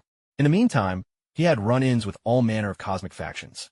His own planet had even been visited by Galactus, and he'd once faced off against the 4 heralds of the Devourer of Worlds himself. The result? He wasn't nearly strong enough and was utterly defeated. He could only watch, helpless and ashamed, as the planet he once called home was reduced to ashes, a memory that burned, fueling his vow for vengeance. Afterwards, he encountered all manner of god-kings and celestials. Suffering one crushing defeat after another, he finally retreated to a remote place to throw himself into training. During these years, he rarely ventured out, but when he did, he was amazed to discover the world teemed with all sorts of robots. They reminded him of the spirit puppets in his old world, but, out of old habits, he only ever installed them with simple minds. During battle, he still relied on his own spiritual will to control them. And so, his days passed with him balancing cultivation and learning the strange novelties of this universe. In the end, driven by his thirst for revenge, he even faked allegiance to Galactus, earning the right to manipulate cosmic energy bestowed by the Devourer himself. He absorbed an almost infinite amount of cosmic energy, which propelled him straight into the nascent soul stage, and later, after comprehending the laws, he violently broke through to the peak of the Tao integration realm. With such an abundant supply of energy, he never had to worry about spiritual power. All he needed to do was focus on understanding the laws. Yet even so, it still took him nearly 1,000 years to ascend to the great sage realm. But he knew deep down that his power was still too meager, so he devised ways to hide himself and continue to accumulate strength. It wasn't as if he hadn't thought about seeking out a few allies. But what sort of depth can one expect from someone born into a declining cultivation family? Someone who as a child had been abducted by slavers to work as an illegal laborer? Someone who had been shut away, tinkering in isolation for countless years? Still, it took being swindled a few times before he finally grew wise. After becoming the Devourer of Stars envoy, things only got worse. His very name drew scorn and avoidance, to the point that talk of alliance was impossible. So he had no choice but to keep building up his strength slowly, hoping that at some point quantity would become quality. With relentless cultivation, the technology behind his mechanical puppets continued to advance, and his own power steadily rose, ultimately reaching the quasi-emperor stage. He felt that this was as far as his natural talent could take him. Anything more was probably out of reach. So, driven by a do-or-die determination, he led his army of puppets and his own cultivation to launch a direct assault on the Celestial Group and the Planet Devourers. Logically, he should have lost, and he was fully prepared for mutual destruction. But against all odds, he won. The victory came so easily that Chan Urgu began to think maybe he truly was chosen by fate. Afterwards, Chan Urgu relied on the crushing might of his puppet army and his own cultivation to utterly defeat the God Kings and the major cosmic empires. In the end, he won so resoundingly that even he couldn't remember exactly how he pulled it off. He chalked it up to luck. During this time, he kept building new palaces and filling his harem. Perhaps it was just the long years trapped in this place, the endless craving and hunger, but he gathered women of all kinds into his embrace, like a living, humanoid version of Planet Ego, never turning anyone away. A side note, Ego was drained of all energy by Chan Urgu and turned into his steed. Maybe it was because he'd been deceived so many times before, he trusted no one. He had no subordinates. Everything was accomplished through his puppets. Even Ego only received energy and animation when needed, otherwise drifting half-dead in the void. So, you mean you don't even know how you managed to end up here? Dio smacked his lips, piecing it all together. Chan Urgu nodded desperately. Now more than ever, he didn't want to die. He had finally made it to the top, and even though his cultivation was in ruins now, there had to be a way back. After all, one must have hope, right? With a heart full of longing, Chan Urgu looked up at Dio, kneeling before him like a devout believer, gazing upon a god descended to the mortal realm. Dio stared at him expressionlessly, and the two locked eyes for a long time. Suddenly, Chan Urgu's gaze went blank, and he collapsed limply to the ground. So, we're just going to kill him like this? Watcher Watu glanced at the shield that had silently formed around them, then at the soul in Dio's hand, which shimmered with white light, yet remained half-transparent, and asked, "If we don't kill him, should we wait for the New Year's festival to do it?" Dio shot back. With a wave of his hand, he crushed the soul with psychic power and absorbed it completely. With a soul like this, you'd be foolish to carelessly shatter it to the wind. Who knows if some stray shard might suddenly become sentient and start a grand quest for revenge against its original self. Even so, Dio was choosy about what to absorb. He sifted out the useful parts, consuming solely the soul energy. Just to be sure, he wove a net of phoenix fire and psychic energy together to filter out any unwanted remnants. Meanwhile, it was obvious that the Watcher Watu had matured considerably. He showed no hint of emotion at Dio's retort. Once Dio finished absorbing the soul and dropped the shield, Watu simply bowed and departed. Dio muttered, "How particular," under his breath before disposing of Chan Urgu's body and leaving the scene. According to Chan Urgu's memories, in this world, he had spared a few lives. He would often drill them, merely to hone his own skills. But the power gap was insurmountable. These survivors were little more than punching bags for Chan Urgu's frustration. In truth, all the leaders of this world had long since been wiped out by Chan Urgu. The only ones left alive were ordinary civilians.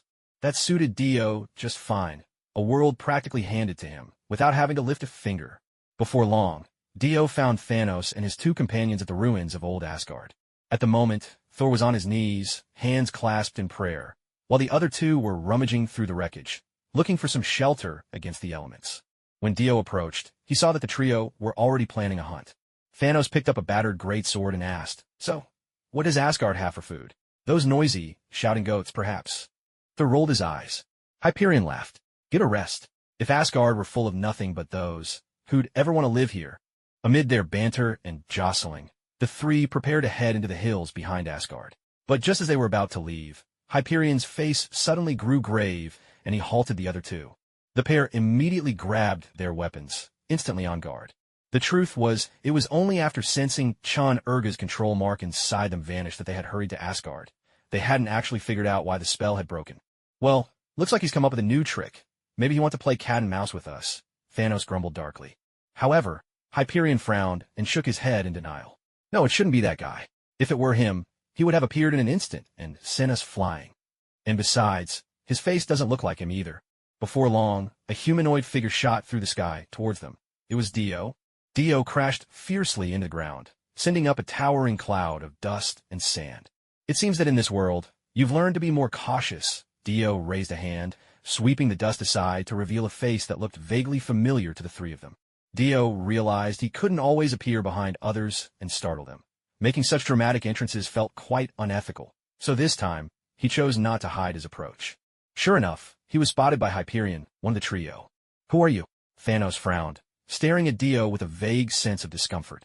Thor gave Thanos a nudge with his elbow. "You know, you kind of resemble him." Thanos shot Thor a blank, sidelong glance, making Thor awkwardly chuckle and retreat a few steps. After thinking it over for a moment, Thanos finally recalled where he'd seen that face before. As he was about to speak, Hyperion suddenly exclaimed, "I got it. This is your long-lost brother." All he received in reply were two speechless stares. "My only brother, Star Fox, has long been dead. If my guess is correct." Thanos took a deep breath and continued, "You must be another version of me from a parallel world, right?" A slow, deliberate clap rang out. Dio applauded and nodded. "Correct. As expected from this world's me. It seems this place truly is unusual. Even Hyperion has become more sensible." Thanos forced a grim smile. "If you were as reckless as the Hulk, you'd have died long ago." Good grief. Has this world's Thanos become the ultimate conversation killer? Dio suddenly found himself at a loss. Anything he said now would be awkward, and saying nothing wasn't ideal either. Thor, however, broke the silence. "So, you're another world's Thanos? Did you see a man while you were coming here? Dresses in the strangest way, almost like he just stepped off an opera stage." "I saw him." Dio replied calmly. Immediately, the three of them tensed, especially Thanos, who readied himself for battle. After all, a Thanos capable of crossing worlds would have unimaginable strength and ambition. "Oh, then where is he?" Watching the three cautious figures before him, Dio tossed something toward them, a head. The trio eyed it warily, only to realize it was the severed head of Chun-Ergo. Rather than feeling relief, a chill ran down their spines. They felt as if the air around them had frozen solid. Was the man who had toyed with them like playthings really dead, just like that? "So, what do you plan to do next?" Thor asked tensely, his voice unsteady as he held up Chun-Ergo's head. "Of course it's to claim this world as my own." As soon as these words were spoken, the place fell utterly silent. Even the birds and insects in the mountains of Asgard seemed to hold their breath. Hyperion looked to Thanos, his face pale. "I'd expect nothing less from you," he said. Thanos also looked troubled. This opponent was truly beyond him. Dio realized that if things continued this way, a fight would be inevitable. Left with no choice, he decided to bring the three of them to his own world. But before that, he needed to set a marker. With a casual toss, he left behind a watch identical to the Warhammer Emperor's and transported Thanos and the other two directly to the imperial capital of his own empire. No sooner had the four of them appeared than the Imperial Guard swarmed around, bypassing Dio entirely to surround Thanos and his companions. Thor flew into a rage and tried to break free, but without his hammer, the moment he lunged for a guard's weapon, he was expertly restrained and pinned, his joints locked so tightly that he couldn't move an inch. Seeing the guards still on high alert, Hyperion and Thanos sighed and raised their hands in surrender. No, they really couldn't win. Not at all. "Yeah, Thanos, I knew you couldn't be trusted," roared Thor, his head pressed to the ground as he struggled in vain. Dio was exasperated. He used telepathy to contact Odin, hoping his father could come deal with these troublemakers. Odin's astral form arrived almost instantly, just as Dio finished sending word. Thanos narrowed his eyes, deep in speculation, while Hyperion lifted an eyebrow and exchanged a glance with Thanos. Both seemed to have the same realization.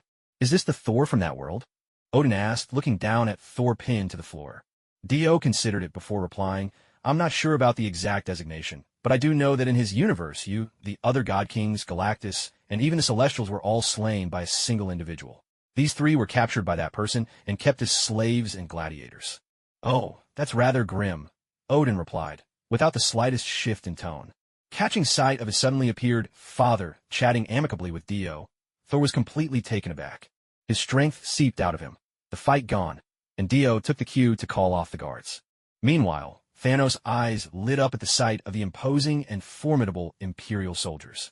Thor, shaking, struggled to his feet, tears brimming in his eyes as he looked at Odin. "Go on, offer him some comfort. In his world, Asgard is truly gone. He's all that's left," Dio suggested quietly. Odin sighed and stepped forward to speak with Thor. Understanding the situation, Dio led Thanos and Hyperion away. He gave Thanos and Hyperion a tour of his empire. "So, what do you think of my governance?" Dio asked, looking to Thanos. Thanos gazed absent-mindedly out the window at the landscape. It was just as he had once imagined it would be, and yet now, his thoughts pulled in an entirely different direction. With this kind of explosive growth in population and national power, are you planning to conquer the universe or something? As usual, before Thanos could respond, Hybelong cut in and seized the conversation. Thanos glanced helplessly at Hybelong, but chose to remain silent. Dio turned to Hybelong and said, "What's the point of conquering the universe? Having endless responsibilities piling up every day is exhausting. Besides, our horizons have already expanded to the multiverse level. The scheming and conflict between nations in this universe now seem like mere children's games to us. And, in name at least, the territories of this universe already belong to me. Those small nations once tried to join forces to sanction me, but I retaliated and sanctioned them right back. So, while each country may appear autonomous at first glance, they all formally answer to me now." Thanos stared at Dio in astonishment. "No wonder you want to get your hands on my universe. So, this universe can no longer contain your ambitions, is that it? So, then, there's another me in this universe too, isn't there? Is he under your command as well? Bring him out. I've never seen another version of myself," said Hybelong, equally shocked but with a note of excitement in his voice. "It's possible, but he's not actually in this universe. That's really a shame. I wanted to see which of us is stronger," Hybelong said, crossing his arms in feigning disappointment. Thanos shook his head. This guy fears nothing and no one. Back then, he was the first to challenge the Eternal Emperor, and also the first to surrender. Hybelong stiffened and shouted indignantly, "Hey, that's ancient history. Don't go telling everyone about it." Ignoring him, Thanos restrained Hybelong, who looked ready to pounce, and continued. After several rounds of surrendering and rebelling, the Eternal Emperor grew tired of him and toyed with him like a pet dog for quite some time. Eventually, the guy practically turned into a masochist. By the end, Thanos couldn't help but burst into laughter. "Ha ha ha, a masochist? Him?" Dio's expression was one of utter shock. Was he this out of step with society now? Even in the world of Marvel, things could get this outrageous. Dio couldn't help but take a subconscious step back, trying to distance himself. "Hey, are you seriously moving away from me right now?" Hybelong was mortified, utterly dying of embarrassment. All right, I'll stop laughing. Let's go on, shall we?" Dio was the first to regain composure. Thanos also gradually stopped chuckling, while Hybelong, seemingly used to this kind of teasing by now, slowly gathered himself. The three of them walked on until they reached the doors of a courthouse, where session was apparently underway. "Oh, looks like there's a trial in session today. How about we go in and take a look?" Dio suggested to the others. Heberon dismissed it without much thought. What's so interesting about a court trial, anyway? Thanos, however, was curious to see how things were handled under another version of himself. "Are you sure they'll let us watch? What if?" "There's nothing to worry about. I have full confidence in how things are run here," Dio interrupted calmly. The three of them walked inside. At the entrance, the security guard recognized Dio and was about to kick out a few extra people from the courtroom to make room, but Dio waved him off, stopping him. They learned that only one case was scheduled for the day, but the session hadn't started yet. So Dio simply led the others to a row of empty seats, and they settled in at random. They sat quietly, waiting for the trial to begin. Heberon glanced at the docket, reading aloud the details of today's case. This one's been dragging on for 20 years, only coming to light this year. It's about someone in a remote area who stole 20 years of another person's life. What does that even mean? Stealing someone's life? Your technology must be seriously advanced for that kind of thing to happen, Thanos joked. Dio and Thanos both looked genuinely puzzled by Heberon's remark. What could stealing someone's life possibly mean? After a bit of explanation, they finally understood. It was similar to how, in their previous world, people with power or money could usurp someone else's identity, taking someone's place by claiming their academic achievements or college admission and living out that person's university life and career. Dio is brauchrat. In principle, there should no longer be any cases like this in his empire. It had happened in the early days, but for the sake of fairness, Dio had enacted some exceptionally harsh laws to crack down on identity theft. Gradually, the practice faded away. As technology advanced, every citizen's information was recorded from birth, not just their genetic data, but even the unique signature of their soul. This comprehensive system stamped out identity fraud completely. Given that the Empire's network now covered every last corner, with data uploaded almost instantly, such impersonation should have been impossible. To address this, Dio had written explicit laws regarding identity theft. First, if identity theft is discovered within 3 years, all ill-gotten gains and honors are stripped away. The perpetrator faces 10 years in prison, 10 years deprivation of political rights, and must compensate the victim an appropriate sum depending on the circumstances.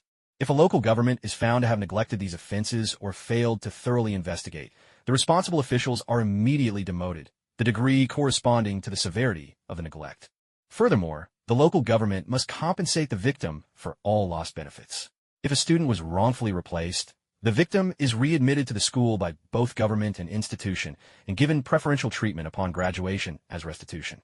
Second, if identity theft is discovered after more than 3 years, but less than 10, the perpetrator loses everything gained through fraud, receives a life sentence with no possibility of pardon, is deprived of political rights for life, and must compensate the victim for all resources obtained through the stolen identity. Any officials involved are demoted to the lowest possible rank, never eligible for promotion again. Compensation to the victim comes from the local government's own coffers. If a victim has suffered physical or psychological harm at the hands of a perpetrator, the criminal does not go to prison, but is immediately assigned to the ranks of the mech servants, while their remaining punishments are borne by their blood relatives. Third, if 10 years have already passed by the time the impostor is discovered, then there is no sympathy to be found. Since the impostor is so fond of taking another's place, they are directly subjected to reconstructive surgery, with their genetic information altered so that they perfectly assume the identity of the victim. They must bear all the sufferings once endured by the victim and will never be granted pardon for life. Moreover, all gains and profits the impostor accrued will be calculated into a monetary sum, which must be paid in full as compensation to the victim. Any local officials implicated in the case are dismissed outright, and no one from their lineage, up to 3 generations, may enter civil service. With just these 3 forms of punishment, at the time, most people were too terrified to even consider committing such acts. Of course, there were still those who, trusting to luck, simply killed and buried the victim to cover up the crime. In fact, back then quite a few family annihilation cases came to light, all rooted in this very issue. The outcome needs little elaboration. The perpetrator's entire clan, up to 9 generations, was forcibly conscripted among the mech servants. Most likely, there are still a few of them alive today, endlessly toiling away. Only later, when technology advanced further, did these offenses disappear once and for all. Yet why such incidents still occur now was something Dio could not fathom. Before long, the trial began. It was then that Dio realized this was not a crime that had taken place within the Empire, but rather in a remote, minor state under the Empire's protection. That small nation was so far-flung, it could hardly be called a country at all. It consisted of just a single planet. And because such crimes lacked any genuine legal sanctions there, the victim had exhausted all their savings to reach the Empire. As a vassal state, it was supposed to have autonomy in daily affairs. Although, in principle, imperial law could reach into its territory, the victim, having lost all hope for justice at home, pressed on to the Empire itself, intent on seeking true justice. It had been so many years since a case like this had come before the courts that the aging judge, on the verge of retirement, had nearly forgotten there was such a law still in effect. It all became a minor episode, really. The old judge, because of this, had to spend extra time poring over law books just to make sure he did everything right before opening the trial. That caused a slight delay. In the end, when a verdict was announced, everyone was delighted. Thanos was pensive as he left together with Dio. Heberon, however, found it immensely satisfying. Though usually solitary by nature, he thought this outcome rather agreeable. How about we go inspect the military next? Thanos suggested. We've already examined the structure of society. I'd like to learn about your army. Dio had no objections and led the two toward the military garrison. I'll sit this one out. I want to rest. Or if you could tell me where the other Heberon is, I'd like to test my skills against him. Heberon declined the invitation. I'm no monster like Thanos, still brimming with energy for unrelated pursuits. Dio did not insist and simply ordered someone to take Hebron away. As for the Hebron native to this universe, he was still in the Warhammer world. It wasn't that he was refusing to let the other go to the Warhammer world. Mainly, they weren't mentally prepared, and it would be easy to fall prey to the Four Gods' temptations. Better to wait for them to return. If they still wanted to fight, they could settle things then. You really brought me here without the slightest hesitation, Thanos remarked with some surprise, not quite expecting that Dio would actually lead him into the military camp. This was an Ultramarines encampment, where the warriors were engaged in rigorous training. This is the Astartes unit formed in our early days, Dio explained, addressing the former overlord of the universe. In terms of combat strength and battle record, they're best of the best. What do you think? Thanos watched the Astartes train, his mind picturing what would happen if his own troops were to face off against these warriors. After running through the scenarios in his mind, Thanos realized his own forces seemed a bit lacking by comparison. Oh, that's right. You must have had your own squad of Vanguard soldiers, didn't you? Dio led Thanos over to his own Chitauri camp. When Thanos saw the Vanguards, moving like hunters in the jungle, he was taken aback. What's more, their gear and weaponry were leagues better than his own Vanguard troops. Just like your lot, they used to be cannon fodder too, though now, you could say they're a class above, Dio offered by way of explanation. Thanos gazed around at the various troop types, the Transformers, and listened as Dio recounted the road to his rise. After that, Thanos fell silent. To be honest, he started feeling unworthy of the title Overlord of the Universe. How had Dio accomplished everything? At first, he kept his head down, endured hardship, and secretly rescued a good number of his people. Everyone driven, striving for their shared goal. With overwhelming power, he struck down the Kree Empire, taking his revenge in full. Later, as his empire grew, he always had absolute military might at his back. There was no hesitation or mercy, and he had waged some truly bloody campaigns.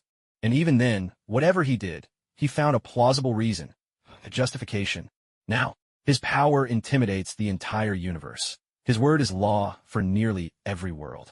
Without even noticing, he had become supreme overlord of the cosmos. Then Thanos thought of himself. Did he rely on military might? Hardly. He couldn't even beat the Kree Empire. Did he rely on bloodshed and butchery? The great powers of the universe were hardly gentler than him when it came to killing. And his personal strength? Don't make him laugh. The so-called immortal emperor, who toyed with him like a clown, was killed outright by Dio. So what had actually put him on the cosmic throne? Thinking it over, it seemed his rise owed more to the mediocrity of his peers. He felt more and more like some scapegoat pushed forward by the leaders of all the other planets. Moreover, in his relentless pursuit of the Infinity Stones, he never cared much for hollow titles. In truth, the title of Conqueror of the Universe was something that had been forced upon him. Thanos dropped to his knees, the picture of defeat. What's wrong with you? Dio looked at Thanos, puzzled. Just moments ago, he seemed perfectly fine. Why was he suddenly kneeling on the ground? It's nothing. I just feel like such a failure in life. Dio stared at him, completely baffled. Where did all this melodrama come from all of a sudden? After thinking for a moment, Dio said, "All right, let's go check on Thor. It's been hours. No matter how childish he is, he must have finished crying by now." Thanos nodded, pulled himself together, and headed back with Dio. Thor had, indeed, regained his composure. Since Odin had left in such a hurry, the royal guard hadn't let Thor leave freely, so he'd been sitting there hungry, waiting all this time. The three of them discussed what to do next. They decided to rest for the night and return to their own universe in the morning. Later, Dio continued chatting with Thor and Thanos, intending to have them consolidate the powers and population within their own universe. Dio planned to take over as soon as possible and bring that universe under the Empire's rule as well. "You really are ambitious," Thor commented with a hint of sarcasm. But he also recognized that the universe had regressed to a kind of primeval chaos and clearly needed someone to bring it under control, so he didn't object. Thanos was more than happy to agree. With his intimidating presence, uniting those forces would be child's play. After a few days, Dio felt they'd rested enough. He was preparing to open a portal and take over Thanos' world directly. But the moment he stepped outside, he saw Hela dragging a beaten and bruised Thanos up to the doorstep. "Hela, you're finally back." Dio lit up at the sight of Hela. They were, after all, husband and wife, and a long separation tugged at his heart. But then he caught sight of Thanos' battered face and was instantly bewildered. What had happened here? Hela was stunned as well. She glanced from the Thanos in her grip to Dio, standing before her. "You're not him." Realizing her mistake, Hela casually tossed Thanos aside, dusted off her hands, and walked straight into the house. Dio watched, feeling utterly a loss. "Of course I'm not him." Then, using his telepathy, Dio delved into Thanos' memories and finally realized the whole thing was just a misunderstanding. As it turned out, Thanos had been planning to go out job hunting that day. With his own world effectively doomed and Dio's takeover a foregone conclusion, Thanos really didn't see much point in going back. After all, lingering in a place filled with nothing but regret would do him no good. He thought about joining the Empire and just finding some way to pass the rest of his days. But halfway down the road, he ran into Hela. Thanos, of course, recognized her. She was Odin's eldest daughter, and besides, in this world, she was his own wife. Thanos couldn't help but steal a few glances at her. After all, he really couldn't think of any reason why Hela would be particularly interested in someone like him from this world. And then Hela spotted him. She fixed her gaze on Thanos, and her very first words were, "A clone? Dion, are you regressing with age? Made a clone of yourself now, what for?" Feeling nostalgic about the good old days, Only then did Thanos realize that this world's Hela actually thought he was a clone of her own world's Thanos, remotely controlled by Dion himself. Some of the bystanders, suddenly enlightened by this scene, murmured in realization. So he's Her Majesty's clone. That explains the uncanny resemblance. But why is he purple, though? But no one else dwelled on it for long. Some bold children tugged at their parents, asking to take pictures with Thanos. Helpless, and with no choice but to play along under the circumstances, Thanos found himself being remarkably approachable, obliging city residents with a round of photos. One of the children even laughed and joked that Her Majesty was too shy to go out in person, so she needed a clone to face the crowds for her. Completely baffled, Thanos was left speechless by the mockery of these little kids. After quite a while, Thanos finally managed to extricate himself, then turned to Hela to make it clear that he was not Dion. But Hela simply mocked him for it. Her meaning was clear. He had the guts to act, but not the guts to own up to it. A coward through and through. Thanos wasn't about to take that lying down. With a dose of sarcasm, he flung her taunts right back at her. But Hela had to temper herself. She laid a fierce beating on Thanos and teased, "How do you even make it out of the house, being this weak? Honestly, you probably need a stroller to get around." Thanos not only suffered a staggering loss of dignity, he was beaten severely by a woman he used to look down on, and halfway through, he blacked out. What's more, Hela was truly powerful, different from the Hela Thanos remembered, almost as if she'd become someone entirely new. Seen from another angle, Hela probably felt triumphant to have finally bested him, gloating mercilessly in victory. She knew even if she'd get in trouble at home for the brawl, it didn't matter. At least she'd finally released that grudge she'd held for years. Dion shook his head and turned to Hela, saying, "Do you really think I'm so bored I'd make a clone of myself?" Hela, sipping her drink, mumbled, "How would I know what goes on in your head? Didn't you make 2 doppelgangers not long ago? Who knows if this one's built from your own DNA? Dion rolled his eyes helplessly. "Then how did you realize he wasn't just a clone?" Hela replied, "I only noticed something was off when I got home and saw you there.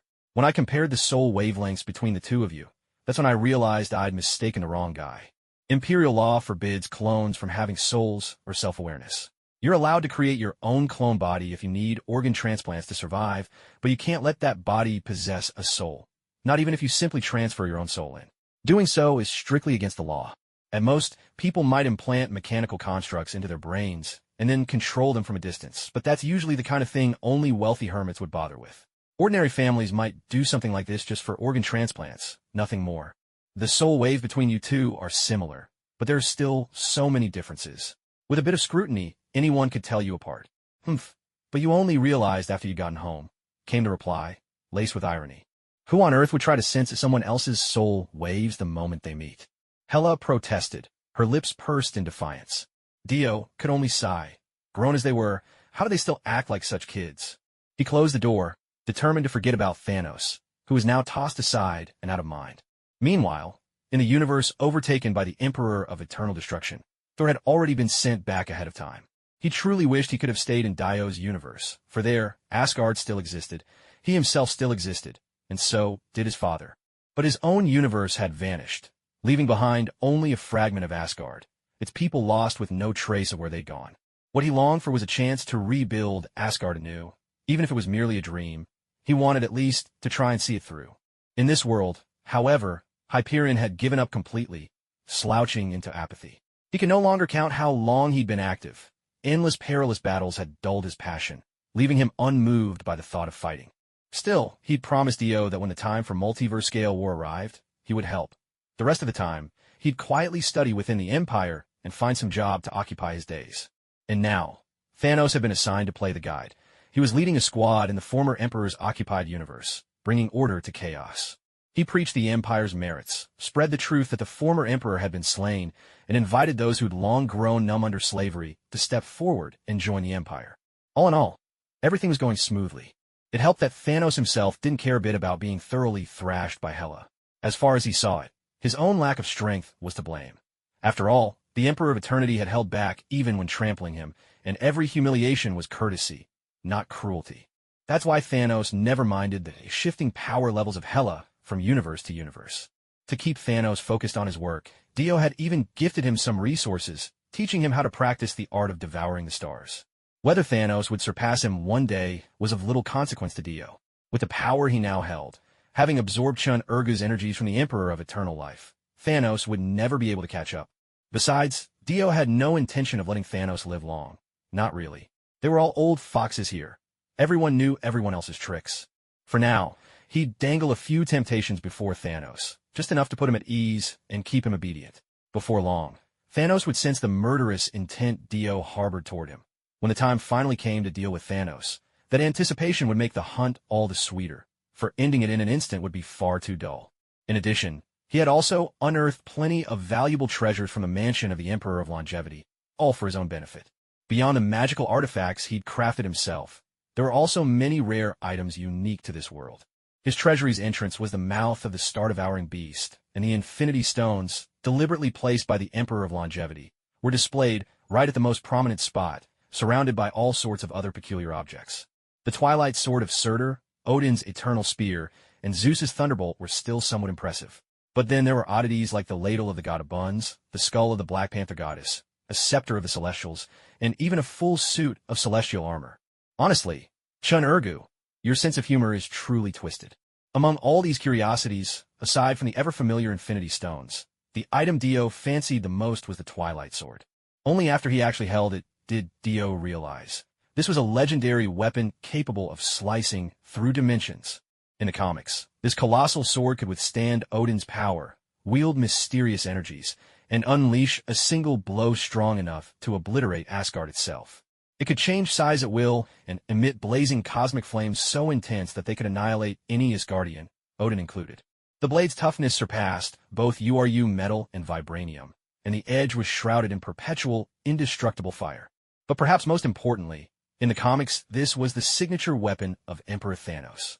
With this sword, he had slaughtered the universe, kept the Hulk as a pet, fed former superheroes to him as dog food, and with a single strike, ended the last Star-Devourer's envoy, the almost indestructible Silver Surfer. All told, Emperor Thanos' personal might was already formidable, but this sword gave him a considerable edge. Every little bit counted, after all. Why do I feel like I'm getting closer and closer to cosplaying the Emperor? With the Twilight Sword in hand, Dio was both elated and exasperated, rubbing his forehead. Incidentally, Dio also stumbled upon another one of Surtur's signature artifacts, the Eternal Flame. On a whim, he plunged the Twilight Sword into the Eternal Flame, feeling an overwhelming surge of energy flood his body, strengthening him with every heartbeat. Warmth swelled through Dio, like soaking in a blissful hot spring, contented from head to toe. By the time everything settled, Dio realized he'd just undergone a monumental, epic power-up.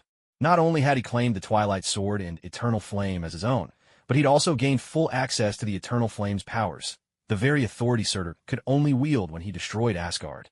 Does this count as going full Super God mode? Dio mused with newfound confidence. With the Eternal Flame's blessing, defeating Odin would now be a breeze.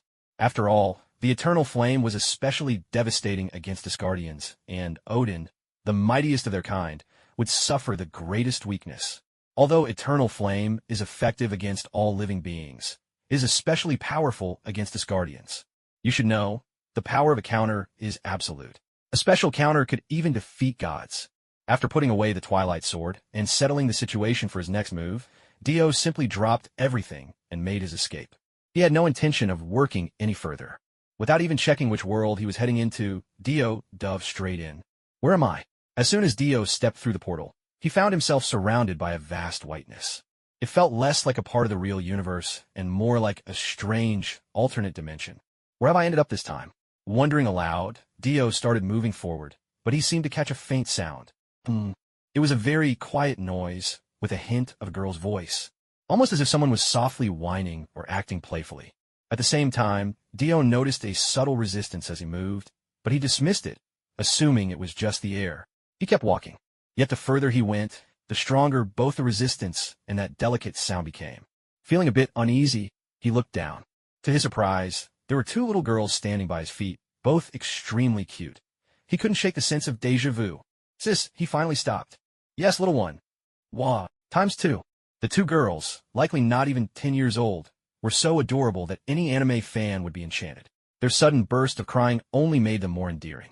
Dio glanced at them and immediately scrunched up his features.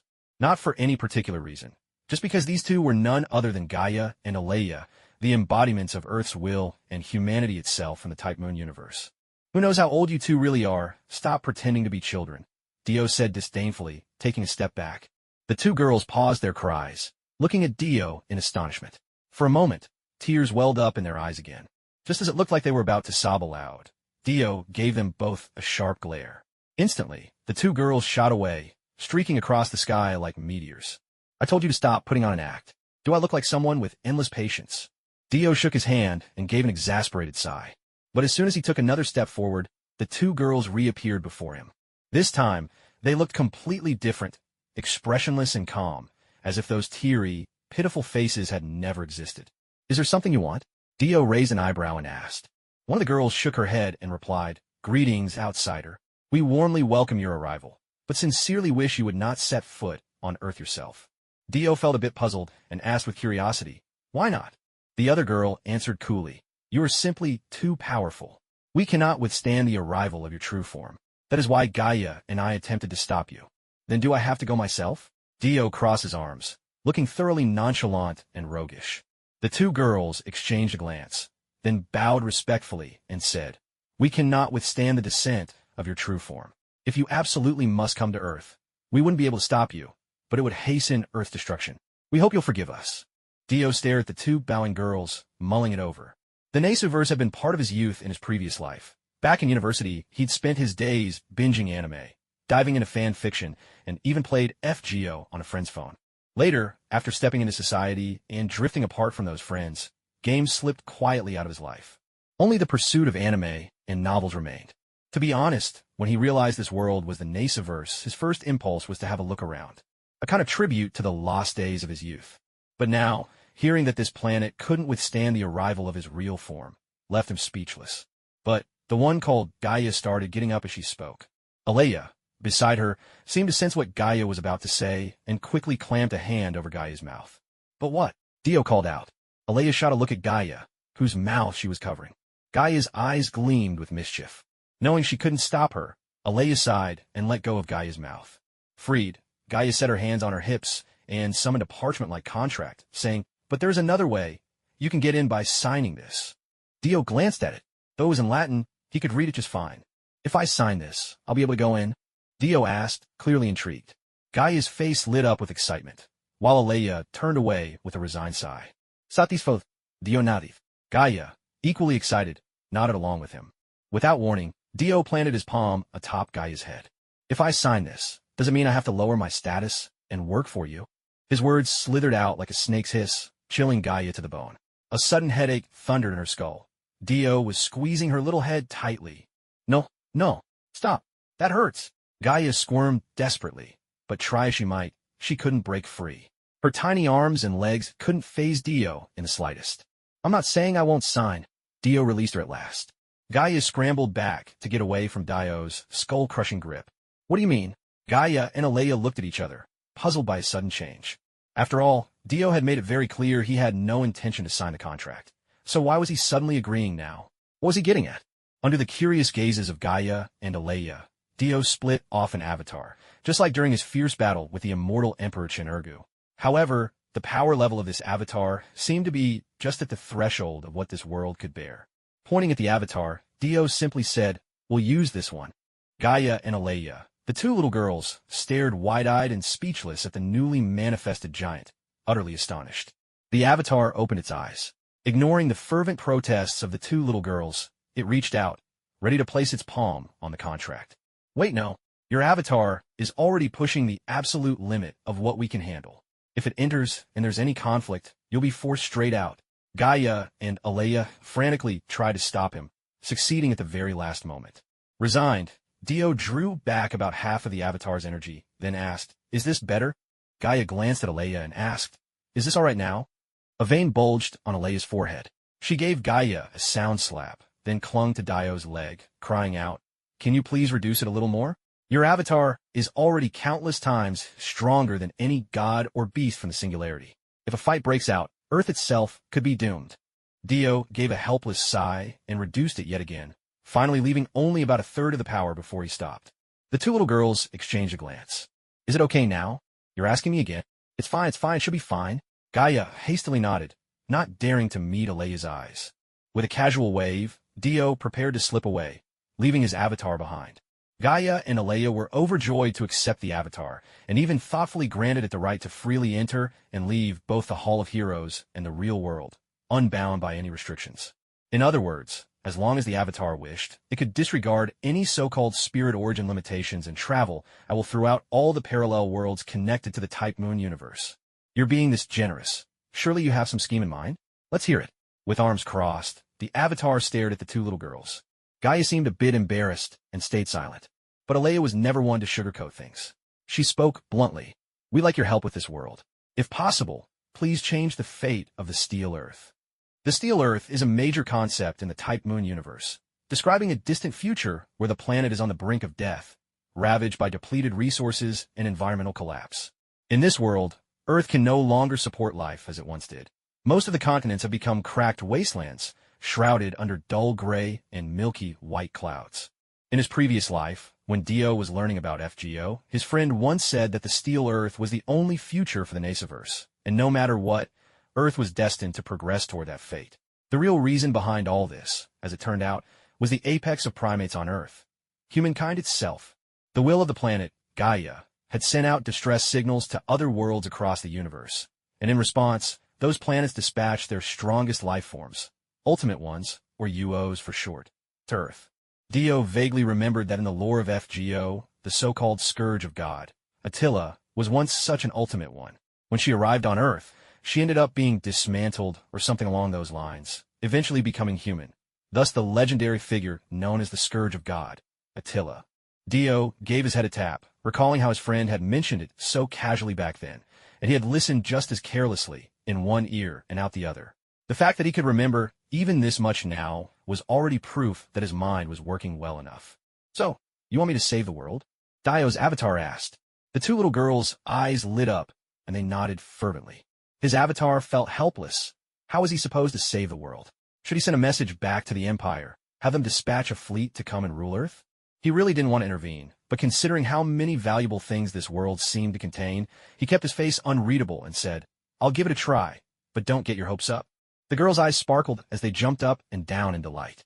His avatar did not spare them another glance, and, taking a bold stride, stepped out of that space. In another world, Dio watched as the synced memories from his avatar played out in his mind, and he smirked. These two little imps really do know how to size people up, Dio mused. Ever since he'd realized this was the Naceverse, he'd been tempted to pocket the entire world for himself. Still, he was a bit surprised the world couldn't handle his true form descending. Aside from that unexpected detail, most things had gone pretty much as he'd anticipated. But this world is quite fascinating, too. Dio gazed at his surroundings, eyes drifting upward from Earth to the expanse of outer space.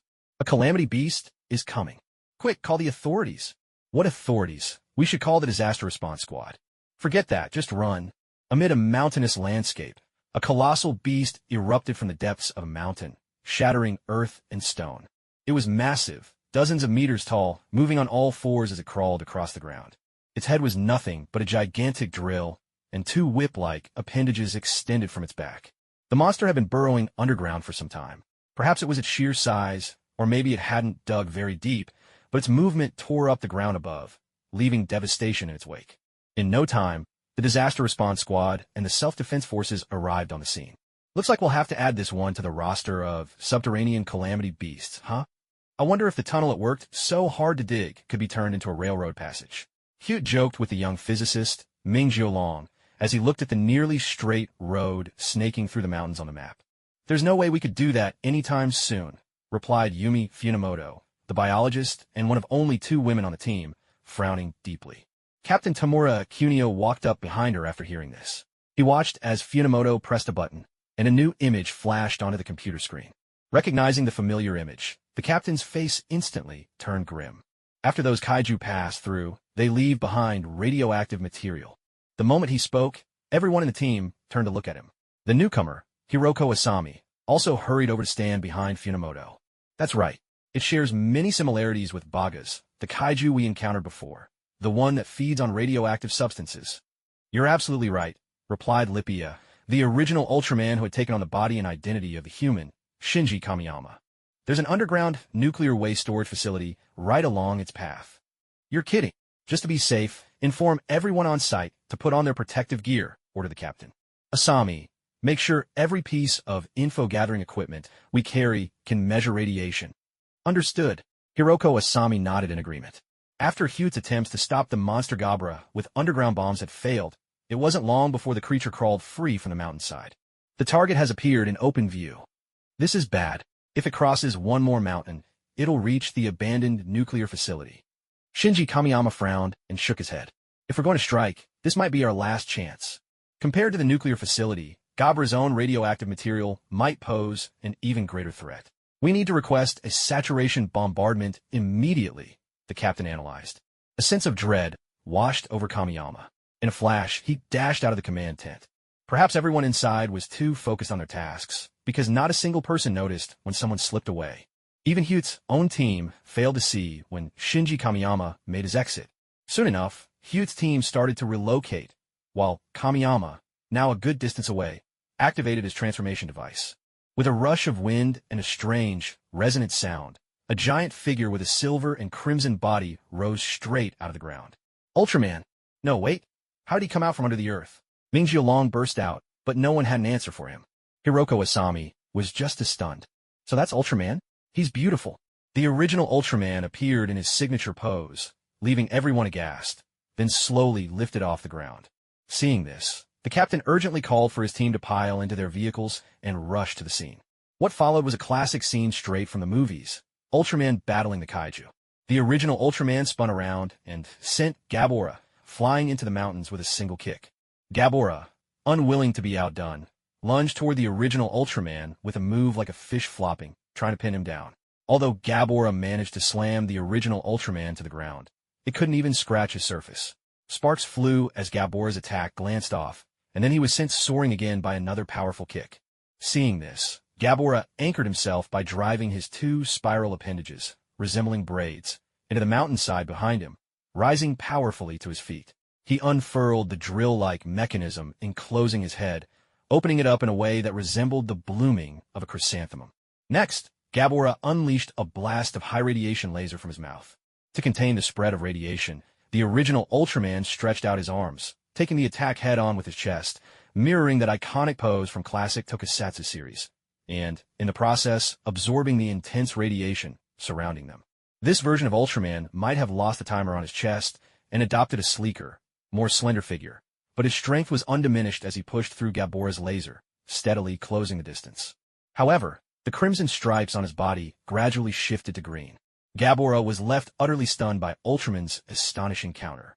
By the time Gabora tried to close the drill on his head in defense, it was too late. The original Ultraman blocked the drill with a bent arm guard, preventing it from snapping shut, then landed a straight punch squarely on Gabora's forehead. A tremendous crash echoed, and Gabora toppled over, stiff as a board.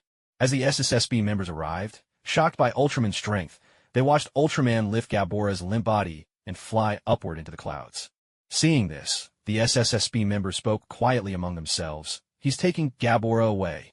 Is he worried that leaving Gabora's body on the ground might pose a risk to us? Or maybe, like with Bagrez, it will be difficult to handle if left here, someone suggested. That makes sense, another agreed. I wonder how he knows Gabora's characteristics and our situation. And before he left, he looked back at us. That look was clearly a form of silent communication. Hiroko Asami murmured softly. Soon, the team returned to camp, where they found Shinji Kaminaga, who had just recently vanished, grinning awkwardly. Of course, the perceptive captain didn't ask where he'd been. After all, in a place as chaotic as this, you could count yourself lucky just to be alive, so he simply ordered the crew to pack up and prepare to return to headquarters. After all, this monster threat had been handled most efficiently, so the self-defense forces would soon pull back, but it was different for the SSSB. They still had reports to file. Kaminaga, next time you head out, let us know in advance, the captain said as they were leaving. With so many S-class monster battles behind us, you should be more familiar with our operations by now. There's no need to repeat the same mistake again. Acting on his own initiative, whether you called it a big deal or a minor issue, felt like a gray area. After all, they were in the middle of a mission, and there were only so many people nationwide who fit the criteria. Now, the entire team was assembled here. They considered dismissing someone, but no one felt sure. Who could say if the next person would be so obedient if brought in? After all, Shinanaga Niji was their best team member. Shinanaga Niji nodded and said, Understood, Captain. Next time I need to use the restroom, I'll be sure to give advance notice. The captain's expression froze for a second at Shinanaga Niji's reply, caught somewhere between wanting to speak and being amused. Instead, he simply smiled, patted Niji on the shoulder, and let it go. After all, everyone needs to answer nature's call. No one could reasonably object to this. Hold it in too long, and it could really be dangerous. The two other women in the team just rolled their eyes and didn't bother to comment. Rippia. On the way back in the car, a voice quietly sounded in Shinanaga Niji's ear. But for Niji, it was as shocking as a clap of thunder. Shinanaga Niji casually glanced at his teammates, who looked perfectly at ease. Instantly, he understood that this was meant for him alone. He wanted to search with his ultra-psychic power, but inhabiting this human form kept all his Ultraman abilities dormant. All he could do was look around with his eyes. There's no need to waste your energy. You won't find me. The other party seemed to sense exactly what he was trying to do and spoke up again, a clear hint in their voice. Shinanaga Niji gave up on searching with his eyes. Even if he kept looking, he wouldn't find anything. Worse yet, someone might notice his odd behavior. A low, sly chuckle echoed in Niji's mind. Don't worry, I'll come to you. And with that, the voice vanished. Shinanaga Niji waited a while longer, and when the mysterious voice didn't return, he finally closed his eyes and started to rest. After returning to headquarters, Shinanaga Niji, who'd been on the receiving end of criticism, took a few days off, claiming he needed time to adjust. He didn't say exactly how long. Now, with Shinanaga Niji's identity in his possession, Rippia decided to visit the library and read, hoping to learn more about humanity's social structures and relationships. His own species, though powerful, had spent generations perceiving reality purely through elevated reason, losing the emotional intelligence and social bonds a race truly needed. He would have to start learning from the beginning. Thankfully, humankind had more than enough books on these subjects. Besides, he figured he might as well wait in place for that mysterious voice to approach him. After all, the stranger had promised to do so. There was no need to exhaust himself by searching, and anyone able to transmit thoughts so mysteriously was probably an alien. Earthlings had no such methods. Under Shinanaga Niji's guise, Rippia entered a quiet library. He moved through books with incredible speed, almost flipping the page the moment he glanced at it. Of course, he sat inconspicuously in a library corner, so no one else paid him any attention. Rippia! The voice called out again, halting his hand as he turned the page. He didn't look around. The voice was right beside him. Following the direction of the sound, he saw an adult man at least 2 meters tall, his head nearly brushing the ceiling and his arms as thick as a person's waist, gazing down at him. Rippia, the man said, I told you I'd come find you. Never thought you'd show up at the library. Doesn't your species have libraries? Our civilization's way of recording knowledge has far surpassed that of Earthlings, Rippia replied, his face wearing the expressionless features of Shinji Kamiyama. Dio chuckled and said, Let's go. This isn't the place for a conversation. The two of them left the library. Dio's towering figure and his ambiguous, unplaceable looks made the locals too intimidated to meet his eyes. He escorted Shinji Kamiyama away, trailed by whispers and furtive glances from the people around them. Some thought it was a soldier snatching someone away, so they all kept their heads down and stayed silent. You're not from this planet, are you? Rippia asked. Dio turned back, meeting his emotionless stare. That's right. Why do you ask? As an alien, I'm surprised by your authority, Rippia remarked, curiously observing the onlookers who dared not lift their heads. Dio paused, then laughed. Rippia, you have to understand, in this country, it's not the locals who act so brash and unfettered. Rippia was momentarily at a loss, unsure of Dio's meaning, but after dredging through Shinji Kamiyama's memories and comparing them with Dio's appearance, he began to understand. Rippia's face remained unchanged. He shook his head. Mere low-grade amusement for carbon-based life forms. Since it was impossible to talk freely out in the open, Dio and Rippia sought out a secluded part of the forested hills. All right, spaceman, tell me, what are you really after? Rippia inquired. Relax, Rippia. Or should I be calling you Ultraman now? Dio pulled out a phone and brought up the latest news. The news was showing footage of netizens officially naming the giant as Ultraman. With Shinji Kamiyama's face, Rippia simply watched Dio, waiting for him to go on. All right, not a hint of cuteness about you. The Ultraman of this world really is all business, Dio said, slipping his phone away. As Ultraman, or more accurately, as pure energy beings, you all must be aware of the multiverse, right? Rippia nodded. Of course he knew. As a member of the space garrison from the Land of Light, Rippia had encountered theories of the multiverse and parallel universes more times than he could count during his training. Beings similar to your Ultraman exist in other universes as well. I'm simply interested in seeing how the Ultramen of this universe compare with those from others. But now, Dio glanced up and down at Lipia, shaking his head with a touch of disappointment. Only now did Lipia reveal a genuine flicker of emotion. He examined himself doubtfully and asked, "Is there something different about me? You Ultramen have indeed abandoned the chess timer, clearly a glaring weakness at first glance. But your social structure and combat capabilities differ greatly from what I've seen elsewhere." As Dio spoke, he took out a device resembling a tablet and began making notes. "So you summoned me just for this?" Lipia asked. Dio nodded. "Of course. Would you rather we fight to the bitter end? Don't be ridiculous. I'm a pacifist, you know." Lipia fell silent. As an Ultraman, or rather, a high-dimensional being made of pure energy, he was acutely aware of the immense power within the other party. The energy radiating from Dio rivaled that of the strongest planet-destroying weapon from the Land of Light, Zetan. Lipia didn't believe that someone who championed peace could wield the kind of power merely with words. "So, are there any differences?" Lipia asked, striving for patience. He needed time to rehabilitate the body of Shinji Kamiyama, the god he'd crushed, so his combat abilities were greatly diminished. Provoking a fight now would be the worst possible decision. "Could you elaborate on the special abilities you possess? I mean those usable in your giant form." Lipia was silent for a moment, then nodded in assent. "Do you have what's known as ultra-psychokinesis?" "Ultra-psychokinesis? You mean something like telekinesis?" "Of course I do." "And teleportation?" "Yes, but it's not instantaneous. I need a long wind-up, so I usually only teleport once I've left the battlefield." "What about the ability to create duplicates?" "What's that?" Never mind. How about size manipulation, growing larger or smaller?" "That's possible too. In fact, every member of our kind can do it." Dio nodded, continuing his line of questioning. When the interrogation was finally over, Lipia unconsciously crossed his arms and asked, "Are these the things you use to compare us to Ultramen from other universes?" "Exactly," Dio replied. "My analysis is a comparison between Ultramen from the two different universes. Even if the data matches, the last question is the crucial one." As he spoke, Dio raised one finger, face growing serious.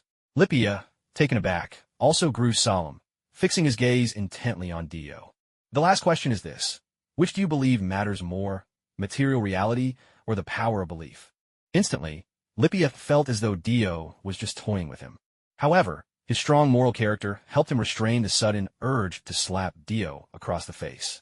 After pondering for a moment, Lipia finally spoke. "The entire world is material. Idealism may exist, but its uncertainties are too great. That's why I believe that while the ideal is indeed important, the material is truly fundamental."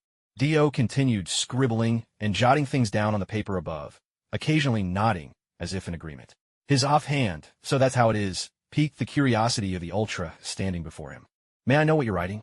Lipia, unable to suppress his very human sense of curiosity, asked. Dio glanced at him, gave a small nod, and handed over the materials. Lipia eagerly accepted and began reading through them. The papers described in detail information about both him and another Ultraman with a similar appearance. The difference, however, was that the other counterpart appeared far more muscular, his pectoral muscles practically looking as if they'd been pumped up like balloons.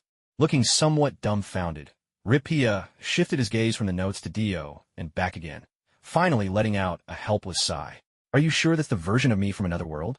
"Your emotions are all over the place today," Dio replied evasively, his words carrying a deeper meaning.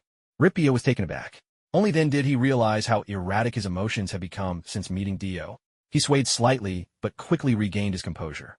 "You really are impossible," Lipia sighed. Dio waved a dismissive hand. "That's enough for today. Next time, I'll find another Ultraman from a different world to have a chat with you," Dio said, clapping Lipia's shoulder.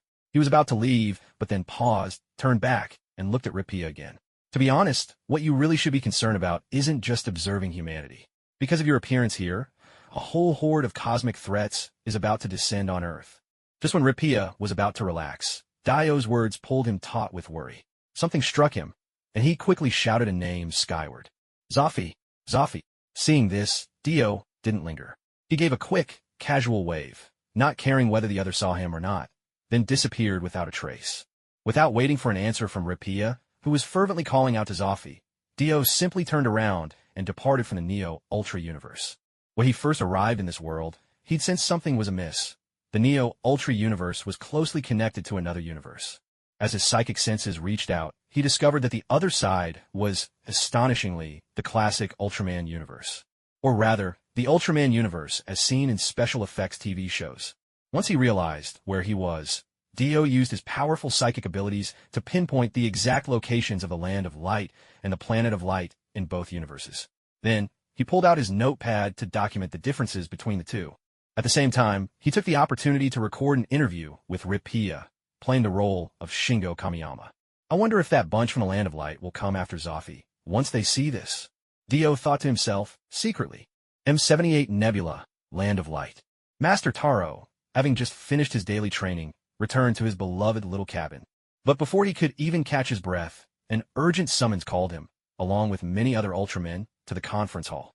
Father of Ultra was already there, leading a crowd of fellow Ultra brothers. Leo, Astra, Zero, and even Hikari and many others had gathered, and in their midst stood someone whose very presence seemed completely out of place.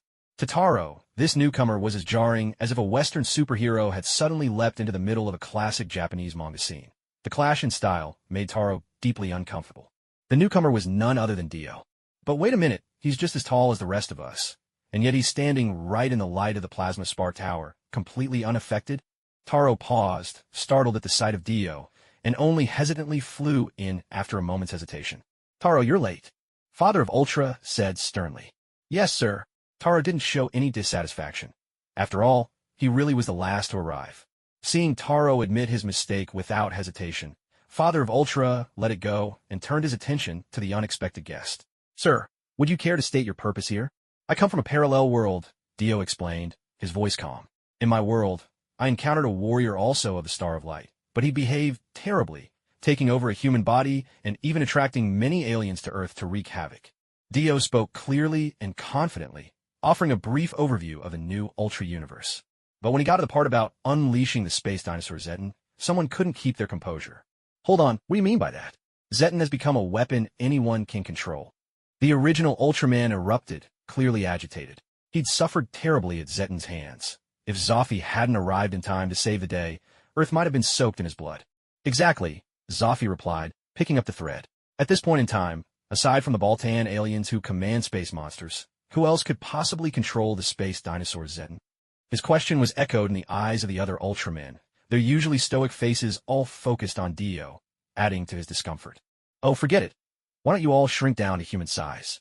Seeing you like this is honestly unsettling, Dio suggested, unable to shake a physical sense of unease. No one objected to Dio's proposal. The Ultras shrank down to human size without complaint, resuming their conversation eye to eye with Dio. Dio, seeing before him the human actors, many now older, felt a pang at the passage of time. He took out his recording device and began to play the movie from the new Ultra universe.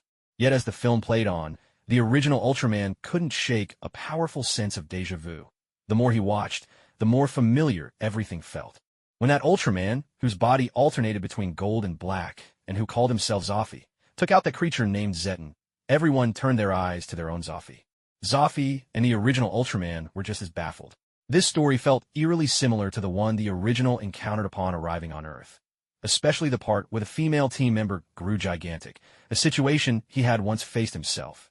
At the time, he hadn't thought much of it, but now, upon reflection, it did match up closely with the accounts of Zafy and Mephilas from over here. However, it was clear that the so-called Land of Light from over there was structured entirely differently from their own Land of Light. The idea of sacrificing an entire planet's population just to maintain balance in the universe. How could they possibly be capable of something like that? Zafy felt all the more lost. The Zafy from that other universe radiated an overwhelming sense of oppression. It was as if he were some great villain bent on ending the universe. Actually, it made sense. In the earliest episodes of the original Ultraman Tokusatsu series, Zafy wasn't portrayed as a savior coming to rescue the original Ultraman. Instead, he was set up as an alien being who controlled the cosmic dinosaur Zeton, not as Zafy Ultraman at all. For reasons unknown, this setting was later abandoned and replaced with the story that Zafy was a member of the original's race, coming to save the critically injured Ultraman. Meanwhile, Hikari, the director of the Space Science and Technology Bureau of the Land of Light, gazed at Zeton in Zafy's hand, his eyes shining. Why hadn't he thought of this? Zeton's offense and defense were both incredibly powerful. If it could be mechanized, as shown in the visions before them, could Zeton perhaps become one of the Land of Light's trump cards? Once he had this idea, planning the next steps became a simple matter. Among the Blue Clan Ultramen, Hikari's unique inventive power, almost like an orc's thinking muscle, allowed him to almost fully conceive of how to create the bioweapon Zetan next. Still, what concerned Ikari most was that 1 trillion-degree fireball. In their world, the trillion-degree fireball indeed possessed great power, but it was odd. It differed from what was described on the screen. Here, the attack wasn't area-based, but highly concentrated. At such focus, a trillion-degree fireball certainly had the capacity to end an Ultraman's life. Yet, unlike in that other universe, it didn't have the function to instantly annihilate everything in a massive area. Otherwise, why would it have done nothing more than shatter a few windows on Earth, instead of vaporizing the whole planet along with them? Still, it was best to avoid weapons of mass destruction whenever possible. That was Hikari's honest thought. In the scenes that followed, after witnessing Lippia, shrouded in the guise of Shinji Kaminaga, display a near-maniacal obsession toward a human woman, and then gift Earthlings with the high-dimensional formulas for the beta system, even the Ultramen exchange concerned glances. It's not that they're unwilling to share their technological achievements. In fact, they deeply admire the courage and wisdom of Earthlings, so much so that, in order to protect a species with the potential to stand shoulder to shoulder with them, they have sent generation after generation of Ultramen to guard humanity. But the beta system is built on the core theory of the beta capsule. Handing this over is akin to entrusting someone else with the secret of one's survival and essence, even if it's just knowledge from another fundamental realm. Though the dire situation demands adaptability, Ribia's decision in the projected image was clearly a last resort. After all, the threat of Zetan looms near. Yet the Ultramen can't help but feel that this is a case of forcing growth before its time. They scratch their heads, uncertain if this choice would bring good or ill. Next, within a field of red, Zoffy and Ribia engaged in conversation. It mirrored almost exactly the moment Zoffy once saved the original Ultraman, leaving the original squirming with embarrassment, as though a scene from his reckless youth was being displayed for all to see. So, any thoughts? Dio asked after finishing the playback. The group of Ultras fell silent for a moment, until a voice finally broke through. Does this mean we can get rid of the timer on our chests now? Everyone turned in surprise to see the speaker, a Severo draped in a striking red. Seven's temper flared. He smacked Severo on the head, exclaiming, "Ditch the timer? That's the only thing you got out of all this after watching so long." The proud Severo wilted under the blow, suddenly reduced to little more than a scolded child. No, wait, he really was Seven's grandson. After delivering his rebuke, Seven rejoined the group. Exiled at the edge, Severo sheepishly rubbed the spot where he'd been struck. "The Ultramen over there are far too ruthless," Ace remarked, his face grave. "But their technology is indeed advanced," mused Hikari, stroking his chin thoughtfully. "Perhaps it's the very strength of their science that has led them, as a people, to become almost purely rational, a society that approaches every issue with unwavering objectivity." Seven chimed in at just the right moment. From a perspective, humanity is still extremely weak. Yet humans possess an uncanny ability to adapt, and might one day rise as great biological weapons, no less formidable than Ultramen themselves. If other alien races discovered Earth, there's a real risk they try to brainwash humanity and use them as living war machines across the cosmos. What's more, given the sheer size of the human population, if even a handful with impressive power emerged, Seven's voice turned grim. We could witness a war that sweeps across the universe. The original Ultraman put his hands on his hips, his voice rising with restrained anger. Rationally speaking, it's true, they haven't technically done anything wrong. But to so blithely erase an entire species from the universe, what do they take life for anyway? Moved by this indignation, the father of Ultra gave a nod of agreement. He turned to Dayu, asking, "So, is it your intention that we go to help? What makes you think that?" Dio looked at Father Ultra with a hint of surprise. After all, he had already let them watch the movie, and the ending was obviously a happy one. There was absolutely no need for any outside intervention. Father Ultra said, "You come across as someone who likes to stir up trouble. I suppose you wanted us to compare ourselves with the story and then get involved." His words made the other Ultras turn their gaze toward Dio. Zero was momentarily stunned, then walked right up to Dio, pointing at him. "So that's how it is. You had an ulterior motive? Huh? Is this all a setup to mess with us?" Dio simply shrugged and replied, "So what if it is? Here's the thing. All I did was show you a story. I can open the portal for you, but whether you go through or not is entirely your choice. I haven't forced you." At this, Rabbitsay was so angry he couldn't get the words out, pointing at Dio in frustration. After all, Dio did have a point. Presenting a world in desperate need of saving right before the Ultras, given their sense of duty, none of them could stand by and do nothing. Besides, according to the scientific logic described in the film, Even Rippia's eventual success was far from guaranteed. This was only a possibility, and if anything went wrong, the consequences could be catastrophic. There was even a chance that the entire Earth in that other world could be wiped out. The Ultras exchanged glances. When it came to this kind of moral call to action, none of them really had the will to resist.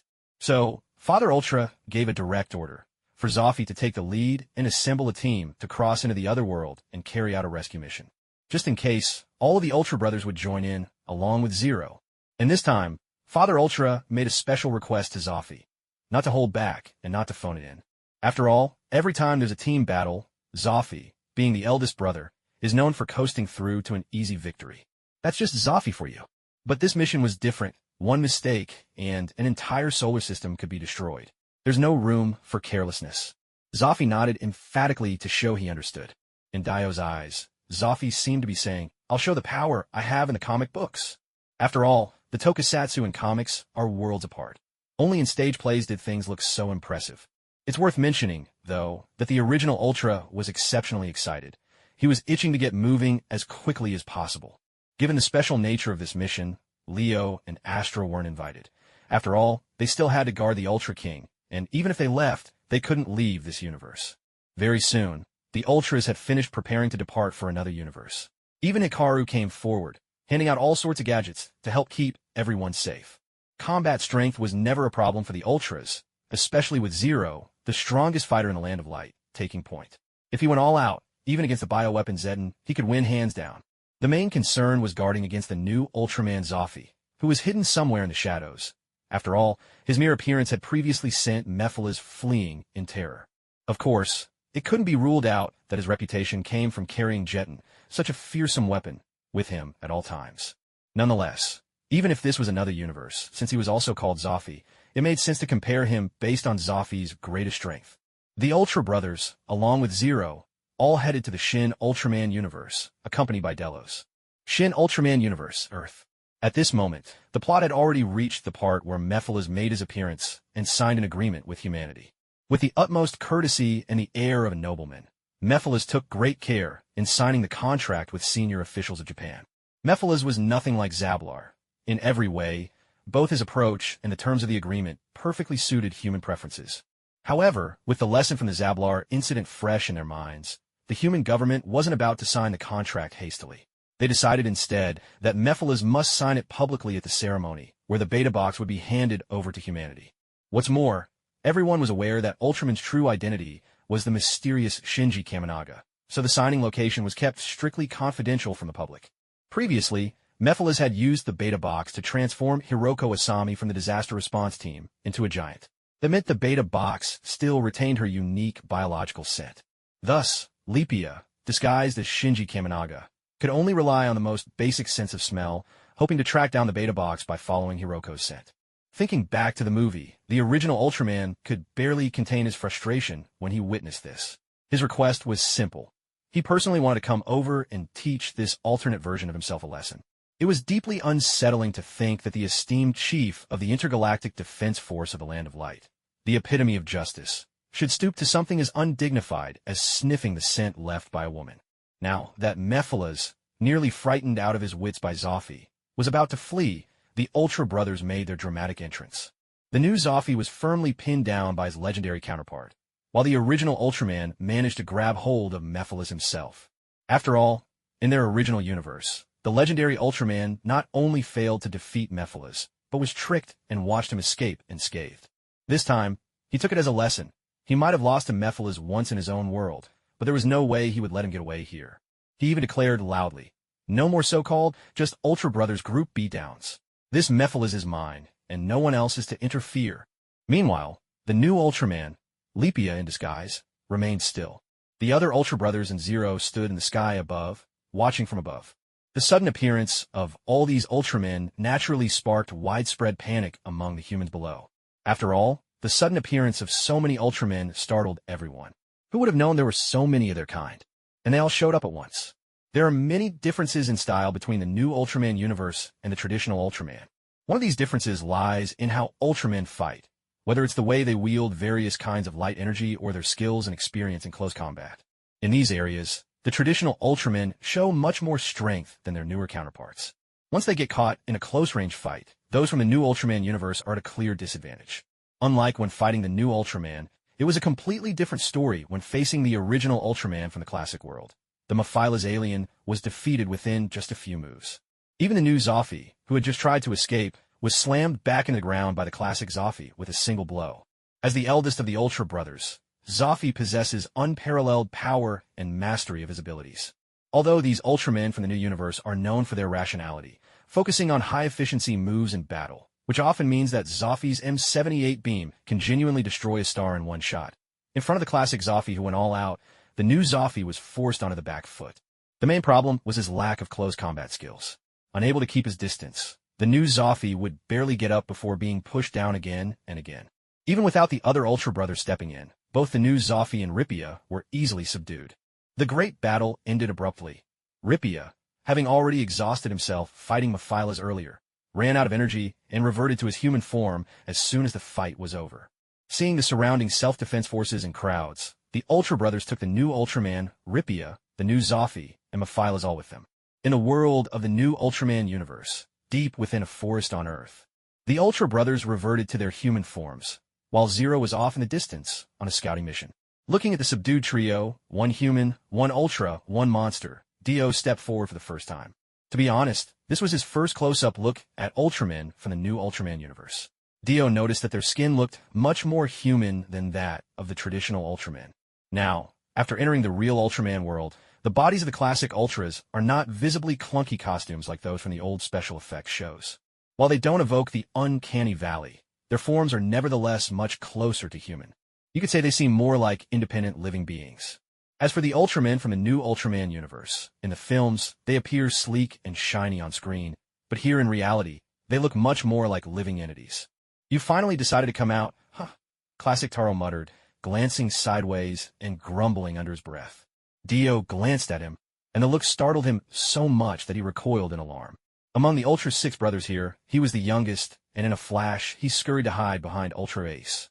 Ultra Ace was baffled. What on earth was this situation? I thought you weren't going to show up at all. Is something the matter? Ultra Zophi asked. He had already beaten the new Zophi down to human size, and just now, with Jack's help, used Ultra Psychic power to restrain both of them. Dio wasn't one to disappear for no reason. After sending the Ultra brothers and Zero here, Dio had gone to observe the actions of the Land of Light. As expected, after the Ultra brothers had dealt with the new First Ultra and the new Zophi, the Land of Light sent out its own. Arriving now were the remaining 4 of the Ultra 6 brothers from the new Ultraman universe. Of course, an event of such cosmic consequence couldn't be handled with just these 4. They were merely the vanguard. Dio succinctly informed them about the moves being made by the Land of Light in this universe, and this news left both the original Zophi and the original First Ultra in a heavy silence. If I'd known it would come to this, I never would have come at all. Are we really about to spark a war that could engulf the universe? Jack sighed, a note of resignation in his voice. The rest of the Ultra brothers exchanged uneasy looks. Even Seven pressed a hand to his temple, feeling the weight of it all. What else can we do at this point? Our only option is to go back and call for reinforcements. If an army descends upon us, sure, we Ultras can always flee, but Earth and its people would face oblivion. Ultra 7 sighed, his words heavy with dread. Should we send Zero to the Land of Light? He's got the shield of Pelagi in his shining form. He might be able to subdue the entire Land of Light himself. Zophi suggested. He was called the strongest among them, but facing an entity on the level of a god, even he would be hard-pressed. In theory, if Zero went all out, he could threaten the Land of Light. But he's got the power for only a single, charged attack. If he runs out of energy afterward, he'd be like a lamb to the slaughter. Dio explained the consequences. Of course, as a conceptual god, the 2009 version of Zero was something else entirely. On his first appearance, he wiped out a whole swarm of monsters in a monster graveyard. Creatures that would have taken the Ultra Brothers an entire episode to handle. He even single-handedly decimated most of the Land of Light's fighting force, and managed to seize the plasma spark after defeating Belial. But the current Zero had been granted an external plug-in by one of the 4 Divine Ones, Noah, the Shield of Pelagi. And later, he gained a Shining Zero form as well. It must be said, the power of the Shining form was overwhelming, something that no other Ultraman could rival. Aside from those on the God-tier level, the only other being capable of such dazzling brilliance was that cunning old Tiga. As for the Golden Tartarus, whose attacks later required even the Ultra King to fend off, that was a different matter entirely. He wasn't an Ultraman, but a member of the Absolute Clan. 7, of course, understood Zero's forms and his combat strength. But the fighting style of both the Ultras and aliens in this universe was completely different from those of his own world. Moreover, if you can unleash energy attacks from a distance, why bother with close combat? Although the new generation of Ultramen aren't particularly agile with their light beam skills, what they lack in finesse they make up for in sheer quantity. It's an endless barrage. If Zero isn't careful, he probably won't be able to withstand it. Forget it. Let's go back and call everyone else over, said Legendary Ultra 7 after some thought. Might as well invite the king too? Legendary Ultra Zoffy suggested. Ultra Zoffy's suggestion met with unanimous approval among the Ultras, though it took Dio a bit by surprise. The king, or Ultraman King, is one of the enigmatic 4 mysterious Ultras, who debuted at the very dawn of the Ultra series. He appears as an elderly gentleman, but since he has scarcely any records of engaging in battles or eliminating foes, he's essentially regarded as a pure support character. No one truly knows the extent of the king's real fighting power. The rare instances where he's joined an energy clash have all been at long range, like the time he blocked Tartarus's all-out attack, the extreme absolute destruction ray. That moment sealed his place as a golden icon, demonstrating without doubt that only the 4 mysterious Ultras, in full power, could withstand such an extraordinary assault. As a member of this legendary quartet, the king possessed the ability to travel across dimensional space, traversing to different parallel universes. He also had a penchant for leaving avatars of himself everywhere. So in nearly every parallel universe, the Ultra King was essentially the same person. But what about the king of this universe? Could he be the same Ultra King as elsewhere? With those thoughts in mind, Dio quickly ascertained the location of the King Star on the traditional Ultraman side, a planet where the Ultra King resided, near the Land of Light. He then searched for the King Star on the new generation Ultraman side, but soon, Dio noticed something unusual. There was no King Star in this universe. Could it be that the Ultra King simply doesn't exist in this universe? The possibility caught Dio off guard. After all, he'd already confirmed the presence of the Ultra Brothers, Ultra Father, and Ultra Mother here. He didn't believe any of these Ultras had the power to notice his investigations. True, Ultramen wield potent ultra-psychic abilities, able even to manifest superpowers from sheer will, but clearly, not one of them had detected Dio's probing presence. This held true in both the new Ultraman universe and the traditional one. He felt confident about that. Yet just as Dio felt certain he'd gone undetected, a wave of psychic communication washed over him. Dio arched an eyebrow and caught the message in his mind. Young man, were you the one who led my people away with your persuasion? The voice was slightly raspy yet calm, imbued with a gentle authority. Dio instantly knew who it was. Ultra King Peck. A faint smile crept onto Dio's lips. He shrugged and replied, Now, old Peck, that's not quite right. All I did was show them a video and open the door. Whether they came or not was entirely up to them. The fact that Dio knew his original name didn't surprise the King of Ultra. After all, anyone powerful enough to traverse the multiverse might have easily learned his name from some universe or another. Besides, the King of Ultra had no real rebuttal for Dio's words. It was true that, under his guidance, the Ultramen had always taken it upon themselves to relieve suffering and help those in need. Though Sevenger had once led an invasion that ended in the destruction of an entire race, he was just a rare exception. The rest of the Ultras remained positive, upright, and firmly opposed to acts of aggression or slaughter. Aren't you the one tempting my people to invade other universes? Surely you know your own people's true intent. They didn't cross over to invade. They came to save the humans of Earth, Dio replied flatly, refusing to accept the accusation. Given what's happening here, I'm sure you've figured that out by now. At this, the King of Ultra nodded. Compared to his own universe, the Ultramen of this world were newly born, their ways more reminiscent of higher dimensional beings, rational, cold, and frighteningly efficient. They weren't like his Ultras at all, who were not only passionate and loyal, but also capable of real compassion towards suffering peoples everywhere. What's more, if you truly wanted to stop them, wouldn't you have intervened long ago? With a flicker, Dio suddenly appeared right in front of the king on the planet of the king itself. Leo and Astra, on high alert, sprang instantly between him and the Ultra King. Who goes there? Leo shouted fiercely, but then his eyes widened in surprise. Mr. Dio? Astra, too, was startled. Leo had mentioned Dio's name to him only after returning from the Land of Light. Brother, is this the Mr. Dio you were talking about? Astra peered at Dio curiously. Despite looking just like a human from Earth, he could grow, as gigantic as any Ultra. Leo nodded, still wondering why Dio had come to the king's planet. Leo, Astra. A voice rang out, reminding the brothers of the presence behind them. Sire. Leo and Astra responded respectfully.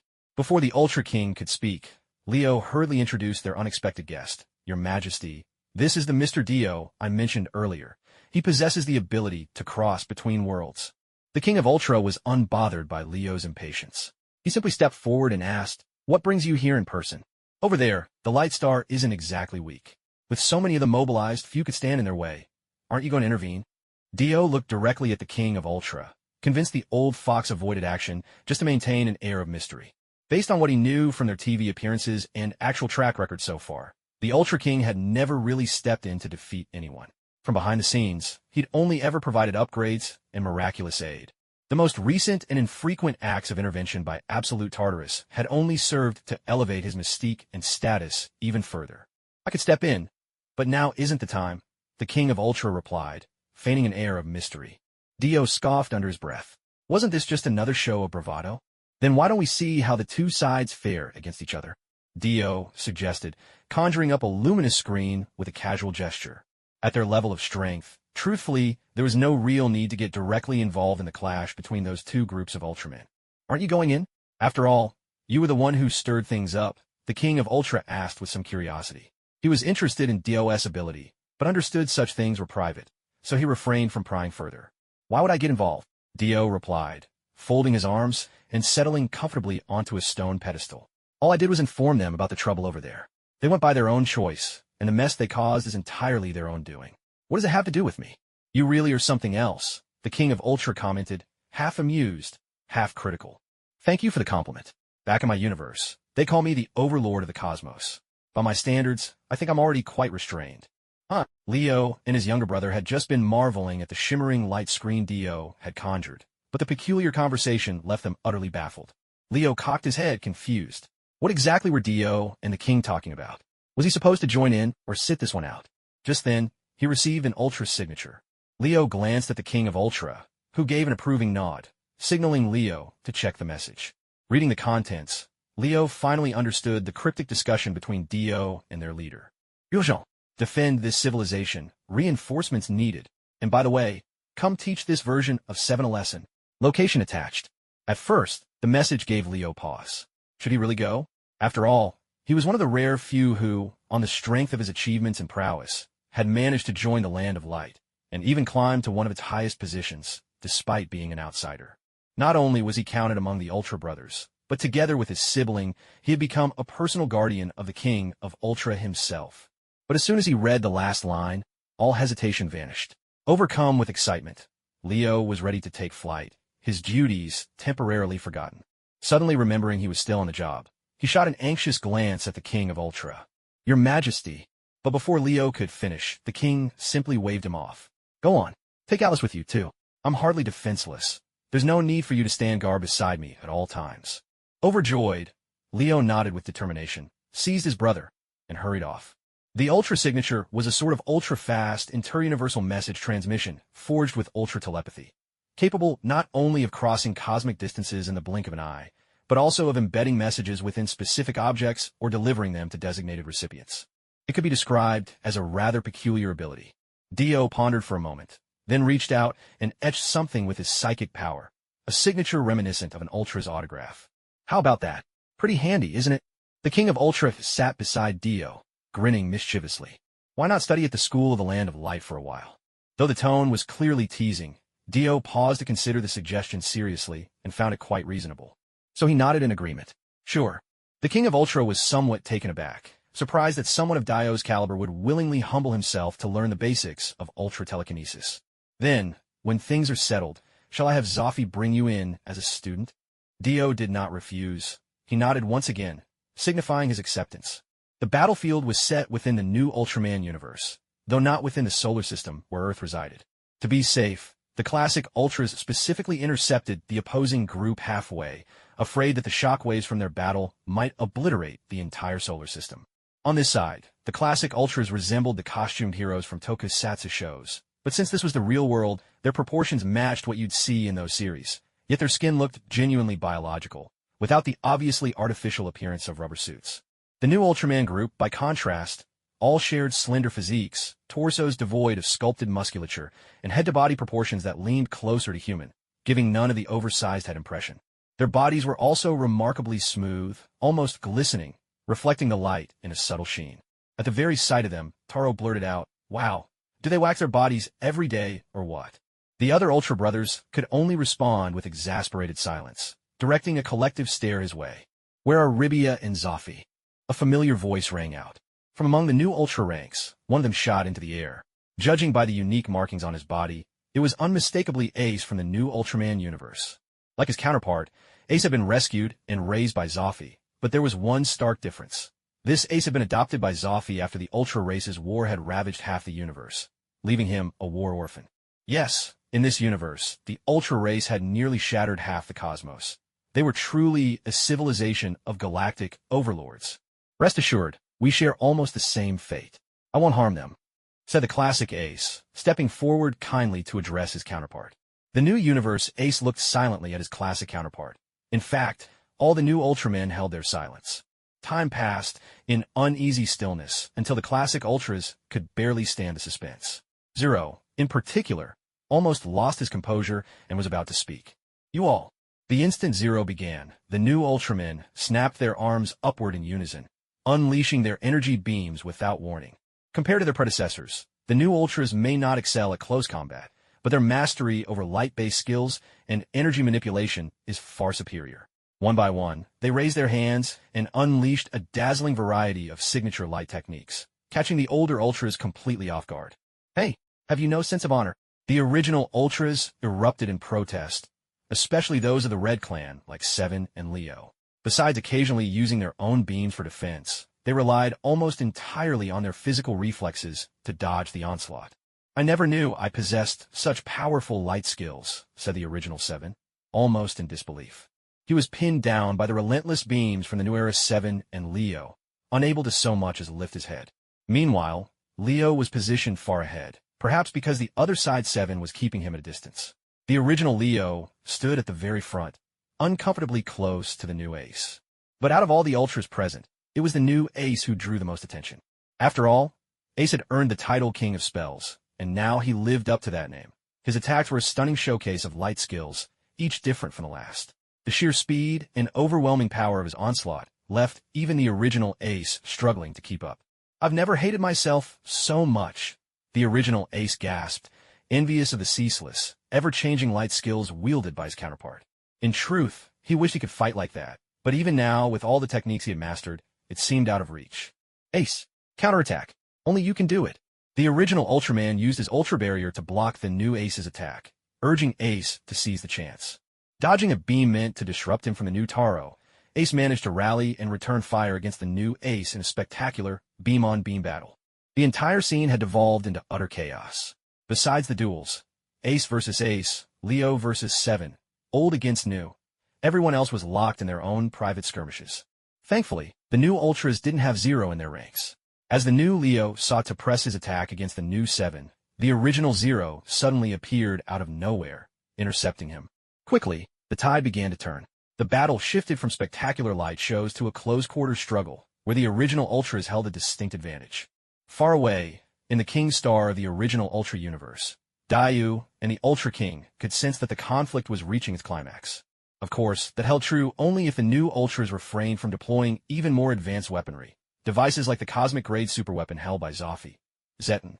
They didn't need to see it for themselves. From the moment the new Ace had launched his attack, several figures had emerged on the edge of the battlefield, obviously allies of the new Ultras. Each of them carried a core-like orb crowned by 3 spinning horns. And there wasn't just one Zeton, there were several. Clearly, the pause in the new Ace's attacks had served one purpose: to buy his comrades time to prepare for the next, far more dangerous phase of the fight. Tragically, by the time the Legacy Ultras discovered the Zetons, those monsters had already fully deployed and begun charging up. Now, the Legacy Ultras intended to escape at superluminal speed using their red orb form. But the new generation Ultras had no intention of letting them succeed. The tide of battle suddenly turned, as the newcomers aggressively launched attacks and entangled the Legacy Ultras, demonstrating an astonishing ability to learn and adapt. Once mere noodle-limbed fighters, they had now transformed into skilled combatants, even able to hold their own in close quarters against the original Ultraman, all to buy time for the Zetons to complete their charge. "Damn it, they want to wipe us all out in one strike." Zero roared in fury. He tried to activate the shield of Pelagi, the gift from Noah, but Atlas struck him down mid-action. Yes, it was Atlas, the legendary Ultra from the new universe, and Leo's right hand, who interrupted his skill. It must be said, among everyone present, only Zero's activation of the Pelagi shield or his shining form could turn the tide when all seemed lost. But his efforts were disrupted again and again, first by the new Atlas in close combat, then by the new Leo, and a third time by the new Ace unleashing an energy ray. It was as if these Ultras knew just how terrifying Zero's power could be, and they would do whatever it took to prevent him from unleashing his extraordinary abilities. "You bastards!" Zero erupted, retreating instantly. The new Ultras immediately gave chase, while the remaining Legacy Ultras exchanged baffled glances, surprised to see the newcomers abandon the others to pursue Zero. Yet the original Ultraman and Zoffy reacted swiftly and, instead of aiding Zero, both fixed their gaze on Taro. Understanding at once, Taro nodded. The Ultra brothers formed up beside him, one fist drawn to their waist, the other pointing high at Taro's great horns. Pooling all their radiant energy, they funneled it into Taro's horns. Zoffy, the original Ultraman, Jack, Seven, and Ace, each poured their entire essence into Taro, transforming him into Super Taro.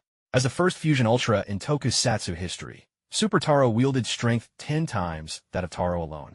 And thanks to the fusion with 5 other Ultras, Super Taro could access the skills of the others. For instance, the full power M87 beam. This time, Super Taro unleashed it with an expansive twist, augmenting the attack area by channeling the cosmic miracle beam from beneath his arm. Let's say, in a dazzling, universe-defying form. By the time the new Ultras realized what was happening, the beam was already crashing down upon the charging Zetans. At that moment, Dio couldn't help but see that Zoffy had turned a deaf ear to the Ultra King's advice. As an evolved being of pure energy, Taro possessed a unique and unparalleled organ, the Ultra Heart. This near-suicidal attack, allowing him to use the Taro Bomb almost infinitely, is even more of an overpowered move than what the little Taurus of the Absoluian race could pull off. Overall, Taro is undeniably strong, an unconventional super warrior in every sense. But when it comes to the sheer power of his beams, he still falls a bit short of Zoffy. Even so, with the addition of the 5 Ultra Brothers, Super Taro's strength skyrockets. Especially now, when Super Taro unleashes Zoffy's most powerful single-target attack, the M87 beam. He sweeps his arm once, annihilating an entire row of Zetan war machines. Of course, as weapons of celestial magnitude from the Land of Light, it's impossible to destroy all of them in one go. On the contrary, some Zetans actually absorb the energy. The final few Zetans blasted by Super Taro's beam are now fully charged up, and their mega fireballs, each packing 1,000,000 degrees, are ready to launch. Even with their fireball shields in place, all 6 Ultra Brothers can feel the terrifying energy building up inside. But then, drained of energy, the 6 brothers are forced to separate. Zero and Leo, meanwhile, are being hunted by the Neo Ultras and can't return for backup. In this sudden turn, the Ultra Brothers find themselves in dire straits. Should you step in, or should I? Seeing this, Dio turns to ask the King of Ultra. The King gives Dio a blank look. If you want to step in, just do it. What are you holding my hand for? I just thought I'd make a dramatic entrance. The King of Ultra rolls his eyes. If you want them to remember your help, just say it plainly. It's not like I'd stop you. With that, he yanks himself free, rubbing his wrist. Not an ounce of respect for his elders. Ignoring the King's grumbling, Dio immediately taps into his psychic powers, compressing the 1,000,000-degree fireballs along with the Zetans into another dimension altogether. The 5 Ultra Brothers stare in baffled astonishment as the Zetans and fireballs suddenly flatten into something as thin as a sheet of paper. Only the King's telepathic reassurance pulls them out of their stupor. At the same time, for once, the usually stoic faces of the Neo Ultras are visibly shaken by what they see. Dimensional manipulation. Do we have technology like this? There's no way we can pull that off. The Neo Ultras have given up all thought of resistance. The sudden, impossible dimensional compression leaves them reeling. Though they're capable of harnessing dimensional power in theory, their technology simply doesn't allow them to control dimensions so directly. Tricks like that two-dimensional compression, it's simply beyond them. Surrender? Neo Jack clasps the Ultra Bracelet, looking around at the others. They possess the basic moral sense of living beings. Maybe it's worth a try, Neo 7 suggests. The Neo Ultras exchange glances, then turn their collective gaze to Neo Ace. After all, his adoptive father is now a captive of these strangers, his fate still unknown. At that moment, Zero and Leo flew back, both stunned by the sight of Zetan flattened, as thin as a piece of paper. "Whoa, that's incredible!" Zero exclaimed, cradling Zetan, now so light it felt almost weightless, in his hands. He glanced at Leo and asked, "Uncle Leo, did the old man step in this time?" By the old man, Zero was referring to the King of Ultra. Leo shook his head. He was only a guardian. Whenever danger arose, it was always his duty to handle it first. Even when the King of Ultra trained, Leo had never noticed the king possessed such overwhelming power. Could it really have been the King of Ultra who took action? Leo wondered to himself. Soon, after helping the other Ultra brothers to their feet, Leo finally learned that it was actually Dio, the one who brought them to this universe, who had intervened. It was the King of Ultra who had told him this. Zero let out a hearty laugh. "See? I knew the old man was past his prime. He wouldn't have been able to pull it off." Sevenger scowled, barking, "Show some respect to the King of Ultra." All right, I got it." Zero waved his hand dismissively, feigning indifference. "You." Sevenger started forward in anger, but Ace stepped in to restrain him. Following Ace's gaze, Sevenger and the other Ultras looked over as well. The new Ultramen were already descending, coming to face them.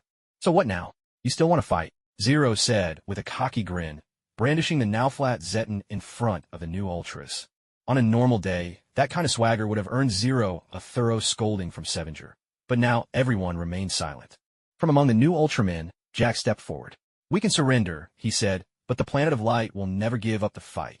If you wish to prevent this conflict from escalating further, please come to the Planet of Light and explain everything." As he spoke, New Jack gestured, and a figure shot in from the edge of the battlefield. The Ultras saw who it was, and were both surprised and pleased, an old acquaintance. It was none other than Teacher Eddie. Of course, now he was called New Ultra Eddie, to distinguish him from his counterpart. "Teacher Eddie?" Zero stared in astonishment. Eddie's strength was well known to be formidable. If Eddie were to join the battle on their opponent's side, the tides would surely turn. Still, Zero kept quiet. Now was hardly the time for questions. "Let Eddie go with your representative to the Planet of Light," New Jack proposed, pointing at New Ultra Eddie, who had just arrived. "With Eddie as a witness, the captain will give the order to withdraw the troops." The original Ultras exchanged glances, then all looked at Zero. "Zero, you're the only one here with the strength to go," said Jack of the original Ultras. Zero recognized what needed to be done as well. He waved his hand and replied, "Judging from the state you all are in, obviously I'm the one to go. Get some rest." With that, he turned on his heel and soared off toward the new Ultras, every movement easy and stylish. "I'll trouble you to lead the way," Zero said, standing tall and upright, the very picture of integrity. The Neo Ultras showed little reaction. Neo Ultra Jack didn't say a word. Instead, he simply nodded at Neo Ultra Eddie, who nodded back in response. After that, Neo Ultra Eddie led Chuan Ultra Zero away, leaving the others to stare at each other with wide, unblinking eyes. To reach the Land of Light as quickly as possible, Neo Ultra Eddie and Chuan Ultra Zero both shifted into their red sphere forms for faster-than-light travel. Since the two of them left together, the red sphere contained both passengers. Along the way, Chuan Ultra Zero began to feel impatient with the silence and decided to strike up a conversation. "You're called Eddie too, aren't you? Just like our own Teacher Eddie." Neo Ultra Eddie glanced at him, replying calmly, "It's perfectly normal. Parallel worlds influence each other, and odds are there are a lot of similarities between this world and yours. According to Ultra Hikari, every parallel world has a counterpart who is just like someone from the other world, but if their lives take different paths, their personalities and strengths can certainly differ." Chuan Ultra Zero's face was a picture of amazement, sparkling with curiosity. He immediately pressed on with another question. "So, does that mean there's another me in this world? What kind of person would that be? And why were those guys trying so hard to interfere with me during the last battle?" Neo Ultra Eddie fixed him with a long, searching look, and for just a moment Chuan Ultra Zero felt as though he was being weighed and measured. The uneasy feeling passed quickly, but Chuan Ultra Zero couldn't help noticing that strange moment. "The you of this world. The you of this world," Neo Ultra Eddie repeated with a sigh, then continued. "In this world, you sought ever more power. You climbed the Plasma Spark Tower, killed the guards, and stole the Plasma Spark itself. With that overwhelming power, you wiped out half the population of Ultra's station on the Land of Light, including your own father, Seven, who had returned home to report in. After that, Captain Belial tried to face you alone. As powerful as he was, even Captain Belial fell at your hands. The Land of Light suffered a loss beyond imagination." He paused for a moment, as if trying to steady his emotions. Chuan Ultra Zero was utterly stunned by what he heard. It all sounded frighteningly like himself. Neo Ultra, Eddie went on. Later, we used a clever ruse to cast Zero into a black hole. And now, you're the Zero of the parallel world. We're terrified that, if you're as powerful as our world Zero, we'd stand no chance against you. That's why we tried every trick we could think of to hinder you. But even so, we still couldn't avoid this tragic fate. Chuan Ultra Zero reeled in shock at everything Neo Ultra, Eddie revealed. To think that his counterpart in this world truly had been seduced by power. And what's more, in this reality, Belial was actually the captain of the Intergalactic Defense Force. As expected of me, strong no matter where I am, Zero declared with pride, brushing his nose with his thumb. Seeing this, Novi quietly glanced at him, mentally revising the alert level set for this Taro down by another notch. Young, full of fire, arrogant, and self-assured, yet possessing both leadership and combat ability. Formidable, but still, a bundle of contradictions that would be easy enough to handle. Along the way, every question Zero raised, Novi answered patiently, one by one. When they finally reached the Star of Light without a hitch, Zero looked around, his eyes darting left and right.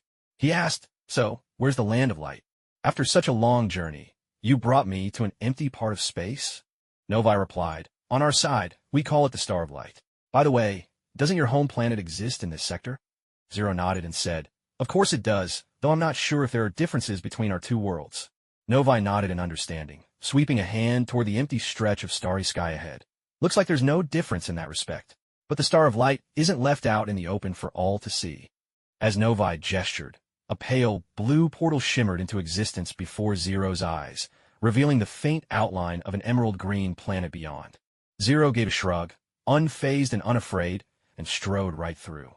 And the moment he stepped inside, an exclamation burst forth louder than any he'd ever made before.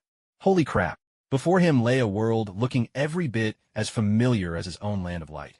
But what astounded him was that the planet's outer rim was ringed by sprawling spaceports, countless spaceships docked neatly in their berths, and dense arrays of launchers and turrets encircling the ports like a ring of watchful sentinels. Zero's sharp eyes even caught sight of numerous patrol craft, shaped just like human fighter jets, sweeping in formation in and out of the planet's airspace. There were even turrets and artillery emplacements scattered down on the surface itself. Even Zero, who'd grown up a bit of a troublemaker, could tell at a single glance. All these weapons could really do him some serious harm. The entire planet resembled a massive fortress. Eager to push further, Zero strode ahead, only to suddenly find his head smacking into something invisible. With a thump, it was as if he'd gotten stuck in a field of quicksand, suspended mid-air. In the blink of an eye, before Zero even had time to react, the whole planet lit up with a flash of red alert. But after just a few pulses, the alarm ceased. Pulling his head free, Zero turned to see Novi standing behind him, now holding something identical to his own transformation device. "We might be in a hurry, but there's no need to rush like that. Without a guide, you'll trip the Star of Light's alarms just by approaching. In a moment, drones and Ultra Warriors will come to investigate." Just as Neo Eddie finished speaking, 3 circular drones and 3 Ultra Warriors flew over. After a brief inquiry to confirm their purpose, the expressions in the eyes of those Ultra Warriors shifted as they looked at Zero. Zero was clearly annoyed. He squared his shoulders and glared right back at them. The gazes of those 3 Ultra Warriors grew even more curious and peculiar. Once the group of 3 warriors and 3 drones departed, Neo Eddie led Zero deeper into the Land of Light. As they walked, Zero asked again, "What was that just now? And also, you actually managed to put up a shield to block out the Land of Light. How'd you pull that off?" Faced with Zero's new round of questions, Neo Eddie took a deep breath, steadying the flutter of excitement in his chest.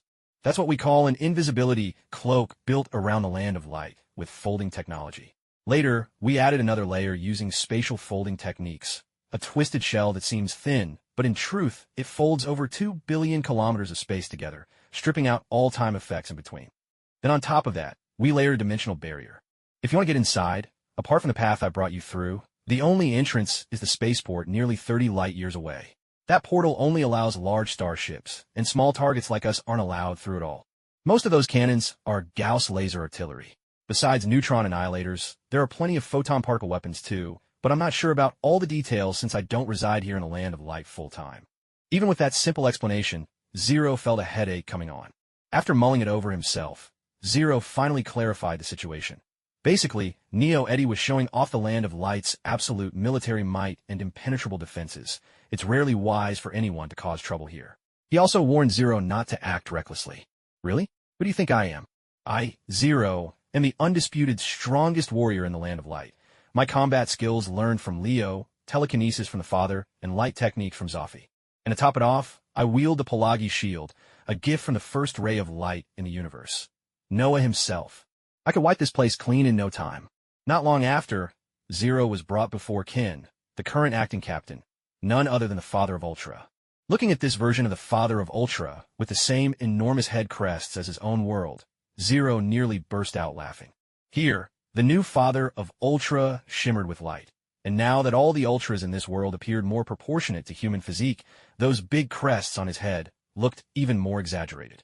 And without the Father's signature mustache on his cheeks, the effect was completely uncanny. To be honest, it took real willpower for Zero not to laugh out loud. Meanwhile, in the Ultra universe, on the King Star, Dio had no intention of following what came next. He was far more interested in learning the so-called Ultra telekinesis and their unique superpowers. Leaving the mirror space vision for the Ultra King to watch, Dio followed the reluctant Atlas into Ultra School. The teachers inside were all stunned when they realized that this clearly out-of-place figure was coming to study with them. They all involuntarily showed the same expression on their faces. Coach Atlas, are you sure about this? Like Leo, Atlas was not only a royal guard of the King of Ultra, but also a member of the Land of Light's defense force and a rookie coach at the Ultra Arena. The teacher who spoke was clearly a Red Clan Ultra, someone who had perhaps experienced combat training from either Leo or Atlas. Atlas nodded firmly. This is the King's order. The moment those words, the King, were uttered, the attitude of the Red Clan teacher changed instantly to one of deep respect, and he immediately ushered Dio inside. So the prestige of the King of Ultra really carries a lot of weight in the Land of Light, Dio thought to himself. In the Ultra School, there were countless book collections. Of course, these books were not recorded in the traditional sense, but were stored within special devices using a form of energy storage. And the study materials were created from a kind of green board, much like the color of the star where the Land of Light resided. These boards served as textbooks for the Ultra children. Adult graduates, on the other hand, used something more akin to a virtual projection device. Accepting a projection device from one of the Ultra teachers, Dio entered the school to study alongside a group of Ultra School children. Seeing Dio, with a height over 60 meters, the size of an adult Ultra, standing among a crowd of Ultra kids barely 20 meters tall, the teachers exchanged bewildered glances, and the kids couldn't resist looking back at him in curiosity during class. Dio had specifically adjusted his height to match that of the King of Ultra. In theory, he could have made himself as tall as 100 meters if he wanted.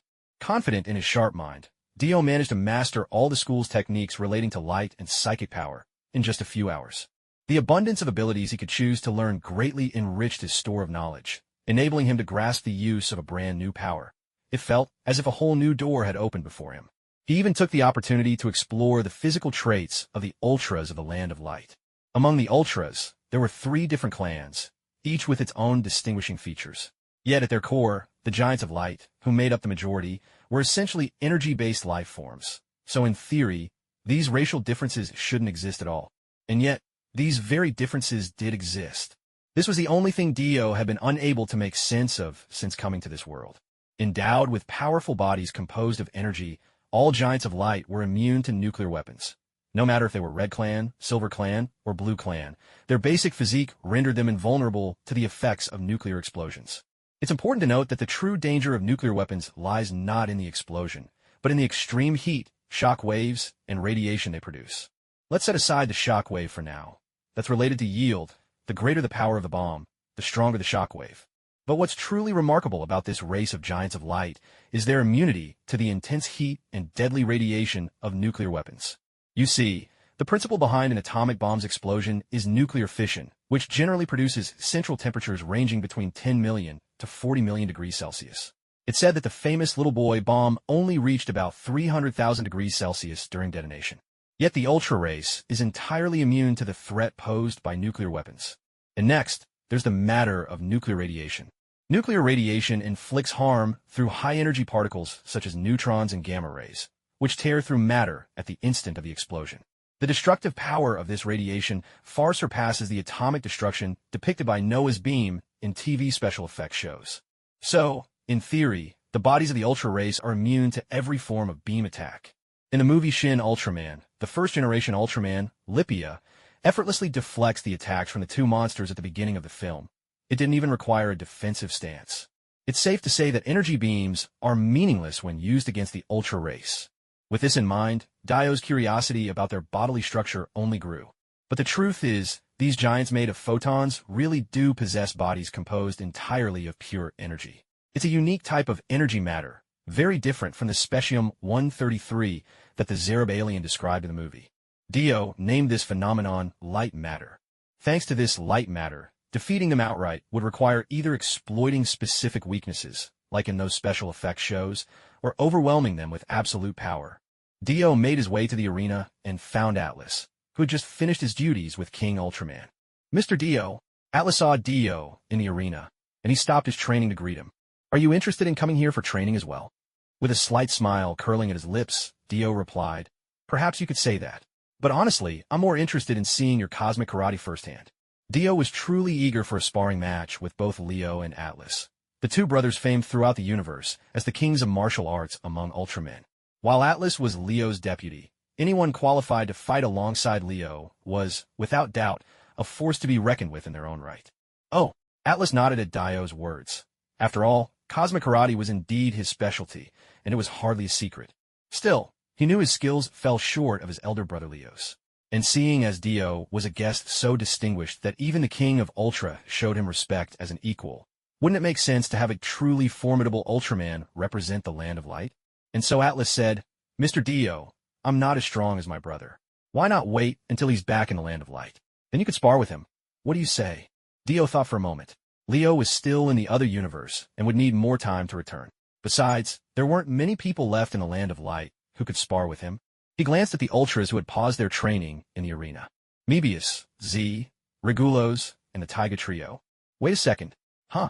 Dio's attention swiftly turned to Mebius and the others. Why haven't you joined the Ultra brothers on their mission? He asked, eyeing Mebius and his companions, their feline-like heads betraying the same confusion. Especially you, Taiga. Your father went into battle. Shouldn't you be fighting by his side? At the very least, lending him your support? Dio then looked towards Taiga and his friends. Mebius, for his part, was powerful in his own right. Dio's clearest memory was of Mebius using human technology to help defeat the Dark Emperor Alien Emperor. Clearly, his ability wasn't in question. But why didn't you go? Mebius pointed to himself, exchanging anxious glances with his teammates, like students suddenly called on in class. Me? Well, the captain didn't ask us to go along. He told us to stay here and protect the home base. My father told me the same thing. Taiga chimed in, nodding in agreement with Mebius. Their reasoning was sound, and for a moment, it was convincing. Yet, Dio couldn't shake the feeling that something wasn't quite right. Still, he let it go and turned to Atlas. If you're not going to battle me, then pick someone who will. I'm just curious to see how your universe's cosmic beast fist measures up. With that, Dio drew his massive blade and drove it into the ground. This time, though, he didn't bring out his lightning claws. After all, this was only a friendly match. There was no need to reveal everything he had. Noticing the stunned faces of the Ultras all around, Dio added, once we're done trading blows, how about we test each other's weapons? The surrounding Ultras exchanged glances and started whispering among themselves. After all, he was a guest, and his request wasn't unreasonable. As hosts, the Ultras felt obliged to oblige him. So, Regulo stepped forward. I'll do it, he said, striding confidently onto the field, the patterns on his body reminiscent of both Leo and Atlas.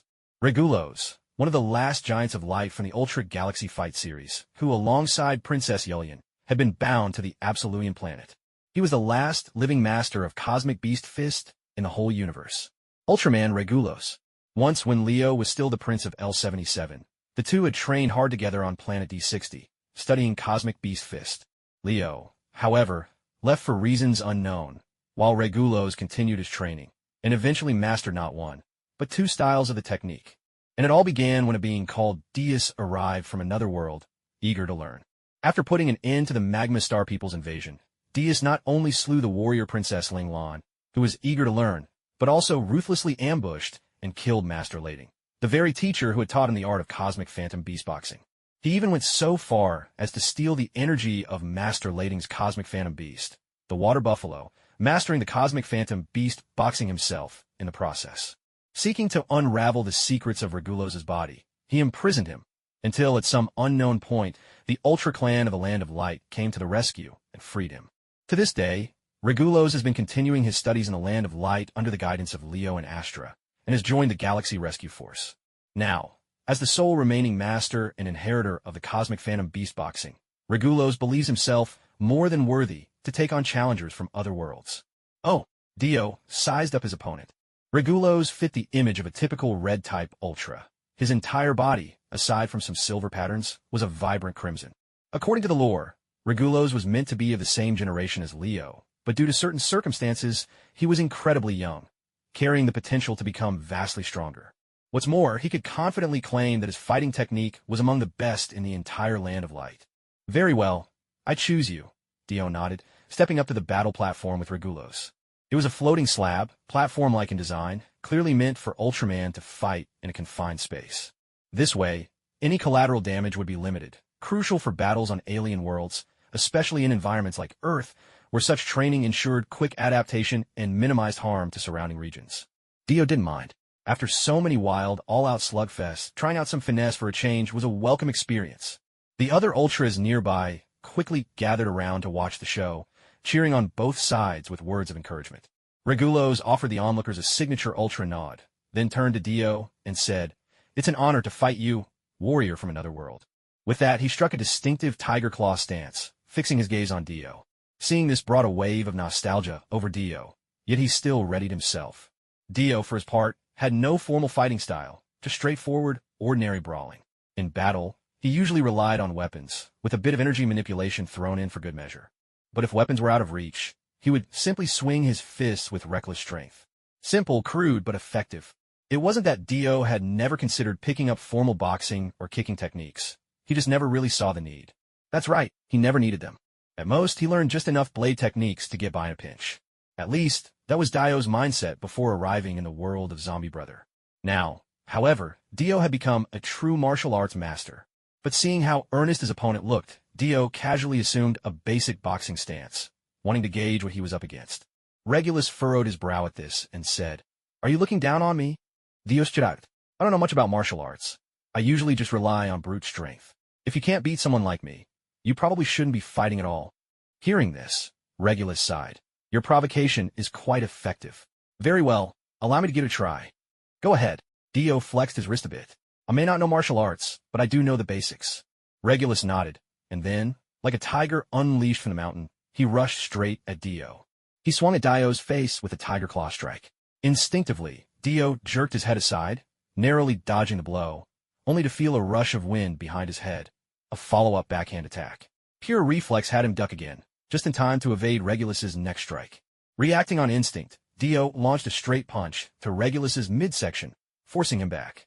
Regulus realized things were amiss and tried to block with his free hand. He couldn't, and a powerful force crashed into his abdomen, sending him flying backward in a curled arc before he landed flat on the platform. Everyone watching was stunned by the sudden takedown, including Atlas, who hadn't expected Regulus to be knocked down so swiftly. The shouts and uproar halted at once.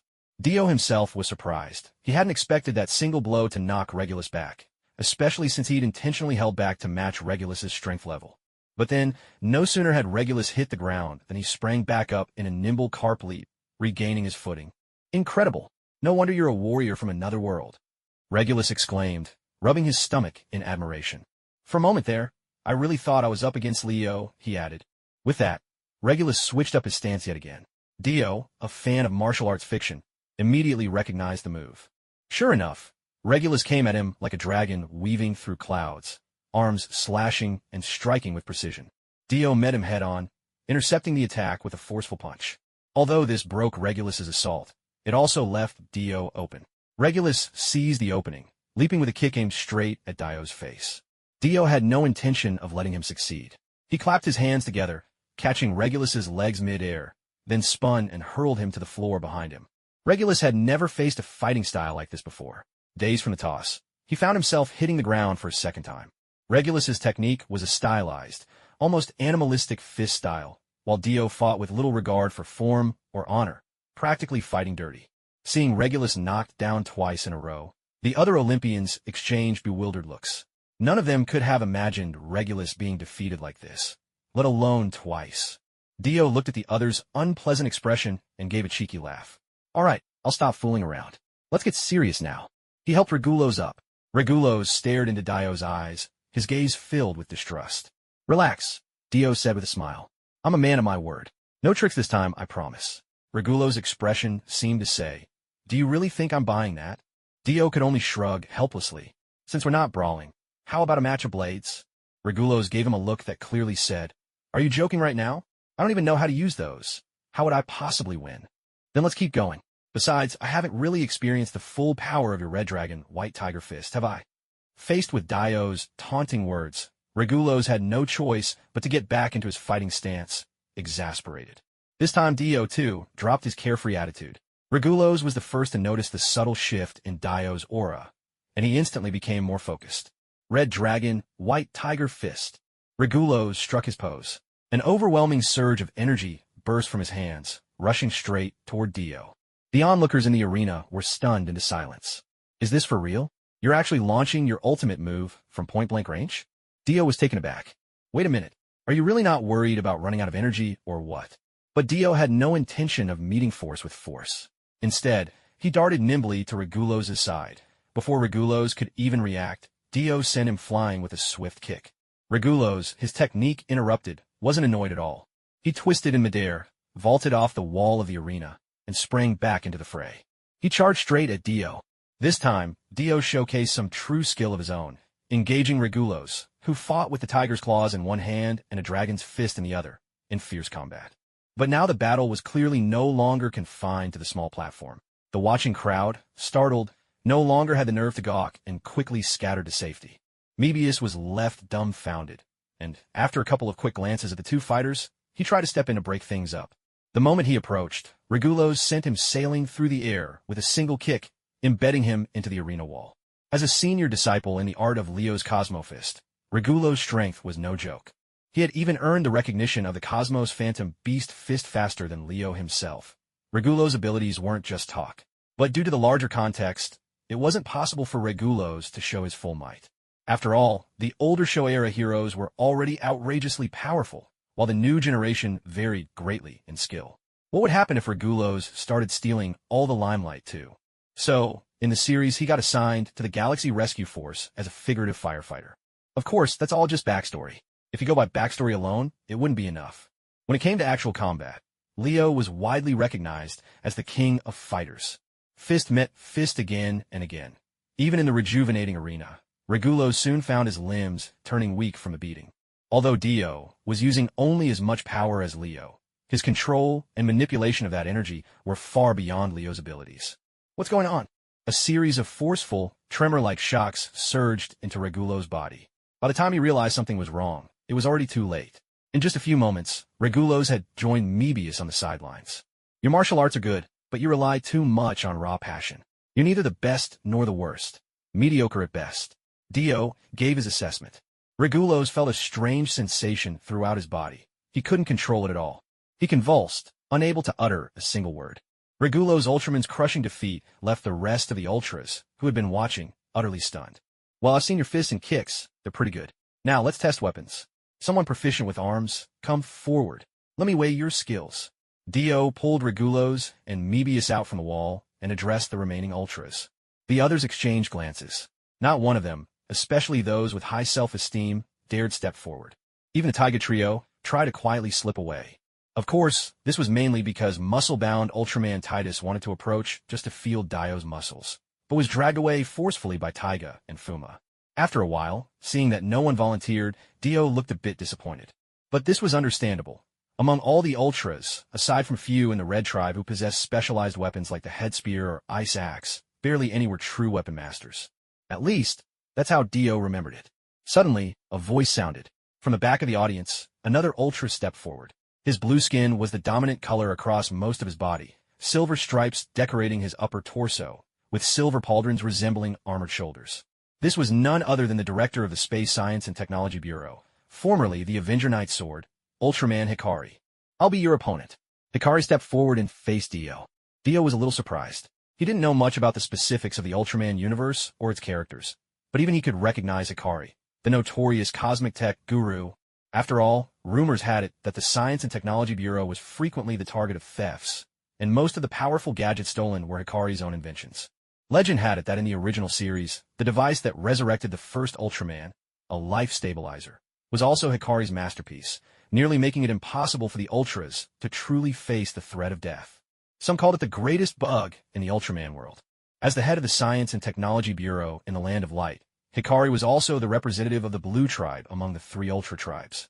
Within the Land of Light, the Ultras were divided into three main families: Silver, Red, and Blue.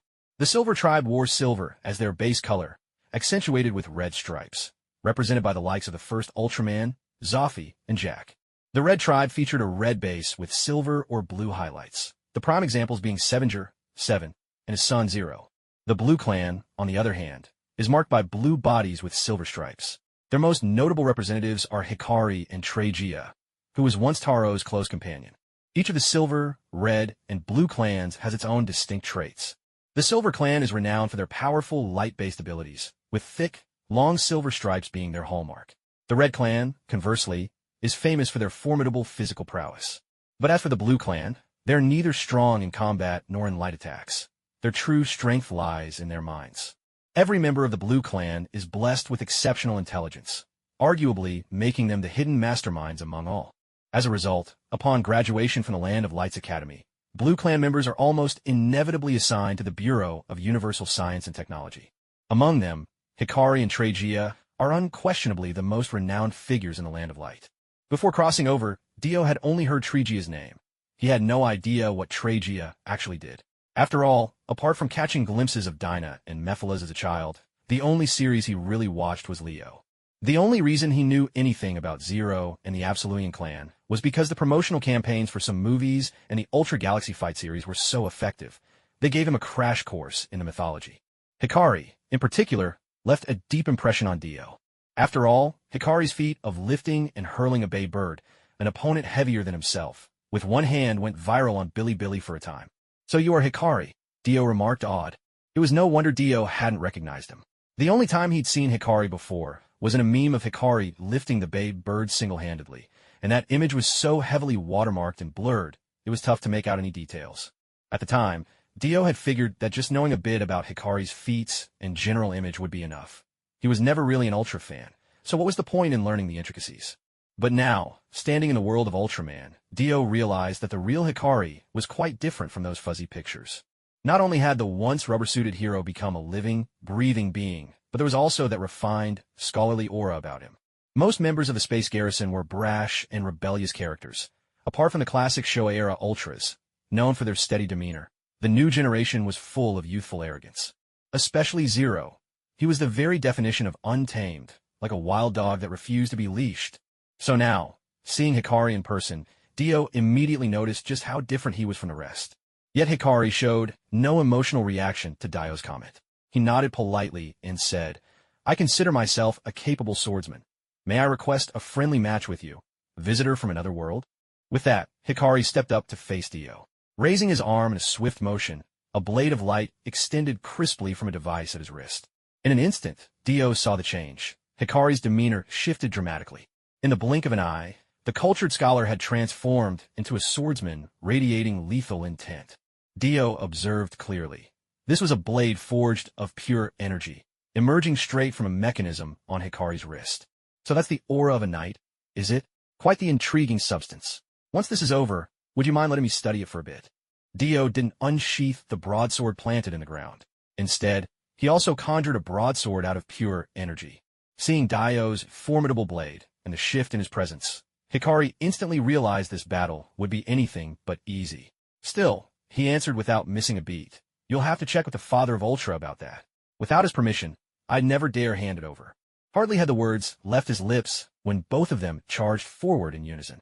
Their blades clashed, neither yielding an inch. For the moment, they were evenly matched. Hikari's swordsmanship was indeed impressive, so much so that Dio found himself surprised that his opponent was a blue-type Ultraman. It wasn't just Hikari's skill with the blade. His combat experience was just as formidable. Dio's own style was open and aggressive, each slash aimed for vital spots. If it had been any ordinary Ultra, they would have been thrown off balance or even conceded defeat right away. But not only did Hikari parry every blow, he even managed to launch swift counterattacks straight at Dio's weak points. Not bad at all. Your technique is a notch above that red one's. Diodimarkt. Regulos. With a light chuckle, Hikari replied, your own swordsmanship is incredibly sharp as well. I could barely keep up, and you even went the extra mile to restrain your power to match mine. That could not have been easy. After exchanging several rapid blows, their swords and blades collided with sparks flying in every direction. Hikari weaved and darted with remarkable agility, skillfully dispersing the force of Dio's heavy strikes. Even though Dio was holding back to match his strength, Hikari still couldn't decipher the mysterious way Dio delivered such irresistible power with every swing. From their recent skirmish, Dio noted that while Hikari's sword was essentially a blade formed from his own arm, his swordsmanship rivaled the finest masters, those adept at wielding all manner of weapons with breathtaking versatility. In Dio's mind, the last person he'd seen wield such swordsmanship was the Emperor himself, a legendary figure among the Warhammers. Of course, even then, the Emperor's swordplay was just the icing on the cake. But for Hikari, his swordsmanship was his entire essence. Impressive swordplay, and your combat experience is nothing short of exceptional. In all my travels through the multiverse, your abilities stand in a league of their own. It's a pity, though, you're only a blue. If you had the physical prowess of the silvers or reds and honed those skills even further, you'd be a rare opponent indeed. Dioprast. Unmoved, Hikari calmly retracted the shining blade from his wrist. You flatter me, yet you're not wrong. Unfortunately, I am what I am, a scholar. With that, he spread his hands, as if already halfway out the door. In such a hurry to leave before we've even decided a winner? Dio called after him. Hikari shook his head. You know as well as I do, I'm a blue. Even in the land of light, my stamina isn't my strong suit. After those exchanges, I'm already exhausted. Best not to embarrass myself further. Besides, the master of arms in the land of light is Ultreus. Let's wait until he comes back, and you can continue sparring with him. I don't want to steal his thunder. With those words, Hikari staggered away, clearly exhausted to the point of collapse. Dao saw this, and merely shook his head, saying nothing more. It was obvious Hikari had gone easy on him. Throughout the match, he had used only the most basic hand-to-hand techniques. There wasn't a single display of his signature light-based powers. After all, the man before him had carved his name into Ultra history. How could someone like that possibly not know how to use energy beams? Was Arn made for nothing more than posing for heroic posters? But Dao didn't mind. He had come here for a simple sparring match, just a bit of friendly combat at that. Considering Regulos had opened with a special attack earlier, that was already a round of cheating. The saber in Dao's hand vanished as he flew towards the space garrison. He intended to ask Father of Ultra for a device similar to the Knight's aura, so he could study it further. It was truly a remarkable invention, one that could boost even a blue Ultraman's physique to rival that of a typical red Ultraman. If it could be mass-produced, wouldn't it dramatically increase the strength of his own army? Father of Ultra, Kin, generously lent him a Knight's aura device, even offering to give him one outright. But Dao politely refused. After all, he hadn't actually done anything, yet had won 2 matches. In terms of international diplomacy, that was essentially a slap across the face. To make any further demands now would just make things awkward. He was here to socialize, not to make enemies. New Ultra World. The moment Zero set foot on the Land of Light, he was instantly detained. Even though he could have fought his way out alone, in the end, 2 fists can't prevail against 4, especially when the others possess both the Pelagi shield and the strength to withstand an onslaught. Here, on this side of the universe, the Land of Light was still equipped with a life stabilization device. This allowed the Ultras to keep throwing bodies into battle until Zero was worn down, drained of every last ounce of energy. The Ultras on the Land of Light seemed to fight like emotionless machines. Fatigued as they were, they would plummet into the healing springs, and in no time, emerge fully recovered. It was Captain New Ultra Kin, here, the Father of Ultra, who eventually bested Zero personally. That unusually muscular Ultra, such a stark contrast to everyone else, left Zero feeling more unsettled than ever. Afterwards, Ultra King himself intervened. Only after he explained the truth did things finally resolve. Yes, it was Ultra King's diplomatic wizardry, his torrent of words, that finally ended this war that was never a war. And all of it had played out in less than 2 days. So this is what you call intervening? On Planet King, Dao was deep in thought, studying the principles of the Knight's aura while watching Ultra King appear across a universe on a screen that Dao himself had built, demonstrating his power for all to see. Of course, don't you agree this method is far more enigmatic, far more powerful?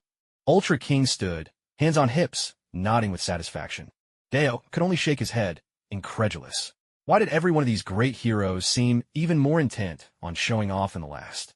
The planet devourer, or rather, the bringer of life, as he should be called now. That's one. And standing before him, the King of Ultra, that's another. The whole situation just felt bizarre. Dio could only sigh in resignation, thinking to himself that this must be some common quirk among the truly powerful. He decided not to give it too much thought. Right now, he was wholly absorbed in his study of the Knight's aura technology. He wanted to fully understand this advanced tech, then either equip his forces with it or create more basic, stripped-down versions to be released for civilian use. Wasn't this, after all, a legitimate way for the nation to profit? By the way, the King of Ultra turned to Dio and asked, "What brings you to our universe?" "For what reason?" Dio replied with a chuckle.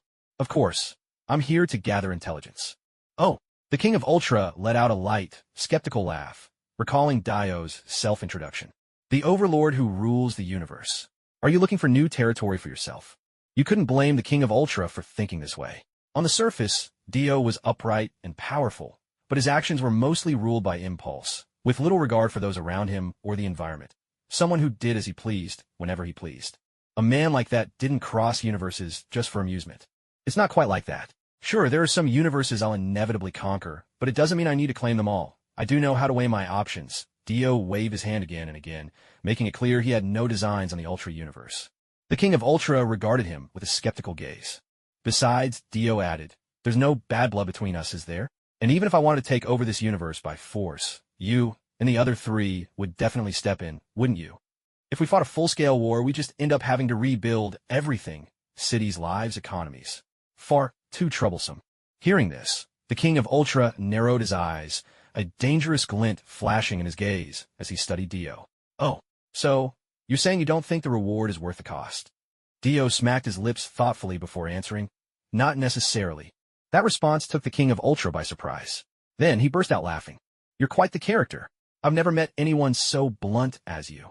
Responding to the King's teasing, Dio simply gave a little shrug. "I say what I mean. I'm not one for beating around the bush.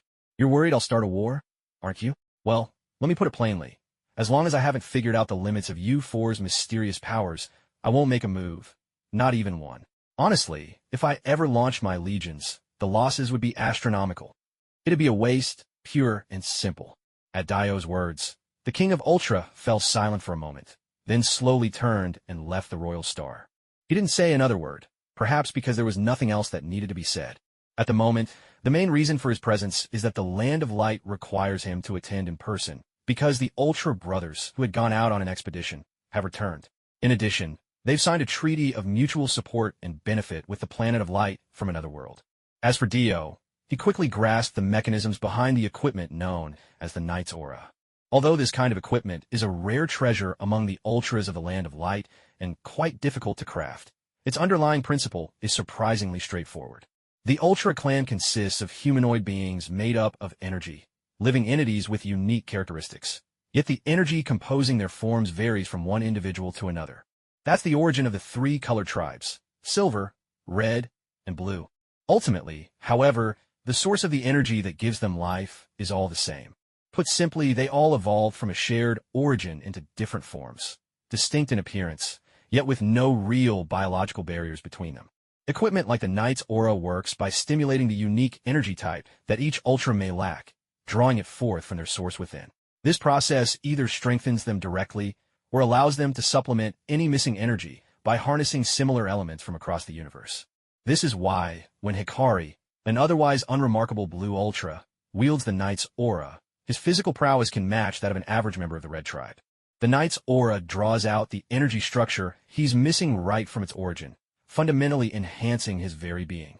Combined with his formidable spiritual power, this is how the original Ultraman Eagle was able to raise Bedouin effortlessly with one hand.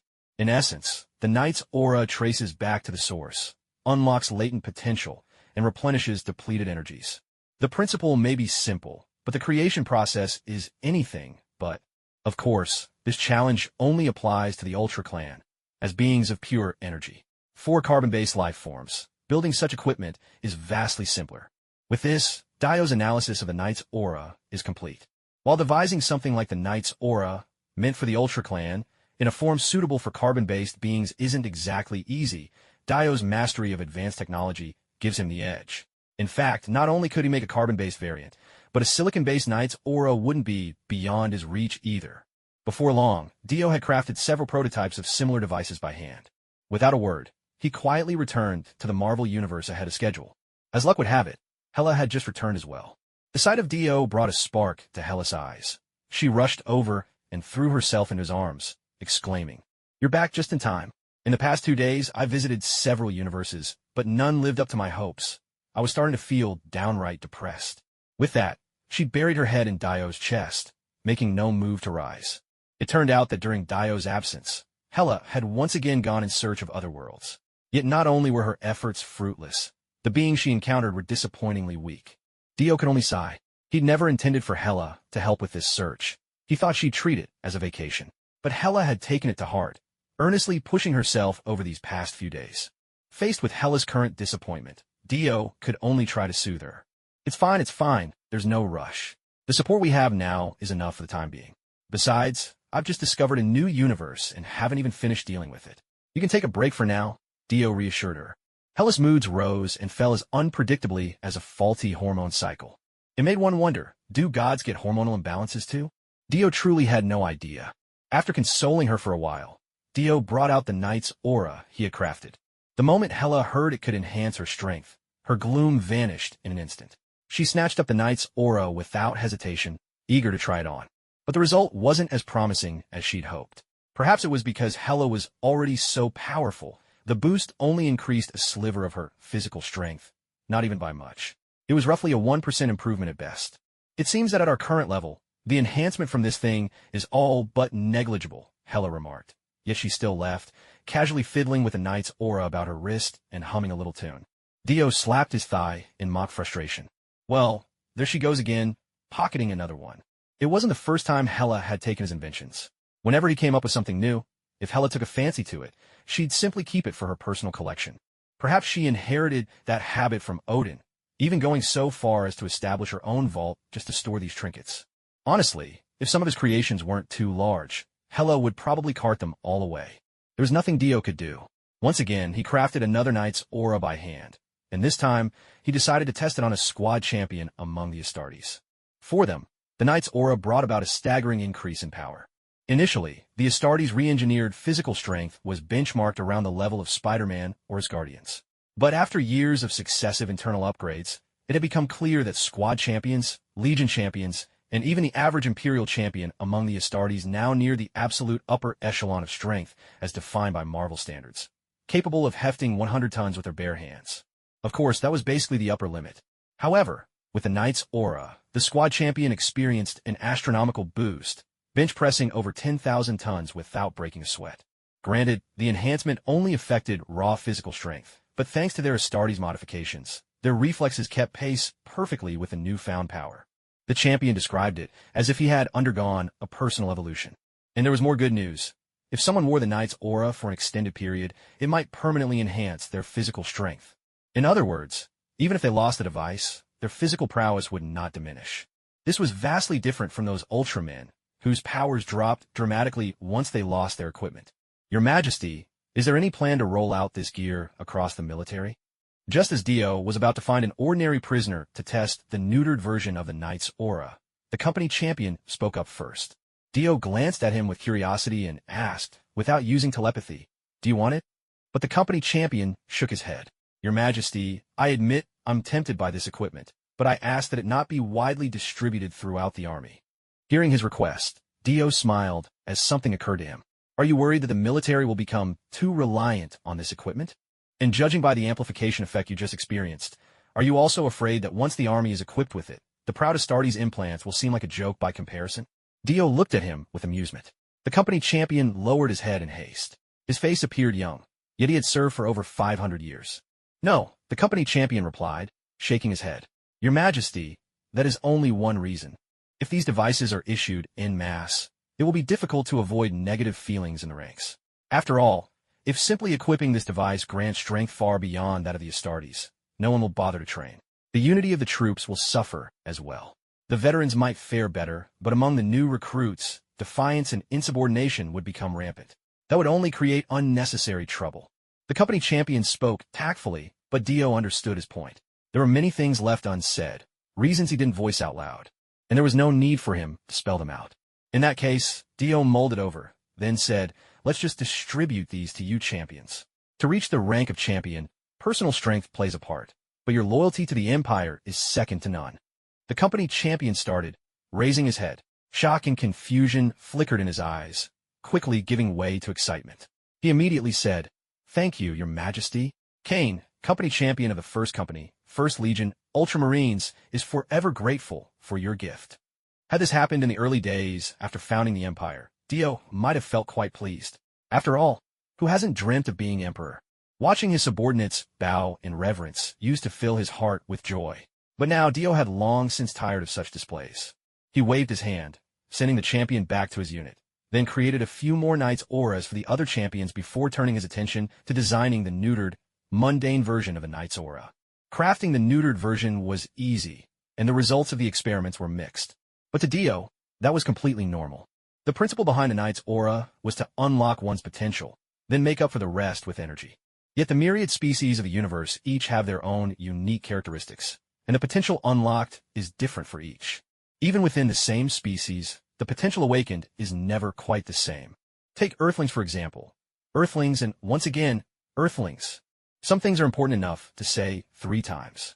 After trying out his experiments on criminals within his own empire, Dio sought to expand his data pool. He brought in some Earthlings to participate in his experiments. Of course, most of them were recruited from America. After all, if there's one thing they don't lack, it's the abundance of homeless people. As a result, the experimental data poured in swiftly. Most Earthlings experienced a boost in physical prowess, with their strength reaching something close to the level of the Hulk or Abomination. That was about as far as it could go. A small portion, however, developed the ability to manipulate cosmic energy. This gave them powers akin to Psykers from Warhammer, effortlessly unleashing might that could crush all opposition.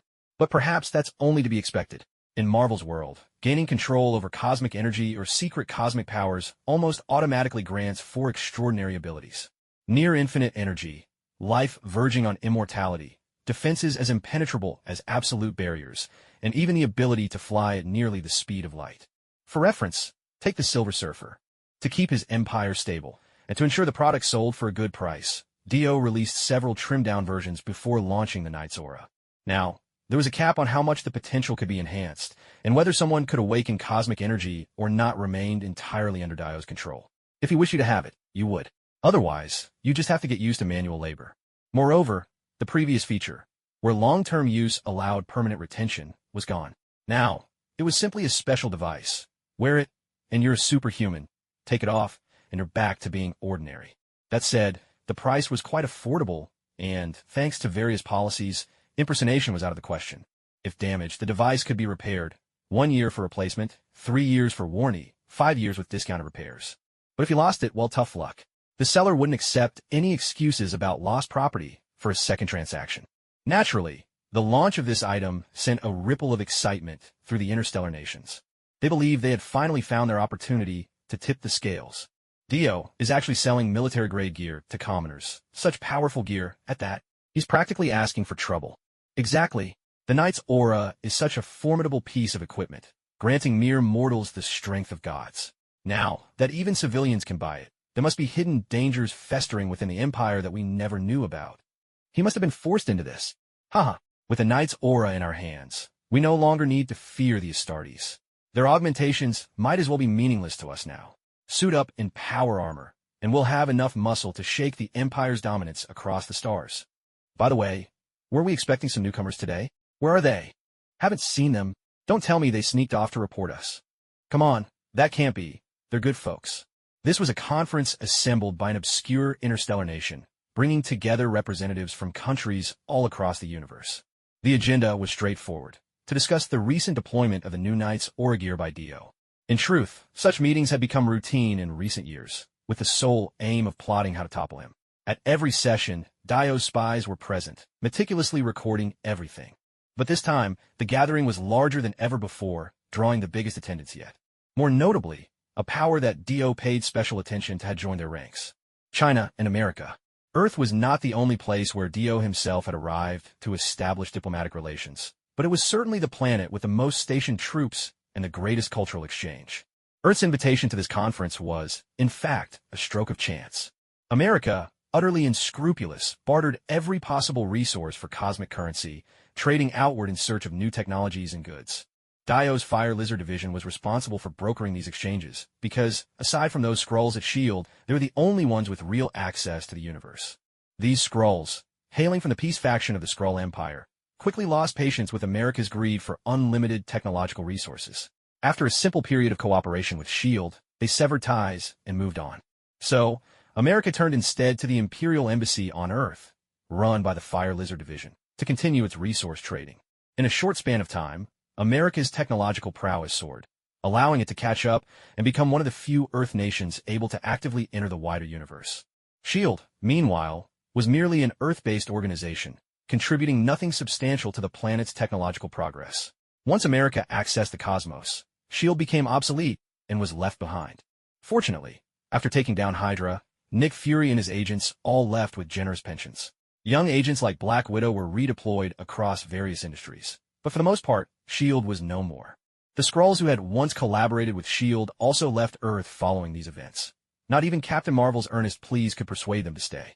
Disillusioned with America, they vanished into the stars, never to return. Tony Stark retired from heroics, settled down, and became a devoted father. Captain America, after leaving S.H.I.E.L.D., turned to a new life as a comic book artist. Thanks to his status as a World War II hero, he even received royalties from merchandise sales, ensuring a comfortable life. Ant-Man and his in-laws threw themselves into quantum research, managing to rescue Janet from the quantum realm. Falcon and the Winter Soldier continued to take on covert missions, cleaning up messes for government officials. Such was the current landscape for the Marvel Earth's remaining superheroes. During this period, America could only be described as riding high on a wave of confidence. Ever since they encountered the Huaxia forces in space, the two sides have been constantly at odds. By coincidence, representatives of both Huaxia and America found themselves invited to this meeting aimed at discussing Dio. Listening to the constant banter and ridicule from those around them, the Huaxia and American representatives felt cold sweat trickling down their foreheads. Their close ties with both the Empire and Dio meant they were well aware that every meeting was monitored by Dio's people, who would promptly relay any information straight into the hands of the Empire's judges. Although they couldn't predict when the judges would show up, they were certain of one thing. If they didn't leave, they'd inevitably be mistaken for part of this rebellious group. The two looked at each other, exchanged a silent understanding, and discreetly lowered their profiles as they began inching their way toward the exit. They felt no interest whatsoever in the Knight's aura equipment being discussed. Though undeniably effective, Dio's tactics basically recycled the methods the 5 notorious superpowers had long since employed. Once they read the room after arriving, both representatives immediately sensed something was off. Quietly, they faded into the background and prepared to make a quick getaway.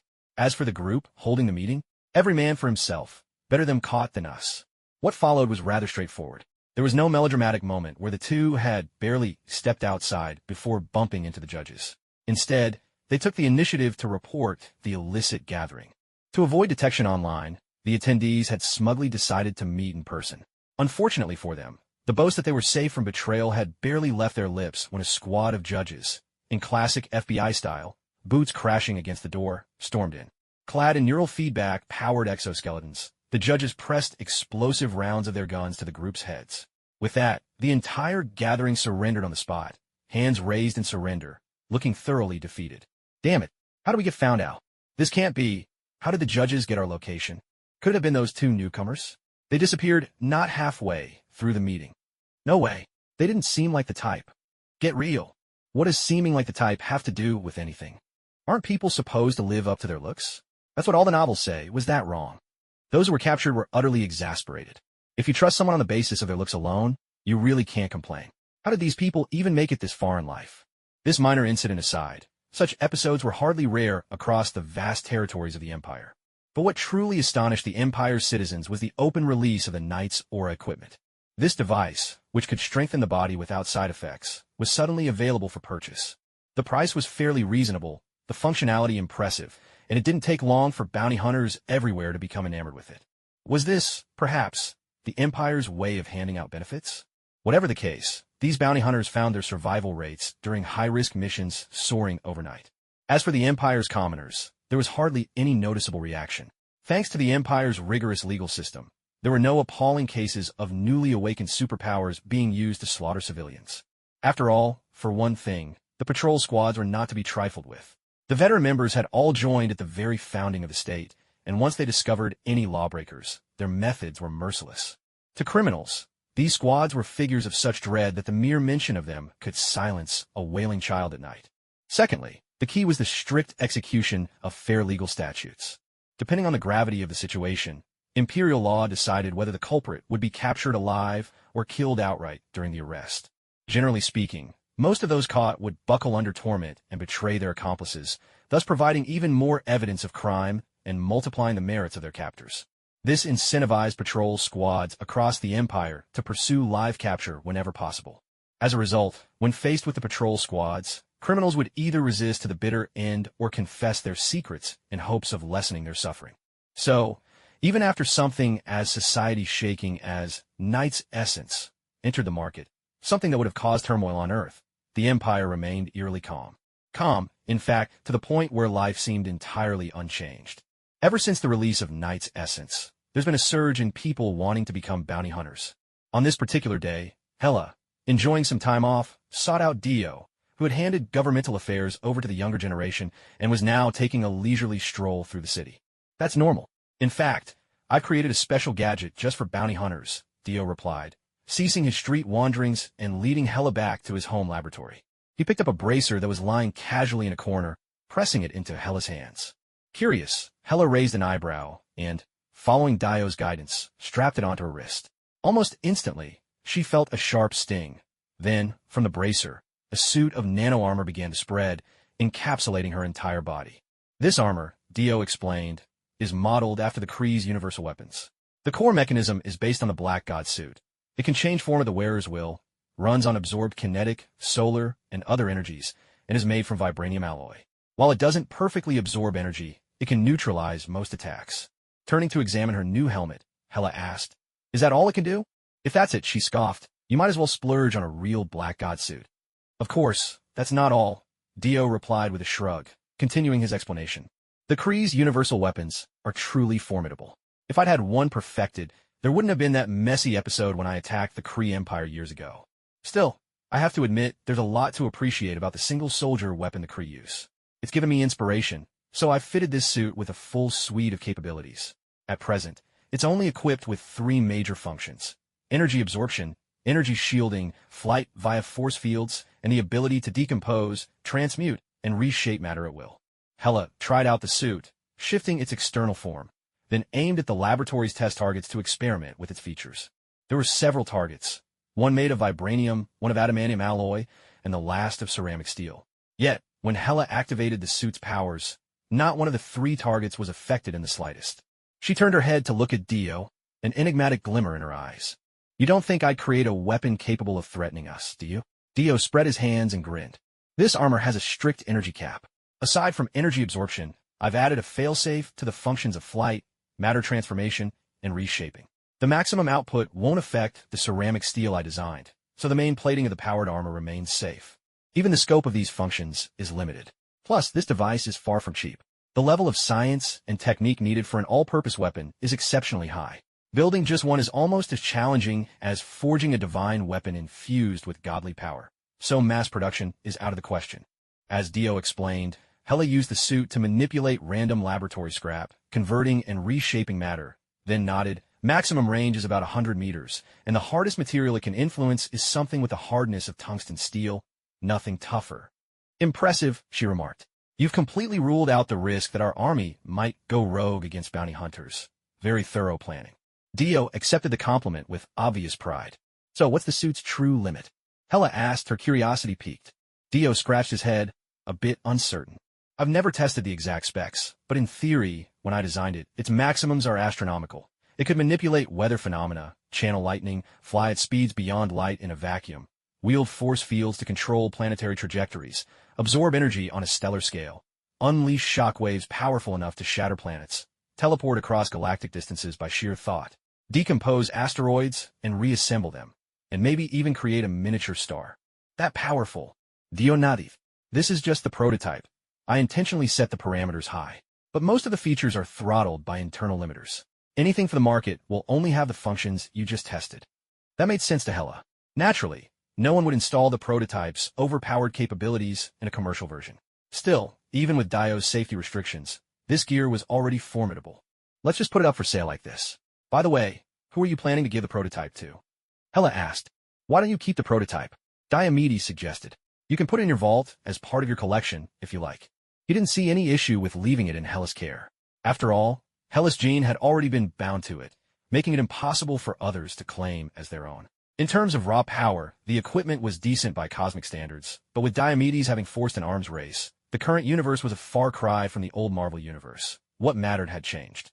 The uninhabited zones of the cosmos had only become more perilous, but so too had fortune and opportunities grown. This was the bedrock on which bounty hunters survived. Hella found this arrangement satisfactory as well, so she promptly tucked the prototype away and took it back to her treasury. With the armor now ready and mass production underway, the next challenge was promotion. Despite its steep price, much like the Black God armors, its cost-effectiveness was unmatched, making it especially tempting with its impressive array of features. Though its defenses weren't quite as robust as the Black God armor, it far surpassed it in agility and versatility. Its life-saving capabilities left bounty hunters torn between choices. Especially so for Peter Quill, once known as Star-Lord, who had just saved up enough to buy the Knight's Aura armor.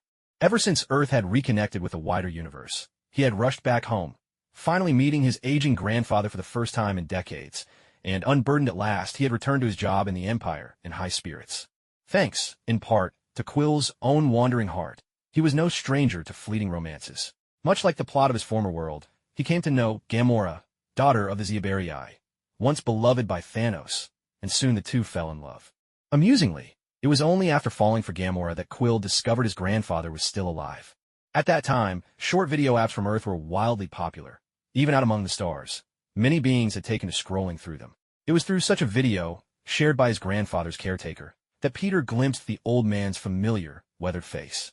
His first trip home had been rushed, but the second time, Peter brought Gamora along, intending at last to introduce her to his grandfather.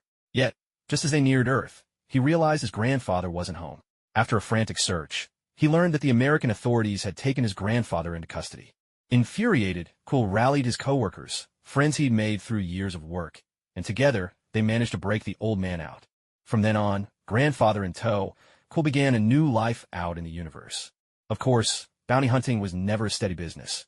Years could pass without a single job, but one windfall could keep you afloat for just as long. The danger, though, was ever-present.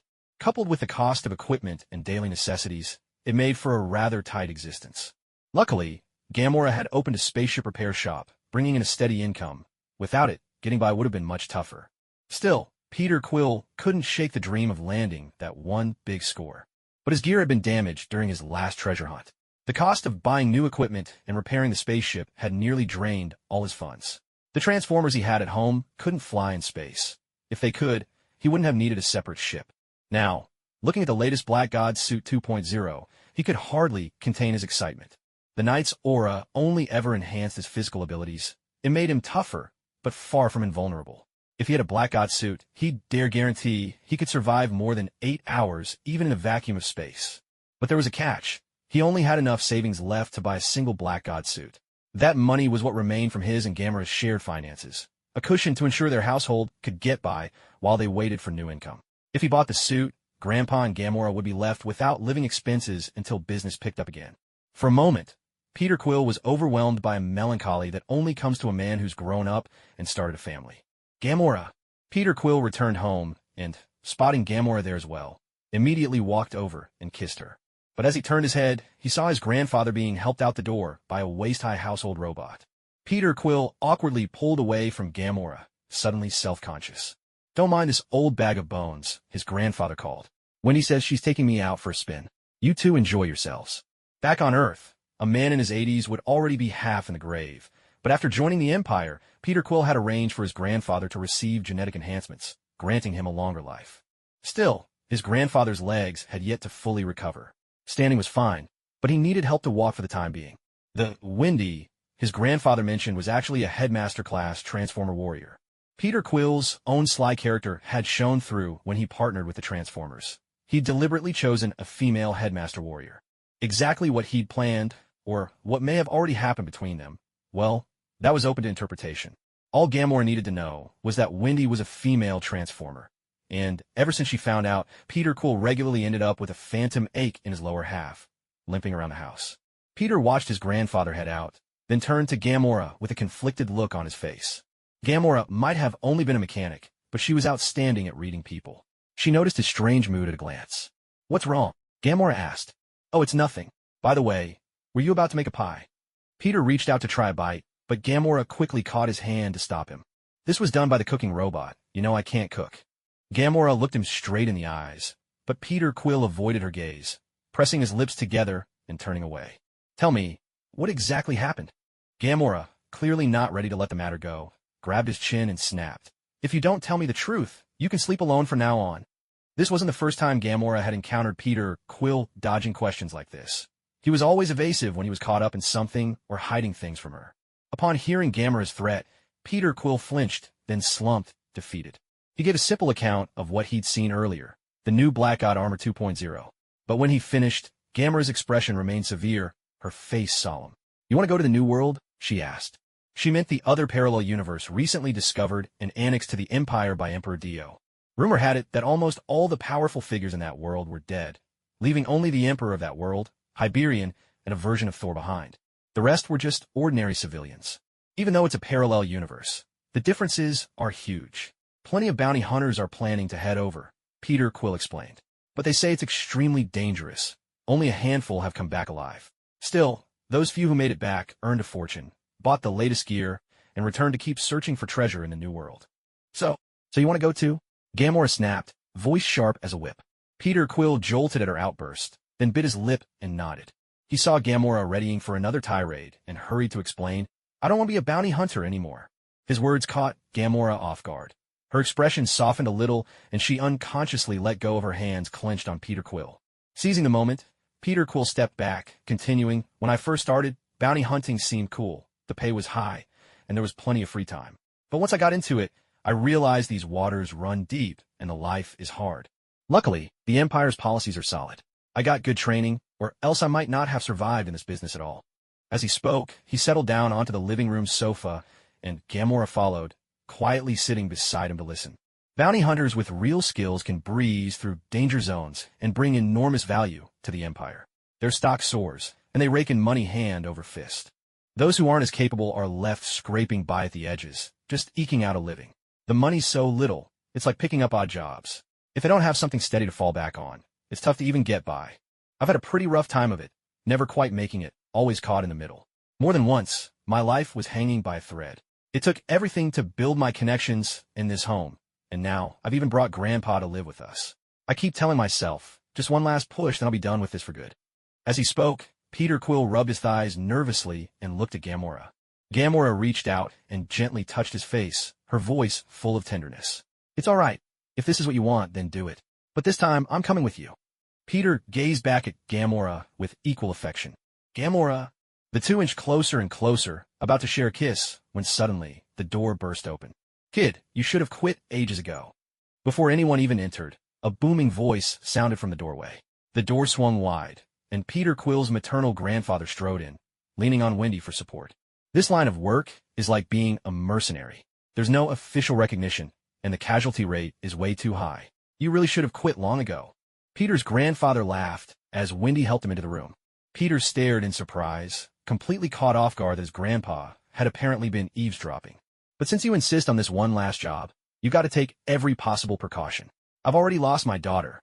I can't bear to lose you too." Peter hurried over to help his grandfather. "I thought for sure you'd say no and refuse to let me go," Peter said, clearly moved.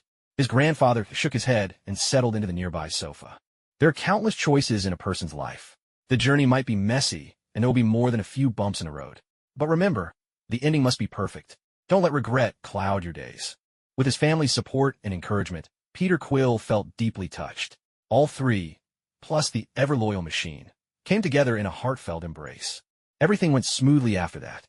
Peter arranged for his grandfather to stay at the Community Elder Care Center, where friends could help look after him. This time, he, Gamora, and their trusty machine would head out together with no one left at home to care for Grandpa. And as Star-Lord, Peter Quill managed to get his hands on the Black God armor, version 2.0. Gamora even brought out a set of armor she kept hidden away for years. The moment Peter saw the armor, his eyes went wide with awe. He'd once dreamed of joining the military as an Astartes, or even as a Spartan, but his genetic tests hadn't made the cut, so he'd settled for collecting models and cobbling together custom power armor that fit his own specs. Of course, Gamora's set wasn't some official Spartan issue or Astartes power armor. Instead, it was a customized suit she'd built herself, inspired by the ceremonial Vanguard armor she'd seen at parades, made to resemble a Predator's battle gear. Of course, who knew whether it actually packed the same features as the legendary Predator armor? Wait, Peter stammered, caught between astonishment and speechlessness, his gaze fixed helplessly on Gamora. Gamora took off her helmet, smiled, and gave his cheek a friendly pat before boarding the ship first. For Peter Quill, also known as Star-Lord, this was just another day in the life of a bounty hunter. Nothing out of the ordinary in a universe full of them. Bounty hunting is a constantly shifting profession. Ever since its inception, hunters quitting and new ones joining has become an almost daily occurrence. As for Dio, he had long since left the Marvel Universe and embarked once again on his journey across worlds. This time, however, his travels were different, for he was not alone. Hela was with him. It was a rare occurrence. Dio seldom brought Hela along to explore different universes together. This time, our goal isn't just to recruit allies. We're mostly here to have some fun, Dio said to Hela before they set out. Super Seminary, League of Warriors. This is a comedic, somewhat slapdash reboot of Super Seminary, itself a sequel to the humorous After Demacia, and doesn't follow a particularly rigorous storyline, though it's set firmly in the sci-fi genre. So this is the homeland of Sotan? Hela surveyed her surroundings upon arrival, scanning the horizon with curiosity.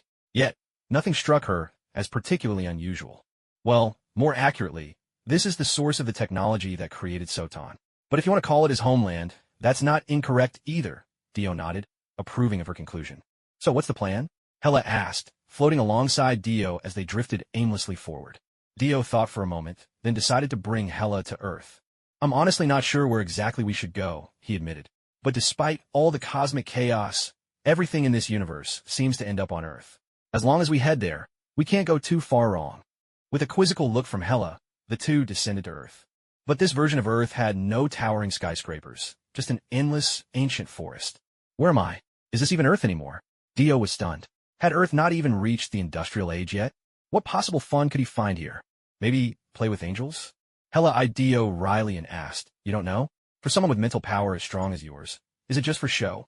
Under her skeptical gaze, Dio rolled his eyes. Who keeps their psychic scan running across the universe all the time?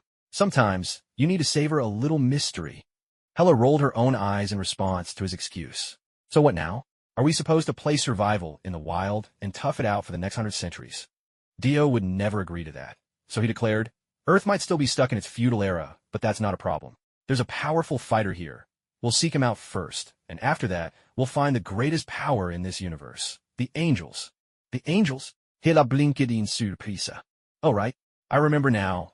In that parallel world you whisked away, there was mention of another dimension besides the 9 realms called the Angel Dimension. Odin banished it, if I recall correctly. Oh, Dio raised his eyebrows, intrigued. Isn't this straight out of comic book? The Angel Dimension. It sounds like the heavenly realm in the Marvel Universe, doesn't it? Dio couldn't quite recall the details. He only remembered seeing such a setting somewhere, but the specifics escaped him. Yes, they're just like the humanoid angels imagined in modern Earth folklore, human in form, with a pair of wings. Still, they're formidable enough that even old Odin had to step in himself to banish them. But in our world, there's no such thing as an angel dimension. Perhaps it's just a difference between worlds. Hela shrugged, a trace of regret on her face. Seeing this, Dio rolled his eyes. He knew all too well. Hela's fingers were definitely itching for action. By the way, are there any mighty figures on Earth? Just as Dio was about to leave, Hela suddenly asked. Mighty figures on Earth. Dio grew a little wistful, thinking of this polarizing character from before he crossed over. After all, this was the childhood idol for 1.4 billion people in China. For Dio, the fondness was certain. But here, that character's combat power, that was, in fact, a point of contention about him. His name is Sun Wukong. No sooner had Dio spoken the name then, before he could react, Hela was already taken aback. Sun Wukong. Hela grew thoughtful, as if searching her memory. What, you know the name? Dio was surprised, for he'd never heard of a version of Sun Wukong in Marvel, and Hela's reaction caught him off guard. Hela shook her head. It sounds familiar, but I can't say I've actually met the person. Soon, the two of them arrived at Flower Fruit Mountain. And it truly was Flower Fruit Mountain, with beautiful scenery, lush groves of flowers and fruit trees along the slopes, all wrapped in drifting mists. If this were a world of immortal cultivation, it would surely count as a blessed mountain retreat. Near the mountain's summit, on a broad plateau, there stood a grand residence with tall, imposing gates. At that very moment, a slender, upright monkey, about 5'7", pushed open the door. Sun Wukong, just about to step out for a stroll, noticed the sudden appearance of two strangers and let out a surprised gasp before instantly shifting to alertness. A golden brilliance like leaping flames swept over him. A suit of radiant chainmail, cloud-treading boots, and the phoenix-winged golden crown all appeared upon him instantly. In his grip materialized the legendary golden staff, scarred by countless battles. Where do you demons come from? With a beastly roar, Sun Wukong bared his fangs, his eyes sharp and fierce as he fixed them on Dio and Hela. Dio couldn't help but laugh. We both look perfectly human. How could we be demons? The moment he laid eyes on this Sun Wukong, Dio understood immediately. This was a Sun Wukong who had already endured the invasion by the so-called Heavenly Tao, had survived the ordeal of the Flaming Star, and had undergone the spiritual trials of the pilgrimage westward. Although my perspective had shifted, no longer viewing myself or the world through a fantasy lens, it was still difficult to break old habits, especially in the way I spoke. Sun Wukong hesitated for a moment. The reasoning made sense, yet, if one harbors a demon's heart, one is a demon. But, judging by your upright bearing, you hardly look like a villain. So, what brings you to my doorstep? Compared to the Sun Wukong at the beginning of the Shionbing Company storyline, the one before me seemed a touch more youthful, though he lacked the impulsiveness of his earlier days. I come from beyond this world, Dio explained, and simply wish to see what kind of hero defended this planet. From what I can tell, you are indeed powerful. But your command of that power feels crude, lacking refinement. Dio shook his head. Sun Wukong was certainly strong, but when the Radiant Sun had invaded, he'd still managed to get hurt fighting off mere divine soldiers. Not exactly the stuff of legends. He was nothing like the calm, confident figure I'd later see in Tianhe City alongside Lina. Upon hearing this, Sun Wukong was about to protest, but quickly composed himself. The man before him could see through his flaws. He must be formidable indeed. Picking a fight would be fruitless. Better to make an ally. With that thought, Sun Wukong put away his weapon, stepped forward with a grin, and said, "Only a true master could see with such clarity. But tell me, this world you mention, what sort of place is it? You accompanied Xuanzang to fetch the scriptures. Surely you know a bit about Buddhist teachings?" Dio's question left Sun Wukong puzzled, but he nodded, "Of course. I've studied the Taoist and Buddhist scriptures thoroughly." "Then you ought to know the doctrine that within a single flower lies a world. I come from another world, a different reality, not just another planet." Sun Wukong understood the gist of Dio's words, and realization dawned. Wasn't this what old Du called a parallel world? He nodded knowingly. "In that case, will you come inside for a chat?" Sun Wukong stepped aside, gesturing for Dio to enter his home. Dio glanced at Hela, who showed no objection. "Then I graciously accept your invitation. Let me introduce myself. I am Dio, and this is my wife, Hela." With that, aided by Sun Wukong's welcome, Dio and Hela stepped through the grand doors. Dio had never seen a traditional Chinese manor of such scale before, and studied his surroundings with curious fascination. Sun Wukong muttered something under his breath, his expression bemused, but led the two guests further inside without comment. They walked together to the main hall, where Sun Wukong, with a wave of his hand, poured tea for his guests from a nearby pot. "My home is deep in the mountains. I can only offer simple hospitality, plain tea and humble fare," Sun Wukong said cheerfully, inviting them to drink. Dio took a casual sip and said, "Tea is served. We might as well get down to business, don't you think?" Sun Wukong's eyes lit up, and he exclaimed happily, "Great. Let's do it, let's do it." So Dio headed out to the courtyard in front of the grand hall and beckoned to Sun Wukong. "Come on, let's have a little sparring match. Let's see what your skills are really like." Sun Wukong chuckled, and in a shimmer, his golden staff and gleaming armor reappeared. "Just to be clear," he said, "I don't exactly hold back. It might not seem much to you, but I'm still pretty powerful in my own right, aren't I?" Before Dio could respond, Sun Wukong swung his staff and charged straight at him. His staff techniques were razor-sharp and powerful, and with the magical ability to change its size and length, Sun Wukong could strike from a distance even when Dio tried to keep away. Up close, Wukong's mastery in close-quarters combat was enough to overwhelm nearly any opponent. If it were anyone else facing Sun Wukong, they'd likely be utterly crushed, especially considering his divine beast-like body, a combination of both the software and hardware prowess that rivaled third-generation super warriors and deities. To be honest, Dio suspected that even if he brought in his elite guards, Sun Wukong could take care of them effortlessly. But of course, Dio himself was no ordinary fighter. There was little chance Sun Wukong could actually land a hit on him. Even so, he realized that simply dodging and parrying wasn't teaching Sun Wukong much. As the duel intensified, both of them gradually rose from the ground, until what had started as a contest between two people on solid Earth transformed into a high-flying clash that looked straight out of myth. After a while, Dio noticed Sun Wukong's current shortcomings and decided it was time to make a move. He simply waved his hand, a subtle gesture, but Sun Wukong immediately went on high alert. Until now, Dio had only been blocking and countering with minimal force.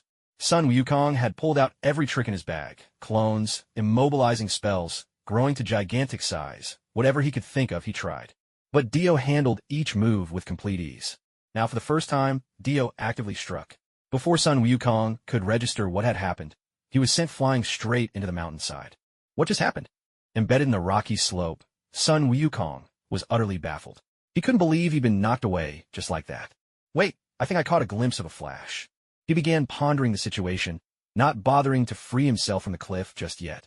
Seeing that Sun Wukong hadn't emerged after a while, Hela hovered into the air to check on him. You didn't actually kill him, did you? Hela asked Dio, glancing from the silent mountainside to Dio's impassive face. Dio rolled his eyes. And I have no quarrel. Why would I kill him? Did you notice anything off about Sun Wukong when you were fighting? Dio asked Hela with a mischievous smile. Hela had always been a master steeped in the art of combat for many years. The only reason she was once defeated by Dio was that he surpassed her in raw strength and speed. Now, as for Sun Wukong, while his overall prowess might well be top tier in the Super God universe, his approach was simply to overpower others with brute force. In terms of actual technique, he was sorely lacking. The invasion of Earth by the Flaming Sun Heavenly Dao years ago proved this point well. Although Sun Wukong emerged victorious, it came at the devastating cost of 7 coastal cities, all wiped out as a price for his simplistic approach. In this world, unless you can absolutely crush your opponent, sheer power is but an empty statistic of little consequence. Later in Xiangbing Lian's timeline, there were 2 mercenaries who demonstrated this principle vividly. Even many second-generation angels fell helpless before them, slaughtered without mercy.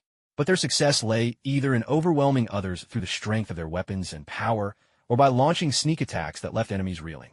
Just think, the very moment they revealed themselves, even Queen Yin, promoted to the rank of Heavenly Blade King, failed to seize the upper hand right away. Yet, how did these mercenaries fare against Sun Wukong at that time? Sun Wukong didn't even bother to use a single skill.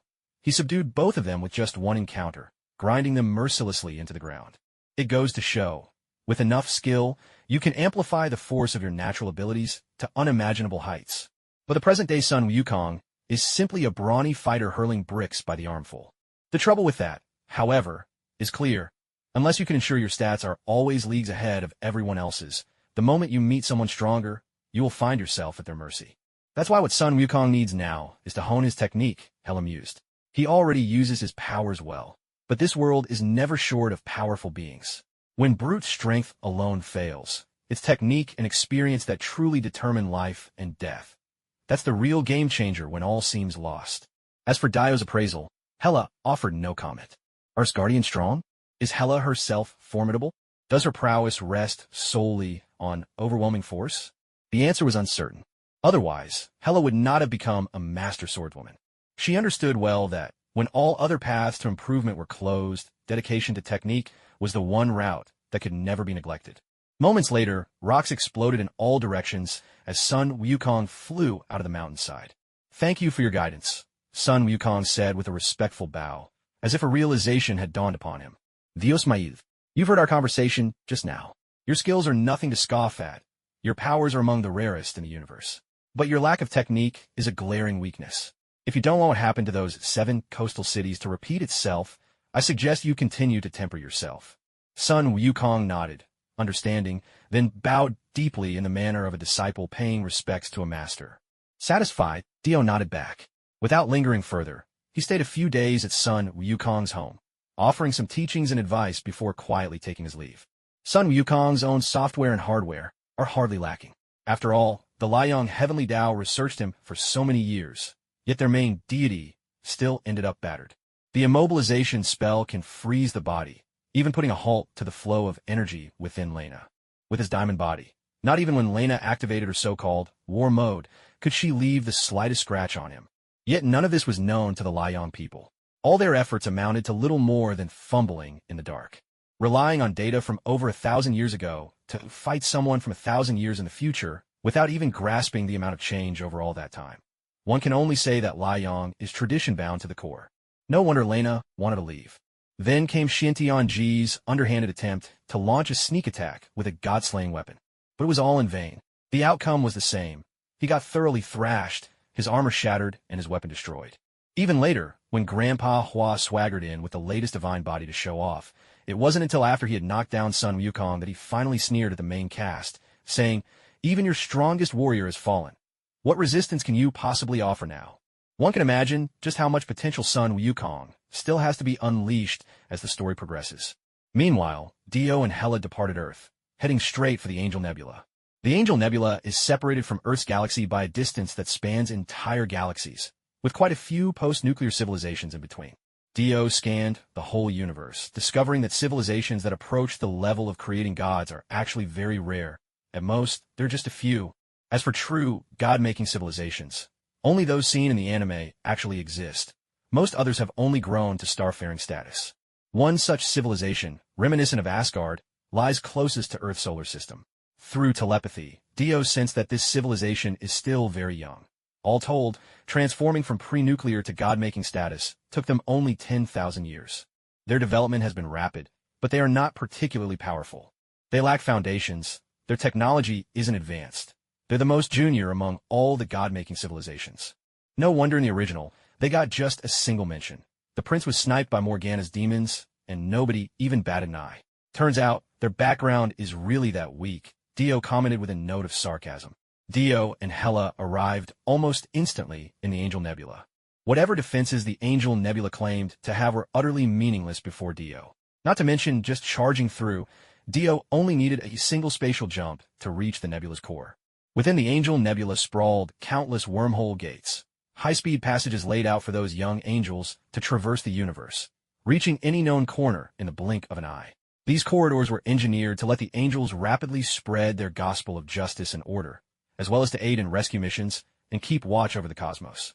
The angels, as followers of Keisha's divine right doctrine, believe every civilization must endure countless disasters, from meteorites crashing down to volcanic eruptions, from wars and plagues, then on to the advent of nuclear technology, nuclear war, biochemical warfare, cultural decline, planetary impacts, the dying of the sun, supernova explosions, and so on. Yet, in the end, there will be one civilization that survives until the very last days, with its people living among the remnants of stars and the cosmic nebulae. At the final stage of civilization, the number of advanced beings becomes extremely scarce, and resources are highly concentrated. Ultimately, the one individual who commands the greatest share of these resources is chosen as the supreme steward of the civilization, the one they call a god. In that moment, this god is expected to embody the highest authority, the utmost fairness, and the strictest objectivity. There will become divine decree. For this god is selected by the collective wisdom of the civilization's most enlightened minds. To put it simply, a nation of 100 million people might require a parliament of 1,000 representatives, but a nation of only 1,000 might need just a handful of leaders, or perhaps only a single one. Yet these 1,000 possess the greatest intellects in the universe, so the leader they select must be one of even greater wisdom. In truth, that leader only needs to judge the rights and wrongs among those 1,000 wise beings. Nevertheless, even under such rule, there may still exist lesser civilizations. The highest intellect has a knowledge and understanding of these civilizations that far surpasses anyone within them. And so, this supreme mind is revered as a god. The decisions they make are certain to be the fairest and most in line with the logic of civilization's progress. Such is the will of the god. This is the essence of Holy Keisha's theocracy.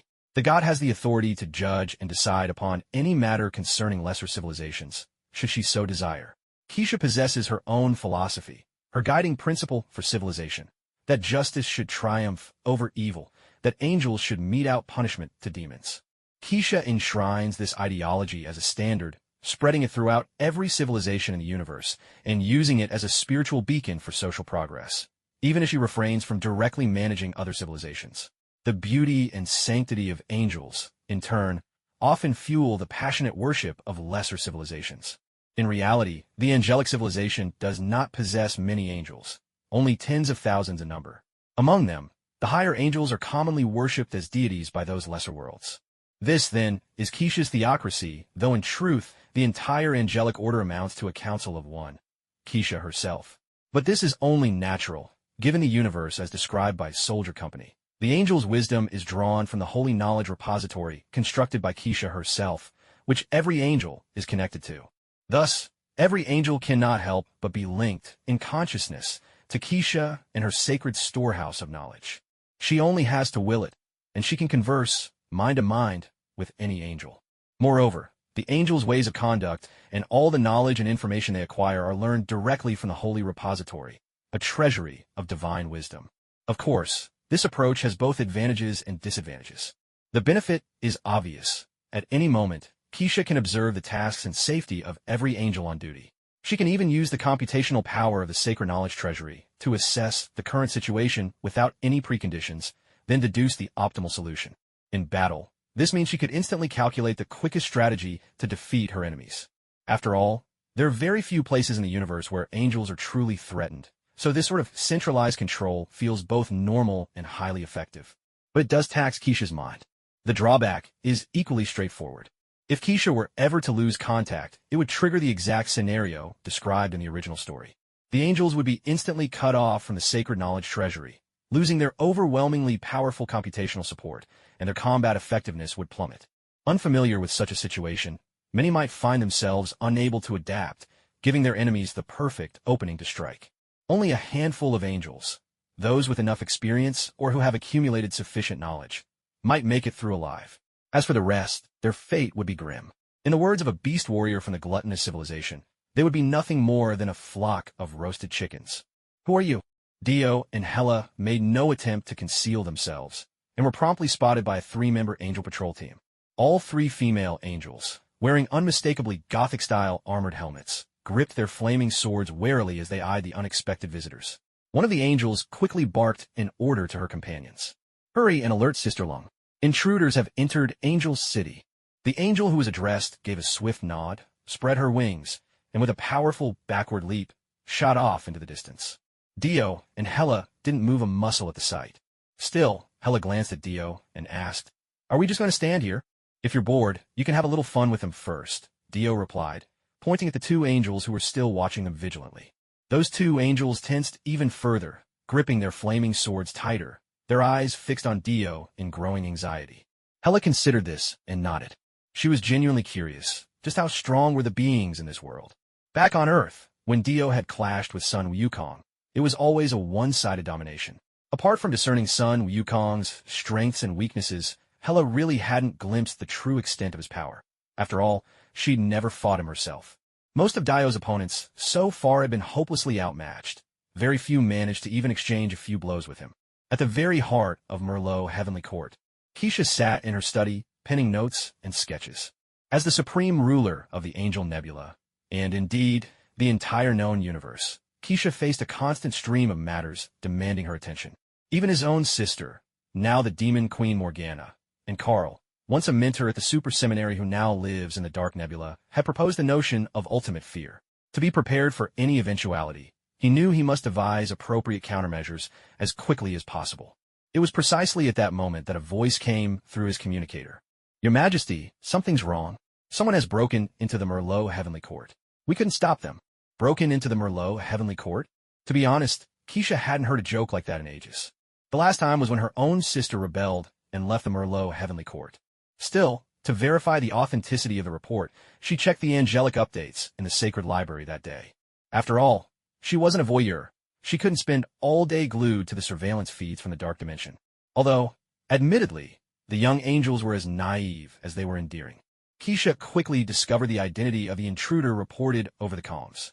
It was a woman clad in blindingly white armor, so radiant it would dazzle the eyes beneath the sun. A helmet bristling with savage spikes crowned her head, a cloak billowed behind her, and with a mere gesture of her hand, countless sharp spikes materialized out of thin air. Though not sharp enough to pierce angelic armor, they still posed a threat to this new generation of angels. Several angels had already been impaled on the spot. Upon witnessing this, Keisha slammed her hand onto the table, opened a portal, donned her battle armor and weapon, and strode straight onto the battlefield. Seeing her own subordinate angels being struck down as if toyed with, Keisha's brows knit in a frown. With a sweep of her long sword for giant blades, gleaming cold as wings, shimmered into existence in the air. Then, at Keisha's command, shot toward Hela. Hela, faced with the deadly blades, dodged nimbly and raised her hand. The ground erupted, sending up rows of vicious spikes to meet the oncoming blades, clearly meant to block their advance. In this world, the blades forged of shadow silver were renowned as the sharpest weapons, but as Hela's expression turned serious, those dark silver blades met her challenge head-on and were held fast. What? The exclamation spread from the surrounding angels to Keisha herself, shock evident in every voice. For all its soft science fiction and increasingly absurd storylines, this world's early narrative still clung to some semblance of logic. Here, nothing but weapons made of shadow silver themselves could withstand an attack from a shadow silver blade. No material by its natural properties could repel them, not even the divine bodies that dominated current research. And yet now, 2 rows of seemingly ordinary spikes, summoned from beneath the Merlot heavenly court, had not only blocked the attack, but also withstood the considerable force Keisha had put into her strike. Ordinary stone, apparently, had turned aside the legendary blades Keisha herself commanded. Keisha remained silent, a flicker of white light passing through her eyes as she began to scan the man and woman before her using the sacred knowledge database. Target identified as male Shinharity. Height, 228 centimeters. Unknown energy detected within. No matching appearance found in records. Target identified as female Shinharity. Height, 213 centimeters. Unknown energy detected within. Matching appearance found. Hela from the Asgardian civilization. Hela. Keisha murmured softly to herself, then turned to her dark matter computer with a hint of suspicion and asked, "Is this Hela?" The dark matter computer responded instantly. Scan indicates that, aside from Thor, all members of the Asgardian civilization remain within Asgard. No one has gone out. Then this isn't Hela, Keisha declared without hesitation.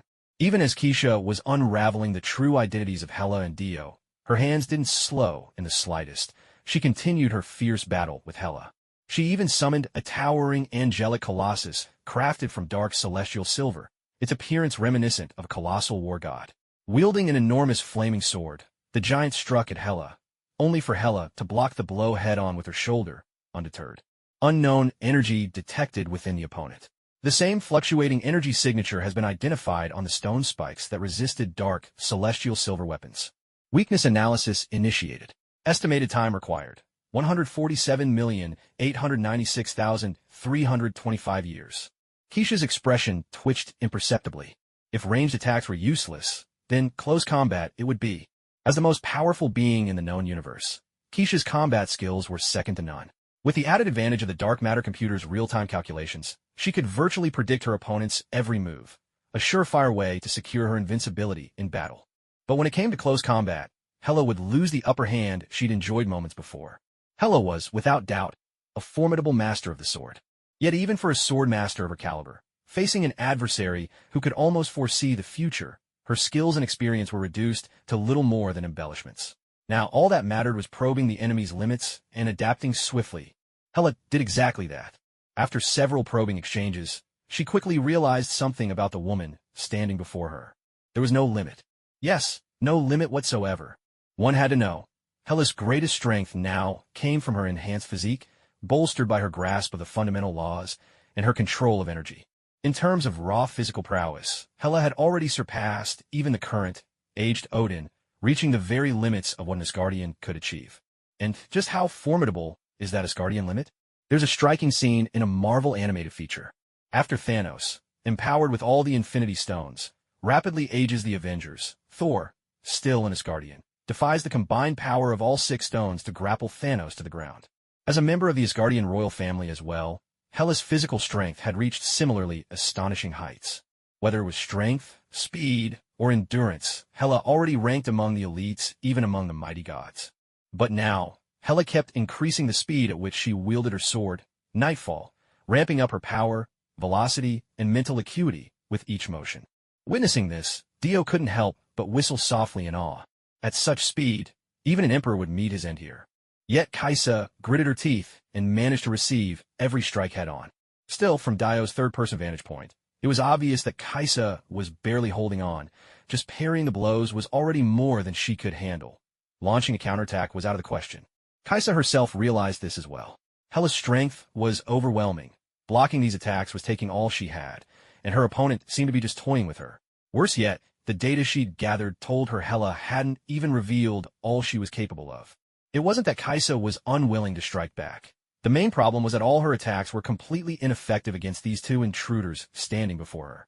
No matter the type of assault, nothing worked. And even the divine field, her holy domain conjured at full computational power, failed to phase either of them. No, that wasn't entirely true. Against Hela, it had some effect at first, but the damage was quickly shrugged off. And on subsequent attempts, it proved utterly useless. Of course, Kaisa had no way of knowing that this so-called holy domain could, in fact, hurt Hela. The moment Dio noticed its effects, he shielded Hela from it, leaving Kaisa with the mistaken impression that the field simply didn't work on Hela a second time. Here they were. One, the former royal heir to the throne of Asgard in the Marvel Universe. The other, an absolute powerhouse from a world ruled by science fiction and cosmic hierarchy. One possessed a superhuman body, forged through endless battles, earning her the dread title of Goddess of Death. The other, a god of technology, whose might remained unshaken as long as sufficient energy was supplied. By all logic, their battle should have been earth-shattering. But now, from Dio's perspective, the two titans had been reduced to little more than squabbling matrons. They were just a hair's breadth away from grabbing each other by the hair. There was no telling when this would actually end. As for the little angels nearby, when they'd first seen Dio standing alone, they'd planned to capture him to threaten Hela. But before they could act, Dio had frozen them in their tracks, leaving them completely immobilized. The duel dragged on for days, and throughout it all, there was no real sense of mortal danger. Dio could see that Hela was thoroughly enjoying herself, while Kaisa's feelings had shifted from righteous anger at Hela's invasion of Merlot Heaven, to fear at Hela's relentless persecution, and finally, to numb resignation. Hela had completely broken her spirit. Would you mind telling your companion to stop? Kaisa is about to be played into exhaustion by you two. Just as Dio was about to call for a halt, he was momentarily startled, turning to find a new figure had appeared beside him without a sound. It was none other than Hushi, the former king of the Celestial Base, one of the few who held true authority in Merlot Heaven. In the future, Xin, Keisha's right-wing guardian, studied under a remarkable teacher, an individual who, within the entire angelic civilization, mastered the most advanced scientific knowledge of the principal biological civilization. She once took part in the infamous Battle of the Furious Sea under Keisha's command.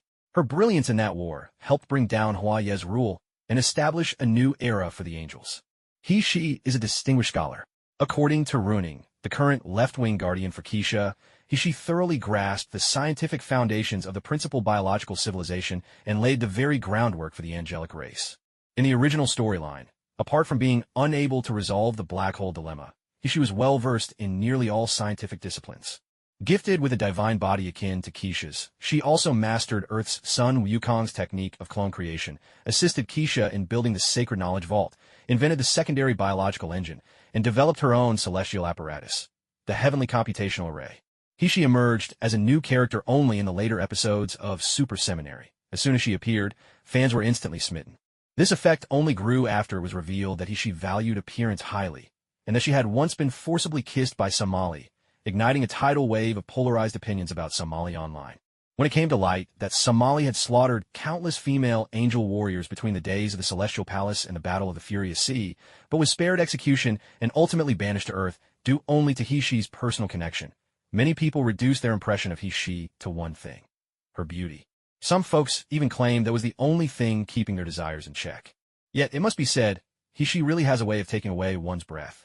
After all, Somali was known in angelic history as the ancient god slayer, a male angel with innumerable female victims to his name. Official accounts claim Somali had been killed in action. Even Runing, Keisha's steadfast right-wing guardian, believed Somali had been executed. In truth, Somali had defected and was taken in by the exiled male angel king, Hwaye. He remained alive all the way up to the beginning of the Super Seminary events. Bear in mind, Runing was one of Keisha's original followers, dating all the way back to the ancient era of angelic history. That even she didn't know the truth about Somali's fate tells you everything you need to know about Hishi's enigmatic character. A personality like hers would be absolutely explosive in any female-led web novel. Wait a second, didn't he fail to spot Somali on Earth? Dio fell into silent contemplation, but suddenly noticed Hishi watching him intently. The third-generation divine body isn't that weak, you know? Even if you want to play more, it's not out of the question, is it? In that instant, Do's mind raced with countless possibilities, but his face remained calm, smiling warmly at the suddenly appearing Hishi. Hishi lifted her gaze to Dio, a slight frown creasing her brow. Taking a deep breath, she said, "Powerful one from another world, I urge you not to make light of things. Keisha cannot withstand such toying." She deliberately placed heavy emphasis on the last two words. Dio glanced at her in surprise. How did Hishi know that he came from another world? But she didn't ponder for long before Dio called Hela over.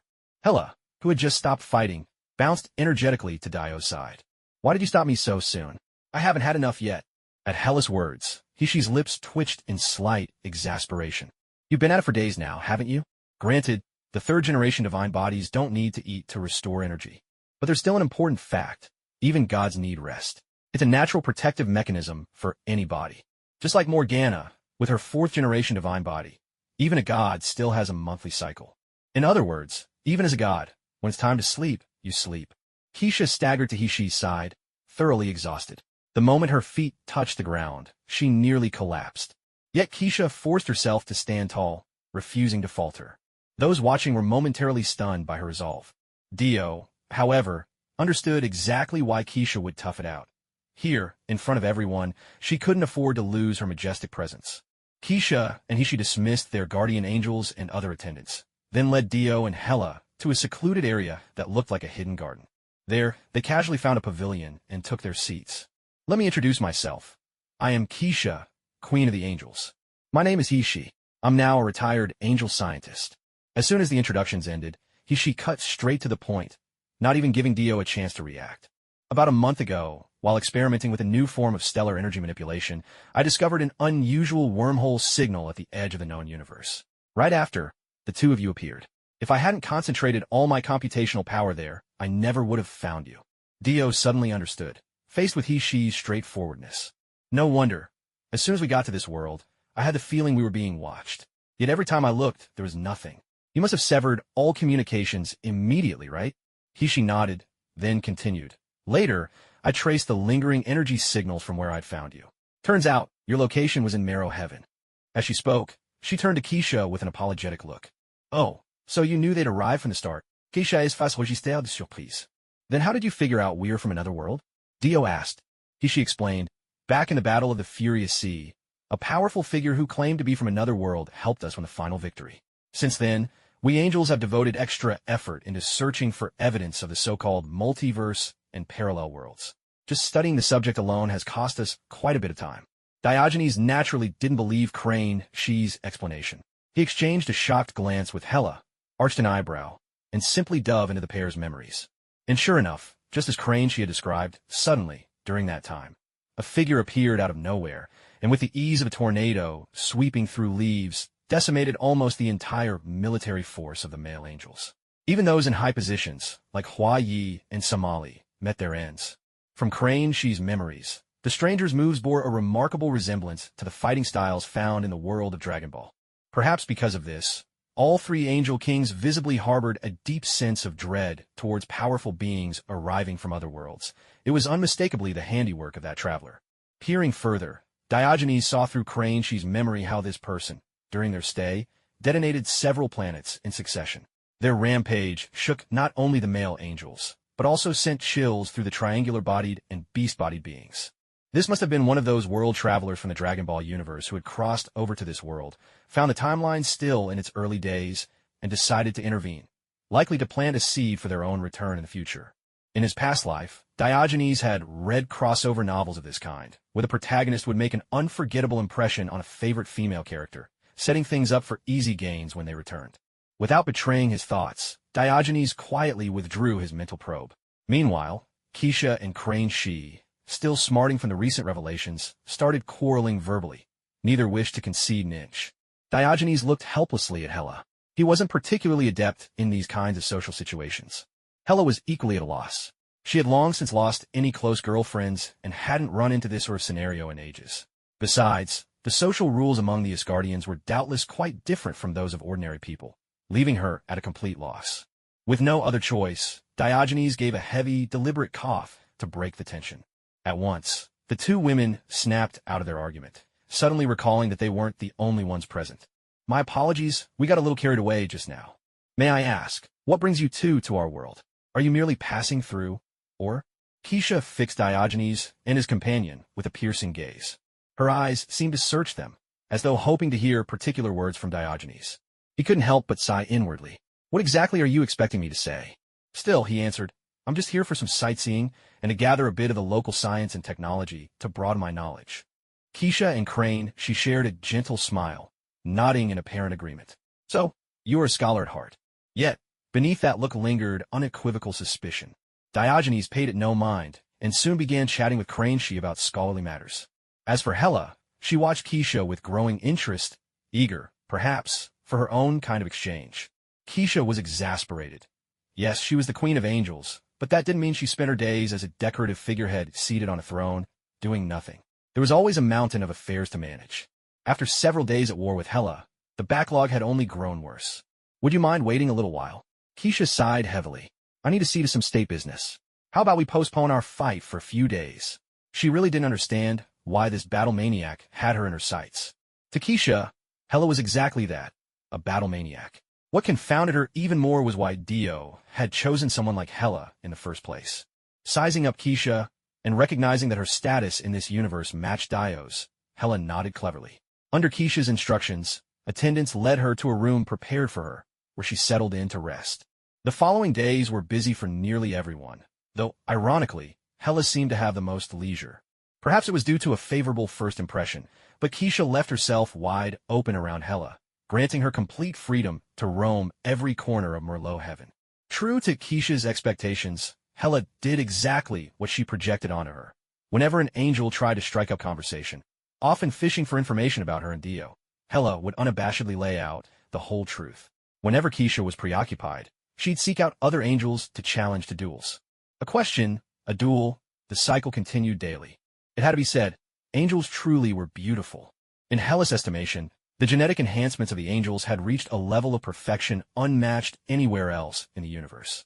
They possessed strikingly beautiful features, ideal height and build, extraordinary physical prowess, and the ability to excel across virtually any field of genetic augmentation. Such perfection was the product of countless generations of angelic gene optimization. In her sparring sessions with the young angels, Hela quickly discovered that, supported by their dark plane computers, the angels fought with astonishing speed. Their reflexes were lightning fast, and their energy management required barely a thought. So this was it, Hela mused. The support of these quantum processors seemed to etch their fighting techniques straight into muscle memory. Indeed, even without that technological aid, these genetically enhanced demigods could still rely purely on innate instinct and bodily sensation whenever the chips were down. Yet the downside was just as apparent. Their heavy dependence on the dark plane computers meant that if those were cut off, they'd be utterly helpless. It was a relief, thought Hela, that the attitudes in this universe weren't entirely ruthless. When facing an enemy, killing was the only option. If, by chance, female angels were captured, the resulting scenes would make for a truly horrifying defeat. In the end, Hela concluded the so-called techno-gods were a double-edged sword, remarkable but vulnerable. With a heavy sigh, Hela couldn't help reflecting on it all. What's on your mind? A voice drifted over. Hela turned her head. Keisha approached, now clad in gleaming armor and armed for battle, her steps measured and steady. Hela's eyes lit up at the sight. You finally got it done. But honestly, you made me wait so long. Why does it take forever just to process a few files? Hela asked, feigning confusion. Keisha's lips retained that ambiguous, knowing smile. She showed no reaction to Hela's subtle sarcasm. Seeing this, Hela dropped the act. Your inefficiency is just a fact. What? Am I not even allowed to mention it? Keisha shook her head lightly, her tone tinged with curiosity. Of course not. I was just wondering. Aren't you worried about your husband at all? You must know that Crane, she is considered the most stunning beauty among us. Back in the day, the sky scum and warriors from other civilizations, they all coveted Crane she. Don't you ever worry he might? Not worried. Hela cut her off before Keisha could finish. She pressed her hand to her forehead, clearly feeling a little weary. Keisha's intentions were obvious. She was trying to shake Hella's confidence in Dio. And it was also clear why Keisha would do this. She wanted to win Dio over to her side. After all, in Angel Nebula, nothing was more plentiful than beautiful female angels. If Dio were to waver, cooperation between both parties could be achieved much faster. A rather underhanded tactic, but not entirely unexpected. But Hella had complete faith in her husband, just as Dio was utterly at ease with her.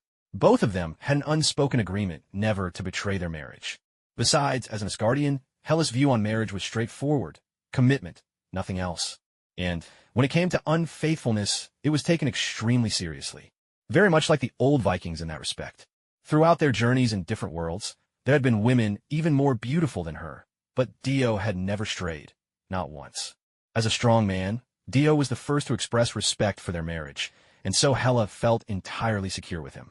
She refused to believe that just a few days' time would be enough for Dio to do something that would betray their bond. If he ever truly changed his heart, then he never deserved to marry me in the first place, Hella said coldly, a trace of menace in her gaze as she looked at Keisha. Death was not a title Odin bestowed upon her by chance. Someone actually dared to meddle in her marital happiness. The only reason Hella didn't immediately draw her blade against Keisha was because, over the years, following Dio's lead had taught her restraint. Keisha only chuckled, uncommitted, but she had every confidence in Crane-Shi's allure. After all, Crane-Shi had once nearly swayed Somali to switch sides with nothing more than a glance. It lasted just a moment, but Keisha hadn't missed a detail. The two of them drew their swords, and in an instant, crossed blades in a fierce duel. And no sooner had they clashed than Keisha realized she'd underestimated her opponent. Just as in the original story, where the civilization of sunlight tried to defeat Sun Wukong using data that was already over 1,000 years old, Keisha also relied on her first encounter data for simulations against Hella, and as a result, she was utterly pummeled. Back then, Hella had shown mercy on their first meeting, holding back and sparing lives. Even afterward, the angels who clashed with Hella only suffered serious injuries and fell unconscious.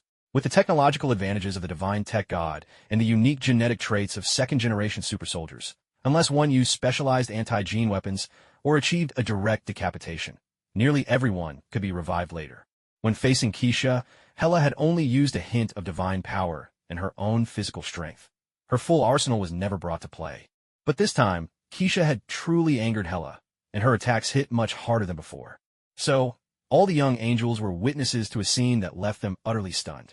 Their queen Keisha, unable even to activate a single special skill, was completely overpowered in an instant.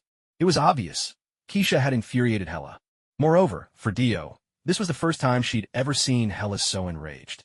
Later on, Crane-Shi analyzed the fight and said that, even though Hella looked furious, her actions were still very rational. In this world, energy-based attacks didn't actually provide much advantage. When facing someone who had begun developing and even succeeded at using secondary biological engines, energy assaults could be deciphered and then counteracted with matching shields. Of course, as the Queen of Angels, Keisha would never go against her own teachings and install such a device. Yet, even without a secondary biological engine, as the strongest being in the Super God Academy universe, Keisha still had the knowledge to withstand Hella's energy attacks, effectively nullifying her offense. Therefore, Hella wisely chose to engage in close-quarters combat. That's what those angels realized. Dio could only twitch her lips at this, choosing not to say anything. So, you really have no plans to unite with the angels? Crane-Shi asked, arms crossed. Dio looked surprised. Are you all that eager to give yourself away? How is this any different from being a madam running a brothel? Crane-Shi frowned. She definitely understood the implication behind Dio's words. Even if they came from differing civilizations, Earth wasn't the only world with such expressions. How can you say that? Isn't that going too far? The angels need more allies.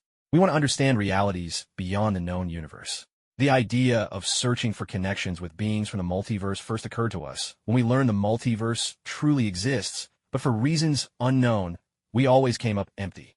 It wasn't until you and your partner appeared that we finally had a goal. I admit, it's a little shameless, but these last few days, Keisha and I racked our brains to find ways to form an alliance with you. We simply couldn't come up with a worthy bargaining chip to win you over, so we were left considering this alternative. She spoke, shaking her head. Actually, we also feel that this is just too underhanded. After all, sabotaging someone else's marriage, for us angels, goes against our very beliefs and social structure.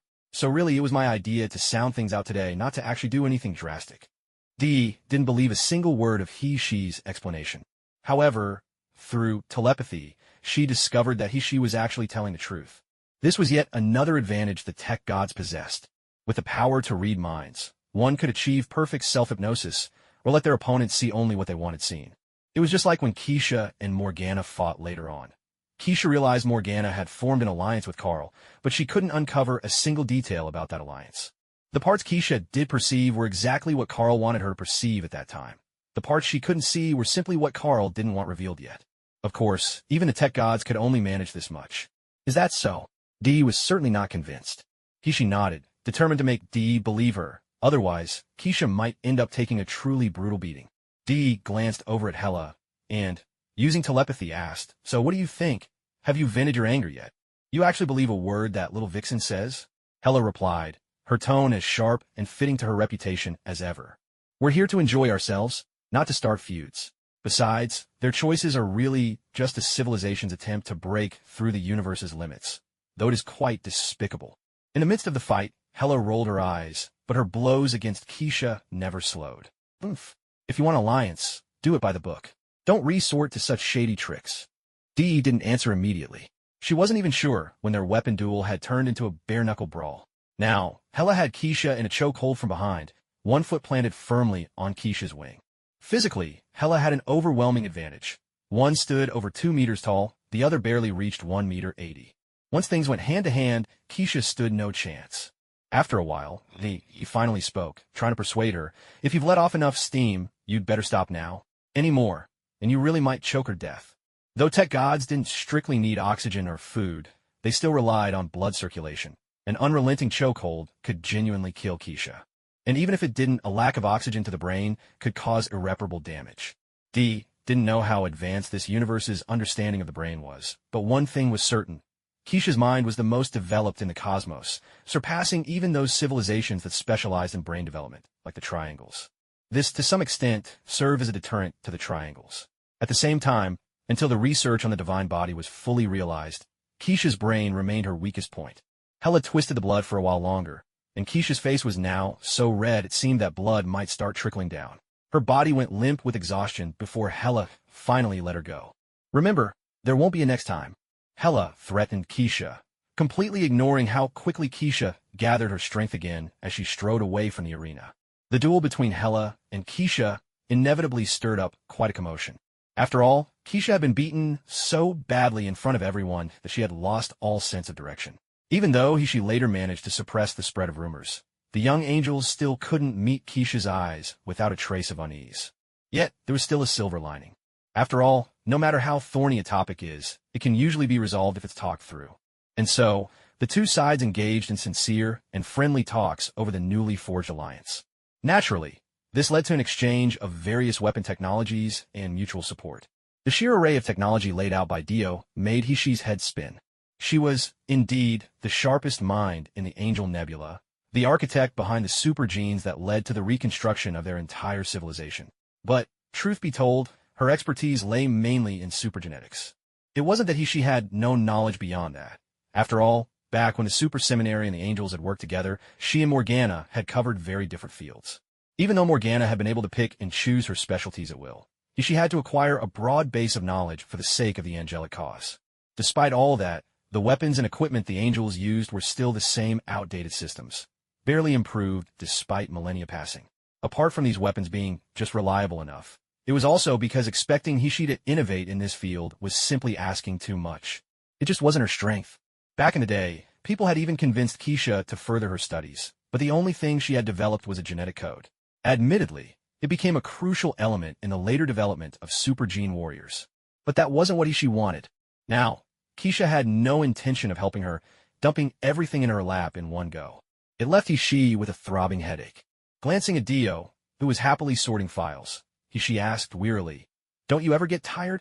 Dio looked puzzled, nodding and then shaking her head. "Of course I get tired, but this information is enough to upgrade my soldiers to a new level. Waging war across the universe will be a breeze after this." She just curled her lips in response and let it drop. The two sides had now established an alliance. As long as neither side invaded the other's universe, both were free to pursue their own agendas. After acquiring the research on super genes and a raft of weapon specifications, Dio felt she had gained a great deal, yet had lost something as well. Their gains came from the ability to update their troops' gene enhancement technology, but the downside was that among the angels, only the flaming sword weapon system was truly mature.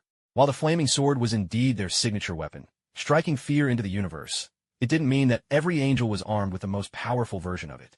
The flaming sword was ranked second among all military weapons in the universe. This ranking did not refer to a single sword but to the entire series as a whole. From young recruits, just joining the angelic ranks, to Keisha herself, they all wielded some form of the flaming sword. Only the degree of power varied. Why then didn't they upgrade so that every angel was equipped with a Godslayer weapon? It's important to understand. The universe is teeming with civilizations spawned by various deity-making societies, including many at the interstellar and pre-nuclear levels, but there are only a handful of true deity-making civilizations. If every soldier were armed with a Godslayer, their intent would no longer be deterrence. It would be an open invitation to war. After all, even among the civilizations capable of crafting Godslayer weapons, their numbers are few. Keisha maintained that, although the angels commanded vast resources, they were not mindless spendthrifts. Godslayer weapons were incredibly expensive to make. Even in the angelic civilization, only the higher-ranking angels were qualified to wield them, and having access didn't necessarily mean one could possess them outright. As for why the gluttonous civilization could wield Godslayer weapons against Lena in the original story, one should remember that Carl was the most cunning presence in the universe. He single-handedly engineered the gluttonous civilization's rise. Who could say what tricks he still had up his sleeve? Moreover, the universe's most powerful computational construct, the Big Clock, was currently in Carl's hands. Coupled with his research into the Void Engine, it wouldn't be beyond him to casually manufacture materials or even craft Godslayer weapons by hand in his spare time. Now, thanks to their alliance with the Angels, Dio acquired new genetic engineering technologies. Unlike those designed for bestial forms, this technology was engineered for the bodies akin to those from the River of Gods, in other words, for humans. This sparked Dio's inspiration to improve the genetic enhancements of his Astartes and other troops, further boosting their combat effectiveness and survivability. On the other hand, from the Angels' perspective, they felt they had profited enormously. The Angels were genuinely delighted by the equipment and technological advancements Dio provided. Due to the current trajectory of this world's technological development, neither power weapons nor Gauss weaponry had ever been discovered. While the flaming sword contained an internal energy generator capable of absorbing stellar energy and unleashing bursts of destructive force akin to nuclear fusion, many civilizations had gradually developed gene enhancements to resist extreme temperatures and radiation. Perhaps some of this leaked unintentionally from the Solar Federation, or it could simply be the result of independent research.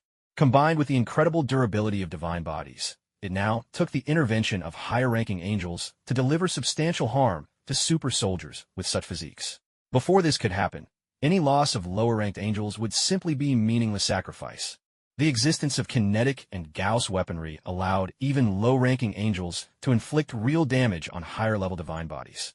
After all, both of these types of weapons operate by breaking matter down at the atomic and molecular level. Even though third-generation divine bodies were immune to the intense heat, shock waves, and radiation produced by nuclear weapons, when faced with kinetic and Gauss weapons, combined with the blazing sword effect, they remained utterly powerless.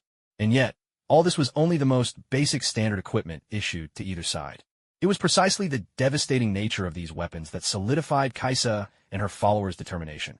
They must win Dio over completely. As she considered Hela's formidable power, Kaisa, out of respect, promptly abandoned any thoughts of meddling in another's marriage. But no matter how close an alliance, hidden dangers will always remain, unless true unity is achieved. Yet for Kaisa and the entire angelic race, it was unthinkable to merge with another world. This left her torn with indecision, to such an extent that she failed to reach the battlefield in time for the most recent war between demons and angels. Later on, Dio even revealed the secrets of advanced alchemy, the very first-generation technology once used for forging the Imperial Guard, in exchange for the third-generation supergene technology. In this universe, supergenes and divine bodies were two distinct concepts. A supergene was akin to the core programming of a system, while a divine body was like the operating interface. To ensure this system ran smoothly, it needed not just powerful code at its core, but also a simple and intuitive interface. By trading alchemy for insights into refining the core code, Dio considered it a bargain well struck. On the Angel's side, this approach to research, so utterly different from anything in their world, aroused deep curiosity. Especially for she She took the secrets of alchemy and promptly shut herself away in her laboratory. Almost without realizing it, 1,000 years had passed since Dio arrived in this world, and the first saga of Super Seminary, Hero Core, had already quietly unfolded. Dio had also studied the difference in the way time flowed between this world and the Marvel Universe. With 1,000 years having passed here, barely a day had flickered by over there, which left him feeling rather puzzled. Still, it didn't matter much. It had simply granted Dio a millennium to work with. On Earth, Dukeo of Super Seminary could only reach an accord with Panjun of the Sun Legion to help awaken the descendants of Earth's super gene bearers, especially as the mounting threat of extraterrestrial invasion was beginning to loom over the planet itself. Along the way, Dukeo also led a national effort, rallying the country's strength to launch a spacecraft program. It was all to reclaim an advantage in the skies. All these years, Dio could count on one hand the number of times he'd visited Earth, and each time, his primary aim was simply to see how much Sun Wukong had improved. The rest of his days were spent in personal training, refining his many superpowers and exploring his considerable potential. After all, to let those gifts languish would be a real waste. Is there something you need? Today, Dio was training to build his strength, though at this moment, he was nowhere near the Angel Nebula. A long time ago, Dio had already departed from the Angel Nebula. Hela, ever curious about how this universe differed from the others she had explored, had long since taken her ship and gone off adventuring through the stars. Right now, the only one who knew where Dio was honing his skills was Sun Wukong. For Dio was deep inside Saturn itself. Nothing much, just feeling a bit melancholy. Without really noticing, Earth has advanced to the stage it is at today, Sun Wukong said as he approached Dio. Dio regarded him with a puzzled look, having no idea what had brought Sun Wukong here today. Noticing Dio's questioning gaze, Sun Wukong cleared his throat with a hint of embarrassment. Remember that 1,000-year war readiness you told me about with the Styx civilization? Dio nodded. Has the Gluttonous Legion arrived? The Gluttonous Legion's millennium-long preparations had begun under the command of Death God Karl 1,000 years ago. Military plans designed to pave the way for their invasion of Earth. The sheer span of these preparations was staggering. After all, it was a campaign so long that Hoheo, a low-ranking member of the Gluttonous all those centuries ago, had transformed into the cyborg gluttonous King Hoheo. Sun Wukong nodded in reply. Recently, I ran into the vanguard of the Gluttonous fleet at the Bridge of Great Insects. Although I put an end to those ships right then and there, just yesterday, I saw their reinforcements nearly at the exit to the Styx Stars Bridge of Great Insects. So soon, Dio was taken aback. Lately, he'd been absorbed in his own world, either deep in research or focused on his training. Sun Wukong nodded again, looking a little sheepish. I was hoping you could lead the team on Earth for this one. You know me, these things aren't really my area of expertise. Dio wasn't surprised by the request, but he shook his head all the same. Why not? Sun Wukong asked. I made an alliance with the angels, and the rules are simple. We must never interfere in each other's universes, be it in war or in any other matter. Absolute non-intervention. But Sun Wukong, momentarily at a loss for words, seemed to want to persuade him further. Dio raised his hand to halt whatever Sun Wukong was about to say. I know what you're going to ask. Teaching you does not count as interference. But that's the only exception, just that one thing. Sun Wukong fell silent at Dio's words. Over the last millennium, aside from guiding Sun Wukong, Dio had also passed on to him the art of devouring the stars. His talent was nothing short of astounding. Whether it was thanks to the divine DNA crafted for him by the Celestial River Civilization or something else, within less than 3 centuries, Sun Wukong had broken through to Domain Lord Level 3. Had it not been for the fact that Sun Wukong resided in the universe of the Super Divine Academy, Dio might even have mistaken him for another Luo Feng. After all, Luo Feng, supported by the vast resources of his teacher and various hidden advantages, only reached Domain Lord level at around 240 years old. Daiyu was also provoked by Sun Wukong, so he began to explore his newfound superpowers with a determination that was almost like sealing himself off from the world with the resolve of facing death. If Sun Wukong hadn't shown up today, he might never have realized that this world even had some sort of plot to follow. But are you sure you still need me? You single-handedly destroyed the civilization of the Styx. You're not seriously worried about these guys, are you? Daiyu waved his hand impatiently. With just an effortless strike, he sent Sun Wukong flying all the way to Mars. Yes, in a mere instant, Sun Wukong, who had already reached Domain Lord rank, 3rd tier, was knocked from the very core of Saturn straight onto the surface of Mars. The blow was so immense that nearly half of Mars was shattered in the process. Fortunately for him, Sun Wukong had grasped the laws of metal. Otherwise, if it were anyone else, they would have been obliterated in that instant. When Sun Wukong finally returned to Earth, everyone immediately gathered around him. How did it go, Wukong? Did that one agree to help? Du Cao asked anxiously. Sun Wukong shook his head and explained everything Diu had said in full detail. An angel. Du Cao let out a heavy sigh. The order of justice upheld by the angels held absolute sway throughout the entire known universe. Even though Du Cao knew that Sun Wukong now possessed overwhelming power, he still couldn't help but be wary of the angels, bound by his deep-seated impression of them. If it's the rules of the angels, then there's simply no way around it, Du Cao said as he slumped into his chair with a resigned sigh. Don't worry, Sun Wukong consoled them. Forget just the gluttons. If Carl himself showed up, I could handle him too. Looking at Sun Wukong's attempt to comfort him, Du Cao couldn't help but chuckle. Shaking his head, he said, Wukong, I know what you mean, but Earth can't always depend on outside protection. Your strength is formidable, yes, but it's yours alone. As for planetary defense, we as a whole are woefully lacking. Even with our subtle guidance all these years, the level of the planet's pre-nuclear civilization makes it almost impossible to defend against a force like the Glutton Army. Du Cao's expression was grim and dispirited. For all his reputation as Dino's infamous warmonger, in the end, that was just a label the rest of the universe had slapped on him. When the war was over, in Earth's terms, he was at most a war criminal. Do we really need to start the plan? Du Cao pondered aloud. At this point, there's nothing for it. We'll just have to launch the Super Soldier project ahead of schedule. But these candidates. Lianfeng gazed at the computer screen, her tone heavy with conflict as she looked over the current carriers of the Super Gene. It wasn't that these people were unqualified. It was simply that this generation of Super Gene carriers wasn't the chosen, pre-selected group for awakening, so they'd never received any guidance or preparation.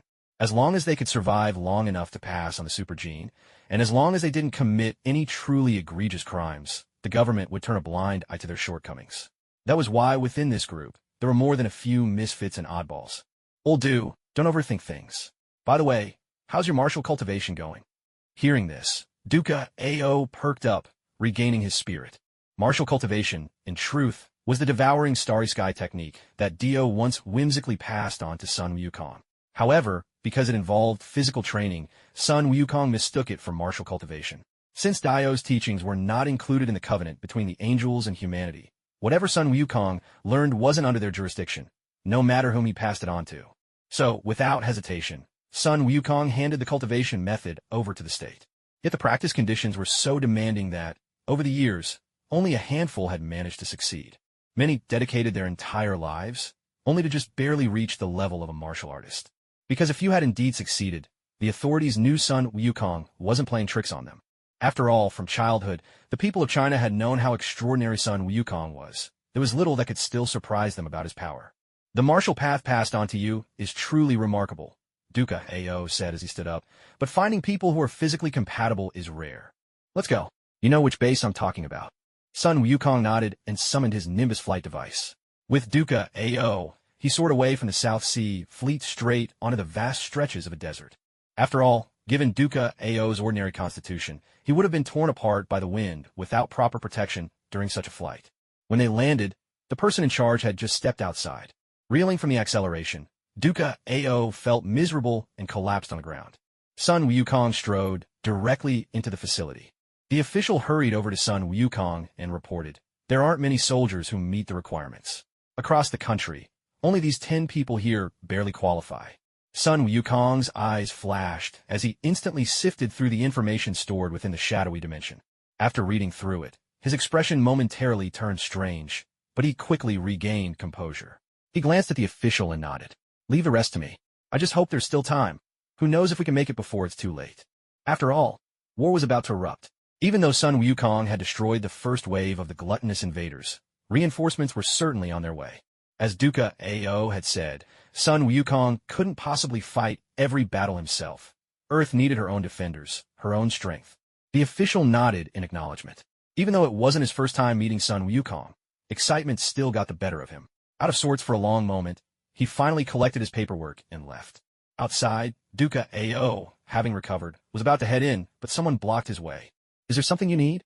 Du Cao asked, casting a questioning look at his obstacle. It was the official in charge of the base. General, perhaps you should take a look at this first, said the official with an uneasy expression, handing a folder to Du Cao. Taking the folder, Duca AO flipped through it and found it contained information about the 10 individuals selected for martial cultivation. He nodded as he read. Not bad at all. They're all excellent young people, every one of them in remarkable physical shape. But as he flipped to the final page, Du Cao's eyes widened instantly. Because there, written in bold characters, was the name Nuo Qiangwei. If it had been just a common name, perhaps he wouldn't have cared. But next to it was a photograph. A head of chestnut red, crisp short hair framed a face that could only be called an icy beauty. The stern, unsmiling photo exuded an air of cool defiance, a striking aura of strength and elegance. It was unmistakably his own daughter, Du Qiangwei. Du Qiangwei was the daughter Du Cao had fathered after arriving on Earth. Her mother's identity was unknown. It was highly likely she was a genetically enhanced human, cultivated using time-space genetic technology along with Du Cao's own DNA. Yet, that fact never stood in the way of the deep affection shared between father and daughter. Even from the very beginning, when Du Cao helped her join the military by forging an identity and naming her supposed father Guan Nguyen, a name drawn from their home planet, Nguyen Star, it was obvious how much she meant to him. Naming her father after his own beloved home world showed just how much love Du Cao poured into her future. Now, Du Cao rolled up the dossier in his hands, brushed past the people behind him without a second thought, and prepared to rush inside. Du Qiangwei. His voice thundered through the air before he even arrived. Du Cao was so furious, it felt as though his lungs might burst. But before he could get any further, he was forced to stop at gunpoint by the sentries. At that moment, the 10 people who had been gathered to learn the hearts-to-the-sky cultivation technique from Sun Wukong immediately snapped their attention to the commotion. The shout echoed loudly, drawing every pair of eyes in the room toward the only woman present. "Hey, Sister Qiangwei, is someone calling for you?" One of the soldiers, noticing everyone's attention shift, whispered quietly to Du Qiangwei, standing beside him. With a frosty expression, Du Qiangwei frowned slightly at the sound of the shout, but quickly regained her composure. "That's not me. My surname is Nuo, not Du," she replied calmly. The soldier nodded in understanding. Indeed, in the military, she was known as Nuo Qiangwei, not Du Qiangwei. Not the same family name at all. But this is a restricted military area. Can anyone really just shout like that? Another soldier turned around, joining in the idle conversation. "Exactly. What are those guards at the gate doing? Anyone can just barge in here." The soldier who had first spoken with Du Qiangwei frowned in confusion. Du Qiangwei gave a cold snort. Maybe he's just high-ranking. No one dares get in his way. Her remark sparked a flurry of hushed debate among the others. "No way. No matter how high your rank is, you can't come in without orders. The sentries aren't here for decoration." Right back when I was new to the force, I once tied up a high-ranking officer coming in for a night inspection. Rules are rules. Without orders, no one's allowed to wander in. Soon, the conversation grew louder, bolder, unconcerned who might overhear. Sensing this, Sun Wukong shot them a hard stare over his shoulder. Instantly, the room fell silent as everyone clamped their mouths shut. Just then, a guard came running in to call Sun Wukong outside. Father Du Cao carries the space-time gene. He was once one of the 3 angelic kings during the era when he was known as Liang Bing, but now he is the demon Queen Morgana. This gene was created during the period of collaboration between angels and the super seminary, so it is also called the space-time rose. In its early stages, the space-time gene doesn't provide much physical enhancement. After all, it's a super gene whose true power can only be revealed through substantial accumulation of knowledge and proficiency over time. From a young age, however, Rose Du always strove to be strong. Even as a rebellious troublemaker, she dreamed of becoming someone capable of tremendous feats from the moment she enlisted in the military. Though her physical attributes as a super gene warrior were always impressive, compared to those with overwhelming frontline power, she was undeniably lacking. When she heard that Sun Wukong was running a martial arts program, Rose Du signed up at once. She hadn't held out much hope. After all, her father Du Cao was a general. If he wanted to know something, nothing could be hidden from him. Yet, from the selection process up to this very moment, Du Cao had no idea she'd already been selected. Sun Wukong had barely stepped outside when he stuck his head back in and called out, "Rose Du, front and center." Rose instantly stood up and responded, "Yes, sir." "Come outside. Someone's here for you." Rose ran out at once. The others stared at her in disbelief. "Your real name is actually Rose Du? Maybe she's undercover or something?" "That's probably it. But her family must really have some serious connections to enlist under a fake name. She's probably the child of some high-ranking official. I've seen this in TV dramas." "Yeah, exactly." At these words, Rose Du furrowed her brow, but kept her face composed and strode out without a word. Outside the camp, the moment Du Cao saw Rose Du, he rushed over. Angry and anxious, Du Cao reached to grab her arm, but Rose dodged away. Missing his grasp, Du Cao took a deep breath, struggling to calm his anger. He said, "Rose, I know what you're thinking. Just come back with me, and we'll talk about this." Before Rose could answer, the person in charge nearby snapped to attention and loudly reported in. This sharp call drew Du Cao's attention. He frowned and glanced over. Then, remembering this was a military camp, sighed softly. "Speak, what is it?" Hearing Du Cao's words, the officer relaxed a bit and came forward. "General, anyone who joins this program can't just quit. It's all written in the death waiver they sign before starting. And if someone really wants to back out halfway, withdrawal requires a special level 1 signature." At these words, Du Cao finally closed his eyes in resignation, giving the officer a small nod to show he understood. The officer then stepped back and quietly gazed up at the sky. The person in charge spoke quietly, but everyone present still heard him. This brought the barest hint of a smile to the corner of Du Qiangwei's lips. Duca Ao let out a sigh and turned to Sun Wukong, who was waiting by the side. "Would it be possible to pause for a moment? I'd like to say a few words to Qiangwei." Sun Wukong mulled it over, glanced at the time, and replied, "Make it quick. You've got 5 minutes." With Sun Wukong's permission, Duca Ao pulled Du Qiangwei aside to a corner. At first, Qiangwei showed some reluctance, but she ultimately followed, one step at a time. After all, orders were orders, and Duca Ao couldn't possibly defy a military command to take her away. When Duca Ao saw that no one else was within 10 meters of them, he finally spoke to Qiangwei about her super gene. The story was a simple one. After the Super God Academy left the Angel Nebula, they took all their research materials with them, including the results of the Tian Space King, Liang Bing, who is now known as Morgana, the current Demon Queen. All her efforts and devotion had culminated in one scientific breakthrough, the spatiotemporal gene. "Old Du, are you saying?" Qiangwei looked at her father, and even Sun Wukong, who had been listening and out of boredom, unconsciously paused his skyward gaze. Duca Ao knew just how sharp Sun Wukong's senses were. It was clear he wasn't trying to hide anything from him. After all, the nature of Qiangwei's gene would be exposed sooner or later. "That's right," Duca Ao confirmed with another sigh, having lost track of how many times he'd sighed today. "Your genetic model is the very super gene that Morgana, the Demon Queen, poured all her efforts into creating. Inside is everything Morgana possessed, not just her hard work, but her emotions as well. So, when our family received this gene model, we began cultivating it in the Dino Star system. The original goal was to limit Morgana to some extent, which is why it took generations of effort before we finally succeeded, finally making the gene compatible, allowing its carrier to become a super soldier." "That can't be right, can it?" Qiangwei interrupted, frowning. "When you show me the history of Dino, I don't remember anyone mentioned who had abilities like mine." Faced with her questioning, Duca Ao closed his eyes in pain. "That was toward the end of the Dino arms race. I had gone mad by then. I gave a direct order that the previous Denistar war god would cleave open Denistar, which caused the old solar god to trigger a supernova in Dino's sun. At that time, as we were preparing for the grand finale, the previous spatiotemporal gene carrier, under the radiation of the star. By the end, Duca Ao's voice trembled, his eyes glistening with tears as his words choked up. Sun Wukong cast a curious glance at Duca Ao. At his level, no one's feelings or thoughts could escape his perceptive eyes.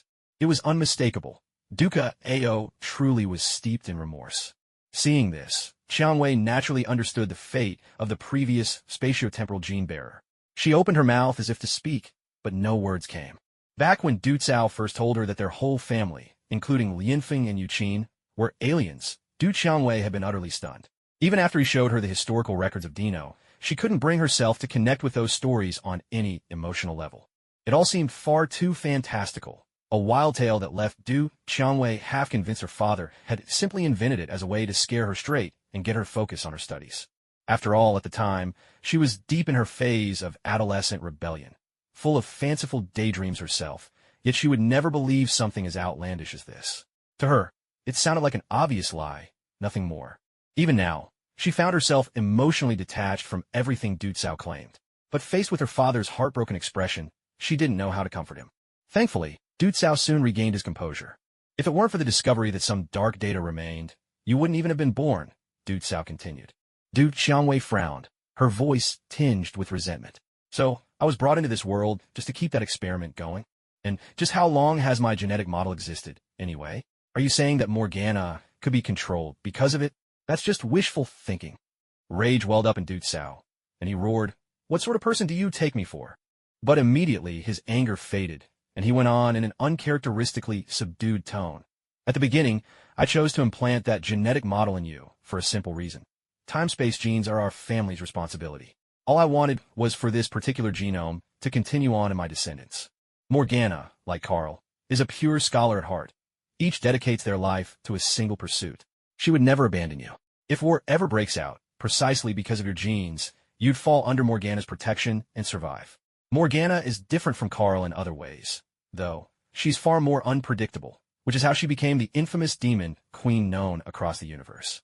Xiangwei, as long as the time-space genes remain within you, it's your shield, your guarantee of safety for days to come.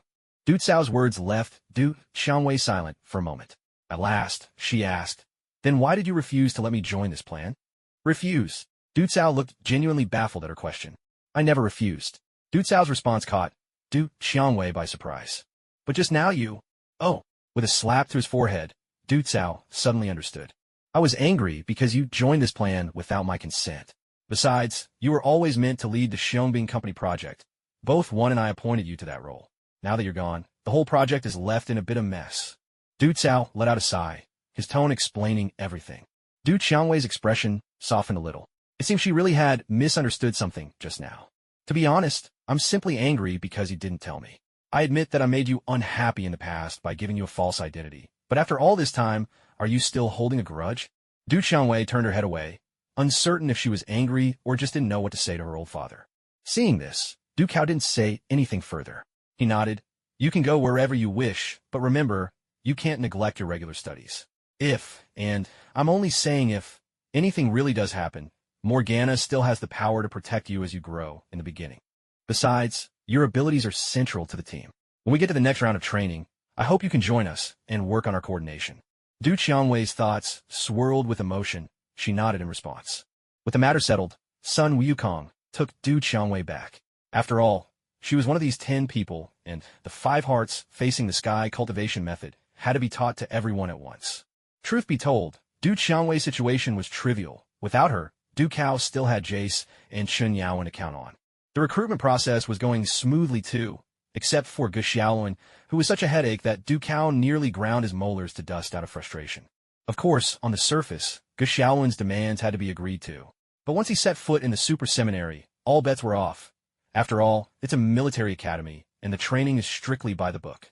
Here, there was none of the clever tricks Ge Xiaolun was promised, only endless complaints of hardship.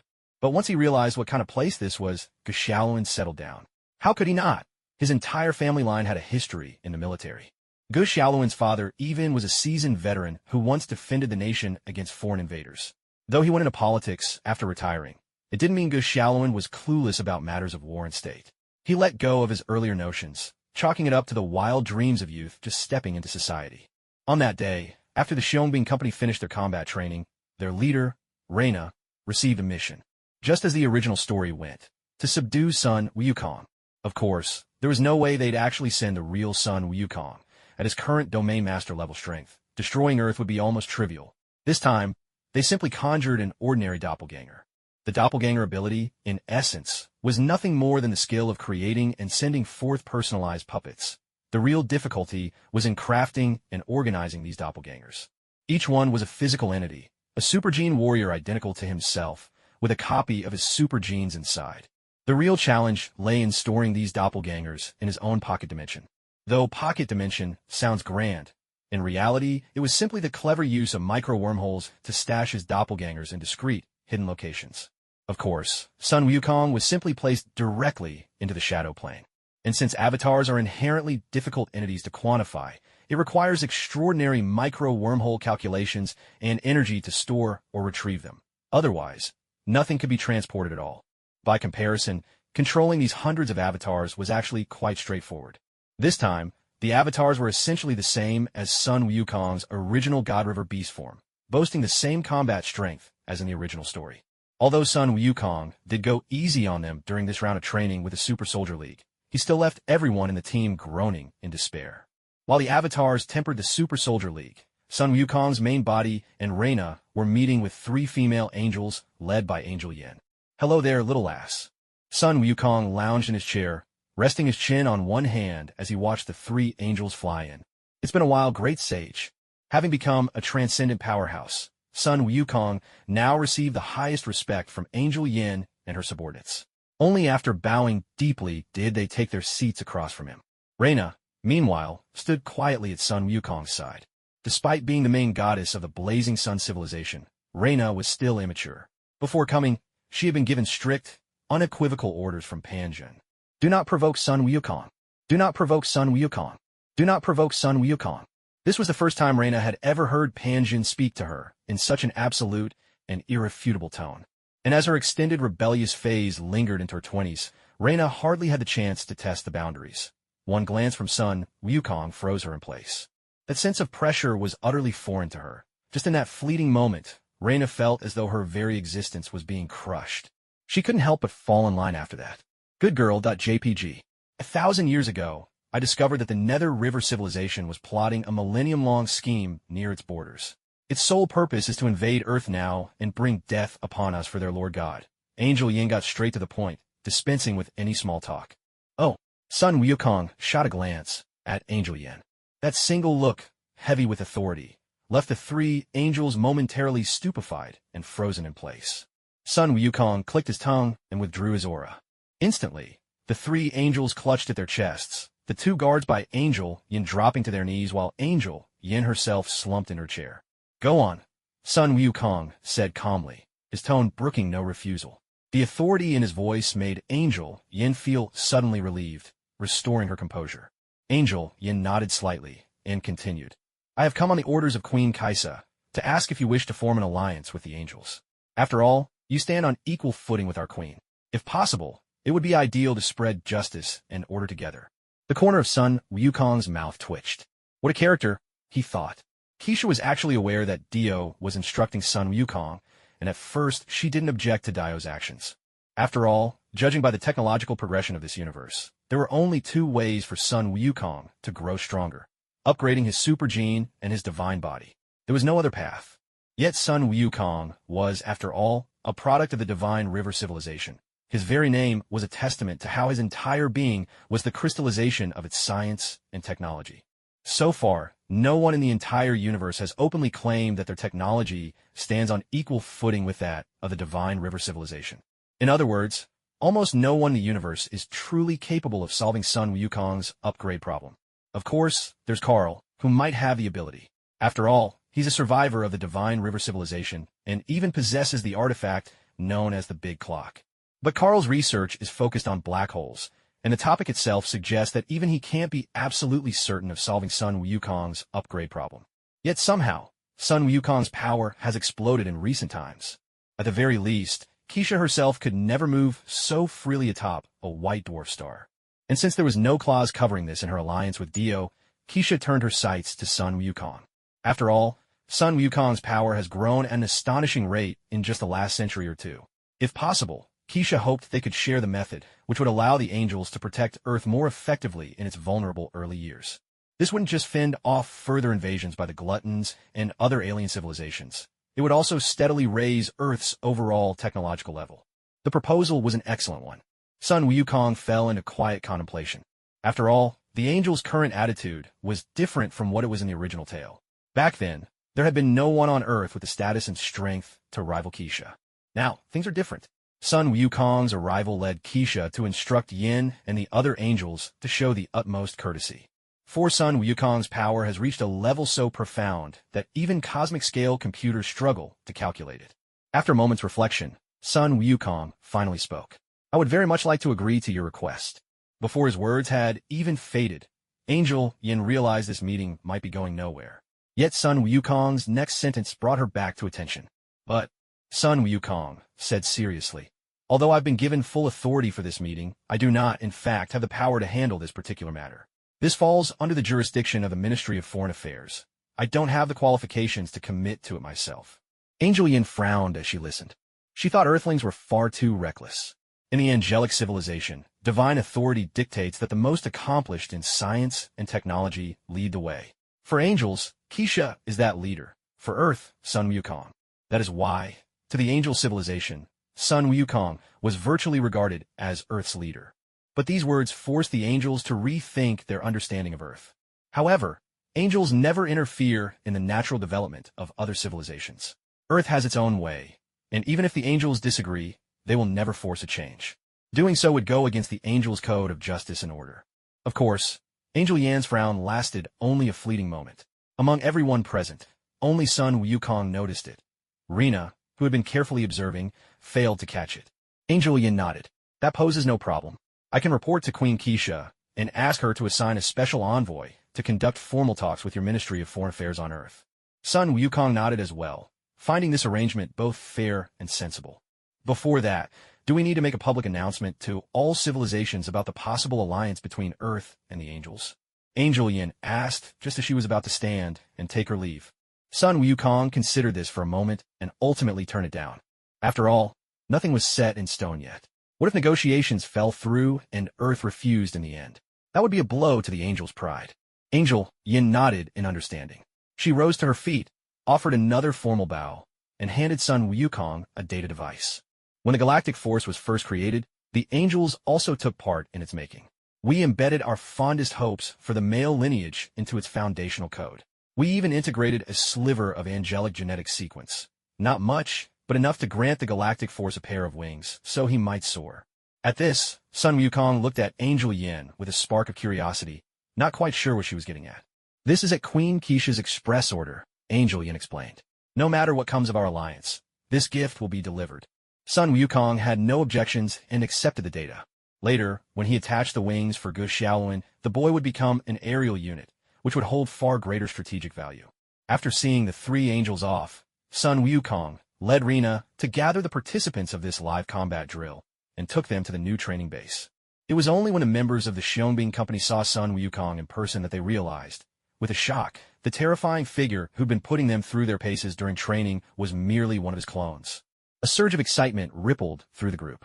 After all, their upbringing had always taught them that Sun Wukong was nothing short of legendary. If they lost, they'd chalk it up to Monkey King being out of form, never once imagining they themselves had bested someone that formidable. If they performed well, that would be the level Monkey King was supposed to have, and getting flattened would still feel like a badge of honor. Either way, it was something worth boasting about. Everyone on the plane couldn't help but sneak glances at Sun Wukong. Most of their training had taken place at night, and Sun Wukong's speed was off the charts. Even Zhao Xian couldn't keep up, let alone get a good look.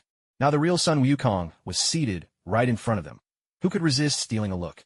After all, he was the one true idol in the eyes of everyone across the nation. We're arriving above the South Sea Fleet. This time, Sun Wukong didn't get into any arguments with Lena.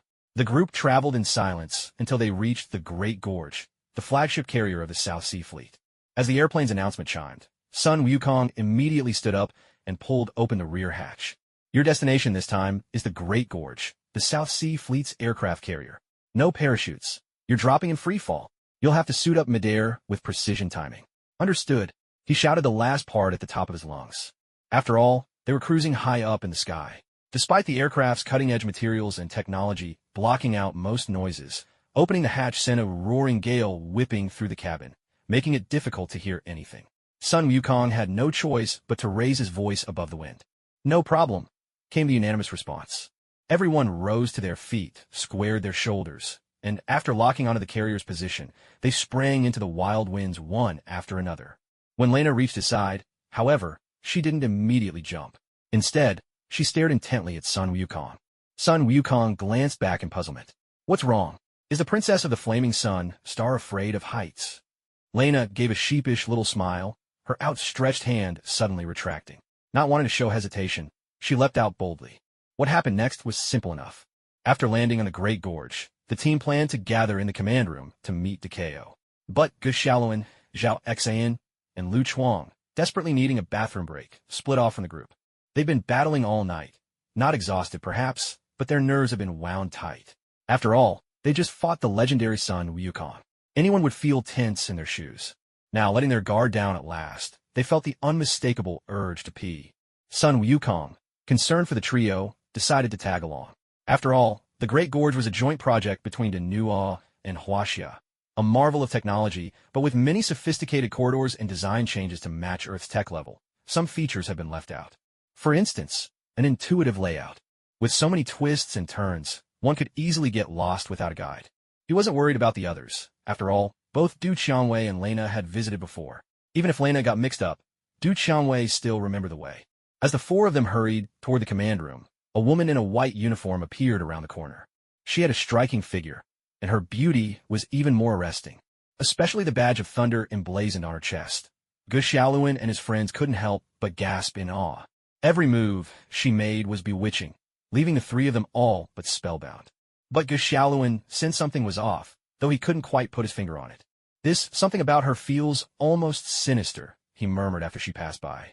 Lu Chuang and Zhao Exin didn't notice much, but on hearing him, they nodded in vigorous agreement. No kidding, that was one formidable presence. Totally, Xiaoluan, you really know what's up.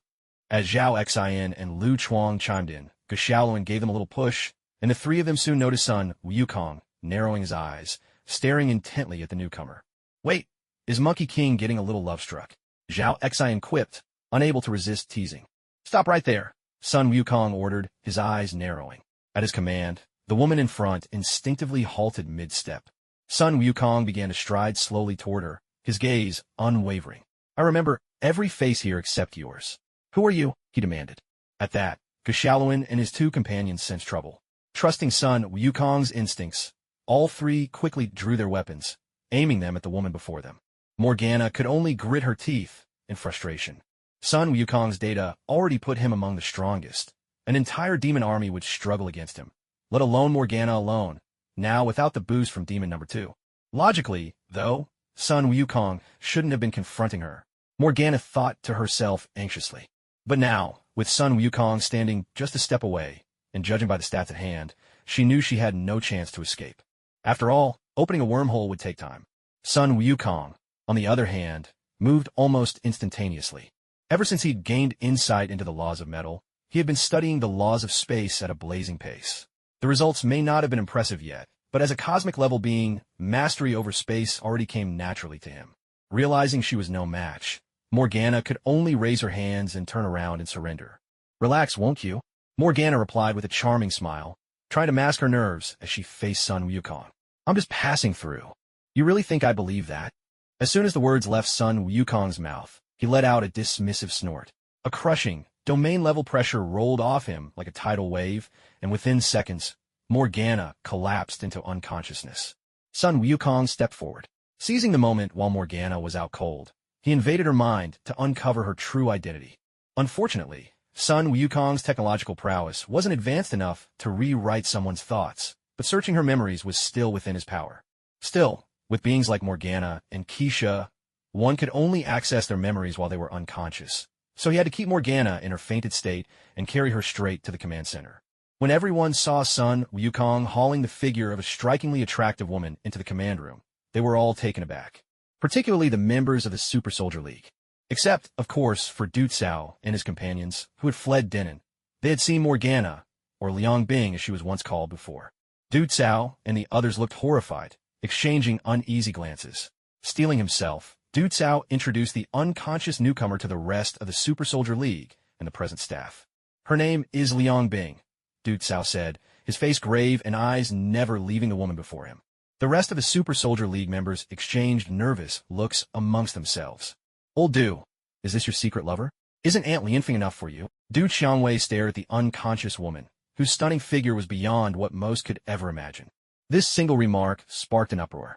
Even though everyone knew Du Qianwei was joking, the rest of the super warriors couldn't help joining in with teasing jeers. Du Cao's face darkened, while those around him covered their mouths to stifle their laughter. With a deep breath, Du Cao pressed on. She goes by another name, Morgana, the Demon Queen. As soon as the words left his lips, a heavy silence fell over the group. They all understood why. At the Super God Academy, it wasn't just about mastering and honing their powers. They also had to learn about the different cosmic factions and the powerful figures behind them. And among the most infamous of all was none other than Morgana, the Demon Queen. Of course, no one was more shocked than Du Qianwei.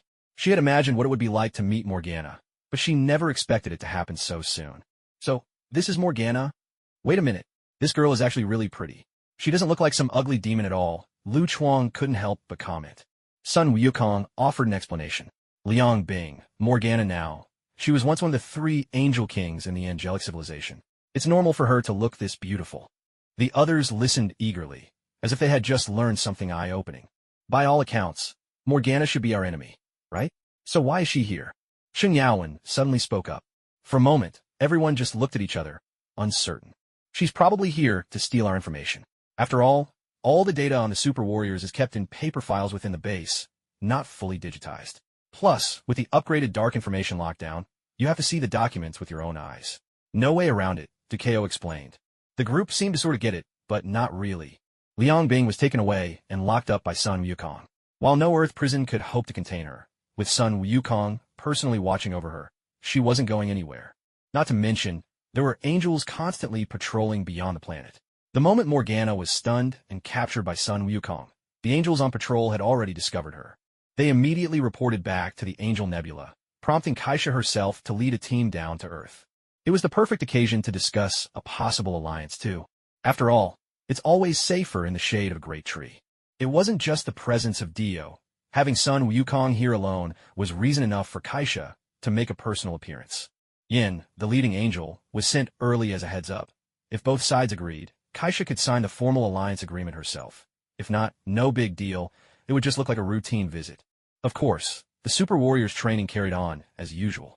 Even for Keisha, it takes time to arrive on Earth with her escort across the Great Insect Bridge. In the meantime, Sun Wukong mostly wanders outside using his clones, while his true form stands guard over Morgana, ensuring she doesn't escape. In fact, Sun Wukong had no intention of joining the battle himself. He preferred to use this crisis to temper Xiongbing Company and strengthen China's military might, though he did send out a clone to lend support. Soon after, the entire nation prepared for the battle against the Gluttons. China immediately entered a state of highest military alert. Because Sun Wukong destroyed the vanguard, the subsequent reinforcements arrived earlier than anticipated. In fact, they came even sooner than the vanguard did in the original story. Fortunately, thanks to China's early preparations, there were no casualties, apart from property damage. However, with Morgana missing, her demons ended up joining the invading Glutton forces, making the counterattack by China's army and Xiongbing Company much more grueling. The demons' surprise portal attacks were nearly impossible to guard against. Several high-ranking officers fell victim to their snipers. Even Du Cao was targeted in one of these attacks. On Earth's periphery, only Angel Chase was present, and though she joined the campaign against the demons, she was too few to provide meaningful support. Alone, Angel Chase was beset by demons more than once, nearly surrounded each time. Nonetheless, since Morgana was not aboard Devil 2, its location was quickly discovered by the combined efforts of the Sun Wukong clone and the Angels. And without Morgana's guidance, the demons dared not leave Earth recklessly. They scattered, hiding across foreign airspace. Even with Earth under alien attack, the Americans refused to let Chinese forces into their territory for retribution, leaving only Angel Chase to fight alongside them. Their superhero league was wiped out instantly, so all they could do was dispatch their military. Before launching any attack, they insisted on negotiating a slew of technological collaborations with Angel Chase, refusing to join the strike against the demons otherwise. They even claimed, "Our country is a melting pot of nations. One more people just means a few more taxpayers, as long as they follow our laws." Angel Chase was thoroughly disgusted by their attitude.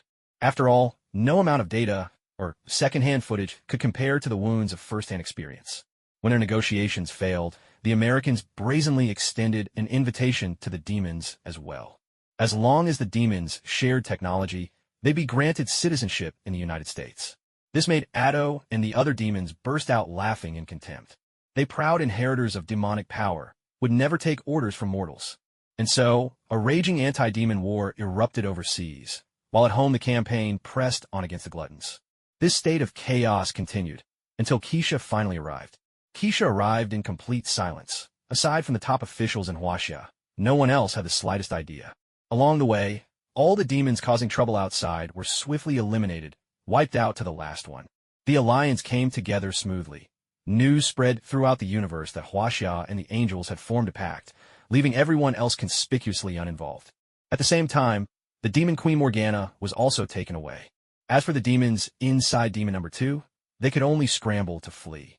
Fortunately, demons are experts when it comes to micro-wormholes, Their escape was swift and efficient, so the main forces mostly managed to survive. Far away in the dark nebula, Death God Karl frowned in the shadows. He had never imagined events would so thoroughly surpass his calculations. The future he anticipated, together with the Grand Clock's predictions, had somehow gone off script. Even his true self, obscured from the flow of time, could no longer see how things were destined to unfold. Indeed, Karl's current body was not his true form. Just as rumor suggested, he had abandoned his flesh, merging his consciousness with the matter of the void, achieving something like ascension to a higher plane.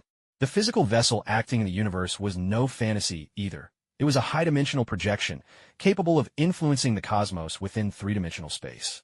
Thus, Karl's phantom form no longer depended on flesh or matter. He had achieved a state of pure spirit, a form of soul immortality. Yet now, the future appeared shrouded in mist. The images at hand diverged entirely from the scenes calculated by the Grand Clock. After a long silence, Karl called for someone to appear. A man appeared, clad in a sleek outfit of black, wearing a broad hat reminiscent of a straw rain cape, a blade hanging at his waist. He was one of the Nether River's 4 riders, handpicked by Karl himself. Nusa was formidable.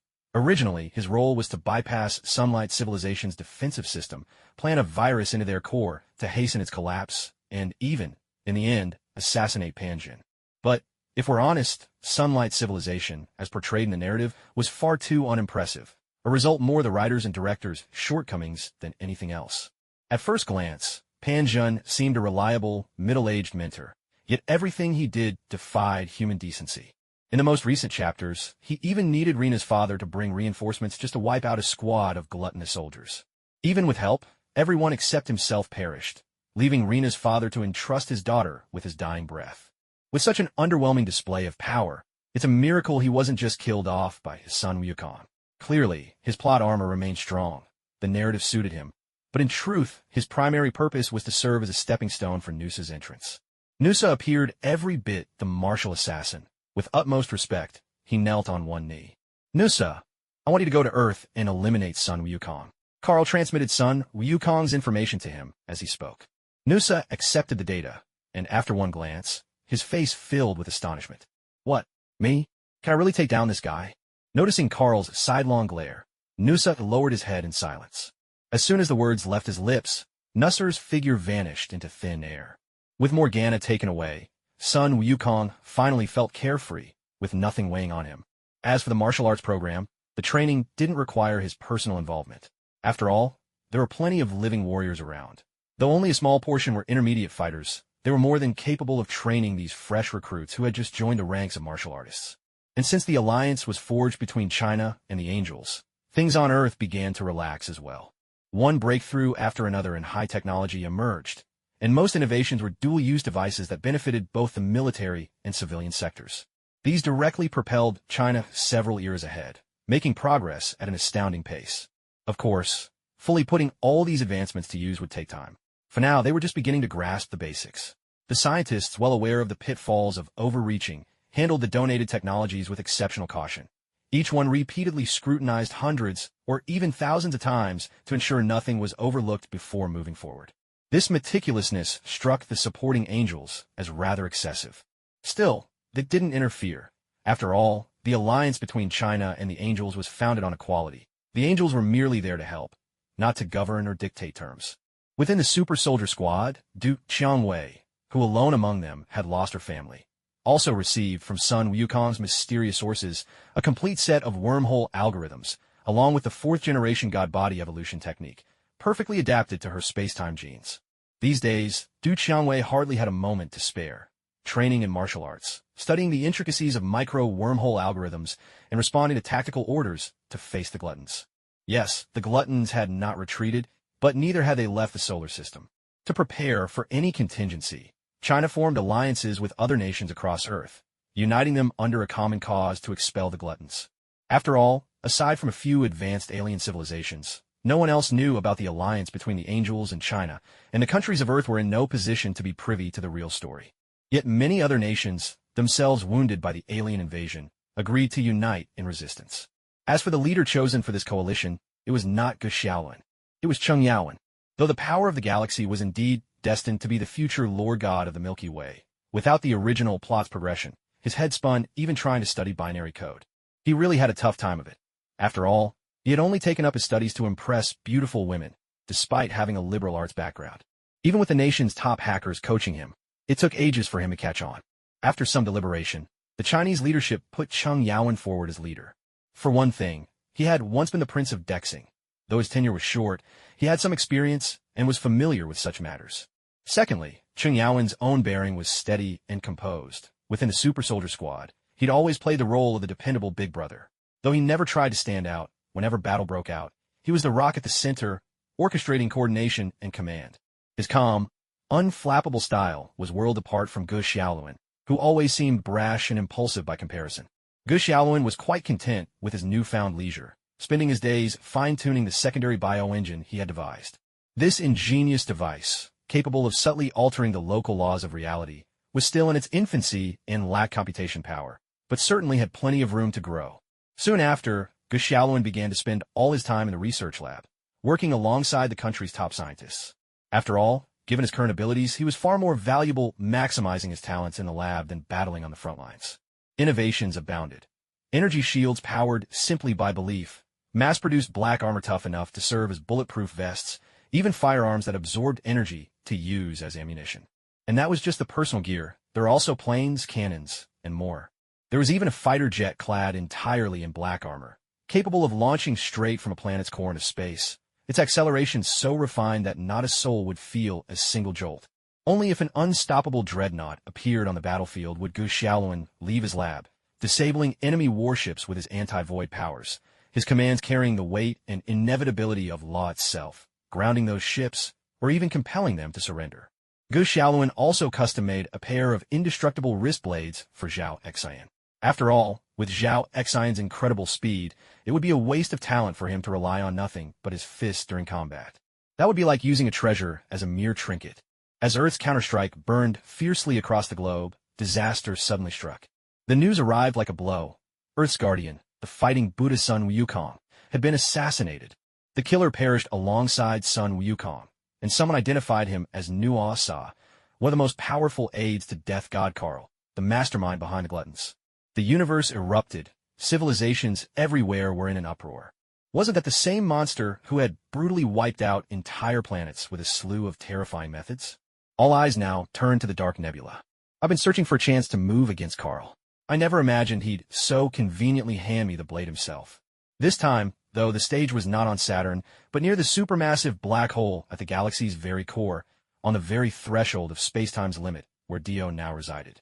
Sun Wukong watched Dio knead the black hole before him, his expression utterly calm. Ever since Dio began perfecting his powers, he'd advanced skill by skill, rigorously training each one to its utmost potential before moving on. And now, Dio was honing his telekinesis. If it's your plan, get on with it. Stop coming to pester me, whether you have business or not. Dio looked at the sudden appearance of Sun Wukong before him, impatience plain on his face. On a whim, he'd once decided to teach this world's Sun Wukong, a small indulgence of his love for mentoring, and a wish that this Sun Wukong might be as formidable as the one from his own memories. To tell the truth, this world isn't particularly interesting, at least not since Hela left. I'm only here to hone my superpowers. After all, the flow of time in this place is rather peculiar. Even if I go back now, not much time will have passed. Heh, I just wanted to share something with you, Sun Wukong said with a grin. All right then, what is it this time? Need my help? Dayu paused his workout, crossing his arms as he looked over at Sun Wukong. Sun Wukong chuckled awkwardly. Come on, does everything have to be about business? Can I just drop by? With a resigned sigh, Dayu sat down. The stone bench beneath him had been shaped with his psychic power, refined almost to the atomic level. All right, out with it. What do you want? So, Sun Wukong quickly explained the situation. So, what you're telling me is, you wanted to deal with Karl all along, but you wasted one of your clones just so you'd have a proper excuse to mobilize? Dayu asked, incredulous.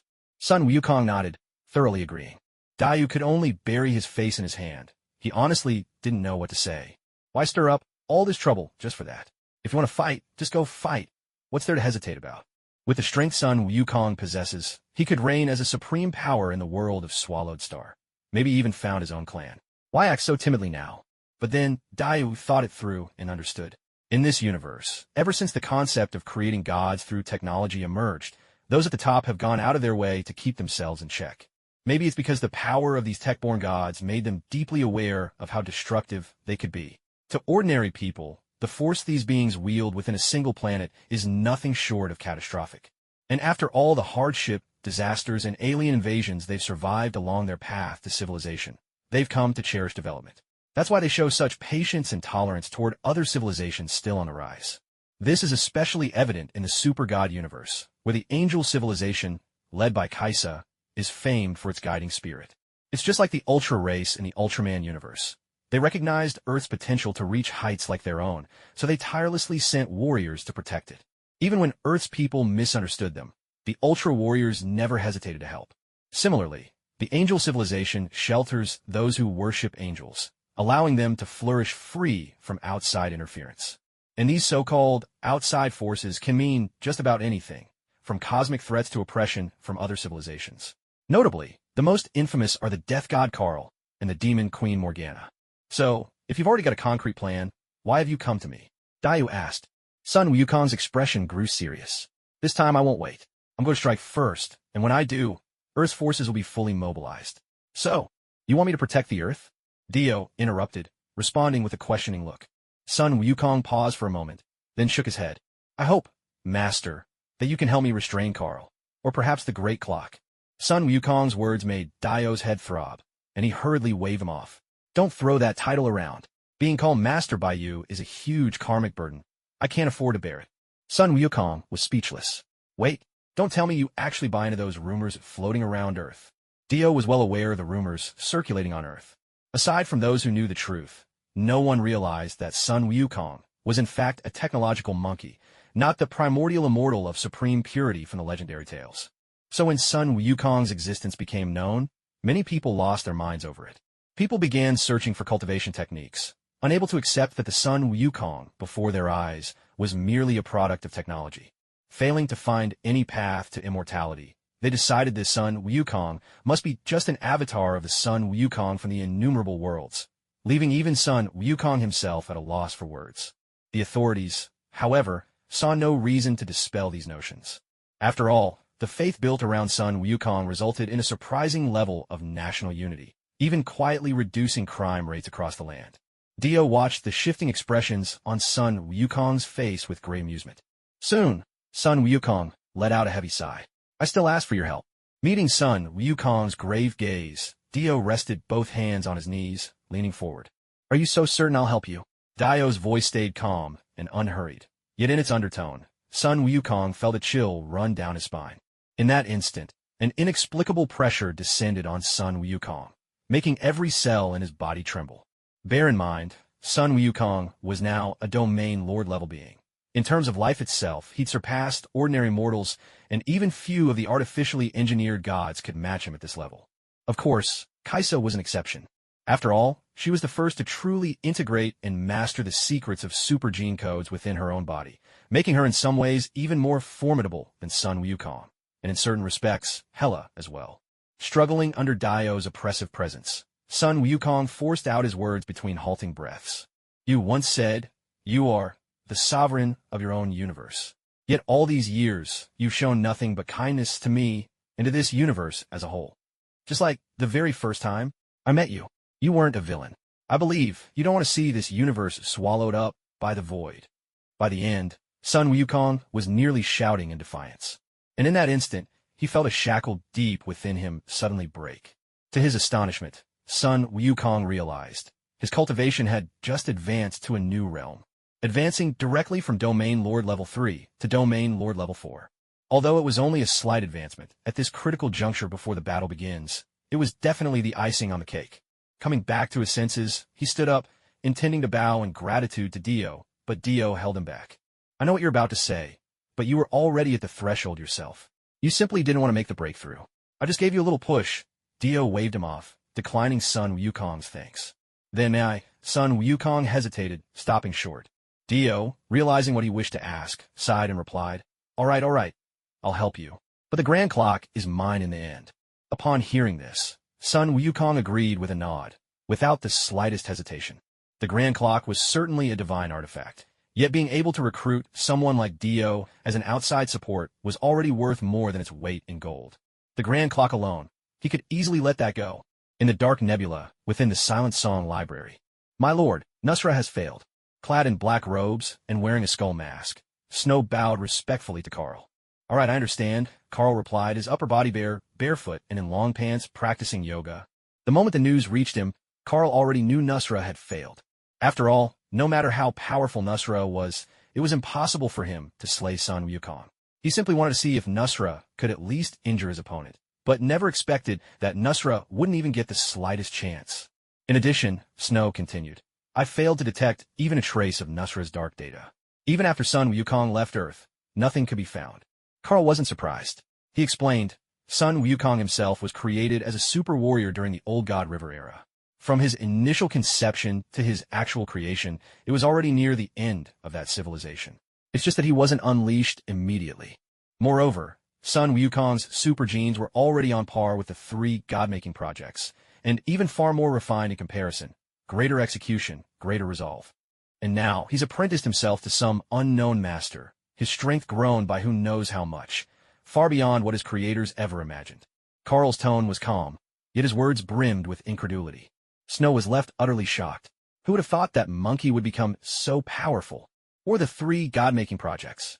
They were the ultimate trump cards devised by the God River civilization at the end of its era to stand against the Void.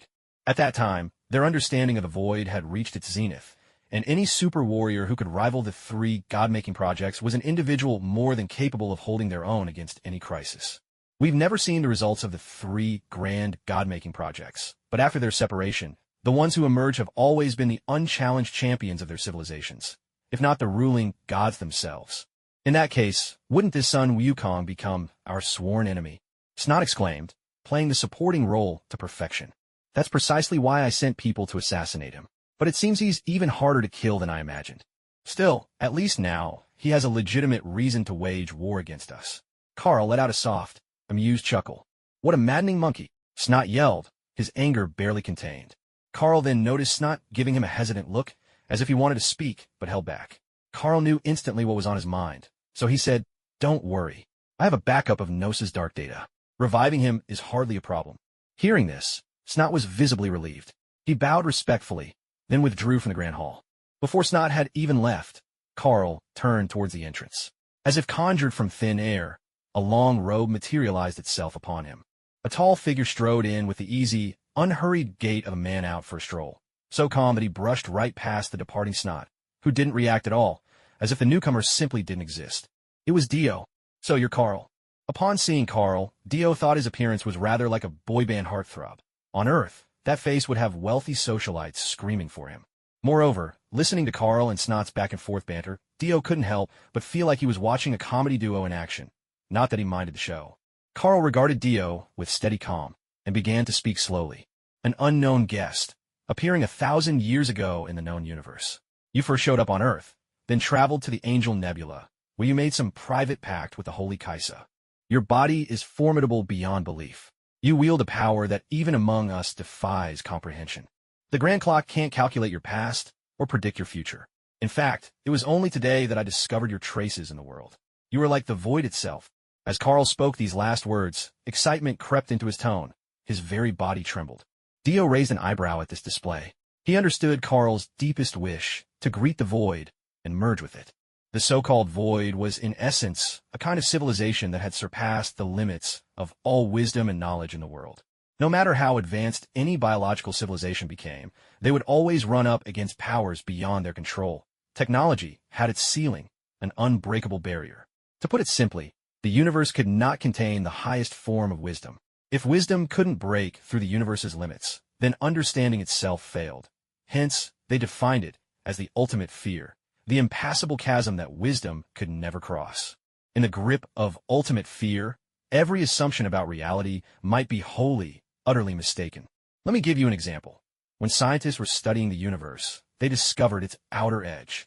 However, despite all the knowledge they themselves, and even their entire civilization throughout history, had accumulated, they couldn't define what exactly the edge of the universe was. If you cannot define the existence of something, does that mean it doesn't exist at all? No, it truly does exist. But you're simply unable to define it. It's a bit of a brain twister, isn't it? Superscript 1. So, Carl proposed that there must be some kind of knowledge, still unknown to any civilization, that could unravel all this, could break through what even the highest intellects could not penetrate. He called it the ultimate void. Simply put, it's a kind of intelligent civilization capable of transcending the bounds of the universe. Carl was endlessly fascinated by the search for this civilization. Dio, you see, was not someone native to this universe at all. In a certain sense, he himself was a pretty good fit for Carl's idea of the void.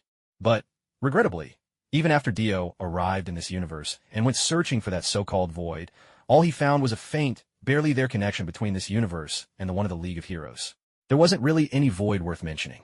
However, what he did find was the ruins of an even higher civilization. This is what Carl once named the Panga civilization. It was a super civilization that existed even before the Kamigawa civilization, and perhaps once held dominion over the entire universe. In Carl's view, maybe the Panga civilization was so powerful that the void eventually destroyed it, and that is why only its ruins remain. But what's the truth, really? Perhaps you'd have to travel back up the river of time itself to find the answer. In order to welcome the coming of the void, Carl even abandoned his own three-dimensional body, transforming himself into a form beyond common logic and understanding. Yet soon, Carl regained his composure. He truly was a pure scholar. It was true that he was willing to give up everything for the void. But the Dio standing before him was nothing like the void that he had dreamed of. If he tried to force that connection, Carl might well have gone mad. With a wave of his hand, Carl prepared to use the grand clock to teleport Dio away. But just as the dark, giant face used in the clock's teleportation calculation disappeared, there was Dio, still standing exactly where he'd been, as if nothing had just happened at all. Carl was stunned. What has happened? Why did the grand clock's teleportation fail? And yet, judging by the outcome, the space had indeed been shifted, and its destination was the cluster of black holes he'd specified. Does it all seem a bit nonsensical? Wondering why I'm still here, right? Dio spoke up. He walked forward slowly, and in that instant, an inexplicable force swept through the entire Death Song Academy, making Carl instinctively take a step back. I stepped back. Carl realized at once, startled that he'd actually retreated. Having already abandoned his physical body, he no longer experienced emotional fluctuations, now that his hormones were no longer in control. Yet now, to his surprise, emotional turbulence had surged within him once again. Carl's mind raced, his brain's CPU whirring at lightning speed. This current form, after all, was merely a vessel projected from the higher dimensions to interfere in the lower world, a shell controlled by his true self. Having left behind his flesh, apart from a faint lingering attachment to Liang Bing, the woman he had once loved but could never have, he could otherwise approach all matters with absolute rationality. Any emotions manifested now were merely performative, a facade intended for outsiders. In truth, he no longer possessed real feelings. And yet, he had just stepped back, retreated as if out of instinct. Confronted with this situation, even his true self had been compelled to consider backing away. Had he just experienced an emotional shift? This familiar sensation reminded him of the moment when the core of the old God River civilization was wiped out. Was it fear? Who exactly are you? Carl found it difficult to maintain his composure. Even as his mind raced frantically, he still could not fathom how the man before him had managed to escape from the spatial transference of the big clock just now. Dio was perfectly clear about what had just transpired. According to the original account, Carl's method was to transport not just the target, but also the surrounding space to a destination, and it required considerable time to pull off. After all, in the original story, Carl had only succeeded in using this trick against Keisha by catching her completely off guard. "I'm nothing more than a traveler," Dio replied calmly. "My reason for coming today is simply to fulfill a promise. You needn't trouble yourself with anything else. Just pretend I don't exist." Dio's words brimmed with unshakable confidence, prompting Carl to lapse into a prolonged silence. "You were invited by Sun Wukong, weren't you?" Carl finally remarked, still wearing his usual impassive expression. "He wants you to constrain me, is that right? To keep me from wielding divine tools like the big clock. Otherwise, even against the gluttonous legion, Earth wouldn't stand much of chance." Carl's voice returned to its previous calm, as if none of this concerned him whatsoever. Dio merely nodded at Carl, unperturbed by his deduction. He wasn't the least bit surprised that Carl would have guessed as much. "So what's your next move?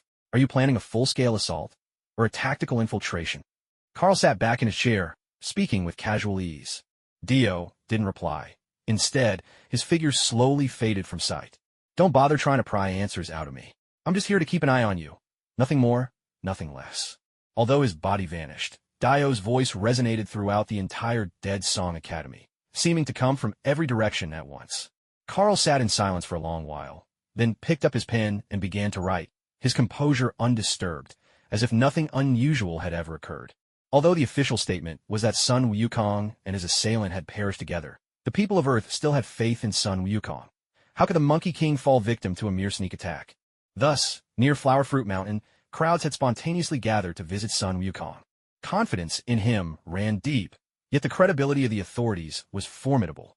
The claim that Sun Wukong met his end alongside his attacker stirred a deep sense of worry among the people. And so, an extraordinary scene unfolded, one unlike any other. "I wish I could be him," Gu Xiaoluan said, gazing at the sea of people covering the mountainside, all come to pay their respects to Sun Wukong. "Envy him, do you?" Lu Chuang chuckled. "Let me tell you, this is the Monkey King. Honestly, I'd say this is just a small crowd, hardly worthy of the occasion." As he spoke, Lu Chuang pointed to a private helicopter forced to land by armed helicopters at the horizon. "Look at that. People are even arriving by helicopter. I bet those rich folks will take things to a whole new level." With a grin, Lu Chuang nudged Gu Xiaoluan with his elbow. Gu Xiaoluan nodded, agreeing. "Thank goodness I joined the super soldiers. Otherwise, I would never have witnessed anything like this." "Xiaoluan, stop lazing around. There's a large number of aircraft entering the vicinity of Flower Fruit Mountain. You and Rose need to assist."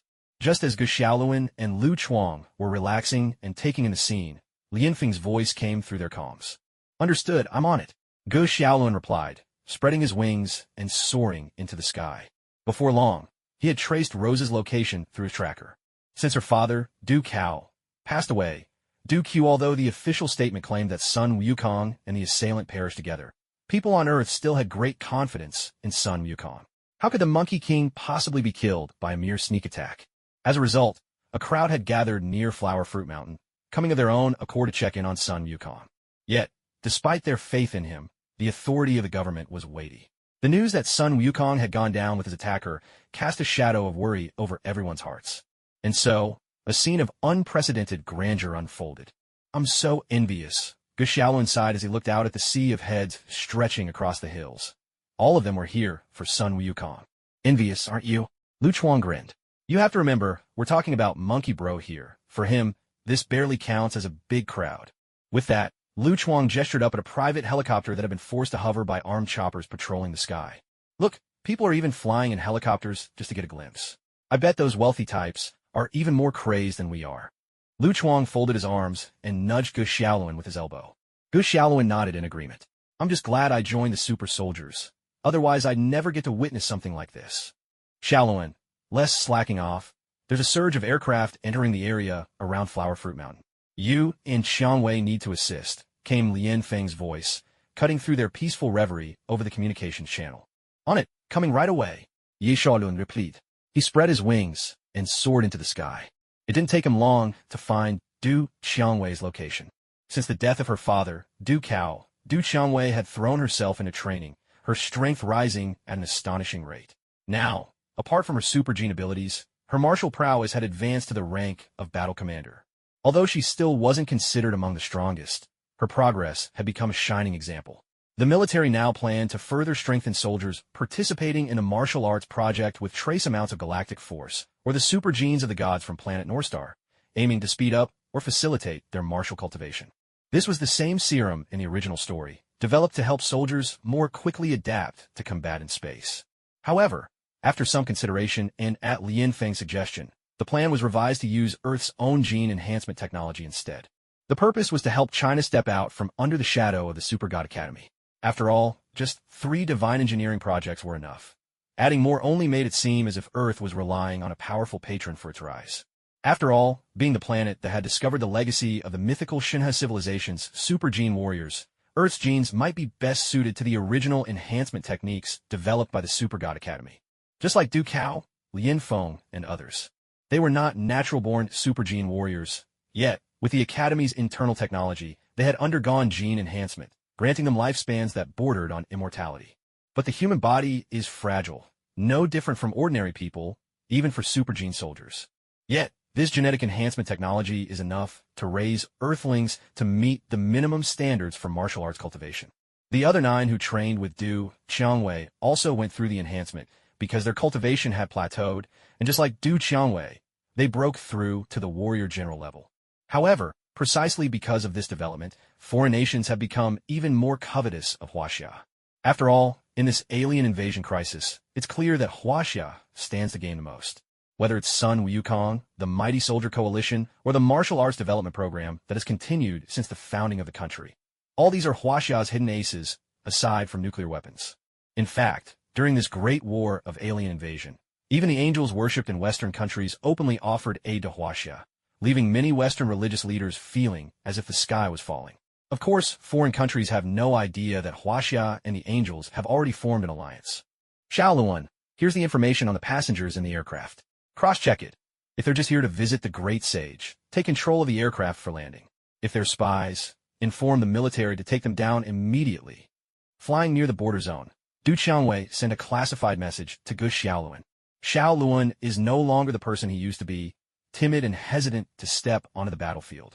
Even if the alien invasion didn't shape him as dramatically as in the original story, after several rounds of tough lessons delivered by his father's filial rod, Gu Xiaoluan now possessed the qualities of a competent soldier. He nodded, then launched his covert system interface to scan for threats. Within moments, he located several spies, documented clear evidence, and relayed the intel straight to the military. This procedure for handling spies had been directly authorized by the officials. They'd told Gu Xiaoluan to proceed exactly this way. Any consequences would be shouldered by the authorities. Of course, this was only the case when the evidence was undeniable. Gu Xiaoluan soon caught up with Du Qiangwei. Truthfully, the two of them hadn't interacted much. Aside from joint combat drills and actual operations, they hardly encountered each other, but, for reasons unknown, he just wanted to talk to her. Something you want? Du Qiangwei slowed her flight and asked through the covert channel. Huh? Well, it's just, you seemed a little down lately, and, well, we're comrades, so I thought I'd check in. Du Qiangwei's sudden response left Gu Xiaoluan awkward and tongue-tied, his words tumbling out in a nervous stammer. I'm Phoenix. Though Du Qiangwei rarely wasted words, her expression softened, perhaps because, apart from Lian Feng and the others, Gu Xiaoluan was the only one who showed genuine concern for her. But then, because of what Gu Xiaoluan said, she was reminded of her own father, Du Cao, and her spirits fell again. Seeing this, Gu Xiaoluan became awkward and at a loss, since his only intention had been to offer some comfort to Du Qiangwei. Tasked with working alongside her, Gu Xiaoluan found himself tongue-tied once more, unsure how to start conversation. After pondering for a while, he suddenly recalled the times he and Lu Chuang, Zhao Xian, and the others sat around drinking, boasting, and joking together. This memory gave him a bit of courage. So, Qiangwei, how about we go for a walk after the mission's done? At last, Gu Xiaoluan summoned his nerve and extended the invitation. His cheeks were tinged with an unnatural blush. Du Qiangwei, hearing this, didn't even need to think to know what he was getting at. Oh, and what exactly do you have in mind? A subtle smile lingered at the corners of her lips. A hint of anticipation flickered within her, perhaps in spite of herself. I just... Faced with her question, Gu Xiaoluan's face flushed, and he lowered his head in defeat. He seemed entirely deflated once again. Watching him struggle to get even a single word out, his face crimson, Du Qiangwei's annoyance flared. With a quick swipe, she struck him upside the head, leaving him dizzy. Eat by yourself, she huffed, then promptly vanished in a shimmer of micro-wormhole energy, leaving Gu Xiaoluan totally bewildered. Wait, Qiangwei. In a rush, Gu Xiaoluan called out over the communicator, but neither his eyes nor his comm yielded any response, and panic set in instantly. He was about to track her location, but then remembered he was in the middle of a mission. He didn't dare make a move. Little did he know, he hadn't switched the channel to private. In other words, his entire conversation had just played out in front of the whole unit. Sure enough, a teasing voice crackled through the secure channel. Zhao Xian's unmistakable drawl. "We're going for a walk together, huh?" Scene. Gu Xiaoluan suddenly realized the gravity of the situation, blurting out instinctively. "It's me." Zhao Xian's booming voice echoed, and Gu Xiaoluan knew his social standing was doomed. "Come on, Xian, what are you doing? You're going to make Xiaoluan die of embarrassment." That unmistakable northern accent belonged to none other than Lu Chuang. Hey, say what you will, but our academician Gu really knows how to chase after girls. At this point, a few idle soldiers joined the fun. After all, Gu Xiaoluan had linked every soldier's helmet to the secure comms system. Aside from the private channel, nearly everything was fair game for the group. What do you mean he's got moves? That was downright earth-shaking. Hey now, don't make stuff up. Academician Gu is just playing hard to get. Academician Gu. Our Captain Du is famously stubborn, No amount of soft words or strong arming ever worked on her. Back in the army, plenty tried, and all got properly put in their place. Hey, academician Gu, don't listen to Xiao Li's tall tales. Our Captain Du's tough on the outside, but soft-hearted. If you apologize sincerely and try again, you might just have a chance. Oh, or you might just get yourself killed trying. Haha. Imagine that. Hey, Xiao Li, you're doing this on purpose. Haha, just picture it. Don't get discouraged, Xiaoluan. When it comes to chasing after a girl, patience is key. Step by step. That's how you make progress. Chung Yaowen chimed in as well. Though he sounded like he was offering comfort, there was a stifled undertone that made it clear he, too, was holding back laughter and sympathy. Whatever the others continued to discuss, Gu Xiaoluan completely tuned out. Now his face was blank, his gaze empty, looking for all the world as if his spirit had left his body. It hit him then. He'd forgotten to switch to a private channel. Everything he just said had gone out over the public channel. This was social death.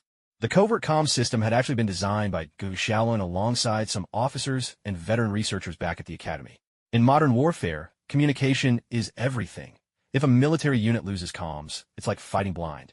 Naturally, the Chinese military already had contingency plans, but in the scenario of an alien invasion, each military district might be forced to fight independently, leading to unexpected casualties.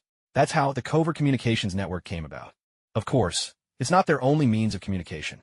The covert channel is just a backup, but every soldier has it now. Xiaolun's device links up directly with every soldier's helmet in the vicinity. The system only works if you're a Chinese soldier wearing your helmet. Take it off, and you're instantly cut off from the network. This also prevents outsiders from picking up a soldier's helmet and eavesdropping on military communications. That's exactly why Gu Xiaoluan said he died of embarrassment. Because of his hard work, the covert comms could now link together the entire country, allowing different regions to be separated into independent communication tiers.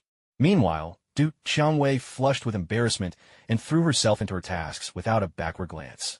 As for this minor mishap, Lianfeng and the others could only shake their heads and smile wryly, perhaps offering a gentle reminder not to let personal matters distract from mission.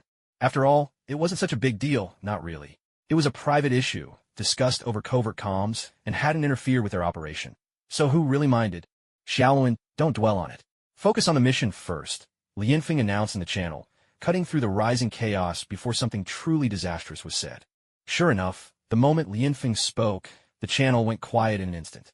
Lianfeng holds a very high rank. She's currently the direct superior of the Xiongbing Company, and she often works on the ground level. So many soldiers know her personally.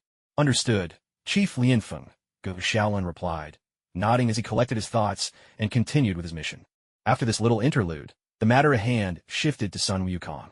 On Manhwarecap, the officials simply couldn't hold back the public's enthusiasm, so they had no choice but to allow visitors to see Sun Wukong in groups. Fortunately, people behaved quite responsibly. At the very least, everyone took their trash away with them. Zhao Xian even joked that if they put up a gate and started selling tickets, the place could probably make someone the richest person in the country within a year. Plus, there wouldn't even be any need to hire cleaners. Some farmers noticed the business opportunity. Since Manhwarecap is a nationally protected primeval forest, it certainly couldn't be developed. But the villages closest to the mountain thrived, as local families opened up country inns and homestays, making a small fortune. Even men and women who had left the village for years returned to help out in rebuilding and expanding the place, and they too saw their profits soar. The people of Earth knew full well that going to war with the Dark Nebula was basically suicide, but the Chinese had a virtue. Shame gives rise to courage. After all, it wasn't just a matter of lacking technology. The gap in military strength alone was enough to keep Earth trailing behind for centuries. They knew they couldn't win, but that didn't matter. People believed that if they worked hard and kept striving, success would eventually come. After all, for generations, that's how China had carried on. So, even before the fever of visiting Sun Wukong had died down, Gu Xiaoluan was swept away into a laboratory to work on new equipment. Meanwhile, at the Death Song Academy, Dio was growing tired of staying there any longer. Perhaps Carl sensed that he couldn't escape Dio's watchful eye, so he turned into a chatterbox, rambling endlessly about everything and nothing in particular. By rights, Dio could have ignored him, but he was keen to find out exactly where the Great Clock was located and how the thing actually operated. The records placed it in the Dark Dimension, but Dio still hadn't figured out where the point of entry was, or how to access it, since, surprisingly enough, he hadn't been able to find a single clue. With nothing better to do, Dio could only chat with Carl to while away the time. What's the matter with you? You've been sighing all day. I was under the impression you'd long since stopped having emotional fluctuations. Dio asked, flipping through books on the nearby shelves while glancing at Carl's dejected posture. Carl let out a heavy sigh. He sounded somewhat disheartened. If it weren't for your interference, my plan would already be in motion. I might have the stellar engine technology by now and would already be bombarding the black hole with it. Dio, looking unsurprised, simply nodded. To be honest, you're right. If things had gone the way you described, you'd already be transferring stars and using them to strike black holes by now. After all, the technology to control stars is something unique to Liang in the entire known universe. With that, Dio closed the book, pacing slowly as he spoke. Let me think for a moment.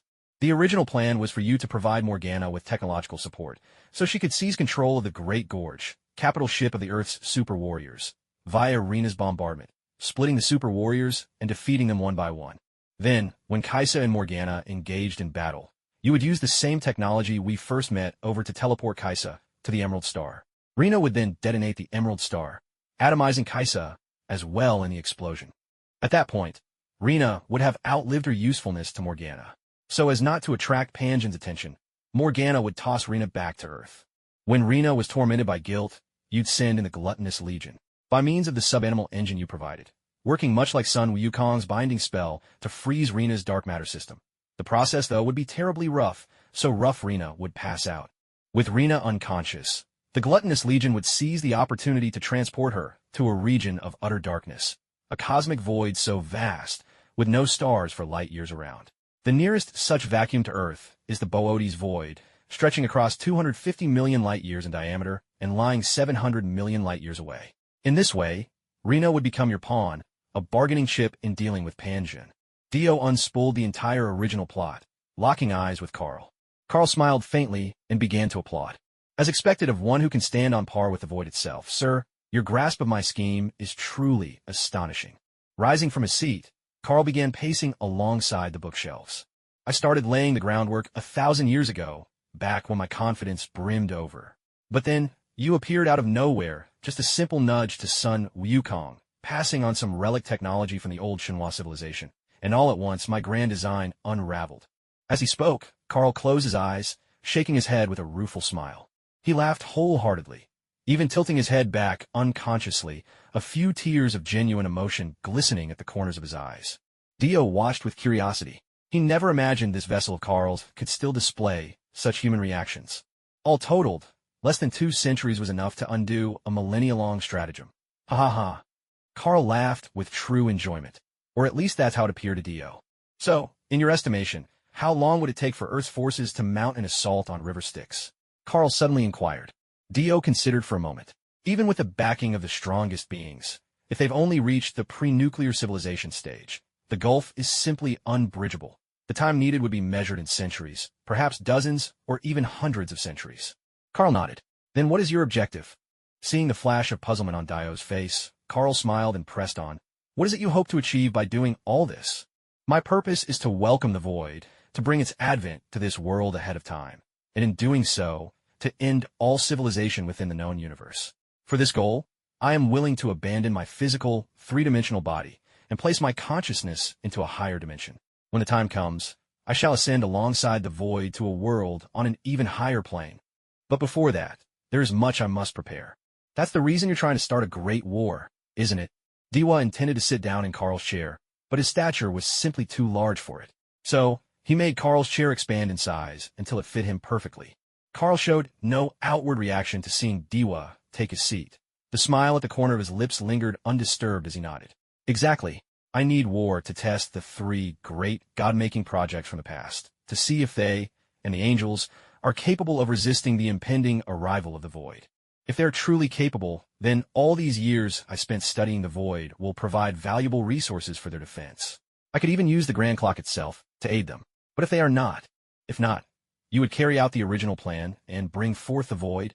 Diwa's interruption was met with a nod from Carl, whose smile slowly faded into a placid calm. That's right. Unfortunately, because you have intervened, my chance to run this test on them has completely vanished. I can't gather any data, and I can't extract void matter from inside the black hole, either. Carl shook his head and let out a soft laugh. Standing directly before Diwa, he asked, So then may I ask, what is it you're after? What am I after? Diwa leaned back in the chair, smacking his lips with a look of lingering satisfaction, as though savoring something no one else could understand. Maybe just for the fun of it. He pondered for a moment, then flashed his typical toothy grin, showing all 8 of his big teeth. Faced with this answer, Carl was left momentarily stunned. It took a while, then suddenly, Carl broke into a fit of wild laughter. Huh, only you could treat something like this as a game, doing it just for the thrill. Huh, ha ha ha. As the laughter continued, Dewa suddenly noticed Carl's body begin to shimmer and fade, his voice echoing from all directions rather than just in front of him. It was just like what had happened with Dewa at the very beginning. Dewa couldn't quite grasp what was happening to Carl. After all, this body was only a puppet manipulated by Carl's true self. There wasn't the faintest trace of real hormone or physical change within it. Common surveillance would never detect a thing. Well then, perhaps it's time for me to get serious as well. Hopefully, that will let you enjoy yourself to the fullest. Carl's playful tone drifted over, causing Dewa to raise an eyebrow in response. Because Dio had just used his powers to scan the entire known universe, and the result was, in the entire known universe, Carl no longer existed. Faced with Carl's predicament, Dio only responded with a faint, knowing smile. With a flick of his psychic power, the secrets between dimensions became as clear and exposed as a beautiful woman unveiled. As for Carl, he stared at the suddenly appearing Dio before him, utterly stricken with terror. Please. Dio, his body forged from psychic energy, reached out and seized Carl, tossing him back as if he weighed nothing. The truth was, Carl hadn't fully succeeded in his dimensional ascension. He'd been stuck at the very threshold, a halfway point best described as 3.5 dimensions. Just moments ago, Carl had intended to make the leap and become a true 4-dimensional being. It must be understood, a 4-dimensional life form, at least in theory, is no longer bound by the chains of causality. Almost omniscient and omnipotent, not even time itself could confine such an existence. It's much like how humans, as 3-dimensional beings, can observe everything about their beloved waifu drawn on paper, a 2-dimensional character. For us, their entire world, their very reality and physical laws, are open to manipulation. Yet the denizens of that paper world would perceive none of this as unusual. They'd take it as the natural order, never questioning the invisible hand shaping everything. A 4th-dimensional being can do to the third what the third does to the second. But Dio would never allow Carl's wish to come true. With no hesitation, he shattered Carl's attempt and yanked him right out of his ascended state. Now, whether because of the universal laws at play or Dio's overwhelming influence, Carl found himself restored to a physical body. The interruption of his ascension left Carl deeply anguished, both physically and mentally. Carl felt as if his very soul, assuming he still possessed one, was being sliced apart, not in one clean stroke, but by 1,000 tiny cuts, none fully severed, each one still hanging by a thread, raw nerves exposed and tormented by the slightest brush of air. Sorry about that, Carl. I didn't realize there'd be such nasty side effects, Dio said, scratching his head with an apologetic grin. Compared to the pain in his soul, Carl felt true despair gnawing at his very being. How powerful was Dio, really, to drag him forcibly out from a state of higher existence? Sensing the flesh he now wore again, Carl's misery only deepened. Wasn't this what the Chinese call being thrown back to square one overnight? Carl brooded miserably. 1,000 years attainment lost in a single day. Who could know the bitterness festering inside? So choked with frustration, Carl coughed up blood, his life force all but ebbing away. What's this? After all these years, have you never cultivated any calm or resilience? You really can't handle just this little setback. Dio teased, hands on his hips, looking down at the crumpled Carl with mock sympathy. Carl was so infuriated by Dio's words that he spat out another mouthful of blood. Instantly, the light faded from his eyes, and the shadow of death was written across his entire being. According to the established lore, Carl was the quintessential scholar in the entire universe of Super God Academy, a man whose lifelong achievements, accumulated over 10,000 years, were shattered in a single moment by Dio's intervention. It was as if his entire existence as a researcher had just been repudiated. If such a blow were dealt to any scholar who had devoted their whole life to knowledge, it would be enough to kill them from sheer despair alone. In Carl's case, it was only after Dio uttered that final cutting remark that the intent of death truly emerged in his eyes, proof, perhaps, of his resilience.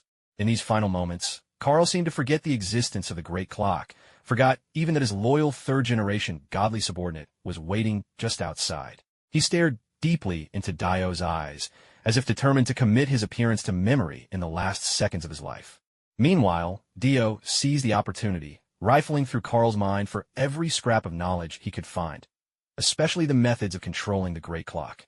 In less than 5 minutes, Carl, the renowned scholar once honored with the title Reaper, and the last remnant of the old God River civilization, perished on the floor of his own home. Dio merely clicked his tongue in dispassionate indifference, utterly certain that Carl was truly dead. Or rather, you could say Carl had chosen death the moment he coughed up blood. As mentioned earlier, he was the purest of scholars. To have his life's research dismissed, even destroyed, by Dio in an instant was a blow he simply could not endure.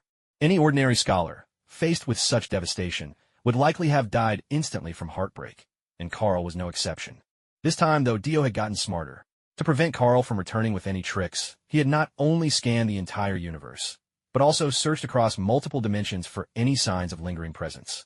Now, with Carl gone, Dio sauntered over and seated himself in the now enlarged chair that had once belonged to Carl. Well then, it's my turn to have some fun, isn't it? With a flicker, he transformed his appearance into Carl's own likeness. Athelma, Dio called out, instinctively releasing the defensive barriers Carl had set up and simultaneously incinerating Carl's corpse. He addressed Snow, who had been waiting dutifully outside. Snow was one of Carl's most capable lieutenants, a third-generation god. His super genes gave him the power to trigger natural disasters across entire planets with ease, as well as formidable skills in covert information manipulation and infiltration. He was nearly impossible to pin down. In the original storyline, Snow even managed to infiltrate Chung Yaowen's very body, plotting to bring chaos from within the Xiongbing company, only to have his plan unmasked by Reina. Although the relentless pace of the narrative didn't leave Snow many opportunities to shine, most of the time, he ended up getting the short end of the stick. He was, without doubt, a true third-generation god. He possessed all the requisite combat abilities, just with his own particular emphasis. However, judging from this, it's clear that Carl wasn't entirely targeting the Super Soldier Alliance. If he'd wanted to, he could have simply had Snow infiltrate the team in advance and taken them out one by one back when Rena bombarded the Great Gorge. My god, what do you require? Snow entered quietly, bowing respectfully to Dio with a hand over his chest. China and the Angels have formed an alliance, and now they're declaring war on us, Dio replied, tucking his hands into the wide sleeves of his robe as he walked up to Snow. Snow bowed even lower. My god, now that China has the Angels as allies, our only choice is to face them head-on. But with the Angels providing support, Snow trailed off, but Dio already understood. With support from the Angels, it would be almost impossible to use standard assault tactics from the Super Seminary universe without drawing their attention. Any large-scale maneuver would be quickly discovered, and the Angels would surely intervene. After all, under the Angels' code of justice, any unprovoked assault on a weaker civilization was strictly forbidden. Why did demons and invade races like the Tao Tai have such a terrible reputation? Simply because they enjoyed preying on weaker civilizations, slaughtering and corrupting as they went. What's more, Carl had made it clear he was merely a scholar. He claimed he had no real control over the massive Tao Tai force, and said he himself was being virtually held hostage by them. However, with Carl's hidden power in question, Keisha was only willing to besiege the Tao Tai rather than engage directly, as long as they stayed in the underworld and didn't leave the Styx River. So, almost all of Keisha's main force was focused on dealing with Morgana and her demon army. It's fine. All you need to do is possess the most unremarkable person among them. And before you go, you need to take care of this, Dio said. He reached out, conjured a ball of light, and sent it into Snow's body. This was an imitation device, crafted by Dio to mimic the world's encrypted data particles. After receiving the transferred data, Snow's heart leapt with joy. And more, I'll be upgrading you to a fourth-generation god body. That way, none of those little angels stranded on Earth will be able to detect your presence, Dio continued. Snow was overwhelmed with excitement. He saluted again, then moved aside, eagerly browsing through the information Dio had just given him. What Dio had given Snow was none other than a vast trove of genetic enhancement technologies, not just from this world, but from others too. Although some parts were shrouded in mysterious spiritual terminology, and Snow couldn't fully grasp it all, he truly didn't mind. All he needed was to see the promising results, and he'd be ready to sing Dio's praises to the heavens. The person Snow was to possess was named Wei Ying, a host whose genes contained the power to slay gods, an ability once possessed by the legendary Shadow Hunters. He could also be called a Dino Hunter, as the Dino star system had now been bound tightly with this destiny. As for the choice of Wei Ying, it was precisely because she was the least noticeable presence among them. Even though she possessed god-slaying power just like Lu Chuang, her presence was so minimal that she was virtually absent from the main battlefield. Most of her time was spent handling logistics and maintaining order in the rear, occasionally stepping in as a crisis manager to rescue Lu Chuang's squad when they were stuck. Other than that, Wei was occupied with logistics and public security far behind the front lines. So when Wei was possessed, it barely caused a ripple. Even if someone noticed something off for a moment, it was quickly brushed aside, chalked up to the rapid pace of recent events. Maybe she just needed time to adjust. After all, Wei was originally just an ordinary person. She might have joined the army, but her worldview and mindset weren't much different from someone back on Earth. It was quite normal for her to struggle. Even a perceptive swordmaster like Zhao didn't sense anything unusual. Dark Nebula, Death Song Academy. Dio was currently assigning tasks to Nusa. Ever since Snow had finished upgrading his 4th-generation godbody and had been sent off to Earth as a spy, the ongoing affairs had taken shape but lacked anyone to take charge. Dio needed to maintain an aura of mystery and would never step in personally, so he summoned Nusa instead. So much for being one of Carl's 4 horsemen of the apocalypse. There were only these 2, and the other 2 were just phantoms that had yet to materialize. According to Carl's memories, those other 2 positions were still undecided. Carl had initially thought highly of Howl, but that one was far too arrogant and had, in his youth, hastily implanted his consciousness and turned himself into a mechanical body. So the matter was always left hanging. In truth, Carl's 4 horsemen were more of a publicity stunt than a reality. Nusa. Snow made sure everything was in place before he left. You must give it your all, Dio said, pacing with his hands clasped behind his back in the Death Song library. But, my God, we don't actually know how to do this. Nusa, freshly resurrected and only just realizing that his mission to assassinate Sun Wukong was doomed from the start, found himself assigned a non-combat task by Carl. However, Nusa's super gene wasn't well suited to this sort of work, which made him hesitate. Without another word, Dio made a sweeping gesture and sent all the relevant information directly to him. Upon receiving the details, Nusa's initial delight quickly turned to fervent devotion. Just like Snow, he threw himself to the ground, frantically chanting, "My God, amazing." What Dio gave him was mass production technology for super soldiers, a fusion of his expertise from the Warhammer Universe's Space Marines, the Marvel Universe's gene seed science, and the super gene technology from this world, blended into a new creation. These new super soldiers excelled at one thing above all, boasting powerful brains and the processing power of Shadow Dimension computer. Their direct combat abilities might be somewhat underwhelming, but they'd never fall for the same trap twice. And with that, Nusa took the documents and hurried off to begin his work. Next, Dio began to roll out a series of strategies. Carl had never really cared about the development of the glutton civilization. As long as they could bring him death, that alone was enough. But now, Dio was going to intervene personally. After all, while the gluttons could easily overpower Earth, they couldn't crush Huaxia outright, especially not with the might of the Super Soldier Alliance standing guard. There was just no way around it. The place was crawling with overpowered beings. And to make matters worse for the opposition, Huaxia now had the Angels as allies. It was the year 2016. With the Angels' support, Huaxia began an era of rapid technological ascent. The Mangdangshan, a massive orbital ship, took to the sky, soon joined by a fleet of similar spacecraft. A surge of super soldiers flooded the ranks. In particular, the martial cultivation initiatives produced a wave of second-generation super warriors, each one nearly a match for the predecessors. Martial artists of planetary rank emerged by the dozens, even a few who broke through to stellar-level heights. Du Qiangwei, Lu Chuang, Ge Xiaoluan, and even Emperor Rina all succeeded in reaching the stellar class, while Zhao Xian led the rest of the Super Soldier Alliance in attaining 9th-rank planetary levels thanks to Sun Wukong's guidance.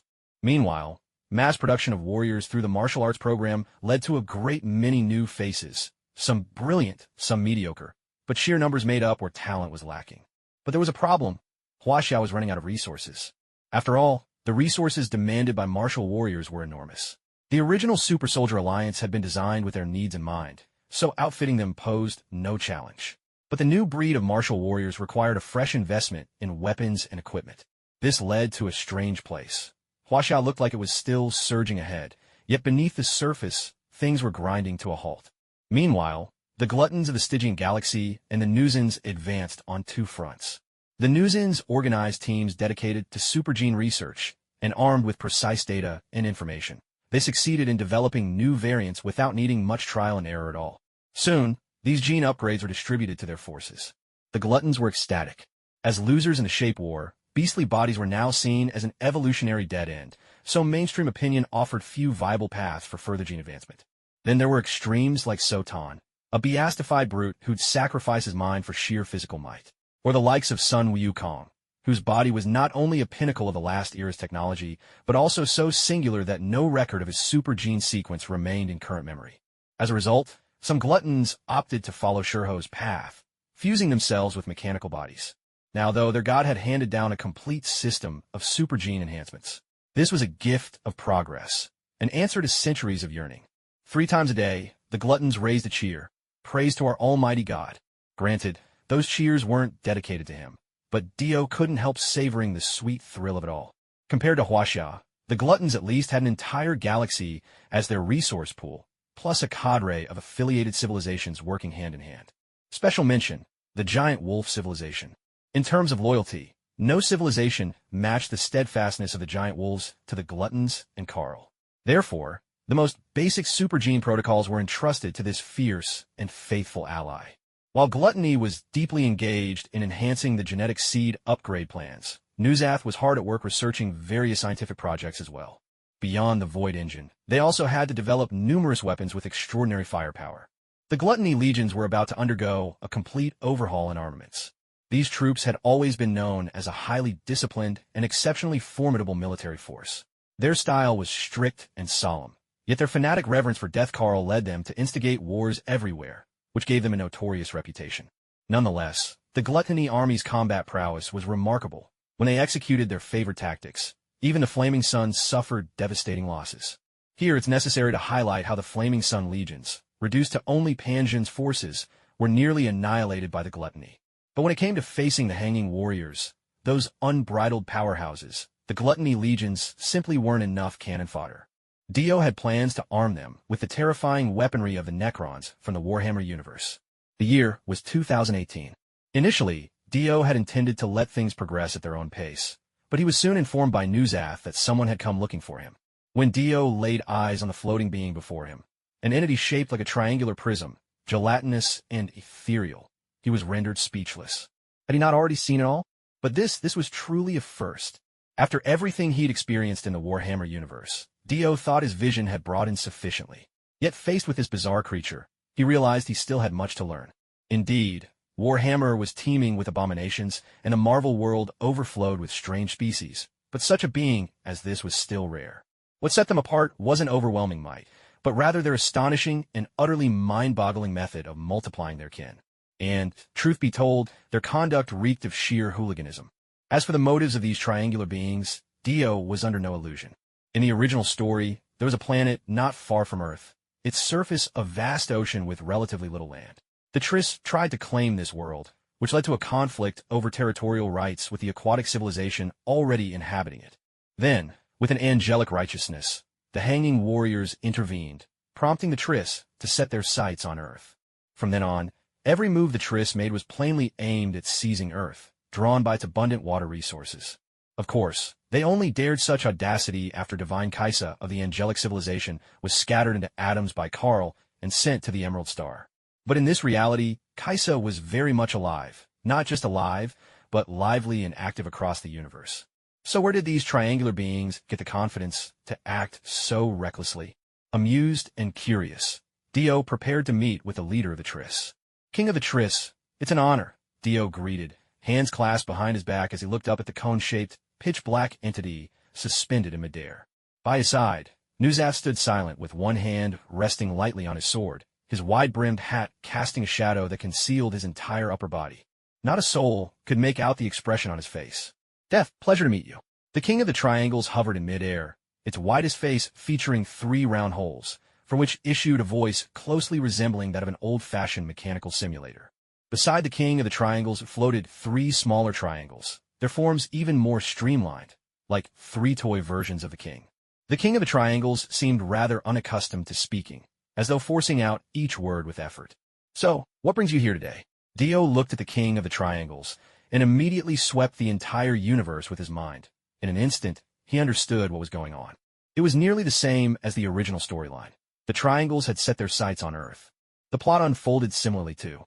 However, upon seeing both the Angel and Sun Wukong present on Earth, the Triangles made a swift exit, yet couldn't bear to let go of such a naturally abundant world, so they came up with the idea of searching for allies. Upon noticing this, Dio displayed the classic expression of an old man on the subway, staring at his phone in disbelief. Did the River of the Dead really have what it took to go to war with Kaiser outright? Moments later, the King of the Triangles revealed his plan. You mean to start a new round of full-scale war amongst physical beings? Dio was a bit dumbfounded. Was Earth really such an endlessly valuable treasure, worth sparking another war? The King of the Triangles nodded that region where its head would be, responding confidently, Kaiser shall fall. Dio felt the King of the Triangles was jumping to hasty conclusions. Did the king really think his handful of highly evolved triangles could stand up to Kaiser? Simply relying on those high-capacity minds under your command isn't nearly enough to withstand Kaiser, Dio said, eyes sharp but voice composed. It was no surprise that the King of the Triangles knew Carl would be aware of all this. Kaiser, with us. You waged the main war, stammered the King of the Triangles, piecing his words together. In essence, he would handle Kaiser, leaving Dio to face off against the entirety of the angelic army. Because almost all angels were linked to Kaiser's repository of divine knowledge, if Kaiser was taken offline, the connection to this sacred repository would be forcibly severed. This was the reason the angels suffered so deeply in the original story. And, seizing this moment, they believed they had a shot at wiping out the entire host of angels on the battlefield. The plan sounded promising, but Kaiser was never one to be easily deceived. With a smile that didn't reach his eyes, Dio replied, King of the Triangles, you overestimate me. The River of the Dead simply lacks the power to take on the angels head-to-head. Unfazed by Dio's refusal, the King of the Triangles responded without hesitation, Glory, I'll grant it to you. Glory? Dio's edith. Nusa, show our guest out. Mimicking the king's own stilted speech, Dio gave the order to Nusa. Before the King of the Triangles could even react, Nusa simply waved his hand and instantly teleported the king clear out of the River of the Dead. Of course, Nusa couldn't have managed this feat on his own, not even with his recent ascension to a fourth-generation divine form. He relied on the void engine that Dio installed for him, as well as the assistance of the great clock inside the Death Song library. At this point, Dio couldn't help but complain a little. Carl, using some unknown method, had actually managed to anchor the access to the great clock directly within the Death Song library. In other words, anyone wishing to utilize the great clock would have to be inside the Death Song library. Of course, this wasn't entirely absolute. If you placed a signal transmitter inside the library, you could remotely control the great clock from anywhere in the universe. This, too, explains why Carl, despite having mastered stellar manipulation technology in the original story, still personally spent years moving stars to bombard black holes. First, because such complex operations demanded direct oversight, and second, because these subtle maneuvers required the great clock's computational power to assist. And just now, Dio had temporarily granted Nusa certain privileges and promptly hurled the Trisolaran vessel out into space. My God, the Trisolaran King really is something out of a fever dream. Still, with your permission, may I say, if we were to ally with them, wouldn't our chance of victory be a bit higher? Nusa asked, his tone tinged with puzzlement. Dios Maíz, do you know the difference between the Trisolaran-shaped war and our conflict with Earth? Nusa pondered for a moment, then realization dawned on him. Shape war is a cosmic conflict. Everyone in the universe is permitted to participate, and any existing allegiance becomes moot in its face. All are assumed to be of one stance. But if we and the Trisolarans jointly enter the Shape War, we'll draw the opposition of the entire universe. In our war with Huaxia, though I use the assassination of Sun Wukong as a pretext, is essentially just a declaration of war between us and that side. This does not violate the sacred justice order issued by Holy Kaiser, which forbids higher civilizations from conducting military invasions against lower civilizations. In essence, it's a normal interstellar war. What's more, we're the underdogs taking on the powerful, Dio added. The nature of the two is worlds apart. If we join forces with the Trisolarans, it would mean taking on the entire universe with little more than a beast body and a Trisolaran vessel behind us.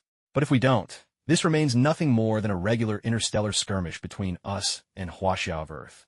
Even the angels have no right to interfere in this conflict, since Earth and the angels have a partnership based on mutual equality. Besides, with Sun Wukong as their trump card, Earth probably wouldn't even seek the angels' help. As Dio spoke, he waved his hand and a projection appeared, a screen displaying all the intelligence that Snow had provided during his time undercover. Nusa grew visibly excited at the sight. After all, although Sun Wukong had once killed him, that didn't mean Sun Wukong could kill Carl. At present, Sun Wukong is basically the ultimate secret weapon on Earth, his counterpart on the stick side being Carl. If Sun Wukong were to act on his own, he would without a doubt become a target for Carl's precision attacks. Thinking of this, Nusa was so stirred up that he dropped to his knees, fervently shouting praise to his god's might. War came swiftly. If there's one thing Earth isn't lacking, it's people. Moreover, gene enhancement technology is fairly common throughout the known universe. Even your average post-nuclear civilization can achieve population-wide genetic enhancements, let alone China, now supported by the angels. Though the angels can't actively alter humans' genes themselves, gene enhancement technology isn't restricted under those rules. Once they acquired the technology, China rolled out enhancement and awareness campaigns at a breakneck pace. In the days that followed, with only a few exceptions, almost everyone received genetic enhancements. Beyond regular military training, soldiers were also required to practice martial arts, striving for an overall combat rating equivalent to the top echelon of warriors, the 9th rank of apprentice. Only this way could their chances of surviving future interstellar wars be improved. During this process, quite a number of individuals carrying super genes were discovered. Among them was a suspected descendant of a banished male angel. At first, this revelation earned him the disdain of the female angels assisting on Earth. But eventually, he was left alone to study within the super seminary. Meanwhile, new laws and law enforcement officers were swiftly introduced to society, followed by a wider promotion of martial arts training, in hopes that ordinary people, too, could have the opportunity to cultivate themselves. Of course, due to limited resources, it was already straining for the nation to support its military, so civilian martial arts cultivation largely relied on self-sufficiency. As for the military, with the widespread adoption of martial arts, they soon set foot on the technological development tree. Having solved the issues of materials and energy, the rest was up to their innovation and imagination. Chinese scientists were determined not to limit themselves to angelic technologies, so they drew inspiration from Earth's own scientific research as well as science fiction, even bringing Gu Xiaolun into their brainstorming sessions. In just 50 years, China had completed all preparations for war. However, owing to the characteristics of their civilization, China did not have the resources to withstand a war of attrition with the sticks. Instead, they planned to sustain their campaign through the gains of war itself. Earth also conducted a series of reverse engineering projects on the remnants of gluttonous warships, so that now, humans could operate these alien ships with practiced ease. Since gluttonous warships and weaponry had retained standardized interfaces for so many years, seizing a single one in battle meant it could be put to use straight away, potentially unleashing devastating effects right at the heart of the gluttonous fleet. With this in mind, all nations and peoples of Earth threw themselves into the fight. This wasn't about China mobilizing the rest of the countries or people on Earth. It was mainly because the gluttonous beast had enraged the entire planet. So when the call for revenge went out, all the other countries came running, eager and quick. Why was that? Naturally, after so many years of development, China had become the unchallenged power on Earth. Coupled with a stellar reputation on the international stage, it was fair to say that China now called the shots across the globe. Elsewhere, in the Styx galaxy, at the Academy of the Death Song, my lord, China has rallied soldiers from every corner of the Earth to wage this interstellar war, Miss Sasha reported, kneeling on the ground. They're really going all in this time. Diocamented, un surprisef. While Earth may now bear the title of planetary overlord, he knew full well that ever since China forged an alliance with the angels, their gaze was set far beyond, across all the stars and seas of the cosmos. As for the Styx civilization, they were simply the chosen target, China's way of making a name for itself in the universe. Make sure everyone is prepared, Dio ordered. Yes, my lord, Miss Sasha replied, bowing his head. Back on Earth, among the Chinese legions. If I do the math, we've spent 50 years getting ready for this, Lu Chuang sighed, gazing up at the majestic battleships before them. Standing beside him, Gu Xiaolun showed no sign of interest. Sighing again, Lu Chuang said, Xiaolun, I have to say something. All these years you and Xiangwei have been breaking up and getting back together. When will it end? Yes, in the end, Gu Xiaolun and Du Qiangwei did end up together.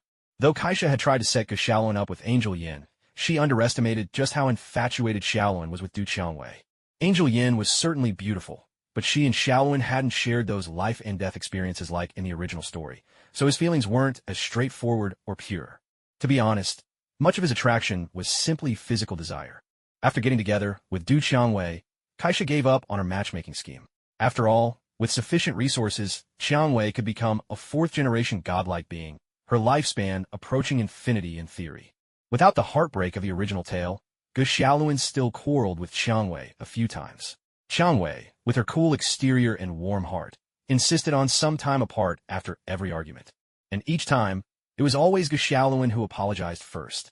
Their on-again, off-again relationship became something of a routine in the Super Warriors team. so much so that the other members grew used to it. But Lu Chuang just couldn't stand the way Ge Xiaolun always acted so timid before apologizing. That's why he couldn't help but complain. Ge Xiaolun kept silent, his thoughts a mystery. All right, it's my bad. I shouldn't have brought it up again, Lu Chuang conceded. He knew this wasn't a great topic, but as a blunt Northeasterner, he'd always been frustrated with how Xiaolun still hadn't toughened up in certain things after all these years. Ge Xiaolun seemed to let out a sigh of relief and nodded before boarding the warship together with Lu Chuang. Over the years, nearly a dozen space vessels resembling gigantic space carriers had already been built, not to mention the countless other types of battleships. Furthermore, since most soldiers had reached planetary-level strength during this period, aside from those ships responsible for firepower, the rest had been converted into unmanned transport crafts. There was only one reason for this: boarding action, the classic naval boarding maneuver. The explanation was simple. Earth was too far behind the sticks in technology, so the only feasible combat strategy was for the super soldiers to engage in boarding actions, and all the military equipment for these martial warriors had been specially designed for this purpose. However, when Ge Xiaolun entered the warship and saw it was packed with people, including all the members of the super soldiers, he was taken aback. Hey, weren't we supposed to just probe the enemy this time? Why does it feel like everyone is here? Ge Xiaolun glanced at the crowds below, baffled. Shilin, whose appearance hadn't changed, answered, "The angels discovered that, in recent years, the Devourers have been advancing their technology too, developing a lot of powerful weapons. The angels shared that intel with us, so the higher-ups decided to send half our force to take out the Devourer's flagship in one go." Take out the flagship? What shocked Ge Xiaolun wasn't the sheer number of people, but rather their true mission this time. Zhao Exan chimed in. "That's right, and Sister Na will back us up from afar. With your energy controller, we'll finally be able to unleash a barrage of stellar energy strikes." Ge Xiaolun wasn't sure he fully understood, but nodded as he watched Zhao Exan's excitement. "All right, now that Xiaolun's here, let's get ready. You're the main force this time." Cheng Yaowen came over with a word of encouragement. "Huh, wait," before Ge Xiaolun could react, Cheng Yaowen slapped him on the shoulder, cutting him off. "This is your first battle in space, and you'll be leading the vanguard alongside Lu Chuang and Rose. Take your squads in first." From the outside, the Devourer's flagship appeared unchanged from before. Small, stealthy ships that were invisible to both optics and radar crept closer in silence, each selecting a different flagship as their breach point. "My God, they're coming," said a Devourer inside the command ship, reporting into the comms channel. After several upgrades, the Devourer's warships were equipped with the most advanced scanning radars, functions akin to dark matter computers, able to scan for anything within a specified spatial range. Neither radar stealth nor optical camouflage could slip past this detection. "Stick to the plan," came the cool, measured reply from Dio on the other end of the comms. "Yes, my God." With a voice full of devotion and burning zeal, the Devourer responded, eyes alight with fervor. The other Devourers in the command center mirrored this fanatical enthusiasm. Dio watched the video feed, crossing one leg over the other as if enjoying show. At his side stood Sun Wukong, who seemed to have appeared there without anyone noticing. "Do you find it amusing to toy with us like this?" Sun Wukong gazed speechlessly at Dio, who no longer wore Carl's appearance. Before the battle began, Sun Wukong was brought to the Death Song library by Dio. At that time, Sun Wukong eyed Dio, who was still posing as Carl, with utmost vigilance. But considering the restrictions Dio had placed on his opponent, Sun Wukong felt at ease once again. He brazenly pointed at Dio, shouting arrogant challenges. Only after being utterly beaten down by Dio's sheer physical power did he realize the Carl before him was not Carl at all. As he stood there in shock and fear, Dio finally reverted to his true form. It was only then, as Dio explained everything, that Sun Wukong learned. Carl had been killed by Dio more than 50 years ago, and all these years Dio had been using Carl's identity to upgrade the gluttonous civilization. This revelation nearly made Sun Wukong's jaw drop to the floor. "Good grief. I invited you here just to keep an eye on Carl and prevent him from stirring up trouble, but instead, you watched him so thoroughly you watched him to death?" Now, here they were, with Dio inviting Sun Wukong to watch the ensuing battle together. What kind of talk is that? Dio slapped the table before him. "I'm helping Earth train its troops. You have to understand, at the current rate the angels are advancing, the coming of the void is already inevitable. With me and you as their allies, the angels might weather the storm, but the result would be a bitter and costly victory. No one can say if the core of civilization will even survive. If you don't push yourselves now, how will you survive this crisis?" "The void is real," Sun Wukong blurted out in shock. Dio rolled his eyes and pointed at him. "Aren't you stating the obvious? You are living proof the void exists, aren't you? Sun Wukong suddenly understood. Of course, the very existence of himself and the three grand god-making projects was proof enough of the void. He, Sun Wukong, was born as a product of the god-making project initiated in the late Shinha civilization, specifically designed as a countermeasure, crafted to stand against the void. And the survivors of Shinha civilization, who once formed the Super Seminary, understood the meaning behind Sun Wukong's existence. Yet before the arrival of the void, Sun Wukong had just one mission: to spread the message of peace the Shinha civilization once upheld throughout the universe. So, when will the void arrive? Regaining his composure, Sun Wukong asked urgently. Dio's checked. I do not know. That is your concern, not mine. Dio's indifference gave Sun Wukong pause. Indeed, Dio had said from their very first meeting that he was only here for his own amusement. The fact that he stayed for over 1,000 years spoke volumes about his patience. Then, can you describe what exactly the void is? Sun Wukong hurriedly pressed. Di watched as the League of Heroes rampaged through the gluttonous warship as if it were an open field, then began to explain. The void, in simple terms, refers to a more advanced kind of civilization, one that exists beyond our known universe. Sun Wukong listened intently, his face serious. The entirety of the cosmos is divided into two parts, the known and the unknown universe. The known universe is what Shinha civilization and even the ancient Panga civilization can observe and understand. It's also called the observable universe. Anything beyond that is unknown. The physical laws are the same for both the known and unknown universes, but civilizations in the unknown universe have evolved to a far higher level. They can manipulate and systematically study the very laws that govern the world. The way these unknown civilizations see the universe goes far, far beyond anything the scientific systems of the known universe can explain. Sun Wukong nodded, a glimmer of understanding in his eyes, though not fully convinced. Seeing this, Di slapped him sharply. Why are you nodding? If you don't actually get it, don't pretend. Nodding won't do you any good.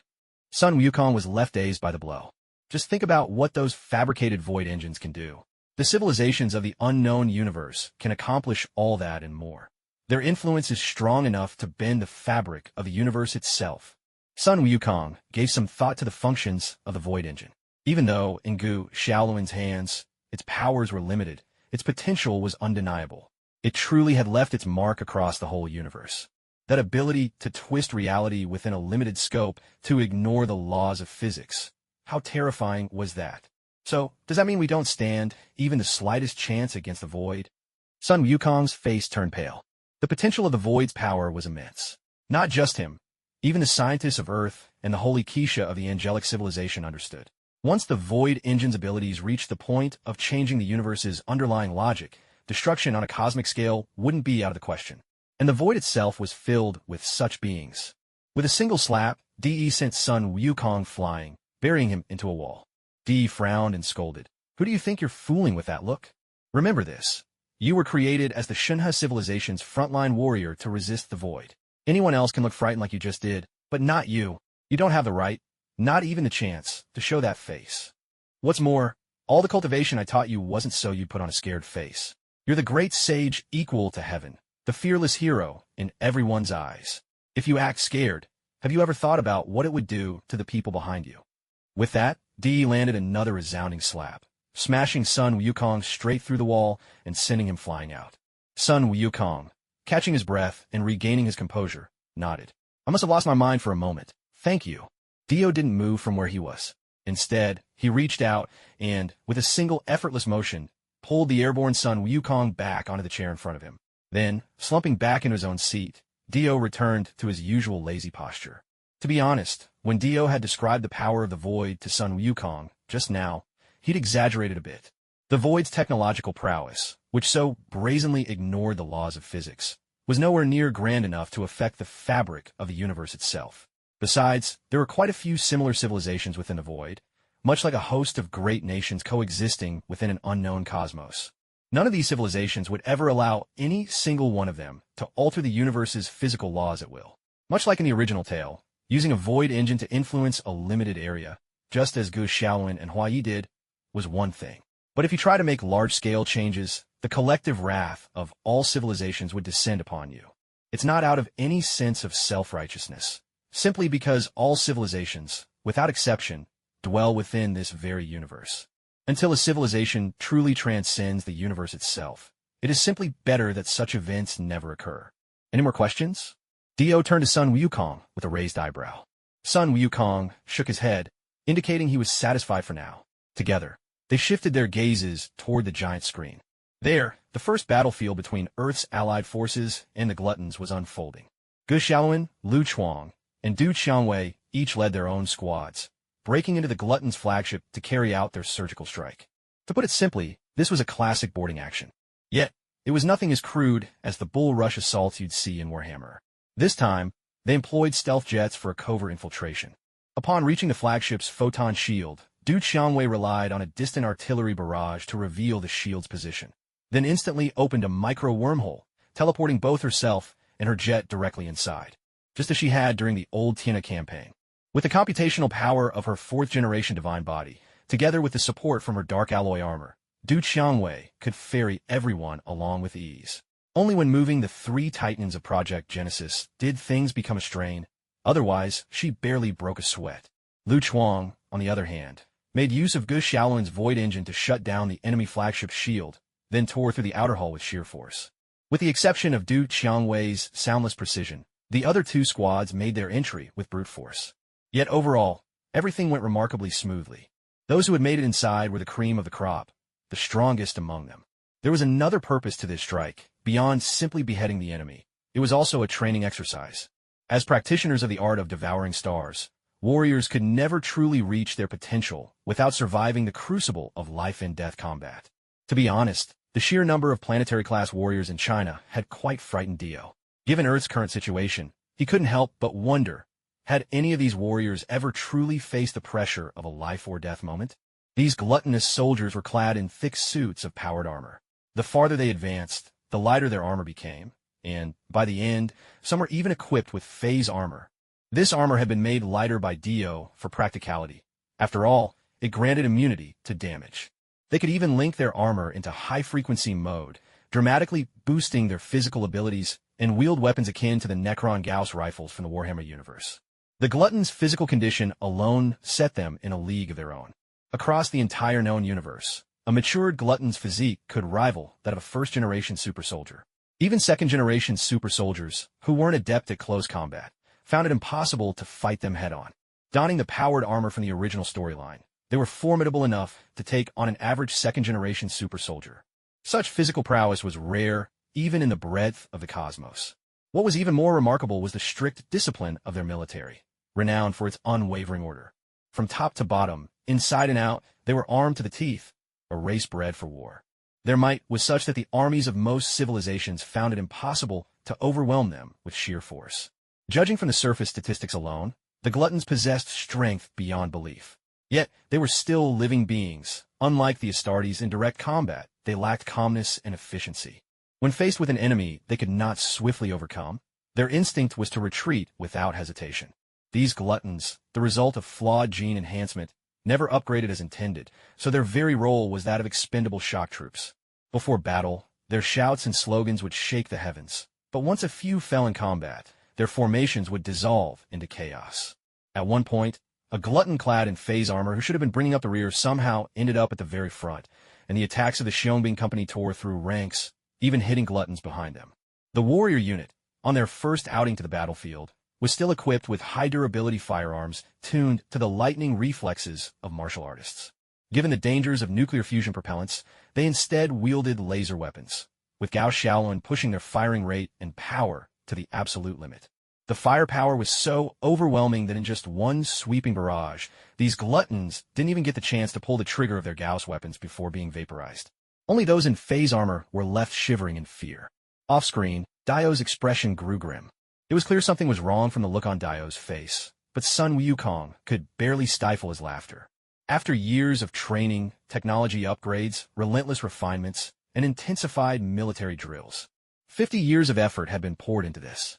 Even if these Gluttons had always been destined for abandonment, it was something they themselves understood. Yet, to have such a debacle at the final hour? Dio shot Sun Wukong a sharp glance, then brought down his palm with a resounding smack. Caught off guard, Sun Wukong was flung all the way back to Earth by Dio's mighty power, spinning head over heels like the hands of a great clock. He crashed hard onto the mountainside of Flower Fruit Mountain. Taking a few deep breaths, he tried to steady his nerves. Dio told himself that these Taodai warriors were already meant to be discarded. They were inferior products, and there was no point in getting angry over their behavior. Nusa. Changing back into Carl's form, Dio summoned his subordinate. Hearing his name, Nusa dashed in from outside the door. With a swirl of black mist, Nusa materialized on the floor before him. Without saying a word, Dio sent him the video. One glance, and cold sweat broke out across Nusa's brow. He too understood that the Taodai vanguard was always destined to be abandoned, but he had never expected something like this to happen. After all, the Taoye's fearsome reputation stemmed from their strict military discipline. But he could also guess that these Taotai, already condemned to die, simply wanted to vent before the end. Knowing their own doom was certain, they no longer feared condemnation from Carl or their superiors. Send the video out, Dio commanded with a wave of his hand. Poor performance in combat. Let the rest of the Taotai see it for themselves. Nusa withdrew, head down, not daring to speak. Afterwards, during combat, the Taodai fighters were visibly more aggressive. Meanwhile, aboard one of the many unidentified flagships of the Super Soldier Squad, these Taodai, their firepowers not right. Gu Xiaoluan and Lu Chuang, because of their combat style, instantly sensed that something was off. Xiaoluan, how's your end holding up? Pinned down earlier by a barrage of Gauss beams, Lu Chuang had barely been able to lift his head. The only way through was to get close with the martial fighters. But there was no response at all from Gu Xiaoluan's side. Anxious, Lu Chuang quickly keyed his calm. Xiaoluan, Xiaoluan. Ah! After being shouted at for a while, Gu Xiaoluan finally snapped back to his senses. Xiaoluan, what are you doing? Lu Chuang barked, exasperated. It was a moment before Gu Xiaoluan finally answered. They turned into ash. Instantly. Right in front of me. I didn't even have time to react, couldn't save them. Lu Chuang fell silent. Even Du Qiangwei, who fought with micro-wormholes, faltered ever so slightly. Gauss weapons, able to disintegrate organic matter into dust almost instantly, irreversibly. The sheer speed was terrifying. Gu Xiaoluan was utterly stunned. In all the years he'd seen battle, he could count his campaigns on one hand, and he prided himself on his maturity. But faced with this, he simply hadn't known how to react. What about casualties? Lu Chuang pressed. It's all right. I reacted after that. Only 2 people. Gu Xiaoluan trailed off, but Lu Chuang and the others already understood. With a sigh of relief, Lu Chuang offered a few comforting words before pushing forward again. Du Qiangwei, without a word, accelerated her kill count. Against the Taoye's suicidal assaults, the Super Soldier Squad and their martial forces suffered heavy casualties. There were 27 fighters in total in the 3 squads, not including the leader of the Xiong Lian. Each squad consisted of 9 people, divided into teams of 3. They advanced using the classic 3-man team tactic. The planetary-level warriors possessed lightning-fast reflexes, with speed and strength even greater than 3rd-generation super soldiers. In these cramped quarters, these advantages were even more pronounced. But these fighters had clearly underestimated the power of the gluttonous army's Gauss weaponry. As a result, of the 27 who set out, fewer than 10 returned. A casualty rate of over 60% left the highest levels of Huaxia's command in utter shock. Yet, when they watched the footage recorded by the camera on the Xiong Lian leader, a heavy silence fell upon them. After all, no one could remain composed after seeing their comrade beside them turn to ashes in an instant. Previously, even in simulation exercises with energy weapons once used by the gluttonous army, destructive as they were with their heat and shock waves, there would still be some corporeal remains left behind. Never had they witnessed something so horrifying as a person being reduced to dust right before their eyes. Lian Feng sighed and said, there are only 2 possibilities now. Either the intel the angels provided was fabricated, or on the stick side, Carl managed to conceal the truth.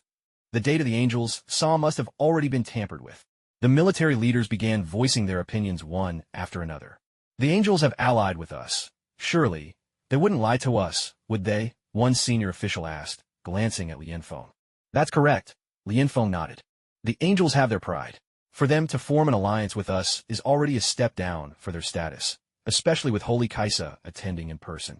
You must understand, the entire angelic civilization would never go against Kaisa's commands. If she says it's an equal partnership, then it's an equal partnership. As soon as Lian Feng finished speaking, several others nodded in agreement. Someone added, it seems Carl's technology is indeed formidable. He managed to hide things even from the angel surveillance. If we hadn't struck first, we might never have discovered that the gluttonous army's weaponry had evolved this far. Pointing to the translucent virtual projection in the air, The group collectively turned grave as they watched. On the projection, the devastation of Gauss weapons was clear to see. Even a passing graze to a limb would slowly spread its effect through the body. If you couldn't cut off that corrupted part in time, there was simply no way to stop yourself from being reduced to ashes.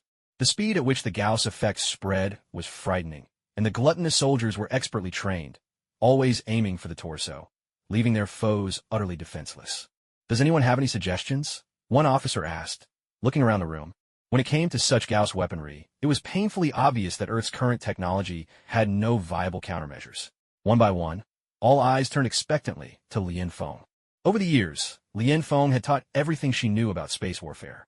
Though as a researcher her knowledge of war was not extensive, it was still quite advanced for a fledgling Earth. Naturally, everyone instinctively turned to Lian Feng. Under the weight of all those expectant eyes, Lian Feng felt a tingling unease crawl over her scalp. She didn't want to keep anything from them, but she truly had never encountered a situation like this before. The energy weapon capable of obliterating matter had once been theorized at the Academy of Super Gods, but it was never developed further. After all, that direction did not align with the mainstream research focus on super soldiers at the time. Seeing Lian Feng's troubled expression, the other officers looked around at each other, their faces a mix of emotions. But soon, thanks to everyone's collective brainstorming, they identified several flaws in the Gauss ray weapons. The necromancer version of the Gauss weapon had more than a few drawbacks. For instance, there was a noticeable charging time before firing, and the rays themselves could be easily blocked during discharge. While very little could truly stop a Gauss ray, it still took time for the weapon to disintegrate obstacles in its path. Moreover, once an enemy got in close, it became difficult to wield the Gauss weapon effectively. Its power dramatically lessened in close quarters. These weaknesses breathed new confidence into the military ranks. With a new strategy set, the fighting raged on, undeterred. Using the captured gluttonous armada, Earth's warships advanced in unison into the dark nebula. "How are you holding up, Shaolin?" Inside the infirmary, Lu Chuang looked with concern at Gu Shaolin, who still lay in bed. Gu Shaolin stared blankly at the ceiling, his eyes unfocused, as if he hadn't even noticed Lu Chuang's arrival. Seeing no response, Lu Chuang came over and gently nudged him. Chuangzi snapped back to himself by the touch. Gu Shaolin looked over at his friend. "Do you think the gluttons have also improved over these years?" "That's nothing. The gluttons were way ahead of us to begin with. Of course, they made plenty of progress." Lu Chuang slapped his thigh, rolling his eyes at him. "Shaolin, don't lose heart," Lu Chuang said again in reassurance. "You just had smooth sailing for too long, honestly. Back on Earth, you were always tucked away in your research. You never had to face the battlefield like the rest of us. What you're feeling now is entirely normal. With time, you'll get used to it." Lu Chuang's words seemed to finally capture Gu Shaolin's attention. "Get used to it," Gu Shaolin murmured softly, his steps unsure as he wandered off. Watching his friends retreating back, Lu Chuang scratched his head in confusion but didn't pursue the matter any further. While the war raged on, Earth's forces steadily gained a clearer picture of the gluttons' new equipment, using that hard-earned knowledge to upgrade their own combat strategies. On the other side, the Taodai forces were far from idle.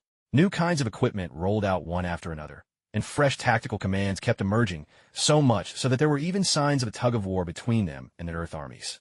The casualty rates on both sides began to ebb and flow, the battle lines shifting back and forth in a tense, uncertain equilibrium. Meanwhile, Dio no longer cared to manage any of it. Not long after the war had begun, Dio had publicly announced his imminent ascension to a higher dimension, declaring that all matters of war would be left for them to handle on their own. That's why, after casting a glance over the opening stages of combat, Dio took a step back from the battlefield. He wanted to wash his hands of the whole affair. Yet, since it was a conflict he himself had sparked, and because he wasn't the type to shirk all responsibility, he made every resource available to the Taotai forces. He even contributed about 30% of the mighty Grand Clock's computational power for them to share. This was certainly a cut above those feckless heroes who simply vanish at the drop of a hat. He believed that, with the efforts of the Earth side and the likes of Sun Wukong, conquering the Taotai would not prove too difficult. After all, the Taotai themselves had admitted that their civilization didn't number many. Their advantage had never been in headcount, and even with relatively advanced technology on their side, facing Earth's relentless, no-holds-barred assault, their defeat was really only a matter of time. Dio took one last look at this world and found he'd actually enjoyed the game. After all, it was rare that he had a chance to direct an interstellar war again, and it brought back some of the thrill from his days of rising to power. So, what do you plan to visit next? When Hela appeared again, she pounced on him with bubbling excitement. Next, stroking his chin, Dio paused in contemplation. Then his eyes lit up, and he opened a new passageway to another universe.